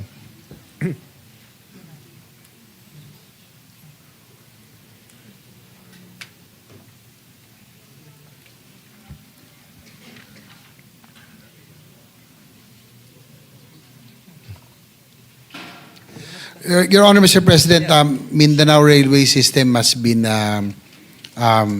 hindi naman cancelled but shelved because hindi tayo nagkatuluyan with the China proponent. No? Yeah. But through the Senate's intervention, we still we allocated a budget for the Project Management Office so that the right-of-way acquisition would be continuous and the studies and everything will still be there so that in case our proponent or a new proponent would come in, naka-ready na po, no? Yung right-of-way, yung po mga iba pang May bagay. I ask, Chairman Win and Vice Chairman or Chairman of the subcommittee, JV, if we can do better than that? Kasi nung 2015, finally, ibibid na ng DPWH yung Laguna Lake highway, but biglang nilagyan ng contingent liability, nag-atrasan yung mga consortium, no? But ang ginawa ng DPWH, inuutang ngayon section by section, pero nung tinanong ko, magiging freeway ba yon dahil inutang natin, hindi daw. Malamang daw, ibid nila ng TRB as a tollway. So baka naman may leg ng Mindanao Railway na kayang gawin nyo through appropriations natin, not 2026. Baka we can put some money in 2026 for the study, for the groundwork, start 2027. So pag may kumuha na proponent, kasama sa whether BOT or whatever arrangement, meron na. Two reasons, no? It's a good signal sa Mindanao na hindi naman tayo panay Metro Manila lang. How much is the total cost of the Metro Manila subway? 480 billion pesos. And how much is the total cost, sir, of Mindanao Railway? Phase 1 is 100 billion, Your Honor, Mr. President. Ito po yung sa Davao. Total ballpark lang. Ballpark, 500, 700, 800. About Ballpark lang. 500 billion, Your Honor. So, can you imagine, hindi pa nga Luzon ang pinag-uusapan. In Metro Manila alone, we're willing to spend 500 billion. I know the economics is wrong, is not the same, ha? Not wrong, it's not the same. The number of people, etc. But what I'm saying is that we're talking basically of the, except for the islands like Sulu, Basilan, Tawi-Tawi, but basically you're connecting Mindanao. Diba? So, if I was looking at it as a purely economist or planner, parang it makes sense na may 500 billion ka sa Metro Manila, may 500 billion ka. Ngayon, kung phase 1 lang is 100 billion, di ba, sana we can put 5-10 billion for 2026 or whatever they need, and then maybe 20-30 billion 2027, di ba? So, I get this idea nga from DPWH sa ginagawa nila sa Laguna road network, no, or yung lakeshore nila. Can I show this lang, no? So, if I ask the OTR, siyempre problema yung connectivity, mobility. But sa DPWH, sabi ko sa kanila, marami sa problema natin, sasabihin nila corruption, poverty, lack of education, etc. But me, I'm partial to nakalimutan natin yung turo ng matatanda sa atin na rural development. Na-replace kasi yung rural development kasi sa abroad, like sa Europe, ang rural areas nila, may internet, may kalye, may tubig, may ospital, may school. Sa atin, pag sinabi yung rural, basically it means agricultural or mahirap. Pag sinabi mong urban, mas mayaman. So even in taxation, mas mataas ang ira ng urban, tapos may business tax, Senator JV, Senator Win were all mayors eh. Tatay ni Majority Leader, former SP, was governor, di ba? So kung sa rural ka, gusto mo rin maging urban. But pag tinignan mo yung rural France, yung rural part of the United Kingdom, they want to remain rural. Pero kailangan may roads, kailangan may train, maybe an airport or a train going to the airport. But may magandang school, may magandang health facilities, may internet, may tubig, may kuryente. No? Sa atin nagbago yon. So, can we show the slide? If you look kasi at the population per region, makikita mo if you add National Capital Region, Region 3, and pag sinabi mo Region 3, this is more Bulacan, Pampanga pa. Population wide. In terms of population. Region 4A, Calabarzon, no? 16 million. Next slide, please. Pag tinignan mo density, no? Number of people per square kilometer, ang layo ng Metro Manila. Oh. So in terms of economics, that's what will justify the subway, di ba? Kasi kahit i-add mo yung Region 9 to Barn, medyo malayo pa rin sa population ng Metro. And then if you say na Calabarzon and mga taga Bulacan will also use the subway eventually or will connect to that through the other trains, then more, so money-wise, feasibility-wise, okay. But what I'm saying is this, can we go to the last slide? So para tayong pamilya, na lahat tayo nagsisiksikan sa sala or sa kwarto ng magulang natin. And in terms of a family, that's good. Kaming magkakapatid, we slept with our parents in one room until high school, college, basta doon kami natutulog. Ate ko sa couch, kaming tatlong lalaki, may higaan para makita kami ng magulang namin. But this is not a house or bedroom ng isang pamilya. So makikita, ang liit lang. Oh. Yeah, nagsiksikan talaga. And then of course, if I color blue or yellow yung, or green yung NCR, lalo na, no? So this is my point, Mr. Secretary. If we keep building in this red area, people will still keep moving there. So kung susundin ko lang yung finance, yung kikitain, yun ang weakness ng feasibility study, whether Koreano, Europeano, Australian, Filipino, hindi nila tinitignan din yung unintended consequences. They're looking at the financial and the engineering side. But the unintentional consequence is everyone will move to that red areas. So like Mindanaoans, di ba? If you have the cruise lines, if you have the buses, less ang bagyo dyan. Lately, may linog or earthquakes, but usually less, no? So anyway, I think I made my point, Senator JV, and I think you agree. But ang point ko ho, anything kasi we don't do 2026, impusan lang, I doubt we're gonna start 2027, hintayin na natin eleksyon. And usually, kung may secretary ng susunod na year, he takes a year and a half kasi yung year na yon 2028, basically minana na lang niya yung budget nung year before, 2029, di ba? So by the time na so the next time we'll plan something major is 2029, 2030 pa. So if you can get this done, Mr. Secretary, I think it'll be a really good cap on your feather. Yung phase 1, I'm not familiar which of the phases in Mindanao Railway is more feasible than others. And mas malapit naman kayo sa ating Pangulo kaso sa amin. But if you can convince him na, sir, magandang legacy to, economics is good, philosophy is good. And it's also a good message to our friends, the Chinese, the Japanese, the Koreans na, yes, ang gaganda ng inyong soft loans, pero we can start doing it on our own din . Actually, baka magmura pa yung ibang soft loans nyo, Secretary, kung gagawin nyo to.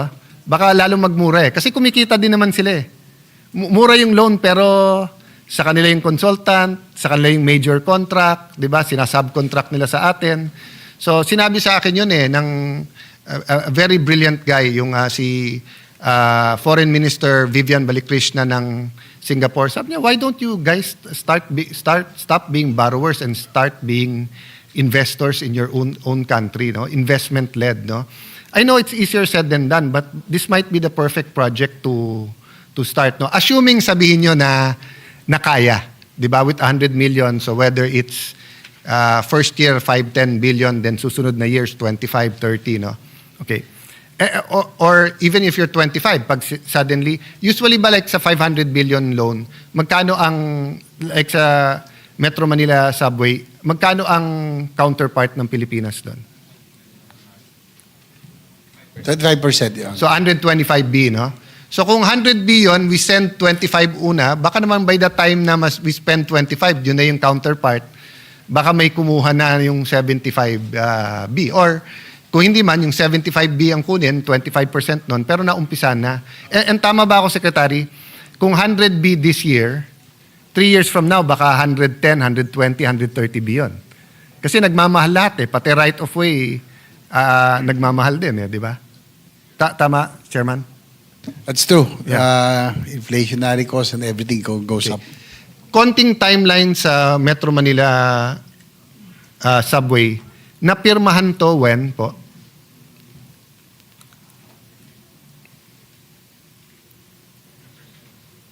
The first loan was released 2018, Your Honor. 2018. Then the 2018. groundbreaking, 2019. 2019. Then, nung naging Secretary Bautista, yun yung isang reason na delay yung confirmation niya. Question ko, na soon as he took office, nilipat niya to late 2027 or to early 2028? Early 2028. Yung unang deadline niyan was late 2026 ba or early 2027? Or even before pa dan? Before the pandemic, it was even earlier, no? The pandemic delayed everything, no? Tama po ba? That's correct, Your Honor. So I had a small debate with Secretary Bautista. Sabi ko, sir, hindi ganyan ang Pinoy. Unfortunately, ang Pinoy, pag minove mo 6 months, okay. 1 year, okay. Pero pag minove mo sa susunod na presidente, bahala na si Batman. Kasi malamang si Batman ang maging presidente sa susunod. So ang problema sa susunod, pagbibintangan niya yung dati. So try to move as fast as possible. So when Sec Vince took over, he made it a firm deadline ng what? Late 28 or early 2028? Yung unang...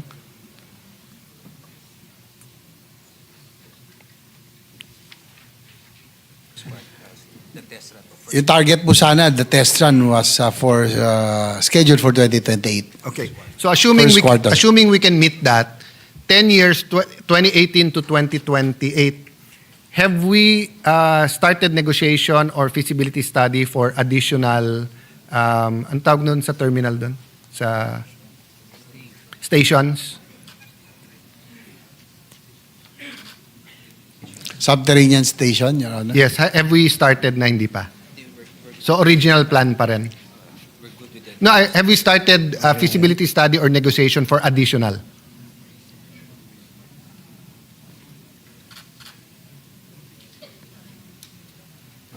Ongoing procurement for feasibility study pa lang. Okay. Can I encourage you to do that faster? Why? I know you have your hands full with the present construction and then eventual operation ng subway. But wala pang experience na subway or light railway sa buong mundo na hindi nag-click and by the time natapos, mas maraming tao unless abandon yung city na yon, di ba? Or yung area. So I remember, I'm so blessed that I think the first time I went to Hong Kong, early 80s, my dad would bring me with him kasi panganay akong lalaki. So at least once a year. And kung maalala niyo po, I mean, I'm sure most of us are familiar with Hong Kong. I'm older than you, Senator JV, or magka-age tayo. Sek, ilang taong ka na if you don't mind? 45. So I'm 10 years older than you. I'm one train subway older than you kung 10 years, 2018 to 2028. Alam mo, when we first went to Hong Kong, ang lalayo nung stations. But napansin ko, anytime ka pumunta, at may year kasi na twice or 3 times kami pumunta, ewan ko kung 90s na yon or whatever, basta't na board off lang ng board off. And then of course, nag-turn over sa China, and then ang haba nung binoard off nila, yung train papunta sa Shenzhen ba? Shenzhen? But this is the point. If you go to Hong Kong now, basically, kung pupunta ka sa subway, kaya mong lakarin halos lahat eh. Kasi nga, kinonect nila ng kinonect. So kung masyadong mainit or kung umuulan sa taas, pwede na. So nakita ko doon talagang yung power of compounding, di ba? Na regardless kung sino, kung British yon o Chinese, regardless kung sinong chief minister, regardless kung ano priority, gawa lang ng gawa, parang langgam. Di ba? Gawa lang ng gawa kasi dadating talaga yung rainy days. So let me encourage you to do that. Kasi nga, ang problema, we do LRT1, then we do this, we do that. Pero makikita mo hindi magbabago masyado yan. When you do maybe when you do the one going to Central Luzon and to Bicol, magbabago ng konti. When you do the airports na pinag-usapan natin, it'll change ng konti. But in the meantime, this will continue to be our capital. Baka nga maging extended, di ba, hindi na Metro Manila actually, Greater Metro Manila na. Basically, nung araw, pag sinabi mong Cavite, Laguna, parang katulad ng ating ibang probinsya na rural, no? So, when you initially, not you, sir, na kayo, but when DOTR initially signed the loan. Sa feasibility study, di ba, parang lugi the first 2-3 years at the present population, then we'll have to subsidize. Initially, what was the subsidy? Is it, tama ba, 50 or 100 billion a year? Ballpark lang, ballpark. We don't have the exact figure right now, Your Honor, Mr. President, If but I'm you are not correct. mistaken, kasi yun nga, 2018 I was Foreign Secretary. I think it was close to 100 billion. But that didn't include, that was only passengers, no? That didn't include advertising and whatever else that you can make money from, no? That is correct, Your Honor, Mr. President. Yeah. There are other revenues. Okay. also, And usually rentals. naman, medyo malaki yon, assuming quality yung train at maganda yung mga stations. Usually, so katulad nun, they were looking at the population in 2018. And they were looking at certain things in 2018. But in 2028, as Senator Joel said, dagdag na kotse and everything, no? Okay. So can I officially, not illegally, immorally lobby for two things? Sec Vince is supposed to tell you this, but I'll just want to make sure kasi sa dami niyang inasikaso.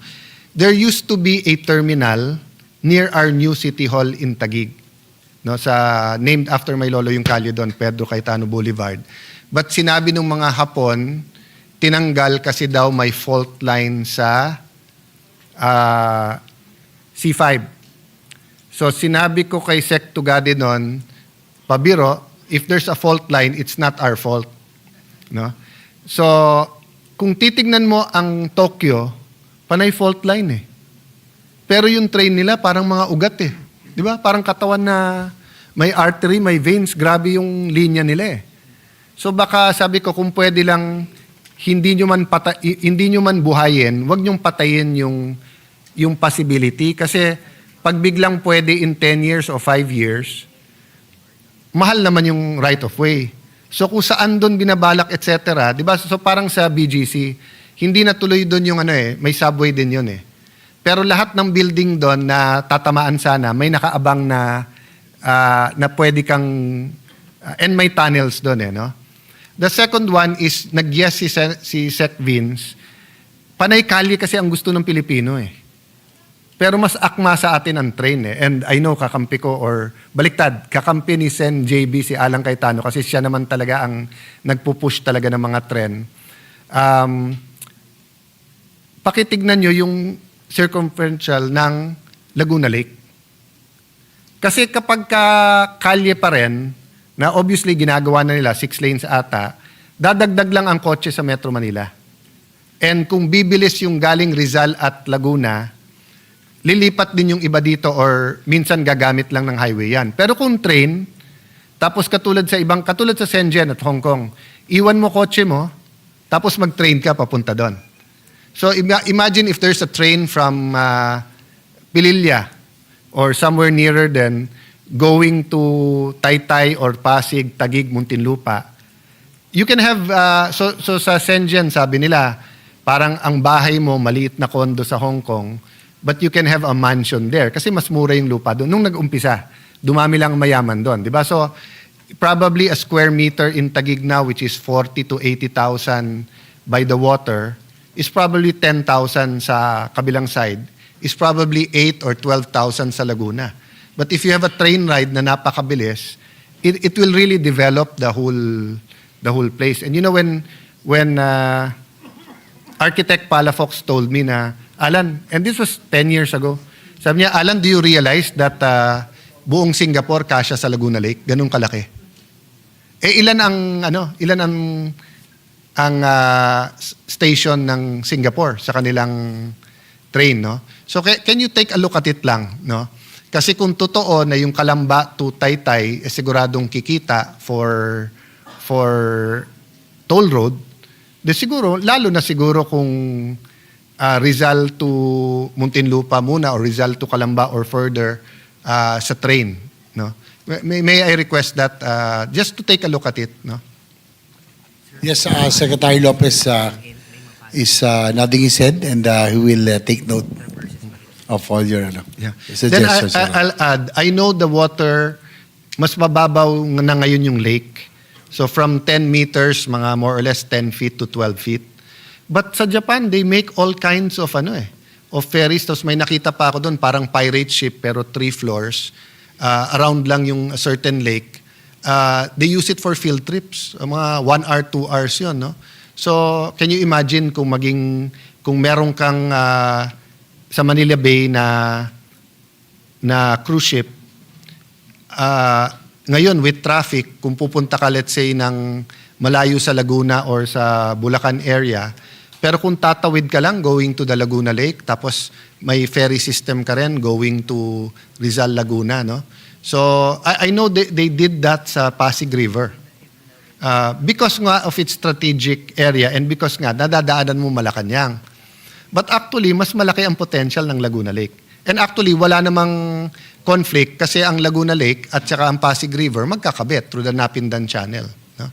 So can we take a look at that also?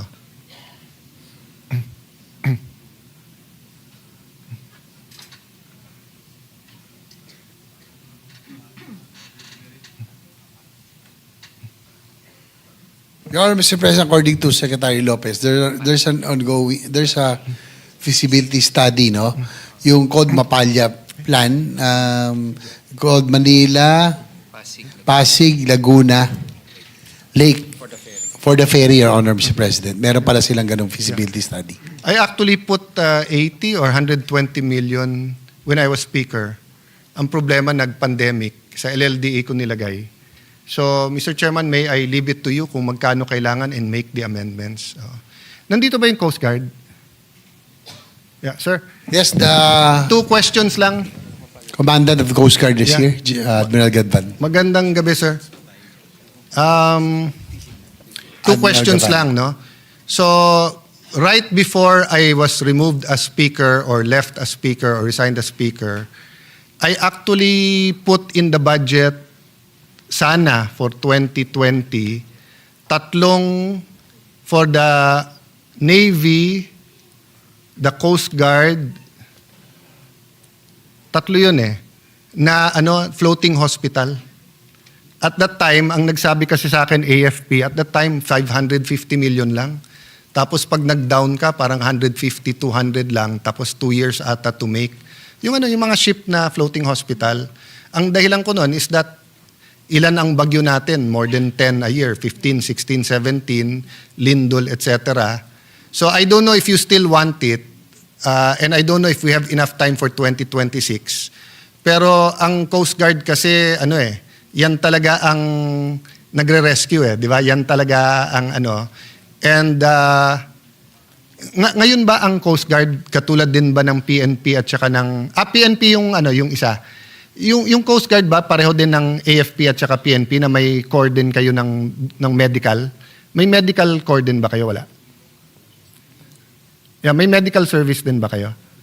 Yeah, Yes, they have, Your Honor. So the reason why I pushed this sa PNP at AFP doon, kasi nga we want more professionals to join, di ba? Kumbaga sa Jago, we want more lawyers to join.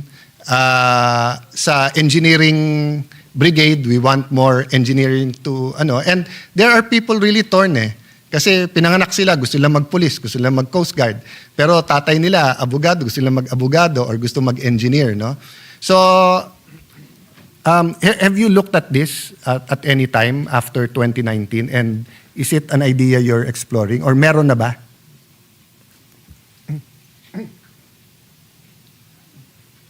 With regards to the hospital ship, Your Honor, Mr. President, to relieve us from fiscal stress, they're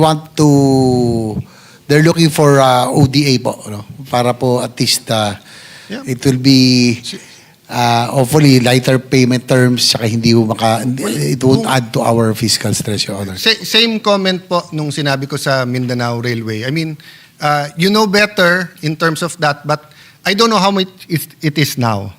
But assuming it's 1 billion, that's only 2 to 10 ghost projects. Di ba? 350 billion yung flood control, we're taking out 255 billion plus 50 billion na tinanggal pa ni Senwin sa DPWH for more productive use. So that's 305B. So, assuming double na from 550 million, it's 1.1 B. I don't know, it might be more expensive. But assuming it's between 750 M to 1.2, 1.5 B, kaya natin bilhin yun. Diba? That's correct, Your Honor. That's about the price, about 1 billion pesos. Yeah. You know. Well, please explore even, I'm always happy when Chair Win is patient and here kasi if he thinks it's a good idea, pinapasok niya eh. I'm not sure, Chair Win, kung gusto niyo unahin Coast Guard, Navy, or yung sa police, but ang maganda kasi sa Navy, di ba pag pinanood mo yung mga, may sine yun eh, yung walang makapasok dun sa, ano, di ba, sa storm, sa dagat, tapos yung, tinanong ko talaga yun, pati sa mga kaibigan ko, ano eh, meron pala talagang chopper na ganun ka-powerful na yun ang ginagamit ng US Coast Guard pang-rescue pag may storm eh, di ba? So meaning, we try really to, yung image ng, and it's improved over time from martial law to now, yung image ng Senping helped a lot sa image ng police. So yung image ng PCINP, ng AFP, ng Coast Guard, di ba? Pero when meron kayong pang-rescue at ito kasi yung floating hospital, hindi mo kailangan gamitin lang sa calamity. Pwedeng paikot-ikot yan sa island barangays and island provinces natin. And for example, hanggang ngayon, Metro Manila na to, pag may nagdala ng van na may nag-oopera, ang dami pa rin nagpapa-opera eh. Metro Manila na to, So I would assume if you go to some of the more rural island barangays and you bring a floating hospital, it's such a good public relations or ano tawag doon, yung when the uniformed personnel is getting closer to to the people. Civil relations daw. Yes, they will be very grateful because, of course, one of the roles of the task of the Coast Guard, aside from guarding our coast, is search and rescue. Every time there's a calamity, sila po yung nasa forefront. Yeah. Lastly, I'm happy that pinapakinabangan nyo yung amendment ko na I put, I'm not sure kung 50 or 100 million for multipurpose building sa lugar ninyo sa Lower Bikutan, Taguig. I think you decided to make it a hospital kasi hindi naman nung nakailan paano i-implement eh. But I think you weren't the commandant then, no? Oo. But if you allow me, sir, magko-comment lang ako. Number one, baka gusto nyo mag-imbita. Di ba? Kasi nag-inaugurate kayo, hindi man lang kayo nagsabi. Pero nung humihingi kayo, nandito kayo parate. Okay. Pangalawa, nung nag-imbita kayo, inimbita nyo asawa ko, and then 12 hours or 18 hours before, tumawag yung tao nyo, ma'am, hindi ka na magsasalita dahil dadating yung mataas naming general. Siya priority. Hindi ganun pagkasabi, pero ganun yung mensahe. So I don't think that's appropriate kasi we should be officers and gentlemen. Inimbita nyo siya 3 days before, tapos nakalagay sa program, magsasalita. The day before, nag-decide kayo na isa sa mataas sa inyo ang pupunta, tinawagan nyo yung opisina ng mayor na wag na lang siya magsalita. I don't think that's a good SOP, no? Standard Operating Procedure.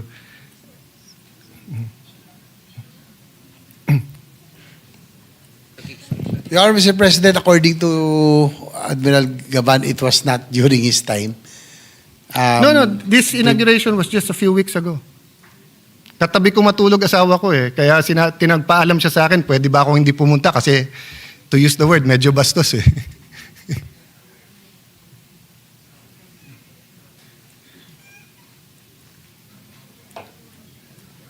Yung itatayo yung ospital sa Coast Guard sa Taguig, okay lang kasi kung hindi kayo nag-imbita. Nag-imbita kayo tapos less than a day, papalitan nyo program. Ang dahilan nyo, may general na pupunta doon na nang mamadali. I don't think that's very Filipino, di ba? Can you look into it? Wag na tayo magpakahaba doon, tignan nyo na lang.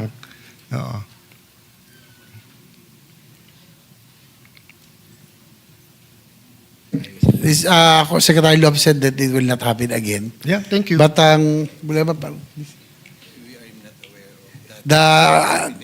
ito pong si Admiral Gavan, our commandant, is not aware of the event. I'm sure, sir. I would have called And you he if will you not were... allow it to I happen. called you, and it's not a big thing, but there's a lot of what do you call this? There's a lot of problems with insertions, with illegal, etc. But trabaho namin. So katulad nun, dun kayo sa lugar namin eh. And actually yung area nun, parang 1/3 lang nagagamit nyo, di ba? Kasi out in the last 15, 20 years, nagkakaroon ng informal settlers, etc. At kami din naman tumulong sa inyo na ma-secure ganyan. So natural lang pag nagpalitan, hindi masyadong na-inform. Di ba? Kaya lang ito, parang triple whammy eh. Di ba? Na hiningi nyo sa akin yung pondo, nilagay namin. And then hindi man lang sinabi na we decided to make it a hospital, ganyan kami. And then secondly, ganon. But I'll not make a big thing out of it, sir. I will tell you naman kung malaki problema. I'm just saying, pagka-iba kasi yun, pagka-foreigner or governor, mayor, baka hindi na maganda yung coordination, no? Yeah, I'll stop there. I mean, ibawian nyo na lang na bilhin natin yung hospital. You have a lot on your hands, no, with the West Philippine Sea, with the involved pa rin kayo sa anti-smuggling, no, sa coast natin, di ba? That's my last question. Tigil na ako doon. Kamusta yung may kailangan ba kayo for the anti-smuggling, or it's same vehicle pa rin yung mga seacraft and everything? Your Honor, Mr. President, the commandant said that they need more seacraft, but to our Senate committee's efforts, we have already allocated about 4 billion for 4.9 billion for the acquisition of various floating assets. Kasama na po rito yung 97-meter vessel, and 3 more 87-meter vessel, and a lot of aluminum and rubber boats for the search and rescue. No, the reason I efforts. asked I think it was time, Mr. President, ni President GMA, and madalas pa kami mag-coffee date at mag-merienda ni Senator Ping. At 3 yung umuubos sa dollars natin noon eh. Yung bigas na importation, yung Napocor. There was one more, I don't know if it was fertilizer. And ang sabi nila noon, yung talagang talamak yung... At that time, this was what? 2000, 20 years ago. Ang talamak daw yung smuggling ng oil, 'di ba? Pero in the meantime, 'di ba ngayon technology na may parang nilalagay na chemical para alam mo kung yung oil na yon ay, so pag tinesting mo yung tanker or yung sa gas station, makikita mo kung smuggled o hindi. Parang nakakapaglagay sila ng... But at that time, ang ganda ng argument na parang for every 100 million or so na ibibigay mo sa Coast Guard at mababantayan nila yung X number of coastline, eto yung balik sa atin sa buwis. So I just wanted to put that on record na aside from our national security, dun sa anti-smuggling, bawat binibigay natin sa Coast Guard at nababawasan yung smuggling, bumabalik din naman sa atin, di ba? So hindi katulad yan ng sasabihin mo lang na we put this money because we need it. Ito actually bumabalik sa atin. Wala lang ako figures ngayon sa pagko-quantify. Baka sa BOC yan. But because we're an archipelago and malaki tax natin di ba? Because of VAT tapos other taxes. So I would assume tuloy-tuloy pa rin smuggling. So I'd like to support lang na whatever not only seacraft, if there's specialized training on anti-smuggling in that area or whatever technology. Thank you, Mr. President, for this opportunity. Thank you, Senator JV, and thank you sa DOTR family. Thank you, Senator Cayetano, also for the interventions.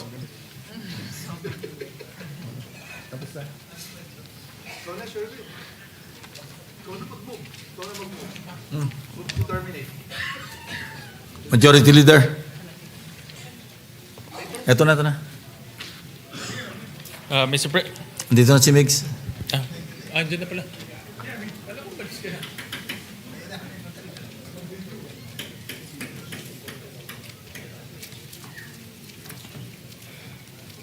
Thank you, Mr. President.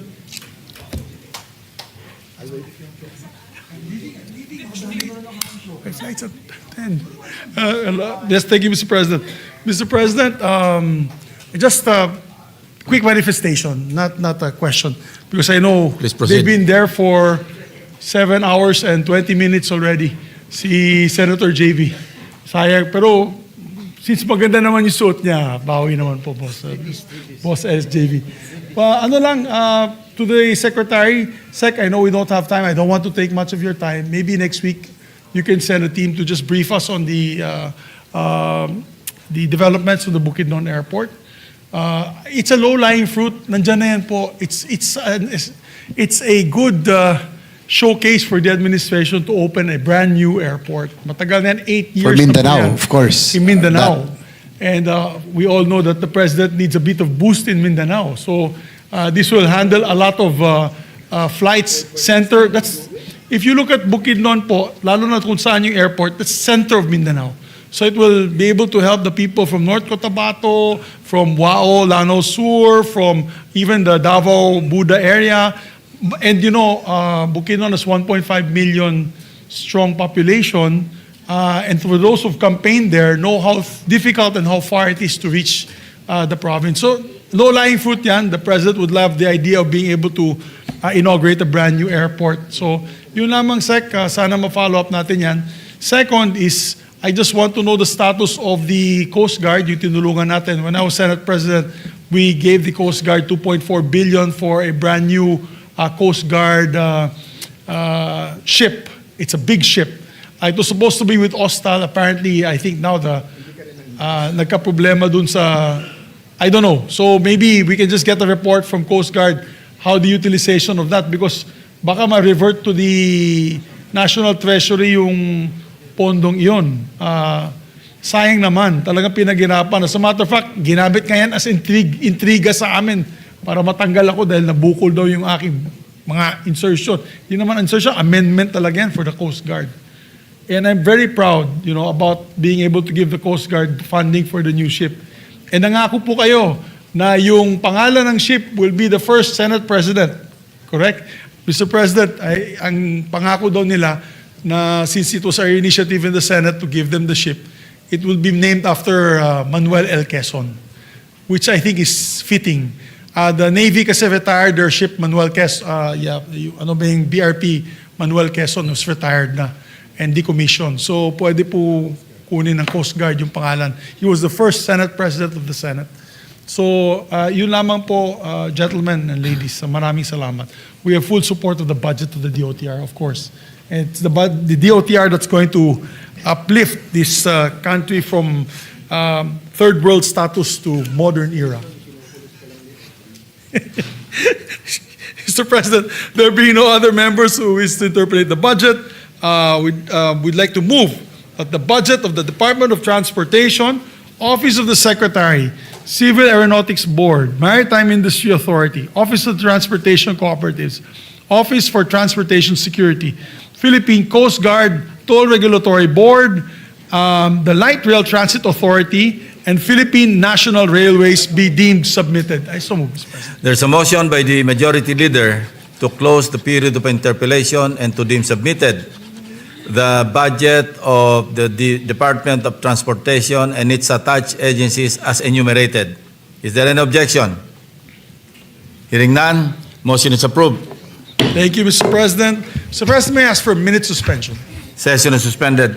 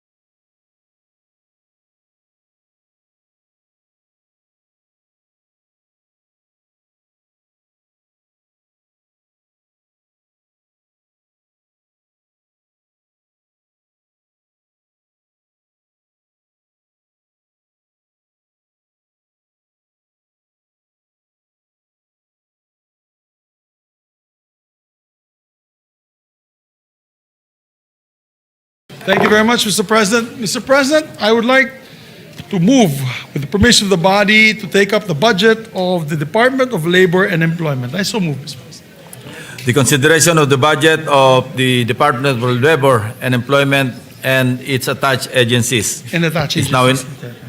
is now in order for interpellation. Thank you, Mr. President. May we recognize the sponsor, Senator Sherwin Gatchalian, to give the details of the budget, Mr. President. Senator Sherwin Gatchalian is recognized. Thank you, Mr. President. Thank you, Majority Leader. Mr. President, we respectfully submit for the body's consideration the fiscal year 2026 proposed new appropriations for the Department of Labor and Employment and its attached agencies amounting to 49.8 billion pesos. And the breakdown is as follows. For the Office of the Secretary, 19.3 billion pesos.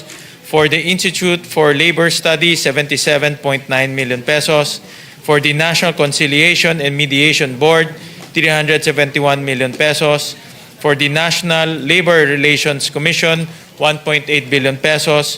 For the National Wage and Productivity Commission, 375 million pesos. For the Professional Regulatory Commission, 2.5 billion pesos. For the Technical Education and Skills Development Authority, 25.3 billion pesos. Thank you, Mr. President. Majority Leader.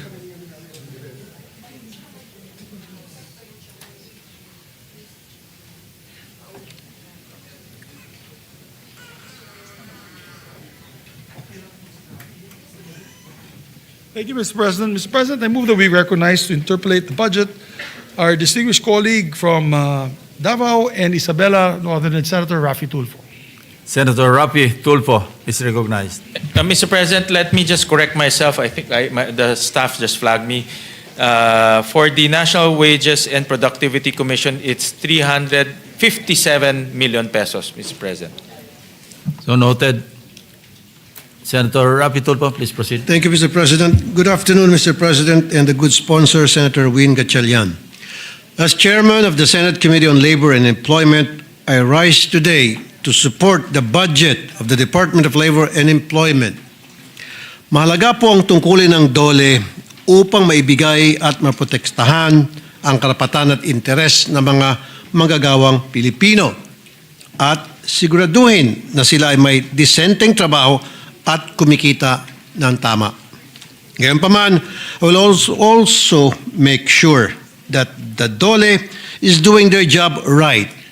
In fact, during the hearing of the Senate Committee on Labor last September 4, 2025, binalaan ko ang DOLE na harangin ko ang kanilang budget kung hindi nila ma-monitor ng tama ang pasahod sa mga laborers at masibak ang mga pabaya at tiwaling field inspectors. Bilang tugon, sinabi ko kay Secretary Ledesma na ganyang aksyonan dapat ang mga nabanggit na issue. And last month, ako po ay gumawa ng physical inspection sa facilities ng DOLE at ng NLRC at nakita ko naman meron silang mga pangangailangan tulad ng dagdag budget para matugunan yung mga gusto kong mangyari sa kanila tulad ng mapabilis yung kanilang trabaho, which is kailangan dagdag tao at dagdag na rin budget para doon sa kanilang mga call center, etc. etc. Pero bago niyan, bagong lahat, magpapasko na po kasi in less than 4 weeks, magpapasko na. And then every year, walang mintis, pagdating po ng January, dosena mga manggagawa galing sa dosenang kumpanya pumipila po sa aking action center dahil sila po ay hindi nabibigyan ng 13-month pay. Ito po ang tanong ko ngayon sa DOLE. Ang 13-month pay ay batas na nagsasabing on or before December 24 dapat na ibibigay ang 13-month pay ng bawat manggagawa. So anong programa merong inilaan ngayon ang DOLE na para masiguro masunod ang batas na ito at lahat ng kumpanya ay dapat magbigay ng 13-month pay on time para sa mga manggagawa. Mr. President.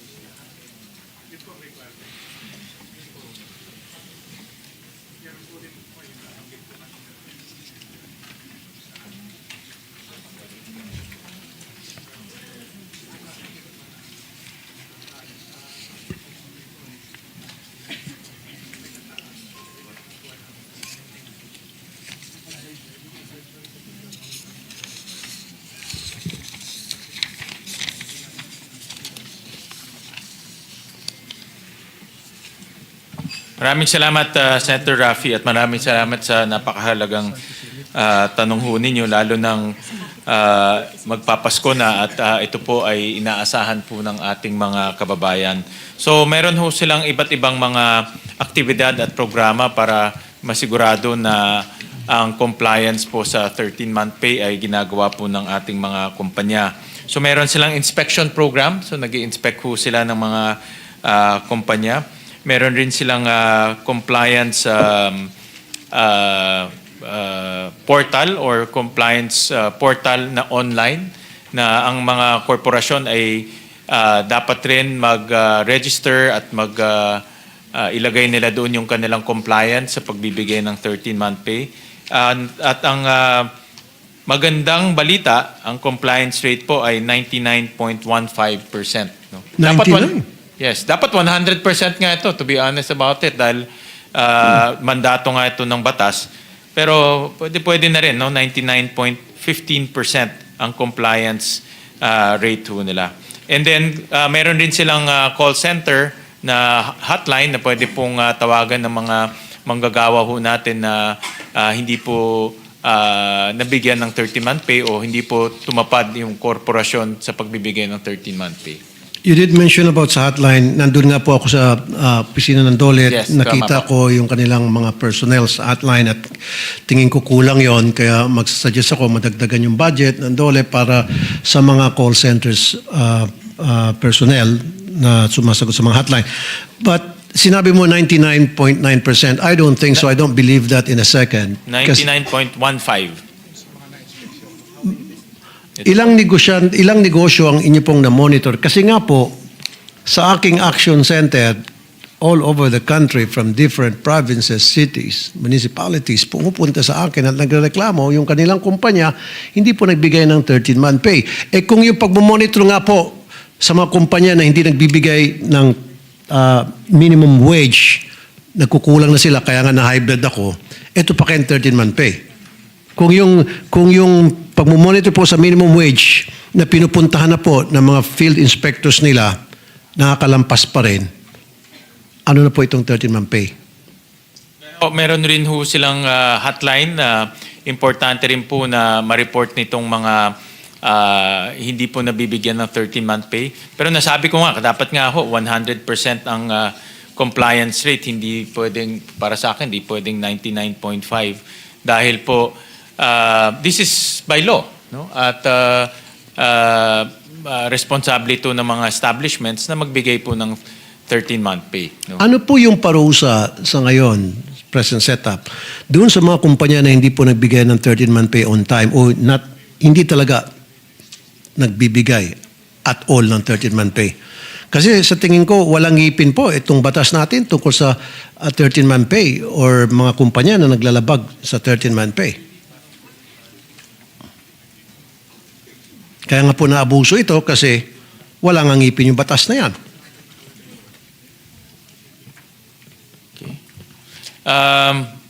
Actually, tama ho kayo, wala pong specific na penalty na pwedeng i-impose sa mga korporasyon at establishments. No? So tingin ko ho, tama ho kayo, kailangan i-amenda yung batas.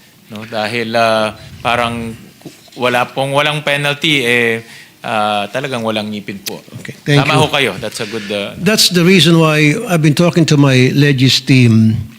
Pinag-iisipan namin, pinag-aaralan namin, na yung batas na yung bill na ipapasa ko, hopefully maging batas yun, na mag-i-impose ng fine sa mga kumpanya na hindi nagbigay ng 13-month pay on time through the LGU.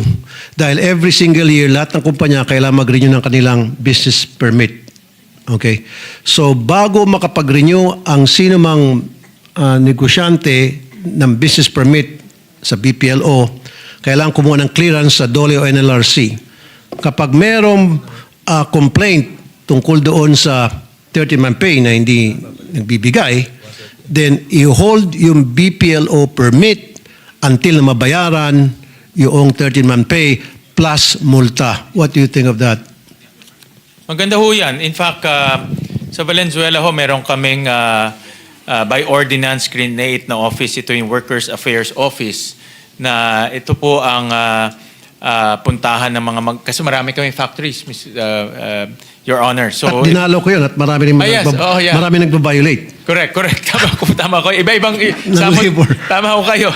Samot-samot violation na ron. But at least meron hong ang concept dito, meron ho pa kaming parang maliit na dole sa Valenzuela na pinupuntahan po. At kung meron ho talagang violation, nakakabit rin ho to sa pwede pong i-revoke yung business permit, no, dahil i-report po sa aming business permit office. So meron pong coordination between our office, yung Workers Affairs Office and the Business Permit Office. And by ordinance, pwede pong i-revoke yung kanilang business permit. So tama po yung konsepto nyo, napakaganda po.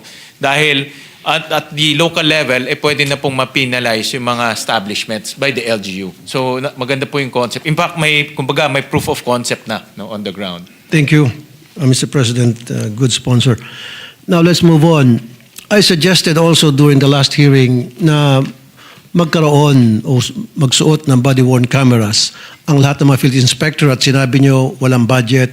So ako po yung magpo-propose. Nandito naman yung ating chairman ng finance, 50 million pesos siguro para sa body-worn cameras. Nang sa ganyan lahat ng field inspector kailangan may suot niyan. Kasi nga po, napapansin ko, pupunta ang isang field inspector sa isang kumpanya, makikipag-usap sa opisina, kausap ang accounting at HR, nakasara ang pinto, hindi man lang sinasama sa pag-uusap ang mga manggagawa. Hindi man lang in-inspect yung working area. Pag uwi po ng DOLE inspector, may dala-dala ng envelope. Bahala na kayo sa inyong isipin kung ano laman ng envelope na medyo makapal-kapal. At yung iba, nagtututpik-tutpik pa, busog na. So kaya nga with that body-worn camera, I think matitigil siguro yan. Sa palagay nyo, Mr. President. Sa tingin ko, envelope, hindi yung Christmas card. No? Envelope, sabi ng mga manggagawa mismo eh. Kasi nga po, Mr. President, dapat make it a policy kahit na may body-worn camera, habang wala pang body-worn camera, pag nag-inspect sila, kinakausap po yung mga manggagawa, pinupuntahan po yung working area. Ini-inspect kung meron bang fire escape, kung meron bang fire extinguisher, kung they are wearing proper gear para sa trabaho nila, etc. etc. Ang nangyari kasi, pag may aksidente na, saka pala mag-inspect ang DOLE. Pero before the accident happened, dapat tinitingnan natin kung tama ba, sumusunod ba sa standard na sinet ng DOLE para sa mga magagawa, kung sinusunod yun ng kumpanya. At hindi po ginagawa ng mga field inspector. Pag may nangyari ng disgrasya, saka pala nag-iingay ang DOLE, nagpapapreskon at kami ay magpaparusa o mag-imbestiga, etc. Dapat proactive. Tama ho kayo.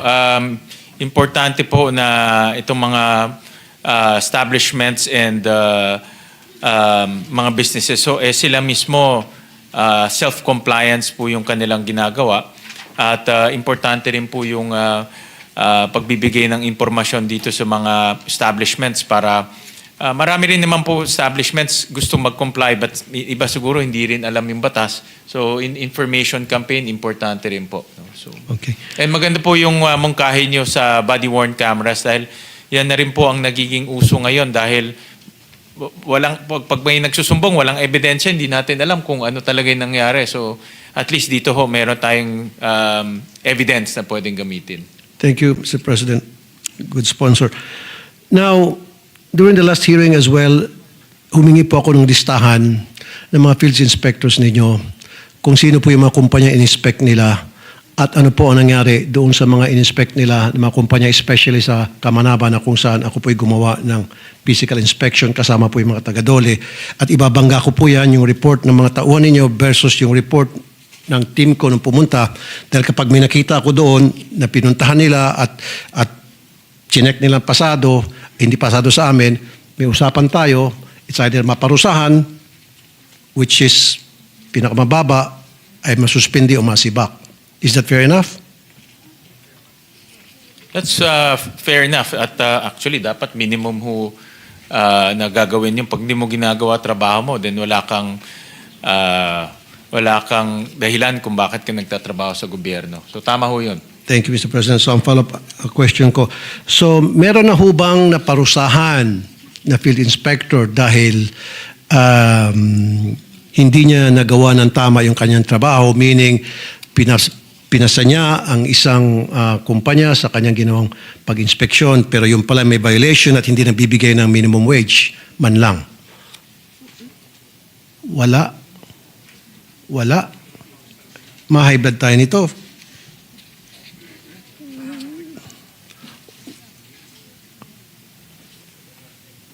Kasi ako po sa Kapanaba, when I went there, halos lahat ng kumpanyang pinuntahan ko, ang lalaking kumpanya to, hindi naman ito mga mom and pops store. These are big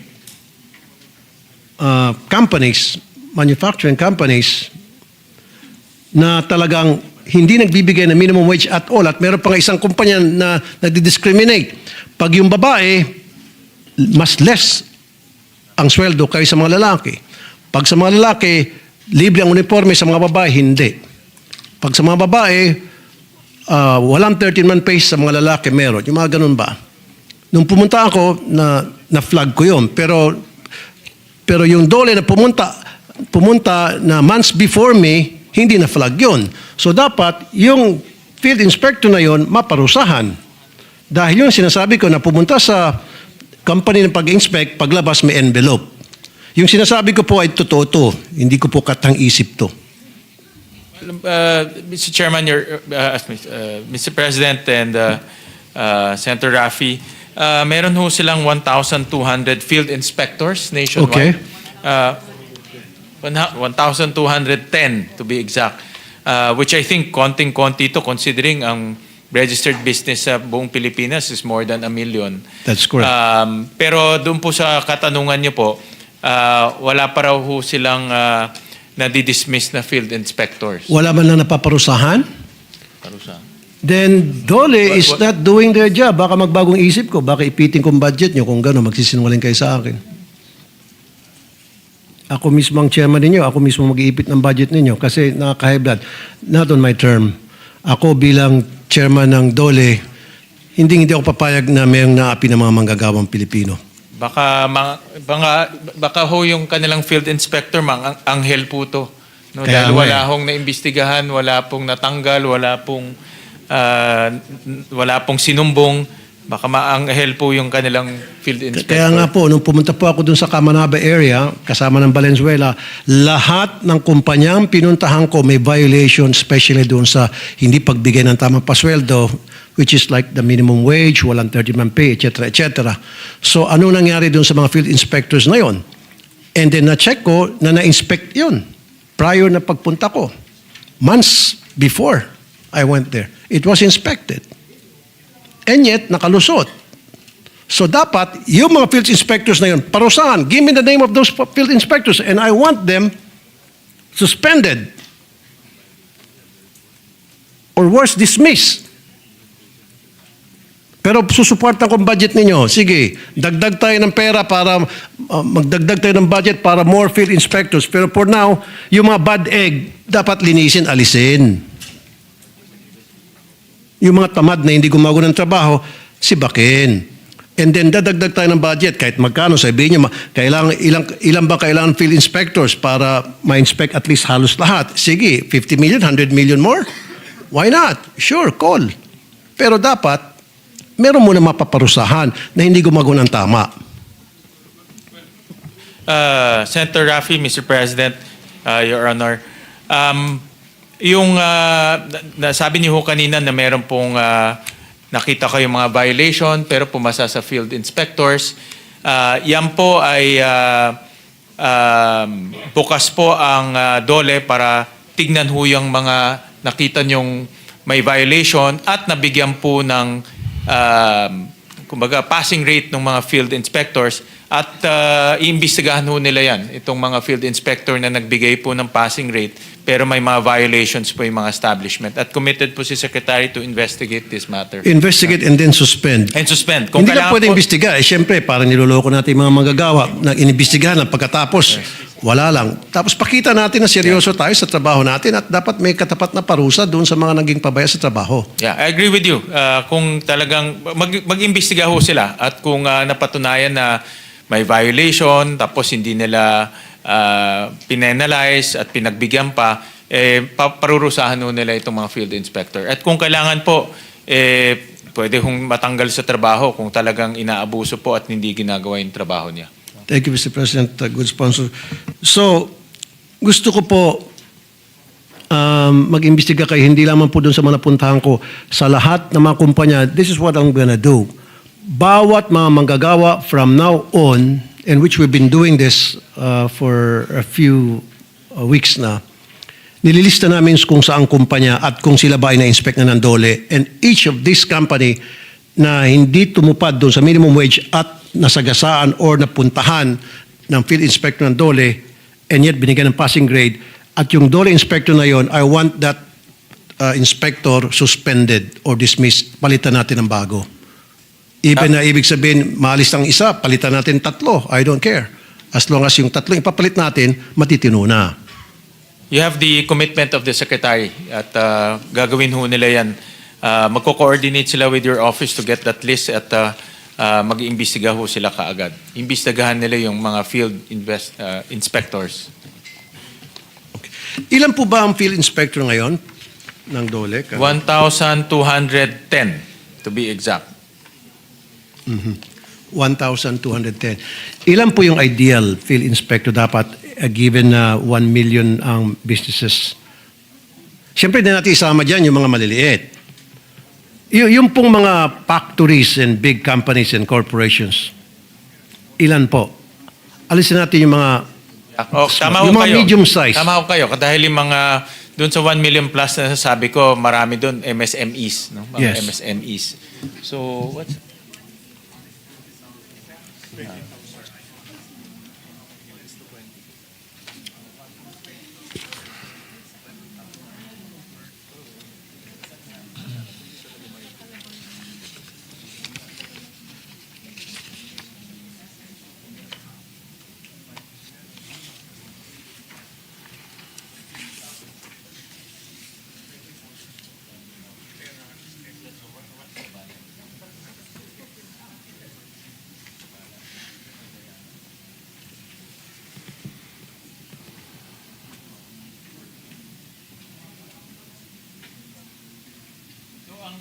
Ang ideal po is 1 field inspector to every 20,000 employed person.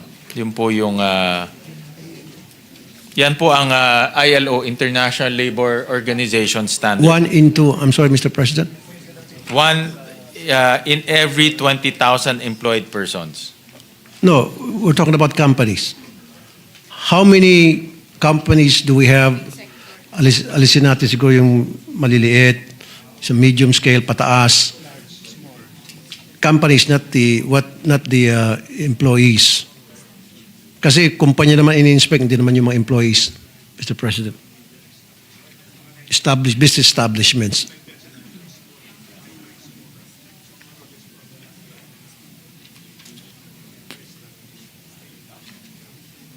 More or less po mga around maybe 100,000 po, more or less ang considered non-MSME, so mga malalaking corporations po ito. So kung 100,000, ano po yung ideal number of inspectors na dapat tututok dito, Mr. President?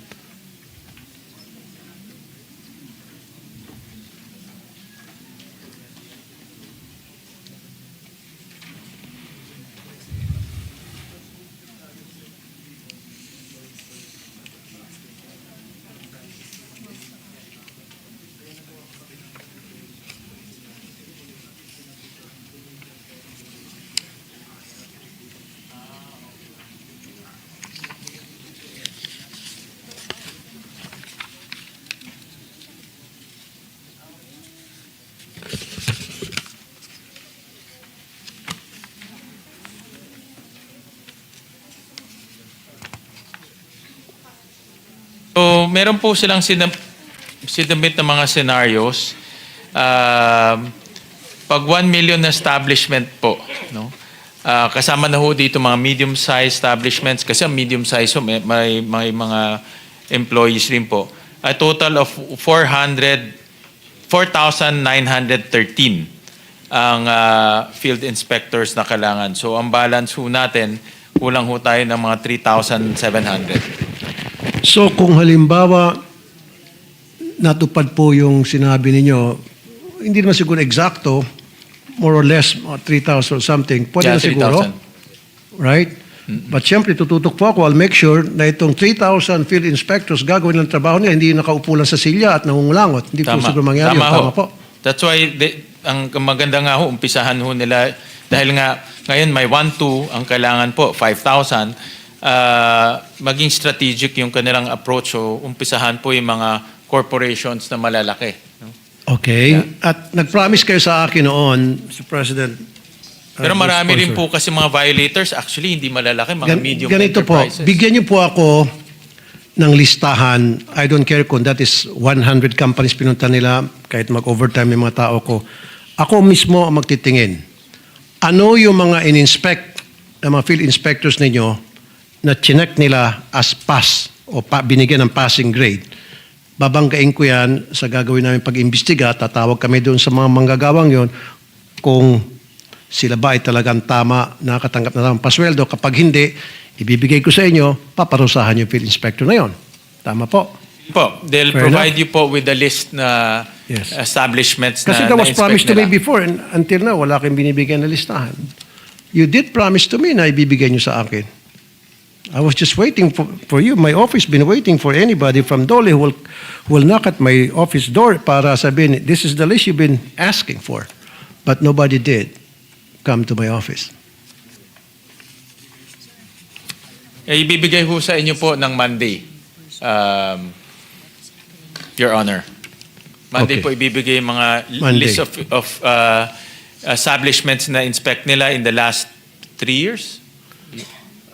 Maski 1 year lang siguro. About 1 year. Yeah. Give me 100, 200, 300 companies. Basta lahat po na na-inspect Sige. nila for 2025 to date. That is Ibibigay po correct. sa inyo yung listahan on Monday. Thank you. Thank you, Mr. President. Good sponsor. Now, let's move on sa NLRC. Alam ko, nag-inspect din ako sa NLRC. Nakita ko na kung ano yung problema din, bakit mabagal, natatagalan yung pag-hear ng case ng bawat manggagawa na pupunta sa NLRC magreklamo dahil kulang sa tao. And then I will support na para madagdagan ang budget nila sa personnel. Now, dito sa sheriff, I don't know anong recommendation ng NLRC dito, siguro dagdag budget din. Tuwing nagkakaroon ng desisyon ang NLRC at ang desisyon in favor of the manggagawa at yung sheriff ay pinapunta na doon para kausapin yung may-ari ng company o maghanap ng mga properties o mag-garnish kung ano man yung dapat mag-garnish against doon sa natalong employer. Ang sinasabi palagi ng sheriff, walang panggasolina. O dili kaya yung sheriff ay mabagal kumilos. Bakit po ganon, Mr. President? Kuminsan, yung po mga manggagawa, nagagaling pa ng probinsya, pagdating sa Maynila, mag-aantay pa dahil walang sasakyan. Kuminsan, ang nagbibigay pa ng pamasahe, mismo manggagawa, bibigyan ng pamasahe at libreng lunch pa ang sheriff in some cases. So ngayon kung talagang kulang sa budget ang sheriff, kulang sa sweldo, maliit ang sweldo, dagdagan natin. Dagdagan natin ang sweldo nila, dagdagan natin yung number of sheriffs. According po sa NLRC, first of all, nagpapasalamat po sila na with your intervention na dagdagan po yung MOE nila, particularly sa gasolina po. So according to NLRC, dahil po sa inyong pagdagdag ng gasolina, dapat wala nang dahilan po na wala nang gasolina. In their computation, sapat na po yung binigay ninyo as intervention for gasoline expense. Kaya kung meron pong mga sheriff na nagsasabi wala pong gasolina, open po ang NLRC para po maimbestigahan itong mga sheriff na ito. Ano ba ang current ratio ng sheriffs ngayon sa Meron ho tayong... Mga cases na naresolba.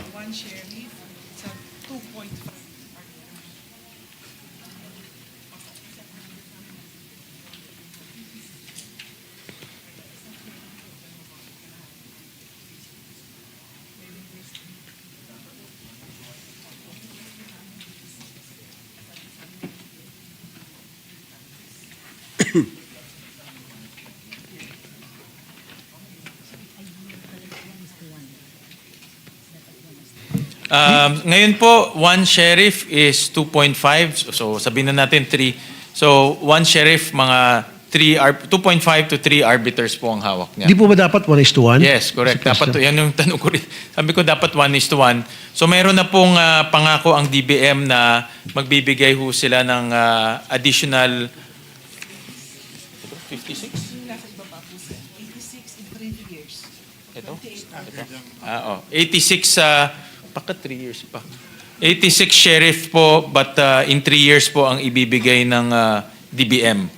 But meron na hong approval na mag-i-increase ho sila ng 86. Thank you, Mr. President. Commitment. That's- commitment. Ah, Di ba ba, commitment. Ashley? Sige. Thank you, Mr. President, and good sponsor. Dalawang question na lang. Sa ibang bansa, tulad ng Japan, South Korea, Singapore, US, UK, and Germany, may kita mo sa mga workplace, mga tindahan, may mga senior citizen na nagtatrabaho. Dito sa atin, pag ikaw ay tumungtong na sa 40 and above, mag-apply ka, hindi ka na tinatanggap. So merong age discrimination. That is the reason why many of our OFWs na nagreklamo sa akin, after na matapos yung kanilang kontrata sa abroad, when they come back, ang age nila sa 40 or 50, hindi na sila nakakuha ng trabaho. Dapat sila pang ang bigyan ng priority dahil sa kanilang experience, especially pagdating sa mga restaurants, sa mga hotels, sa service industry. But we're not doing that. Makikita mo lahat, puro mga bata, gwapo, magaganda, sexy, etc. Wala kang makikita ng mga senior citizen. Namimili, nagdi-discriminate maraming mga company. So anong programa meron po kayo para ito pong mga middle age na mga kababayan natin o senior citizens na malakas pa, qualified pa, gusto pa rin magtrabaho, ay mabigyan ng opportunity makapag-work. Lalo na po itong mga OFWs natin na matapos matawag natin na makabagong bayani, nagsilbi sa ibang bansa at nakapagdala ng pera through remittances, nakapag-ambag, and then now, pag-uwi, wala na, hindi na sila pinapansin ng mga kumpanya at ayaw silang tanggapin. So what kind of programs do you have for this group of people, Mr. President, kung meron man? Meron ho tayong batas, yung anti-age discrimination law, na ito po ang pinapatupad po ng Department of Labor. Ang recommendation ko nga ho kay Secretary to be more aggressive and proactive. Mayroon ho silang, yung hotline nila, pwede ho magsumbong doon. Pero sabi ko, dapat wag nang antay magsumbong, maging proactive rin po sa mga companies na nagdi-discriminate against age. Makikita naman ho natin minsan sa mga hiring process, meron doon, dapat below 40 or may age requirement, bawal ho yun. Ang requirement ho dapat ay Di ba meron pa yung galing mo. must be pleasing personality. Alisin na dapat yon. Dapat yung mga nag-advertise na ganun. Wala na Wala ba? na po. Dapat skills lang. Diba? Skills lang ang requirement. So sabi ni Secretary po, wala na po yung mga ganong pleasing personality, good looking, wala na hong yun. Siguro ang gagawin ng DOLE, talk to the big corporations. Okay? Top 10, top 20 big corporations. Talk to them. Kausapin sila na pwede ba maglagay kayo ng mga senior citizens, maglagay kayo ng, maski pa PWD. Because I went to MMDA, when was this? A month ago, natuwa ako dahil doon sa opisina nila, merong 16 yung hearing impaired personnel na nagtatrabaho. PWD. Siguro magkaroon din ng ganong programa ang ibang mga kumpanya. Nandiyan naman yung SPED na pwedeng tumulong. So I'd like to see yung mga ganong klaseng development na mga kumpanya, may mga senior citizens at may mga PWD na nagtatrabaho doon.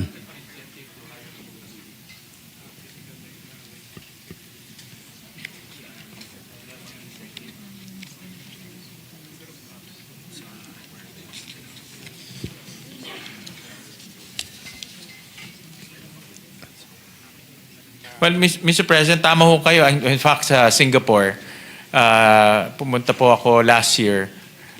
Nakita ko na meron ho silang mga special laws para ma-encourage po yung mga restaurants. Actually, restaurants ko nakita na kumuha po ng senior citizens. At nakita ko with my own eyes na yung mga able senior citizens na pwede ho magtrabaho sa mga hindi naman stressful na trabaho katulad po sa convenience store or sa restaurants, ginagawa ko sa Singapore. Sabi ko kay Secretary, dapat may ganyan tayong batas, no, to encourage mga establishments na mag-hire po ng mga senior citizens para po mabigyan rin sila ng trabaho. Kasi marami sa ating mga senior citizens, able-bodied pa naman. Siguro gagawa tayo ng legislation, Mr. President, pag-aaral natin, na bigyan ng incentives yung mga kumpanya na nag-hire ng mga senior citizens, yung mga nasa 40s, 50s, na malakas pa, kaya pang gawin yung trabaho, maging ng mga PWD. Give them incentives siguro dyan, maingganyo sila na mag-hire ng mga senior citizens and PWDs. Sa government po, required ho tayo. Republic Act number 10524 na at least 1% of all government positions and all positions in government ay PWD. 1% dapat PWD. May PWD ba dito sa Senate, Mr. President?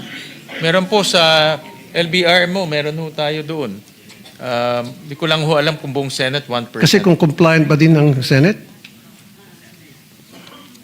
At nakasulat rin po pala dito sa batas, pag ang private corporation with more than 100 employees are encouraged to reserve 1%. Encourage. Yeah, encourage. Hindi mandatory. No.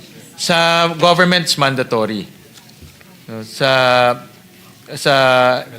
private is encouraged. No? Yeah. So dapat tingnan rin natin kung yung government po ay nagko-comply. No? Wala yatang, may ganyan na report ba? Ang government complying 1% employees, PWD? So all government establishments, all government agencies, dapat GOCCs. merong isang PWD sa bawat government office? Correct. That's, at least 1%. that's the law. 1%. Depende kung ilan ang bilang ng mga empleyado doon, so should be 1%. Yeah. So kung 2 million po ang civil servants natin, dapat 20,000 po ay PWD. Nasaan po itong 20,000 mga PWDs? Dole, hindi nyo po minomonitor. Government kasi, okay. Tingin ko dapat civil service Yes. Civil service. Yeah. Okay, sige. Pero magandang idea ho yun, to come up with legislation para mabigyan ho natin ng maybe additional deductible sa wages pag kumuha ka ng PWD and senior citizen. Siguro tie up din ang DOLE sa mga LGUs, and then kasi yung mga LGUs may mga programa na ngayon tulad ng halimbawa sa Manila, I think meron ganong klaseng programa. In other cities, hindi ko pa alam pero nababalitaan ko para ma-encourage itong mga kumpanya, especially ito sa mga fast food, na mag-hire ng mga senior citizens and mga PWD. At tama ho kayo, hindi naman siya nagbubuhat ng sariling bangko, but sa Valenzuela may ordinance ho kami to give some discount on their business permit kung sila po mag-hire ng senior citizen at PWD. Alam ko maraming LGU may ganyan na. No? Most ng mga malalaking LGUs merong ganun na ordinance. At maganda siguro magkaroon kayo ng inventory, Secretary, kasi in LGUs, proactive sila eh. No, how many LGUs may ganitong ordinance, and let's encourage them to come up with their own ordinances. No? Yeah, dito sa Pilipinas, may mga private companies like Jollibee, McDonald's, and Lola Nenas, and Shakey's, and I commend these companies dahil meron sila mga senior citizens sa kanilang workforce. Sana lahat na ng kumpanya will follow. Secretary, dapat magkaroon ng awarding sa mga establishments na merong proactive programs on hiring PWDs and senior citizens para ma-recognize rin itong mga That corporations. is a very brilliant idea. Minsan itong mga corporations like Jollibee, they want recognition, but they're doing it on their own volition. Exactly. So, Mr. President, yeah, do it. And isa po ako magsusuporta. If I need to use my platform sa YouTube, Facebook, gagawin ko yun. Bigyan natin ng award yung mga gumagawa ng magagandang programa tulad ng binabanggit natin dito ngayon. Okay, yan lang po. Pero isa pong habiling ko, Mr. President, good sponsor, sa mga taga-Dole, please do your job. For so many, many years, ang dami pong naaping mga manggagawa natin. Kinakawawa, malit na ang sweldo, kuminsan, nasasaktan pa, namumura pa, nabubuli pa. I want to see workforce natin dito sa bansa natin na compliant na yung mga kumpanya at lahat at least nakakatanggap na minimum wage or more and with full benefits.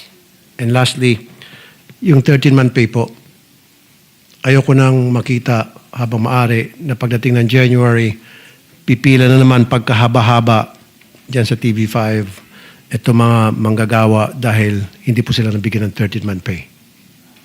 Okay? That's all. Thank you, Mr. Thank you. President. May Thank you, commitment good ho sponsor. kayo kay Secretary at sa buong Dole agency na itong mga mungkahin ho ay siseryosohin ho nila at yung mga dapat ho i-comply ng mga establishments ay sisiguraduhin nila na nagko-comply po. Thank you. Thank you, Mr. President. Thank you.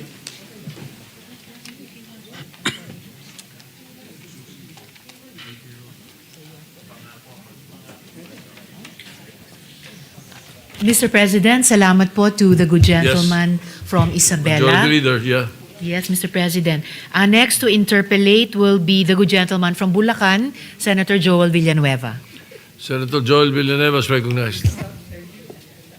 Thank you, Mr. President. Maraming salamat po to our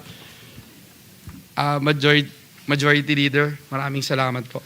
Mr. President, may we know if the good chairperson of the Senate Committee on Finance, the sponsor of the budget of the DOLE and its attached agencies, including TESDA, would yield to some questions from this representation. It will be an honor, Mr. President, Your Honor. Thank you, Mr. President. Magandang gabi po sa Dole family, kay Secretary Laguesma, kay Secretary Kiko, mga kaibigan po natin at mga matagal na nakasama at nakatrabaho sa Dole at TESDA. Magandang gabi po sa inyong lahat. Mr. President, at the onset, let me put and state for the record that this representation had been perennially supportive of the budget of Dole and TESDA for obvious reasons, Mr. President. We were the chairperson of the Senate Committee on Labor for quite some time. We were then TESDA secretary for quite some time, and I'm no longer I'm still the TESDA man, but the TESDA kuya is here, and we thank the Lord and the administration for finally heeding the call of the tech book community to have a secretary who really knows the job. And again, I will put that on record. The chairperson also is nodding his head, who is also the former chairperson of EDCOM 2. And it has been a very challenging task every time we talk about tech book during those times, Mr. President. Mr. President, for fiscal year 2026, the total expenditure program of the DOLE under the Senate Committee report on the General Appropriations Bill is 49.883 billion, which is actually lower by 14.21% from the GAB level of 58.143 billion, but it is higher by 10%, 10.8% from the NEP level of 45.019 billion. I'm concerned, Mr. President, because every time we talk about DOLE, we talk about the importance of managing underemployment and unemployment. And in terms of magnitude, the number of unemployed individuals in September 2025 of this year was posted at 1.96 million. Please correct me if I'm wrong, Mr. President, distinguished colleague. This is higher than the number of unemployed individuals in September of last year, 2024, at 1.89 million. In fact, in August of this year, 2025, the number of unemployed persons was estimated at 2.03 million. So, Mr. President, this year, September 2025, ang unemployment po natin ay 3.8%. May we know what factors resulted in the low unemployment rates, especially this year, Mr. President?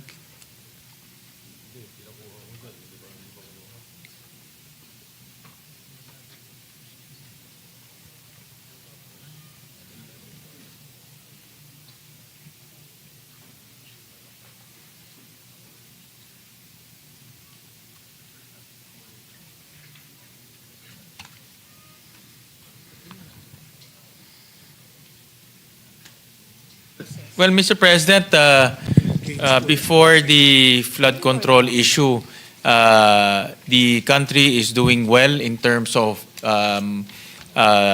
jobs production as well as economic growth.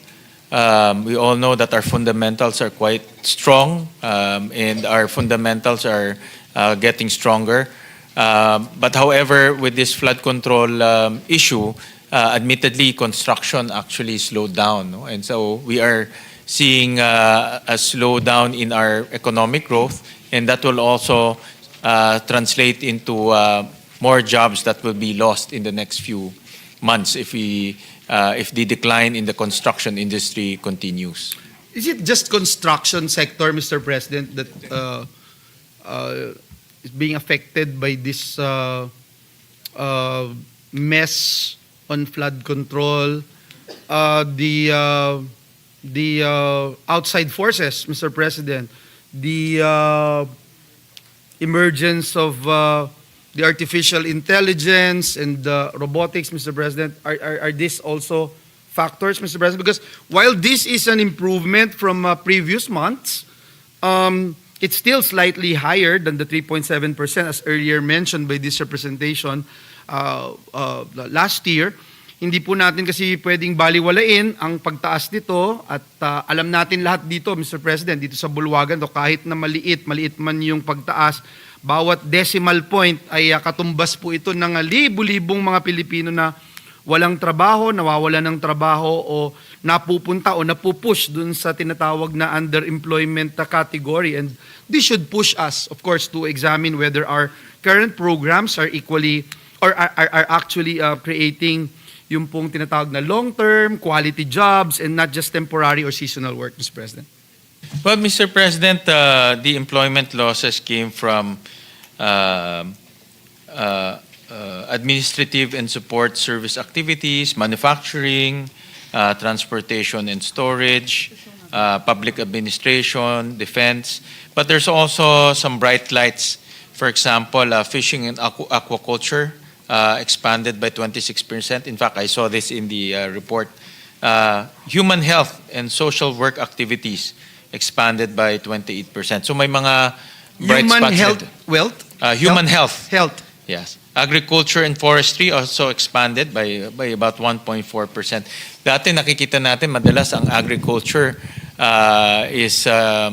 agriculture experiences negative growth, but this time around we're seeing some bright spots in agriculture. But this is before the typhoons that we experienced in the fourth quarter. No? So, but prior to the fourth quarter, agriculture seems like it's reviving. Yeah. Thank you, Mr. President. I'd like to show a table here with regard to the unemployment and underemployment data. And let me show from 2019 to 2025, if we can show this. Actually, in July, Mr. President, July of this year, 2025, the unemployment surged to 5.3%. And this is the highest, no? Highest po ito since the pandemic. While underemployment also climbed to 14.8%. If we can show the the table. July of 2025, unemployment po ay 5.3%, underemployment climbed to 14.8%. And Mr. President, what is even more concerning is that underemployment continues to affect our it affects our significant workforce, significant portion of our workforce. And I believe this tells us that job quantity alone is not enough. At ito, lagi natin na pag-uusapan sa EDCOM kasama si Sec Kiko, Chairman Sherwin. Job quality must be our priority, no? So, Mr. President, bakit po ganito kalaki yung I wanted to, again, plead the indulgence of everyone if they can actually show the table. But again, let me focus lang dun sa 2025 of July, 5.3% ang unemployment at 14.8% ang underemployment. And gusto natin malaman kung bakit ganito kalaki yung volatility sa ating job quality indicators, Mr. President. At ano nga ho kaya yung mga pangunahing dahilan kung bakit po bakit employed nga pero kulang pa rin sa kita, kulang sa oras, kulang sa oportunidad ang ating mga manggagawa, Mr. President?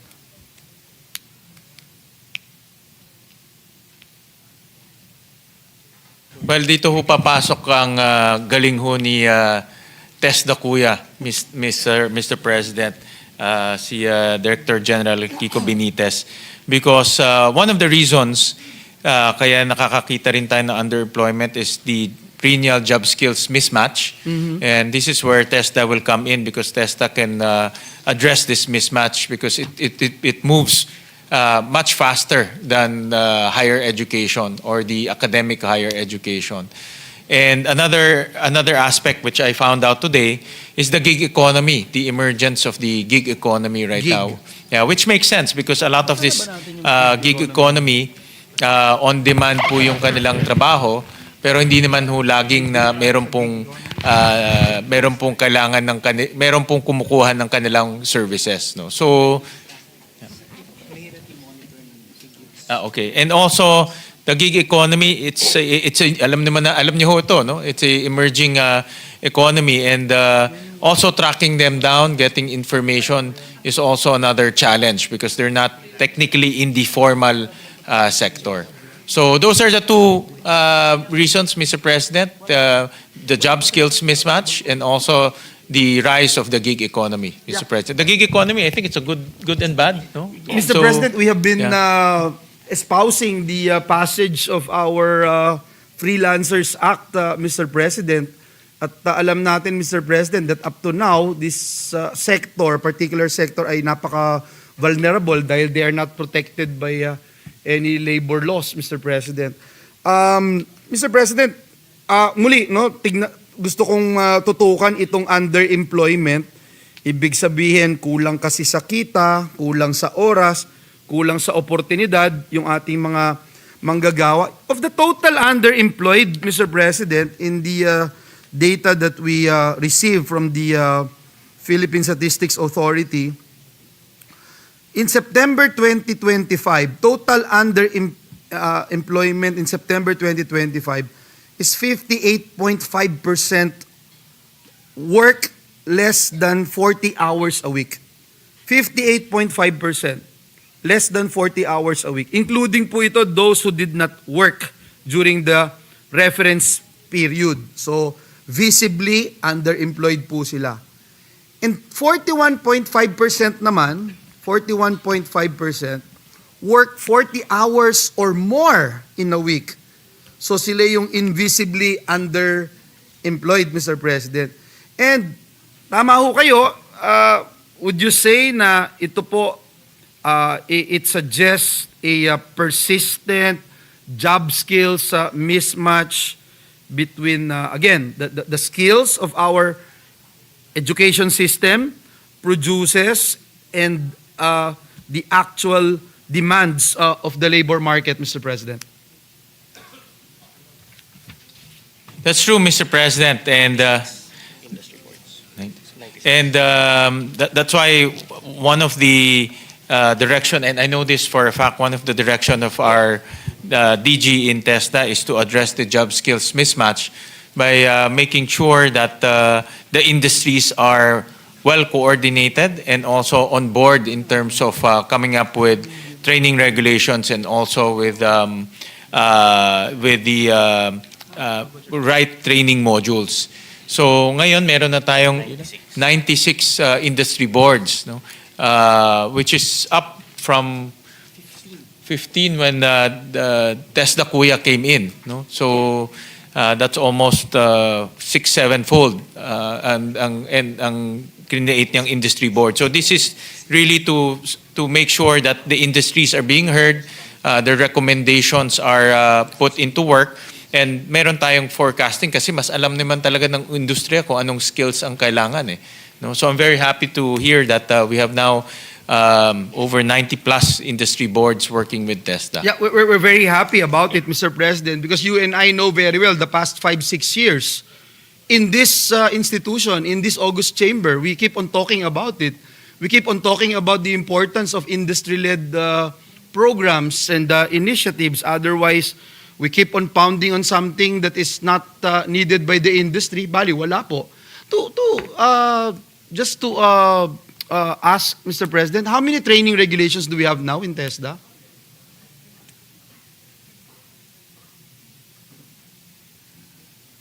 $339. 339.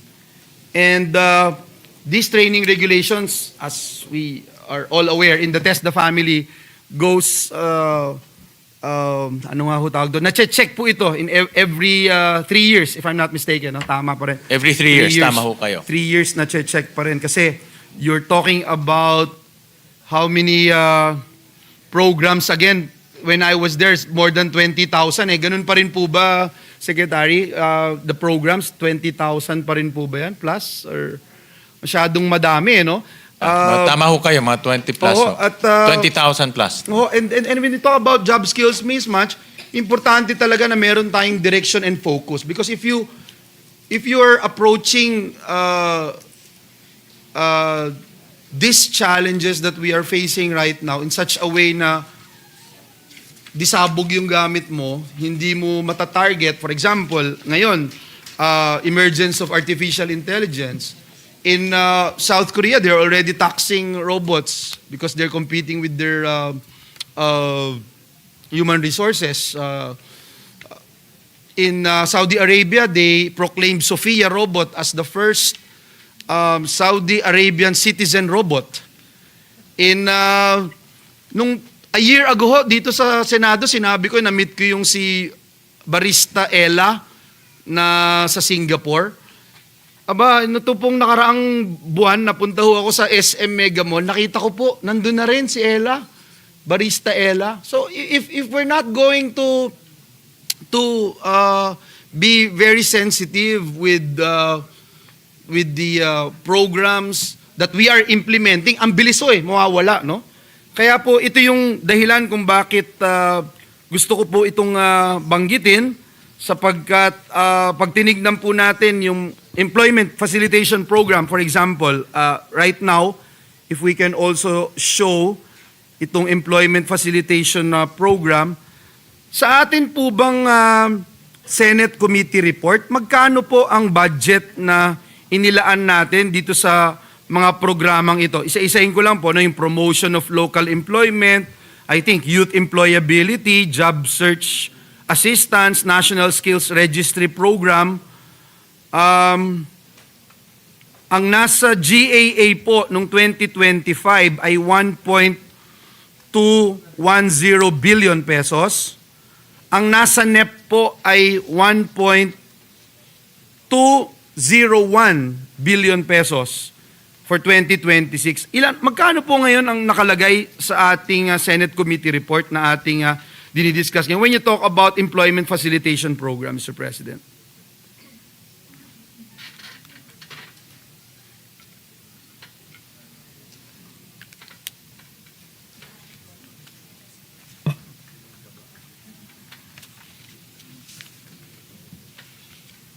About 1.2 billion pesos. Ito, So pero it's nasa, the same with the NEP, Mr. Sorry. President? Is that correct? Same as the NEP? Mr. President, it's no change, So Mr. there's President. no change, Mr. President, which means, Mr. President, if you look at Job Search Assistance Program, from 171 million last year is down to 127 million. That's about 43, 44 million decrease or 25.6% decrease, Mr. President. Is that correct, Mr. President?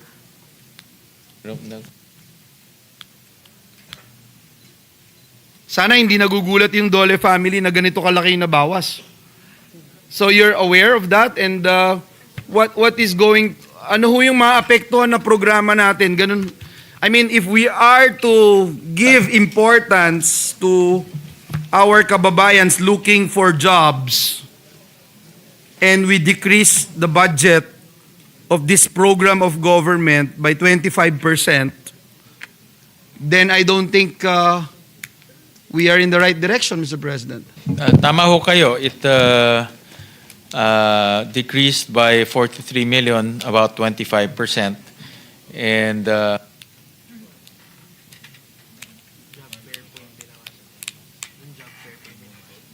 yan po ay yung mga job fairs, Mr. President.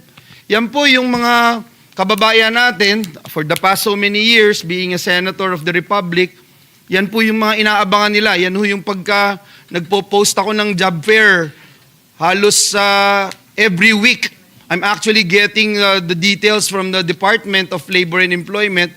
Every time magpo-post po tayo, nagre-respond yung ating mga kababayan, masayang-masaya sila na pumupunta po doon, nagkakaroon ng job fairs. Babawasan natin ng 25%, Mr. President. Baka ho, hindi magandang pangitain ito sa mga susunod na panahon kung ang ating tinatahak na landas ay gumawa at patuloy magbigay ng trabaho at hanap buhay sa ating mga kababayan. yeah, actually ho, ang nagbawas ay DBM and I'm sure the reason there is fiscal space. No? So, yeah, dito man ho sa Congress and Senate, tinuloy lang ho natin yung ano yung nasa NEP. Sorry, Mr. President. Minority leader ko, boss, kaya I have to, sabi niya, nasa second page pa raw ako, baka pwede daw tanggalin ko na lahat. Sabi ko, okay naman po ako doon. Importante lang sa akin, Mr. President, if we can, at the proper time, this representation would like to put into the records of this August chamber that I will lobby with the chairman to put in more funds with this job search assistance. This is the job fair program of the government, Mr. President. So kung 43 million lang, I think 40 million kayang-kaya po natin. Yeah, tama ho kayo. I think you made a very good point. Ang underemployment natin is persistently high. Yes. We have to expect the worst because of this issues surrounding our surrounding the flood control issue. So the job search program is a important program to stimulate job creation and also help our kababayans look for the appropriate jobs for them. No, tama ho kayo. And we welcome suggestions. Thank you, Mr. President. And at the proper time, we will do that. And with the help of our good friend, Secretary Laguesma, to help us figure out magkano yung pwede nating idagdag at kailangan, Mr. President, para sa programang ito. Mr. President, magpapaspas po ako, Mr. President, dahil nabigyan ako ng signal na pumaspas. I cannot leave this August chamber without mentioning, Mr. President, that DOLE and its attached agencies currently have 1,641 unfilled positions. Meron po tayong table dito na gusto rin ipakita pero dahil matagal kumilos yung mga nandun, sasabihin ko na lang, 1,641 unfilled positions. Tapos, ang JO at contract of service ay 2,351 job orders and contract of service. Doon po sa mga unfilled positions ng DOLE, 15.8% po ito ng kanilang authorized plantilla items. At sorry sa TESDA dahil ang significant portion of vacancies ay nasa TESDA, pinakamalaki, 914 positions. So sana po tugunan ito dahil tayo po ang DOLE being the agency tasked with labor protection should lead also by example in providing security of employment sa ating mga kababayan, Mr. President. Thank you, Mr. President, for being consistent in reminding the agencies about these unfilled positions. In fact, sa gobyerno pa lang, marami na pong opportunity na trabaho and you've been consistent for the last 9 years here in the Senate. And maraming salamat for that. Ang problema, Mr. President, kahit consistent, ang bagal ng improvement. Oo nga. Yung job order and Oo the nga. contract of service, nung nagsimula po ako, 600,000 lang sa buong pamahalaan, especially sa local government, napakalaki. Ngayon ho, 900,000 plus na, mag-1 million na. So from 600 to 900, ang nag-improve lang po itong mga filled up positions, Mr. President. Last year, sa kada 10, isa lang yung unfilled. Ngayon, 13 na. 13:1. So, I hope, Mr. President, ma-address po ito ng ating DOLE and TESDA family. Mr. Just to put on record, Mr. President, some of the reasons, marami pong mga nagre-retire, marami rin pong nagre-resign, iba naman po na pro-promote. So, mas marami po yung mga nagre-resign, nagpo-promote, tsaka nagre-retire kaysa po doon sa pumapasok. Kaya kumbaga, yung proseso rin ho natin sa pag-hire, mabagal. Kaya lumalaki po yung unfilled position. Nevertheless, there's a commitment from the Secretary to continuously utilize the positions. No? Yeah, thank you, Mr. President. I remember when I was in TESDA, Mr. President, there's a unfilled position for a lawyer in TESDA. If I recall it right, that was kind of long time ago, Mr. President. Ang problema po, ang baba-baba nung salary grade. Tama. So yung mga ganun po, Mr. President, katulad ng mga ganun, and sometimes you really cannot blame the agency or the department. But we have to notify the Department of Budget and Management sa mga ganung situations, Mr. President. Hindi ko lang ho pwedeng palagpasin din. Yung JON contract of service sa DOLE, if you compare it from last year, nag-increase pa po eh. Last year, 2023, 2,193. 2024, 2,351. So nag-increase. Hindi magandang pangitain po eh. Paki-check lang din po ito, Secretary. Mr. President, another thing that I'd like to raise, Mr. President, ay yung pagpasa natin nitong enterprise-based program, no? Kasi ayon po dun sa pag-aaral ng PIDS, may mga manggagawa na tumatanggap ng trabahong overqualified po sila. Overqualified sila, 39%. Overeducated sila. Meron namang napupunta dun sa trabaho, underqualified sila, 29%. Undereducated naman. And dahil po dito, may mga manggagawa na, yun nga, ang nangyayari, naghahanap ng dagdag kita o hindi makahanap ng trabaho, napasok naman sa kanilang kakayahan.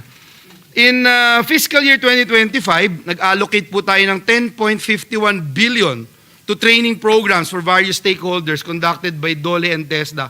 Meanwhile, 2025 di po sa NEP, at least 8.72 billion has been allocated for said programs under DOLE and TESDA. Ito po ay nasa table 5. Naghahanda naman po tayo tuwing nag-interpolate tayo. Parang tulog na ho yata yung Opo, natin. Pakibigyan po Last time wala nimang sound. Yeah, pakibigyan po ng 10 pasang kape pa yan ng magising.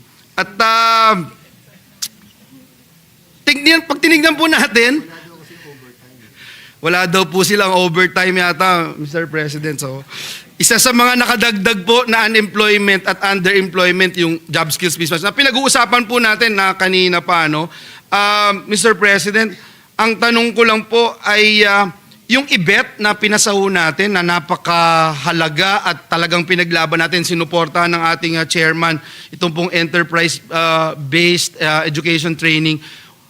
Once fully implemented under the IBET Framework Act, talagang this will translate to real reductions in unemployment and underemployment. So, pwede ho bang malaman ano na po yung update nito? Meron na po bang tumaas na po ba yung mga pumapasok dito, Mr. President? And how much is the budget allocated for 2026 for this particular initiative, Mr. President? So, ang allocation po for Tulong Trabaho Scholarship Program is 1.6 billion pesos. Kasama na rin po dito yung IBET scholarship. So, that's on top of the other scholarship programs like the Training for Work Scholarship Program. Correct. That's on Tama top po, of it. tama Thank ho you. kayo. I just wanted to make sure that it's on top of it. It's top of it. Yung sa STEP, baka mamaya mawala naman din yung Special Training for Employment Program na merong kasamang equipment at mapagsisimulan para makapaghanap buhay mga kababayan natin. Yes. Thank you. So, ngayon po, merong 383 IBET programs have been registered. 246, actually good news to. Good news. Dati parang ilan lang to? Parang 15 na tandaan ko. Natatanda mo, Mr. Chairman, Centcom. dati yung sinabi sa atin ng taga-TESDA noon na aakyat ng puno ng nyog. Tama ho yun. Ewan ko kung anong program ho yun. Baka, tapos meron pong 246 general IBET programs, 20 apprenticeship programs, 117 upskilling programs. And this is in counting. Dumadami pa ho ito, no? So, talagang iba ho talaga pag ang Director General galing po ng EDCOM. Talagang mabilis ho kumilos. No? Lahat po ba na nasa education sector yan galing na sa EDCOM? Sa DepEd, ganun rin po. Galing Finally. EDCOM, mabilis rin ho kumilos. No? Itong si DG Kiko, first of all, alam niya ho yung ginagawa niya. At pangalawa, mabilis ho yung kanilang pag-implementa. No? Yeah. Thank you for that, Mr. President. I go to another topic right away. Labor law compliance. May we know how much is DOLE's budget for labor law compliance in 2026? And is this budget sufficient to address the woes of our workers? Kanina nakikinig po kay Senator Raffy Tulfo and tingin ko ito'y may kinalaman doon considering the increasing complexity of our work environments, Mr. President. Ang labor laws compliance is about 822 million pesos. 822 million. Yeah. So ito po will adhere to the Department Order number 238, Mr. President, series of 2023, yung in-issue po ng DOLE to strengthen the enforcement and visitorial powers of the DOLE Secretary. Is that correct, Your Honor? Part po ito? Yeah, tama po. Tama po. Kasi dito, napakahalaga po nito, tinitignan ko po yung conducting inspections. 1, technical and advisory visits. 2, labor inspections. And 3, occupational safety and health investigations. So, napakahalaga po nitong item na ito. And under the said order, high-risk establishments shall be prioritized. Greater participation of labor groups and employers will be encouraged, and that strict record-keeping of employers in relation to labor compliance in the last 3 years shall be implemented. So, maganda po na sapat itong budget na ito para talagang masiguro natin yung labor law compliance ng iba't ibang kumpanya. Anyway, Mr. President, what other actions were taken by DOLE to ensure compliance to our labor laws, Mr. President, other than this? May bago po ba? Well, na-mention ho kanina na ang DOLE meron silang hotline and then meron ho silang hold on, let me just yung inspection program and then meron din ho silang compliance portal, no? So online compliance portal. So ito po yung kanilang mga hakbang para masigurado po yung compliance ng mga establishments. Thank you, Mr. President. Another thing that I'd like to ask, yung labor education law, pinasaho natin, Republic Act number 11551. Tayo po yung principal author at sponsor nito. May 2021, 27th of May. Mahigit 4 na taon na po ito na nakalipas. Pero hanggang ngayon po, wala pa ring IRR, Mr. President. May we know why? 60-day deadline Tama lang ho yung kayo. IRR eh. Actually, tama ho kayo, Your Honor. Ang first reaction ko rin, ang tagal na yan Kasi I remember... Author ka rin nito, Mr. President, Okay, kasama ko. Kaya nga, but unfortunately, from my information, hindi po gumalaw sa CHED itong program na ito or itong batas na ito. And we have Kung alam ko lang nung nakaraang kahapon lang po yata yung CHED eh. Oo nga, yeah. Pero mayroon tayong bagong CHED commissioner. So Galing din sa EDCOM 2. Galing din sa EDCOM 2, very active in EDCOM. So unfortunately, yung mga previous CHED management, hindi ho nila prioritize tong batas na ito.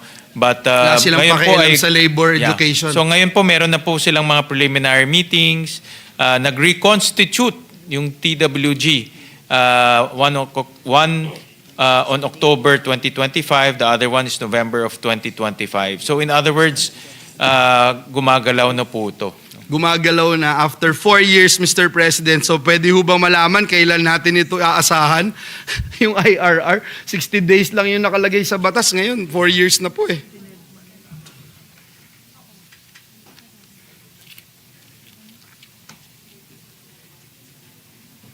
I'm sorry, I have to ask that question, Mr. President. And I think we deserve to know kung kailan gagalaw ang ating mga kasamahan sa ehekutibo, Mr. President.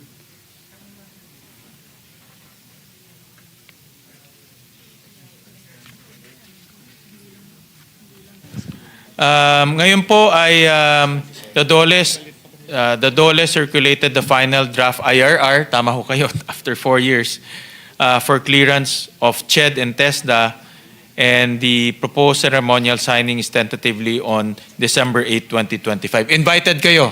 Sinasabi ko na. No?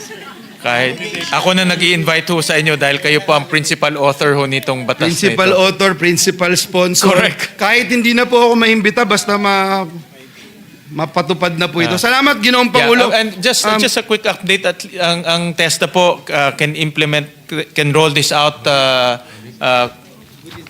within 3 months po. Mabilis po sa TESDA.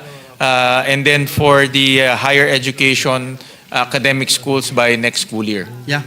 Let me finish, Mr. President, by asking, Mr. President, yung dalawang tanong lang naman po sa TESDA. Kasi we have been very interested with our programs in so far as bringing TESDA overseas. I remember, Mr. President, tayo ho yung nagpasimula, I think in 2019, if I'm not mistaken, nandyan si DDG Rose, nakita ko, tsaka yung mga, si Director Marlin. We started launching this overseas assessment program in 2014, if I'm not mistaken, alongside the Sa Pinas Ikaw ang Ma'am Sir initiative to bring competency assessment and certification directly to our OFWs on site. I remember going to Hong Kong and doon natin ni-launch ito kung saan, Mr. President, binibigyan natin ng better opportunities yung ating mga OFWs na magkaroon ng higher pay, professional mobility through this program because they will be able to earn national certificates abroad without having to come home, Mr. President, validating lang yung kanilang skills and strengthening their competitiveness in the global labor market. May we have an update, Mr. President? Alam ko natigil po ito and maintindihan natin because of the pandemic. May we know kung may update na po tayo on the resumption of this program? Magkano yung allocation natin for next year? Ilan yung target po natin na ma-assess and ma-certify next year, Mr. President? So as of October 31, 2025, there are 9,188 OFWs assessed, of which 7,905 OFWs were certified with a certification rate of 86.04%. So next year po, 9,000 plus, no? 9,000 plus po. Okay. Mr. President, nung 2019 kasi mga 4,136 yan ang figures ko dito, Mr. President. And gusto lang natin makita, Mr. President, na talagang madagdagan. And ilan yung target po natin again this year, Mr. President?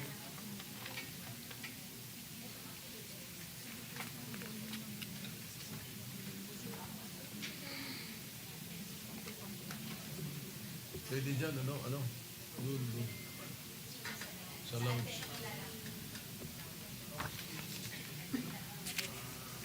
Natapos na. Tuloy-tuloy na kung Pwede na raw umuwi. Hindi na lang. Na-achieve na daw natin yung kailangan natin i-achieve. Ang target po ng TESDA for next year is additional 2,000 OFWs. And they're now working with DMW para po ma-expand pa itong number na ito. Yes, Mr. President, let me just put into the records of this August chamber when we were discussing and establishing the Department of Migrant Workers. Isa po ito sa talagang siniguro natin na magagawa natin because at the end of the day, we are shooting for that goal ng full cycle reintegration program ng ating mga OFWs. By the way, Mr. President, madadagdagan ba or nadagdagan ba yung mga qualifications na i-assess sa abroad, Mr. President?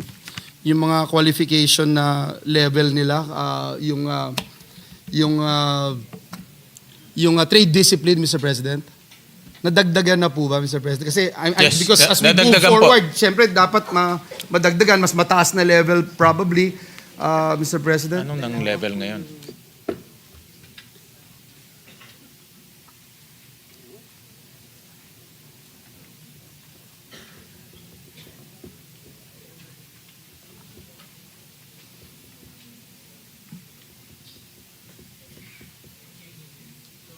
Ang magandang balita po, una ay nag-start ho sila sa housekeeping, so mga simple skills.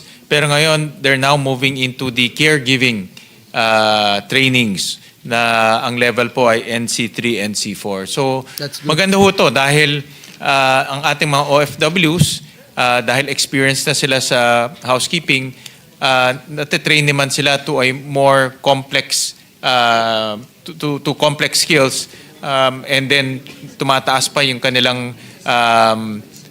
national certification. Yeah. Mr. President, what about IT? Are we looking at it as possible for IT? Wala pa hong ganon for this time, but the good Director General will take your suggestions and put that probably, into action. Mr. President, to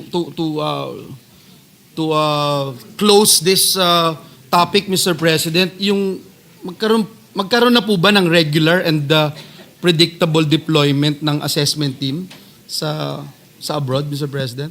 Yes. Kasi kung kulang naman yung budget, babudgetan po namin ni Chairman, Mr. Meron pong President. ganon. Napakahalaga po nito. Ang last issue ko, Mr. President, yung assessors. How many assessors do we have right now in TESDA?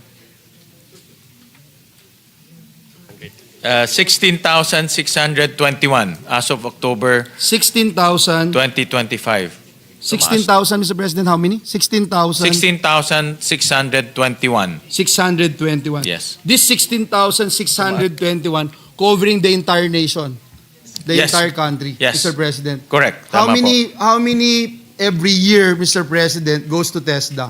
And syempre, yung for so long we have been discussing a couple of days ago here in this plenary, Mr. President, yung akala nung iba ang kliyente lang ng TESDA ay yung galing sa high school. Hindi po eh. Iba-iba po yung entry level. And gusto ko hong susugan yon at i-emphasize dito sa bulwagan nito, Mr. President. Hindi lang yung galing ng high school.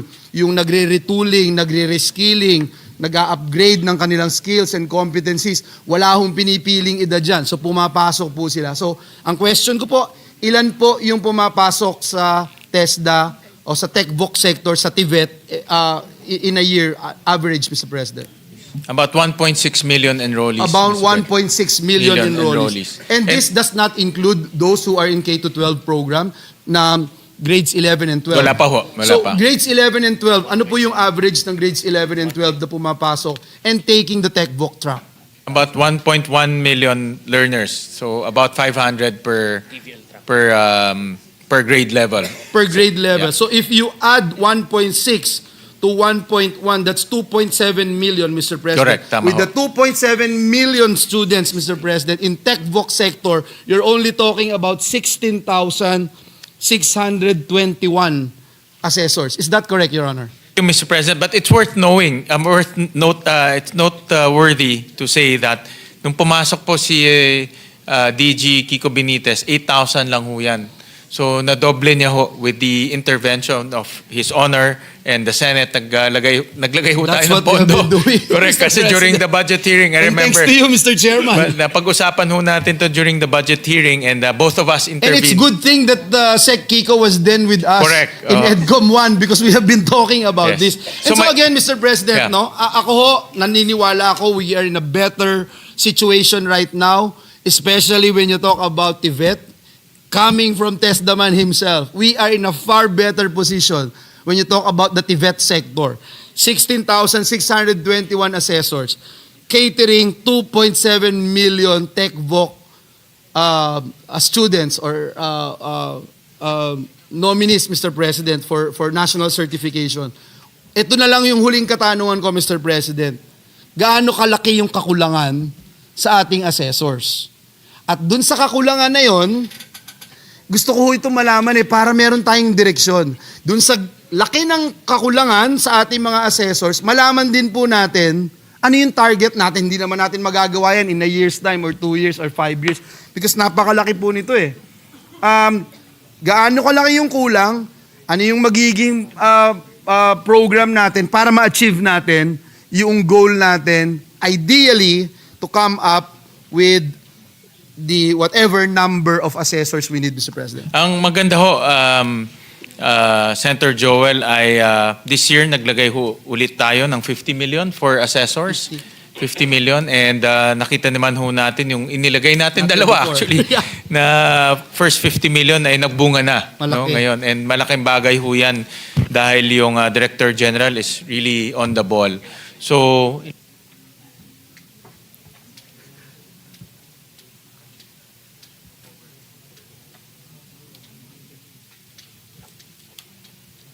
Tapos na ako, Brad. Sorry. Tapos na ako, Brad.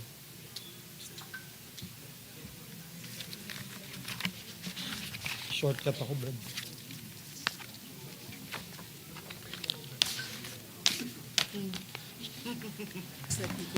Pag sinabi ni Alan na 10 minutes lang. So ang additional pa ho na kakailanganin na assessors about 10,000 assessors pa. 10,000 assessors pa. Additional So at least. that would bring us to 10,600 plus, no?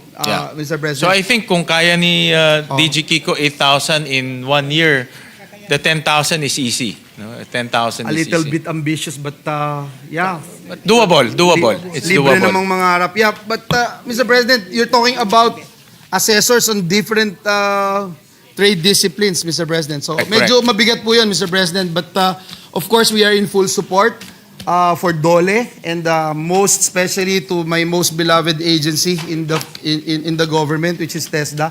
So let me end by saying, Mr. President, may kakampi ang DOLE at TESDA dito sa Senado. Marami po at nais namin makatulong in any way we can so that we can better serve our country and people. Maraming salamat, Ginoong Pangulo. Maraming salamat, distinguished colleague, a sponsor of the measure. Thank you, Senator Joel. At kayo po ang idol ni Senator Kiko. Next time, gusto niya siya na nagtatanong ho dyan. No? Siya naman na magtatanong ho dyan. No? Sabi niya, mahirap pala sumagot. So gusto niya, next time siya na magtatanong. Yeah, Majority Leader. Mr. President, salamat to the good gentleman from Bulacan. Next to interpellate will be the good gentleman from Taguigan Pateros, the Minority Leader, Senator Alan Cayetano. Senator Alan Cayetano is recognized, the Minority Leader. First and foremost, may I thank the Senate President. I know he's also very tired. Pinakamatagal dito session hall at sabi ko 2 questions lang. Pero sabi niya, si Joel 2 questions din lang. Kaya binago ko, sabi ko, sir, less than 10 minutes. So, Mr. Chairman, may I ask a few questions? Yes, it will be an honor. Yeah, good evening, everyone, Dole salamat. family.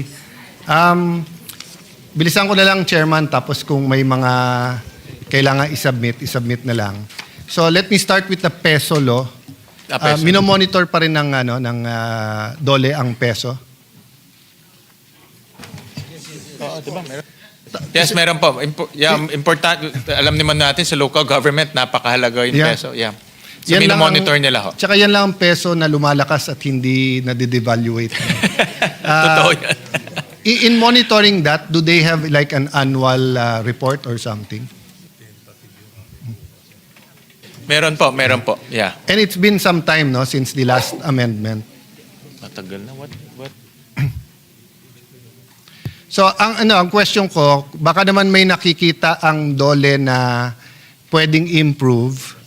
I forgot now, but I think one of my amendments nun is magsasubmit din yung mga employers sa city nila ng tingin nilang magiging trabaho the next 3 years para yung city, kung meron university like Valenzuela and like Taguig, ma-coordinate or kung ano man, TESDA, etc. Yun ang part na hindi ko alam kung natutupad. So, 2 questions lang. No? One, kung meron kayong naiisip na amendments, please send it to our chairman and we'll be more than happy to look at it. Number 2, pakitignan ulit yung law. Ano yung mga elements nun aside from, wala akong doubt, ano ang elements aside from the main job of the peso. I don't doubt na all around the country, we really have outstanding people there. Yung kanilang job fairs, ang dami ko na napuntahan, job fairs when I was younger, umuwi ng luhaan yung marami. But ngayon, meron minsan half day, 1 day, bago pa pumunta doon, may trabaho na eh. Diba? So, it's quite effective eh. No? So, I just like to put that on record that it's a lesser known law, but just like sa DOH, prevention is better than cure. So I can talk about unemployment here, pero if we can strengthen the peso and really use it not only to help people get jobs, so like yung peso halimbawa sa amin, no? Even yung pinakasimple na magbihis naman kapag ka mag-a-apply ng trabaho, how to write the resume, it's changed naman totally, no? But for example, no, nung araw ang employers hindi tinitingnan yung FB page, di ba, yung social media. I think even the embassies nung araw hindi tinitingnan eh. Pero ngayon, certain countries, pag tinignan, ang problema, nagsa-start ka ng Facebook mo ngayon, 15, 16, or 18 is still in senior high school. So, baka there's some changes, even with DepEd, na alam na ng mga estudyante na kahit 21 ka, 22, baka tignan yung 4 years mo, na may na-post ka doon na 18, 19 na katuwaan, pero hindi nakakatuwa sa employers. No? So I'll leave that topic sa peso after the response of the good chairman. Meron po silang 5-point agenda to revitalize the peso. So alam po ng Department ni Secretary na mahalaga po yung peso, especially for our constituents, and talagang attuned to the needs of our constituents. So meron po silang nakalatag na 5-point agenda, and we can submit to His Honor itong kanilang revitalized program. Okay. No? Kung napakaganda niyan, submit mo na rin Central Bank para ma-revitalize na rin nila yung peso ngayon. Medyo mataas. At congratulations. So, ang Taguig peso ay nahirang as one of the best pesos in year 2023. I didn't even know that, but our head, 2023. Norman Mirabel, is quite good. Second topic, kasi nga I only have a few minutes, and I don't mind speaking to them later on about it. Si Secretary, sir, when did you start being a labor lawyer? I don't mean to reveal your age, pero more or less. Kasi di ba, when were you, ito na lang, when were you first labor secretary? Oh, 1998. That's why pag 1998. tinignan mo yung Supreme Court cases, may mga cases na versus Leguesma, etc. And some are landmark cases. Kaya lang sa labor, madaling magpalit di ba? So, ang point ko lang, because the secretary has been there, has been back, has practiced, I wonder kung may time and motion, whether it's the 80s, 90s o ngayon, yung bilis o bagal ng pagdesisyon ng kaso ng labor, ng laborer na nag-complain. Kasi nga, we knew long time ago, wala pang social media, wala pang mga NGOs, ilan lang ang mga dyaryo, na luging-lugi kasi talaga yung yung laborer, di ba? Kasi yung mga kumpanya na malaki pera, they can really wait it out, they can last years, etc. Pero laborer, kung wala talang kikitain, that's why nga, through many social legislation and through decisions of the Supreme Court, may mga give sila sa laborers, di ba? But I have a show with my sister and Kuya Boy Abunda. So, marami pa rin na parang i-dismiss, sasabihin lang, eto problema, tapos walang due process, etc. So I was wondering lang now, how fast or how slow, di ba, na from if they complain to DOLE or if they complain sa arbiter, tapos from arbiter to NLRC, and then di ba, before 1998 kasi from NLRC, diretso sa Supreme Court But ngayon, meron ng, after that, was it a law or interpretation of the law, Secretary, na CA na yung yung from NLRC sa CA muna bago Supreme Court? Yeah. It's a Supreme Court decision. So it's a Supreme Court decision interpreting the law, So I won't ask for it now, but can someone from the DOLE take a look at it lang at the average, di ba, na how long it takes, and then kung mabilis, then no problem. Kung medyo mabagal, baka you can advise us what can, I mean, kung meron LaborCom instead of EDCom, that will probably be one of our major topics. Correct? Yes, yes. Dito po sa NLRC, ang disposition rate nila is 9 months pag labor arbiters with 96 disposition rate. And then sa commission level, 6 months with 99% disposition So rate. not to but mabagal sa pag dumating na sa korte. No, I mean 6 months, 9 months is relatively nung araw years yan nung araw years yan Siyempre may due process and everything, di ba? But pwede rin kasing hindi kung hindi pa kaso, complaint lang, pwede mag-complain sa DOLE, di ba? Tapos yung inspection lang or Tama po, tama po. So anyway, I'd like to take a look at that and see what we can do. Yeah. Okay. Third topic, 2022, hindi ko makalimutan kasi naawa ako kay Secretary at nagpaalam naman ako kay Senator Tulfo kanina. Kasi question siya ni Senator Tulfo about using TUPAD for elections. Do you remember that? And at that time actually, bago ka pa lang. So it was actually addressed to the old secretary. Kasi by that time, December, November, budget hearing, 6 months ka palang secretary noon. Does the secretary remember the question of... Yes, naalala niyo po. And tandaan niyo, ang commitment niyo, hindi gagamitin ang TUPAD for elections. Yes, yes. At Yes tinupad po. niyo ba That's yung pangako sa TUPAD?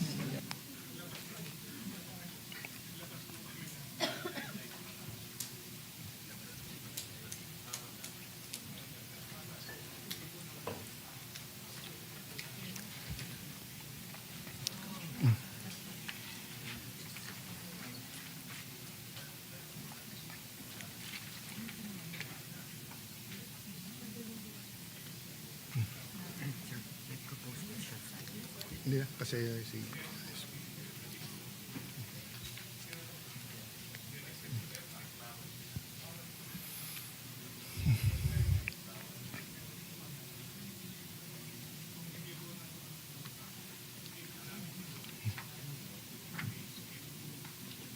Meron po silang linabas na guidelines, rules and regulations on the prohibition against the release, disbursement, of expenditure of public funds under sections 261 of the Omnibus Election Code and the submission of disbursement report. So andito po yung na bawal po gamitin yung mga tupad.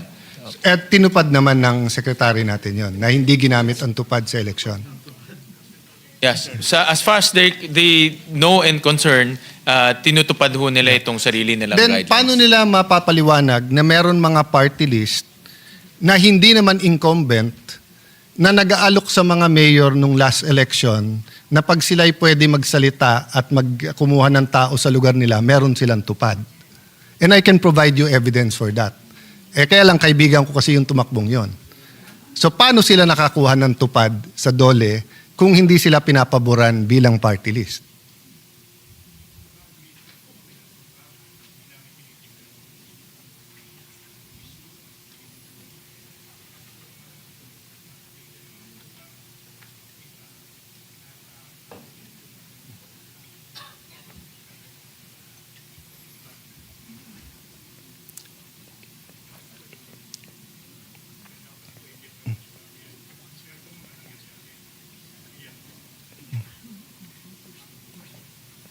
Well, to be frank about it, Your Honor, meron silang guidelines na bawal at dapat po yung mga beneficiaries sumusunod rin sa guidelines.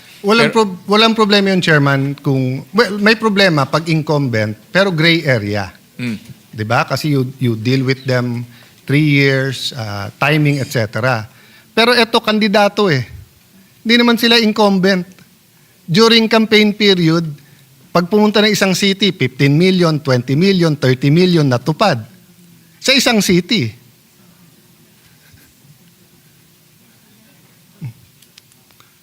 Kandidato sila, party list sila. Hindi sila incumbent. Oh. Paano natin sasabihin na? So, wala tayong report na ganun sa AIX, ha? Sa AIX, meron mga incumbent na party list. Kasi ang party list parang senador, buong Pilipinas. May allotment sila. Pero walang kandidato na party list na sasabihin natin na may AIX o I'm not sure about MAIP.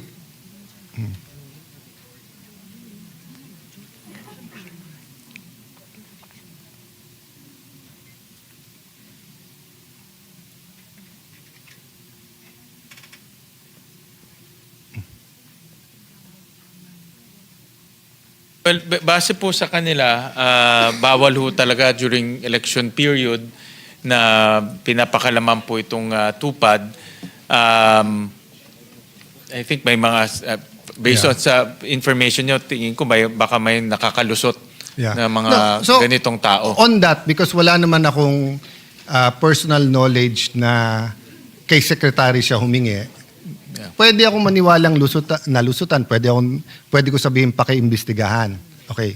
Having said that, tama ba, Secretary, na ang lahat ng tupad ay dumadaan sa regional directors at sila ang Tama po, tama po. So pag hindi dumaan sa regional director, red flag yon. Dapat po sa regional dumadaan po. Bakit po, dahil meron kayong kakampi sa 2nd District ng Taguig, hindi nyo pinadaan sa regional director, binigyan nyo ng 98 million last election. At kahit tinawagan na kayo ni Senator Jinggoy na wag nyong gawin, tinuloy nyo pa rin.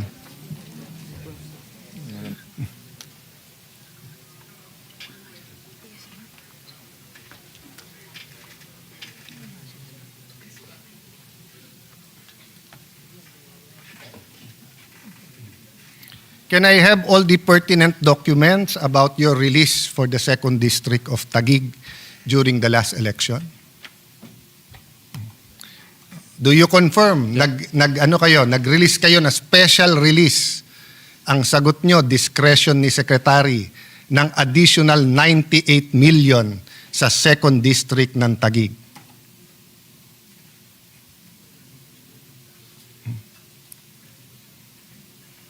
Tinawagan kayo ni Senator Jinggoy. Nilabas nyo pa rin. Hindi nyo nilabas? Walang release? Do na, I will ask that you be under oath if you will say na walang release. O kaya babayaran nyo yung 98 million na kasi hahabulin ko sa COA yan. Na-release nyo. Nakita ko yung mga pila, nakita ko yung mga picture nung pinamigay yung pera Kung itatanggi nyo ngayon dito, babayaran nyo ng pera nyo yan. I don't mind. Itatanggi nyo na March, April, naglabas kayo ng 98 million sa 2nd District ng Taguig.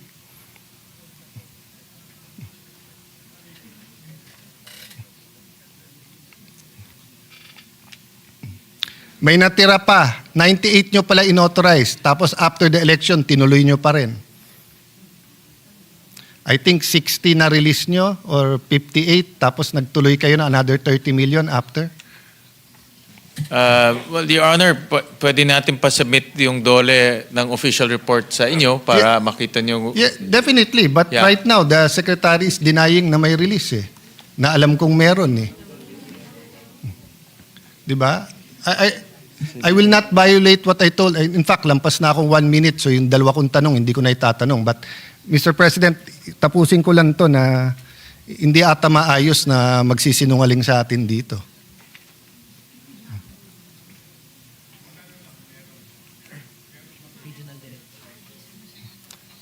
Hindi dumaan ng RD to.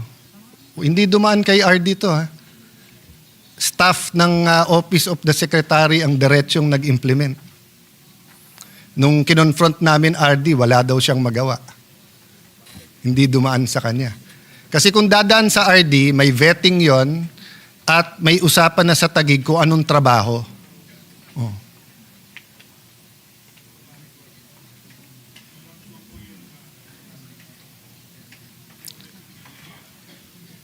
Well, ang explanation po ay dumaan po to sa region at itong mga disbursement na nangyayari po ay lagi pong sa region dumadaan. Hindi po dumaan sa region and I don't want to get the regional director in kasi kung dumaan ng region, may usapan na sa Taguig yon kung paano i-verify kung anong trabaho ang gagawin to make sure. So nung sinita, hindi dumaan doon.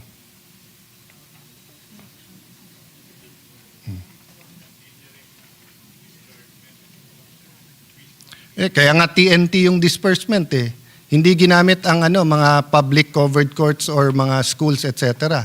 Kanto-kanto yung pagbigay ng pera. Can you submit pictures of how you dispersed it?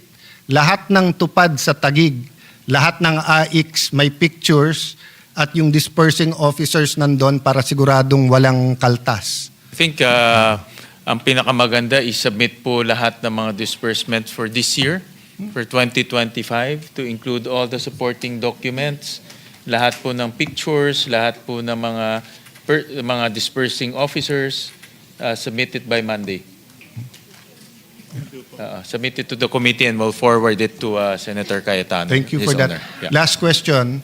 Bakit po in the previous, under your administration na, hindi ko alam kay, I don't know if I'll call him Sec or Congressman, I don't know him personally, I know your brother, but Senator Angara, Secretary Angara, all ng EDCOM speaks highly of you. But idamay na kita sa question. In all previous budget hearings, umiikot yung USEX nyo sa lahat ng opisina kung may concerns kami.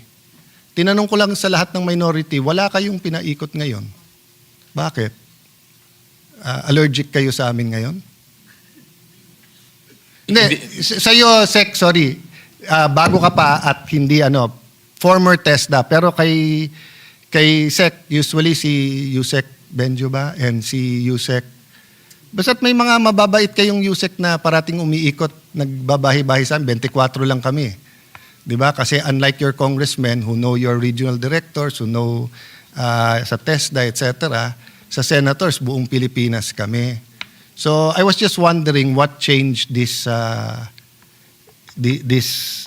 year na hindi kayo nagpadala. Kaya nga, di ko alam kung matatapos kayo tonight kasi ang dami-dami naming question. Unless gusto nyo, pumila kami sa opisina nyo. So may I have the commitment that your USEX will be here whether tomorrow or Monday para kung may concerns. Yung iba, data lang So ayaw naman naming umano pa sa inyo. Pwede pong both the DOLE and the TESDA will The position visit, doesn't matter yeah. to us, sir. Basta't para kung meron pong oo, concerns, referral, meron pong what do you call data this? request. Legislative liaison lang. Yeah. Opo. So Monday, mag-ano sila to pay courtesy Actually, to the nandito naman senators. staff namin tomorrow kasi meron pa ata tayong dalawang department. Yeah, diba? pwede naman tomorrow and Monday. Yeah. Kasi Monday full session na tayo. So pwede na pwede ho silang mag courtesy call to the senators or the chief of staff of the senators. Thank you very much and I hope you don't mind. I'll be blunt kasi nga I consider the secretary an old friend eh. So kung totoo yung sinabi ko, mabuti nang in public. Kung hindi totoo, lalapitan ko kayo after seeing the documents, di ba? Mr. President, thank you po. Maraming salamat. Pinagbigyan niyo po ako. Thank you, Secretary. Thank you, both Secretaries. Senator Alan. Maraming salamat. Thank you, Majority Leader. Salamat to the good gentleman from Taguigan Pateros, the Minority Leader. Last to interpellate, Mr. President, is this representation, please, Mr. President. Yes, thank you, Red. Thank you. You are recognized. The Deputy Majority Leader, Acting Majority Leader. Salamat po, Mr. Senator Risa President. Ontiveros, you have the floor. Salamat po, sir. Magandang gabi po, Mr. Good Sponsor, Mr. President. Ilang mga tanong na lamang po.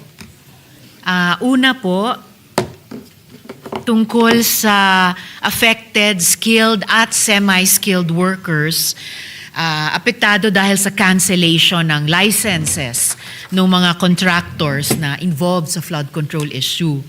So ano pong ginagawa niyong hakbang, good sponsor, o ginagawang hakbang ng department, o may plano ba silang nakahanda sa mga apektadong mga workers, na mga contractors na nawala ng trabaho dahil sa pagkansela ng kanilang lisensya sa ilalim ng Philippine Contractors Accreditation Board o PICAB. Sila po kasi yung mga skilled workers na nawala ng trabaho, Mr. President.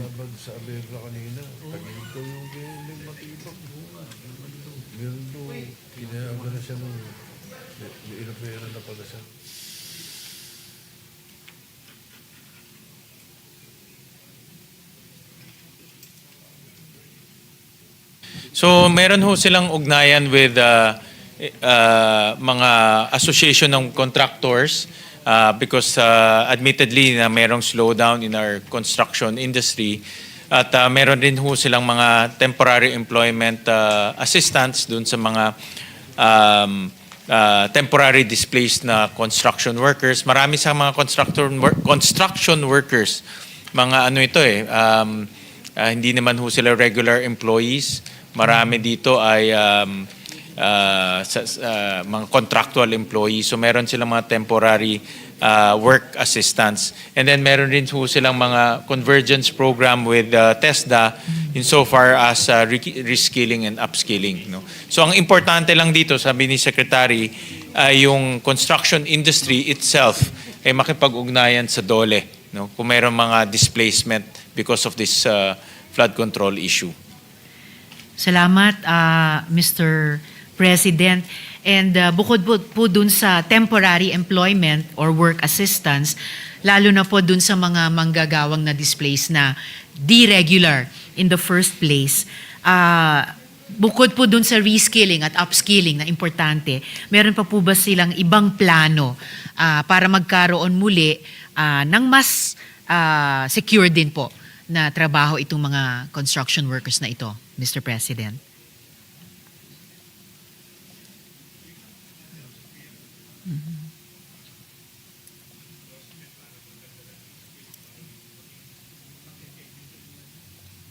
So, ngayon yung kanina na pag-usapan natin ni Senator Joel in job search program which we plan to increase the amounts kasi nga ini-expect ko natin na marami pong disruption sa labor market this coming few months because of this issue. Meron pong ganun silang mga activities para ma-rechannel natin yung mga construction workers working in government. Baka merong available na trabaho sa private sector. No, kasi ang construction naman in the private sector hindi naman affected, tuloy-tuloy pa rin ang growth in the private sector. But at the same time, meron silang partnership with TESDA in terms of reskilling and upskilling. Ito, maganda rin to dahil baka in the meantime na wala silang trabaho, pwede silang magpa-certify, matuto ng other skills in the construction industry. Salamat, Mr. President. May figure po ba ang DOLE kung ilan ang naapektuhan Ano ba? nitong recent development, Mr. President?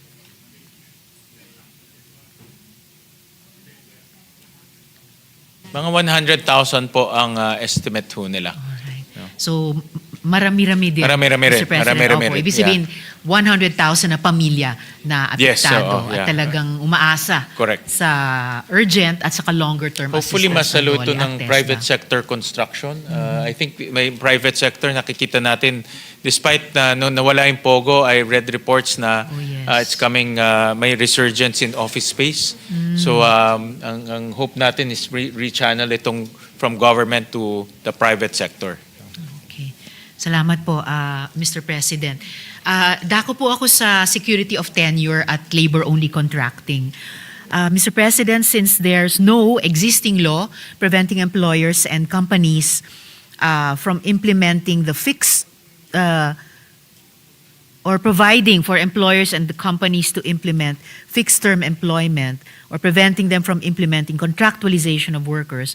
At ito rin po ay isang dahilan kung bakit malaki pa rin ang bilang ng mga walang trabaho at naghahanap ng trabaho dahil sila'y walang seguridad.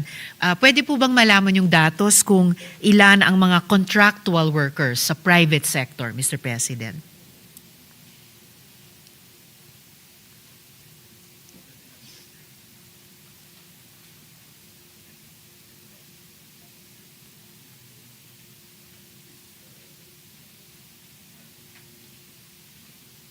By in 2025,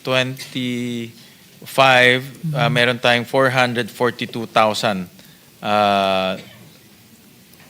workers registered.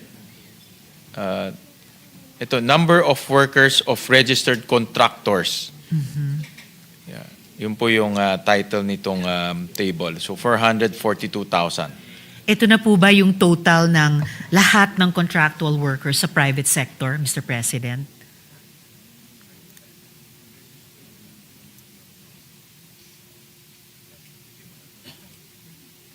Yeah, ito yes, ito po yung sa private sector po.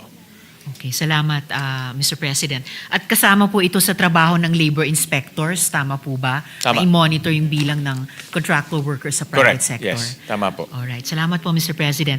And another point, Mr. President, may mga reports kaming natatanggap na marami-rami ang mga kumpanya na patuloy na nagva-violate ng labor code.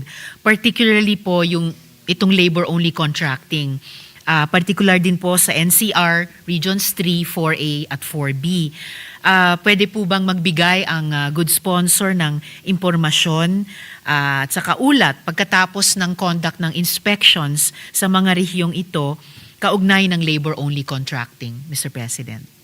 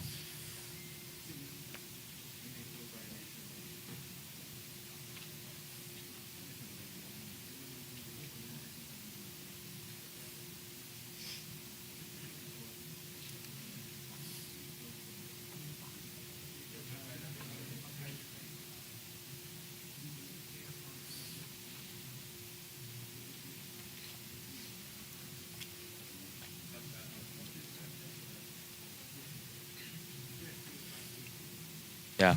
So ito po yung mga number of cases. For 2025, the total cases received by NLRC regional arbitration branches is 14,915. Yun po yung number of cases for 2025. Sa For apat na rehiyong iyon, Mr. Chair, NCR Region 3, Region 4A, Region 4B. Tama po ba? This is nationwide, ano? Nationwide. Ito. Region ano ito? Nationwide to.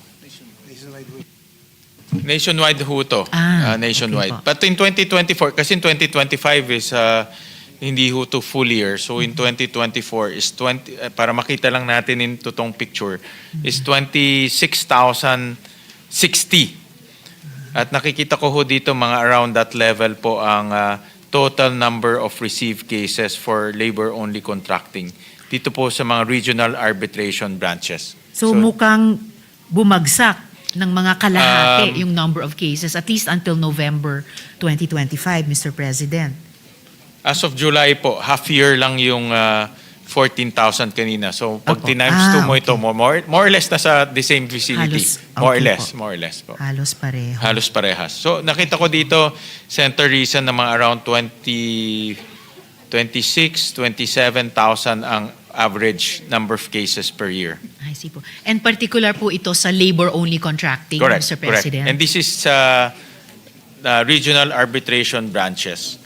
And then dito sa NLRC cases, ito yung mga na-appeal, no? Tama? About number of cases appealed, mga 33, 2024. 33 lamang Sorry, po. 33. Sorry, 33 lamang Yes. appealed. So they can submit to you complete data on the labor-only contracting infractions, yung mga violations. Yes, We'll please, ask the Mr. DOLE to President. submit. At salamat po para doon. Actually, na-anticipate nyo rin po, good sponsor, yung isang follow-up question ko kung kumusta naman po yung mga desisyon. So halimbawa, doon po sa 26,000 cases received 2024, 33 ay appealed. Ano pa po yung ibang mga naging desisyon doon sa balanse ng 25,027 cases pa po, Mr. President? Kahit in broad strokes.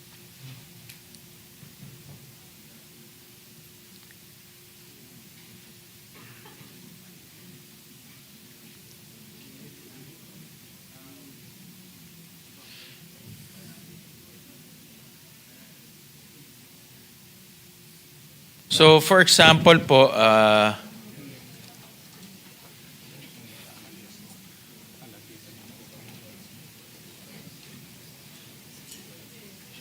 for example po, nabanggit ko kanina 2024, 26,000 cases.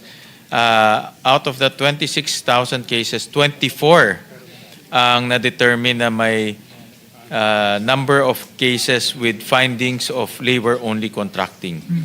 24 lamang po Oo nga. sa 26,000. So, ilan po yun? Less than 0.1%, tama ba? 10, 26. Mga 0.1%, Mr. President.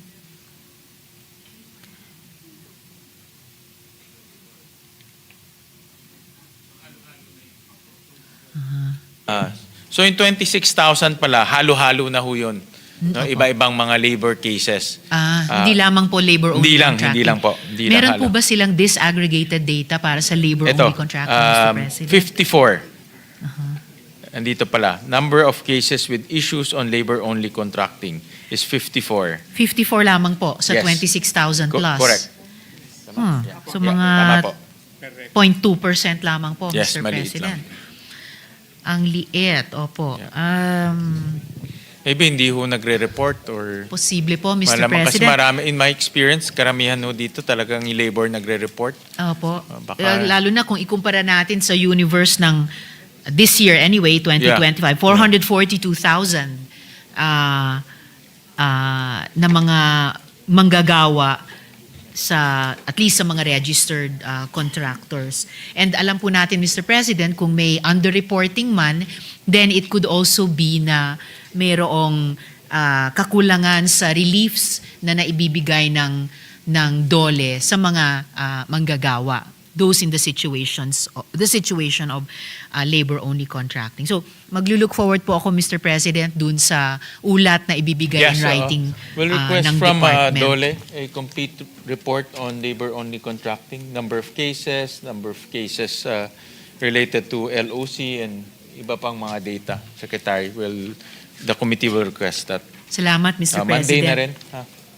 At meron na po ba silang nakikita, Mr. President, ng mga rekomendasyon para mabawasan ang kaso ng violations, particular sa labor-only contracting, Mr. President?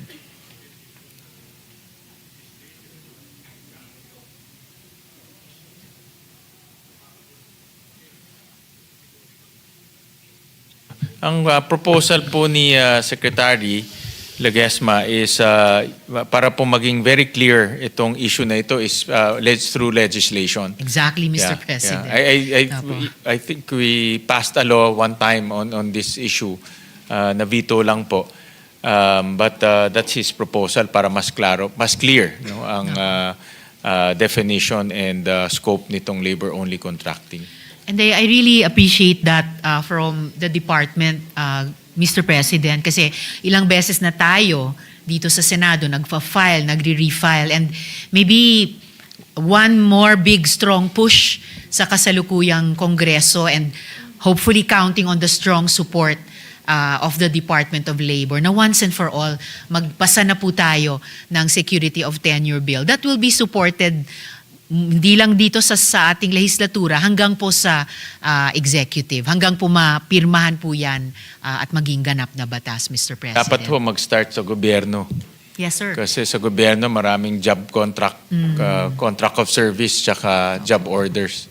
So we need to also look at that. But tama ho kayo to clearly para po maging klaro po yung scope ng labor-only contracting, kailangan po ng batas. Opo.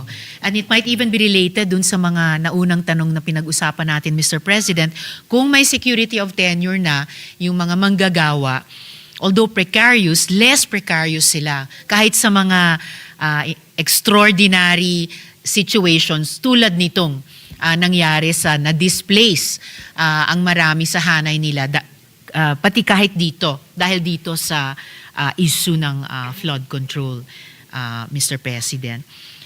So, dako na po ako dun sa new vulnerable at yung AI tectonic shift. So, yung kaugnay po ng mga BPOs at saka digital gig workers, possible displacements din. Mr. President, this budget must address the skills and obsolescence facing our BPO workers and the instability of digital gig workers who are even more numerous than BPO workers. So my question, since these workers are knowledge-based, bakit hindi kaya maglikha ng isang digital public works program?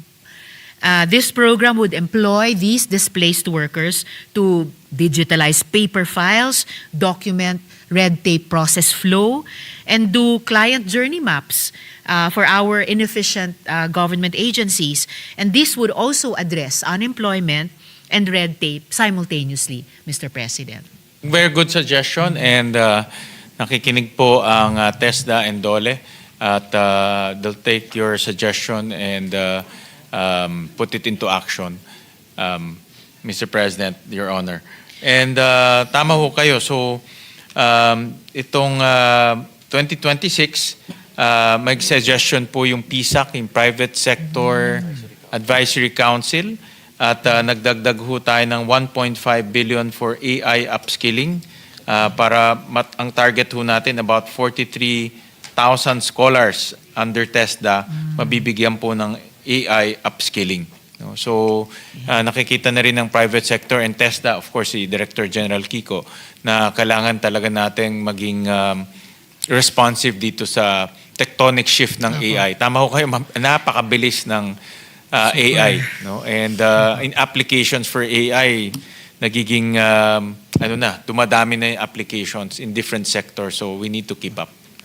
I agree, Mr. President. At dahil may pondo na, therefore, ipatutupad na itong AI upskilling para sa 43,000 scholars sa TESDA. Sana habang pinag-iisipan din ng DOLE at ng TESDA yung isang Digital Public Works Program, ilagay sa pantay na prioridad both yung AI at lagi yung human element, yung labor element para magiging siyang hindi lang digital program pero digital public works program talaga na may mga flesh and blood na mga tao na magpapatupad sa at makikinabang sa programang ito, Mr. President.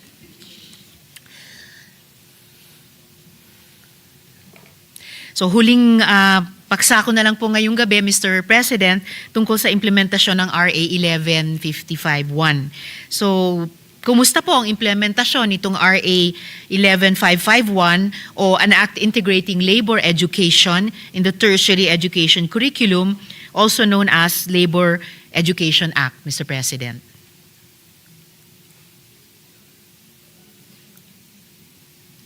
Actually, si Senator Joel also was very concerned na after 4 years, wala pa rin nangyayari dito sa batas na ito. I think all of us were co-authors of this bill at we voted in the affirmative. So ang update ho niyan ay by December 8, magkakaroon na po ng signing ng IRR after 4 years. Nagkaroon ho sila ng mga ilang technical working groups in the past. And si Director General Kiko assured us that they can implement this program within 3 months, no? Kasi ang TESDA is very nimble, mas mabilis ho sila. But pagdating sa higher education, yan, tingin ko, nakikita ko baka next school year na mai-implement yan. But ang kagandahan naman po, meron ng IRR, no? So I think they need a few more months to roll it out. Kasi ngayon, nasa second semester na tayo rin ng higher education. Opo.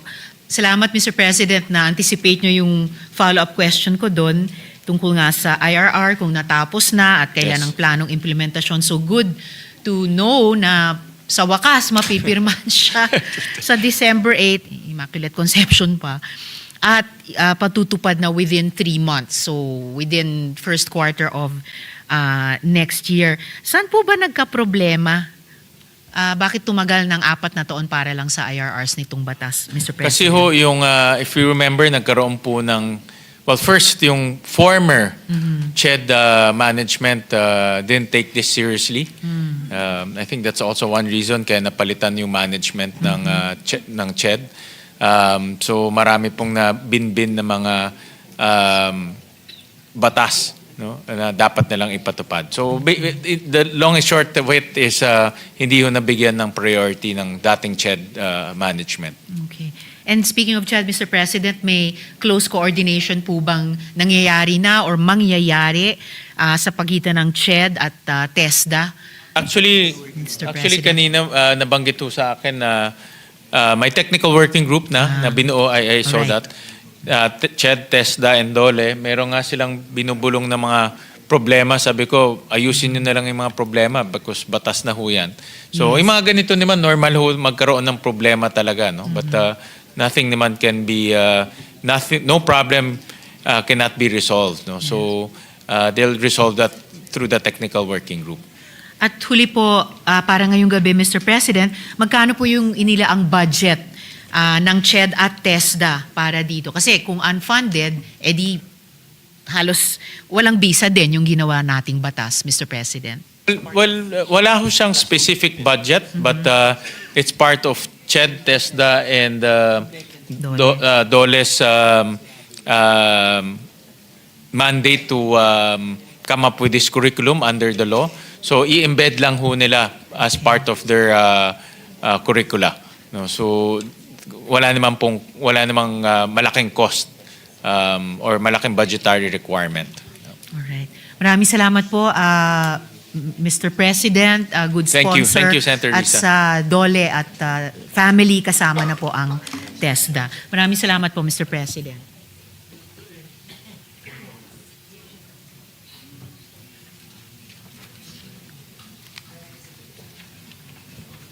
Mr. President.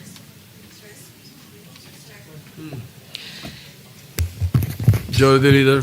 Mr. President, there being no other reservation for interpellation, I move to close the period of interpellation on the budget of the Department of Labor and Employment, including the Office of the Secretary, the Institute for Labor Studies, the National Conciliation and Mediation Board, the National Labor Relations Commission, the National Wages and Productivity Commission, the Professional Regulation Commission, and the Technical Education and Skills Development Authority, and that the same be deemed submitted for the body's consideration.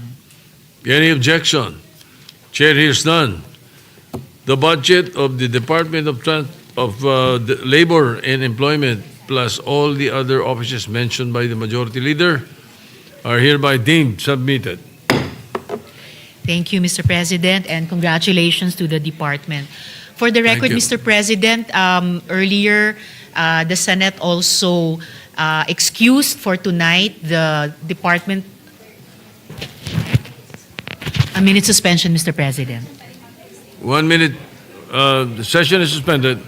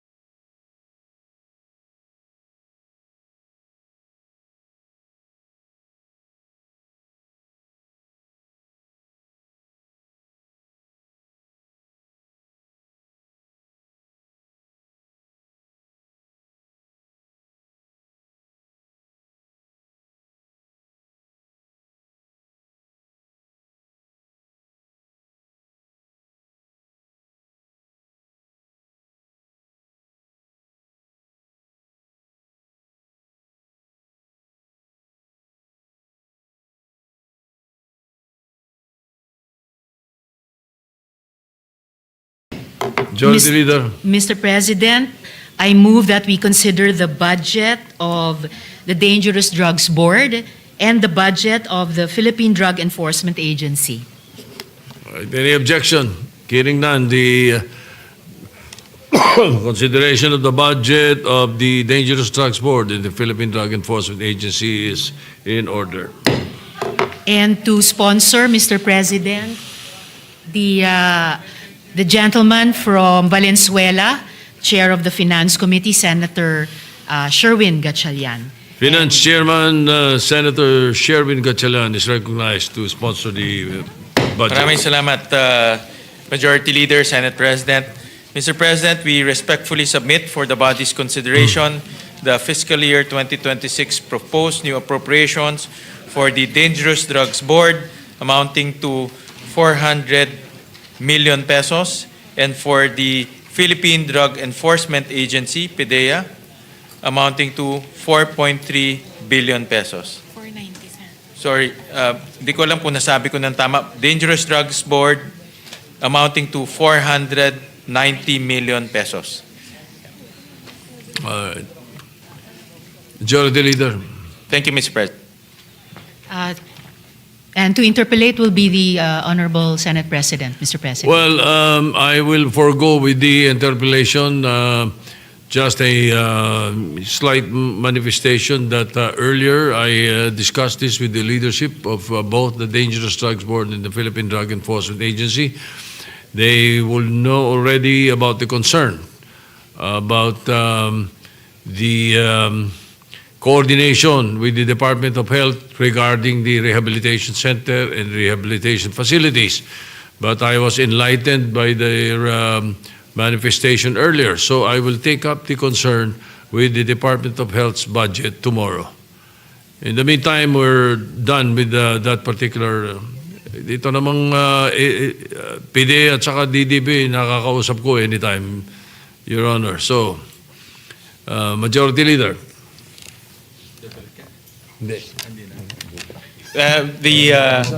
Just to respond, Mr. President, the leadership of PDEA and DDB answers in the affirmative, and they acknowledge that you have both agencies have communicated with you, and they have coordinated with you. Yes. So they will comply with your requests and also your suggestions. Yes, thank you.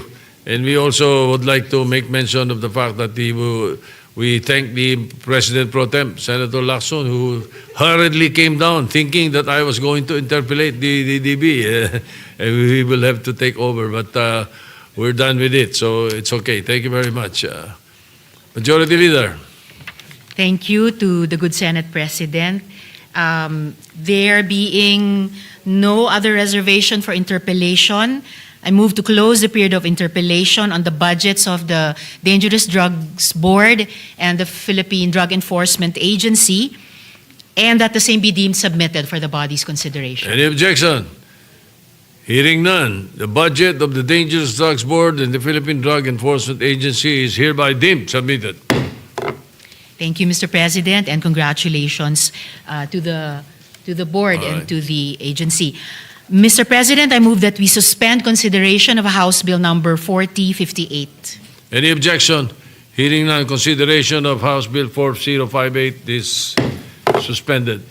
And forgive me, Mr. President, I failed to make of record that earlier the Senate excused for tonight the Department of National Defense and the Department of Health for the next budget plenary, Mr. President. Yes, and I was informed that we will take it up tomorrow. Yes, Mr. President. And we will take up the Department of Health earlier. Yes, Mr. First? President. Okay. So, Mr. President, in line with that, I move that we suspend the session until 1:30 in the afternoon of Friday, November 28, 2025. Any objection? There being none, the session is suspended until 1:30 in the afternoon of Friday, November 28, 2025.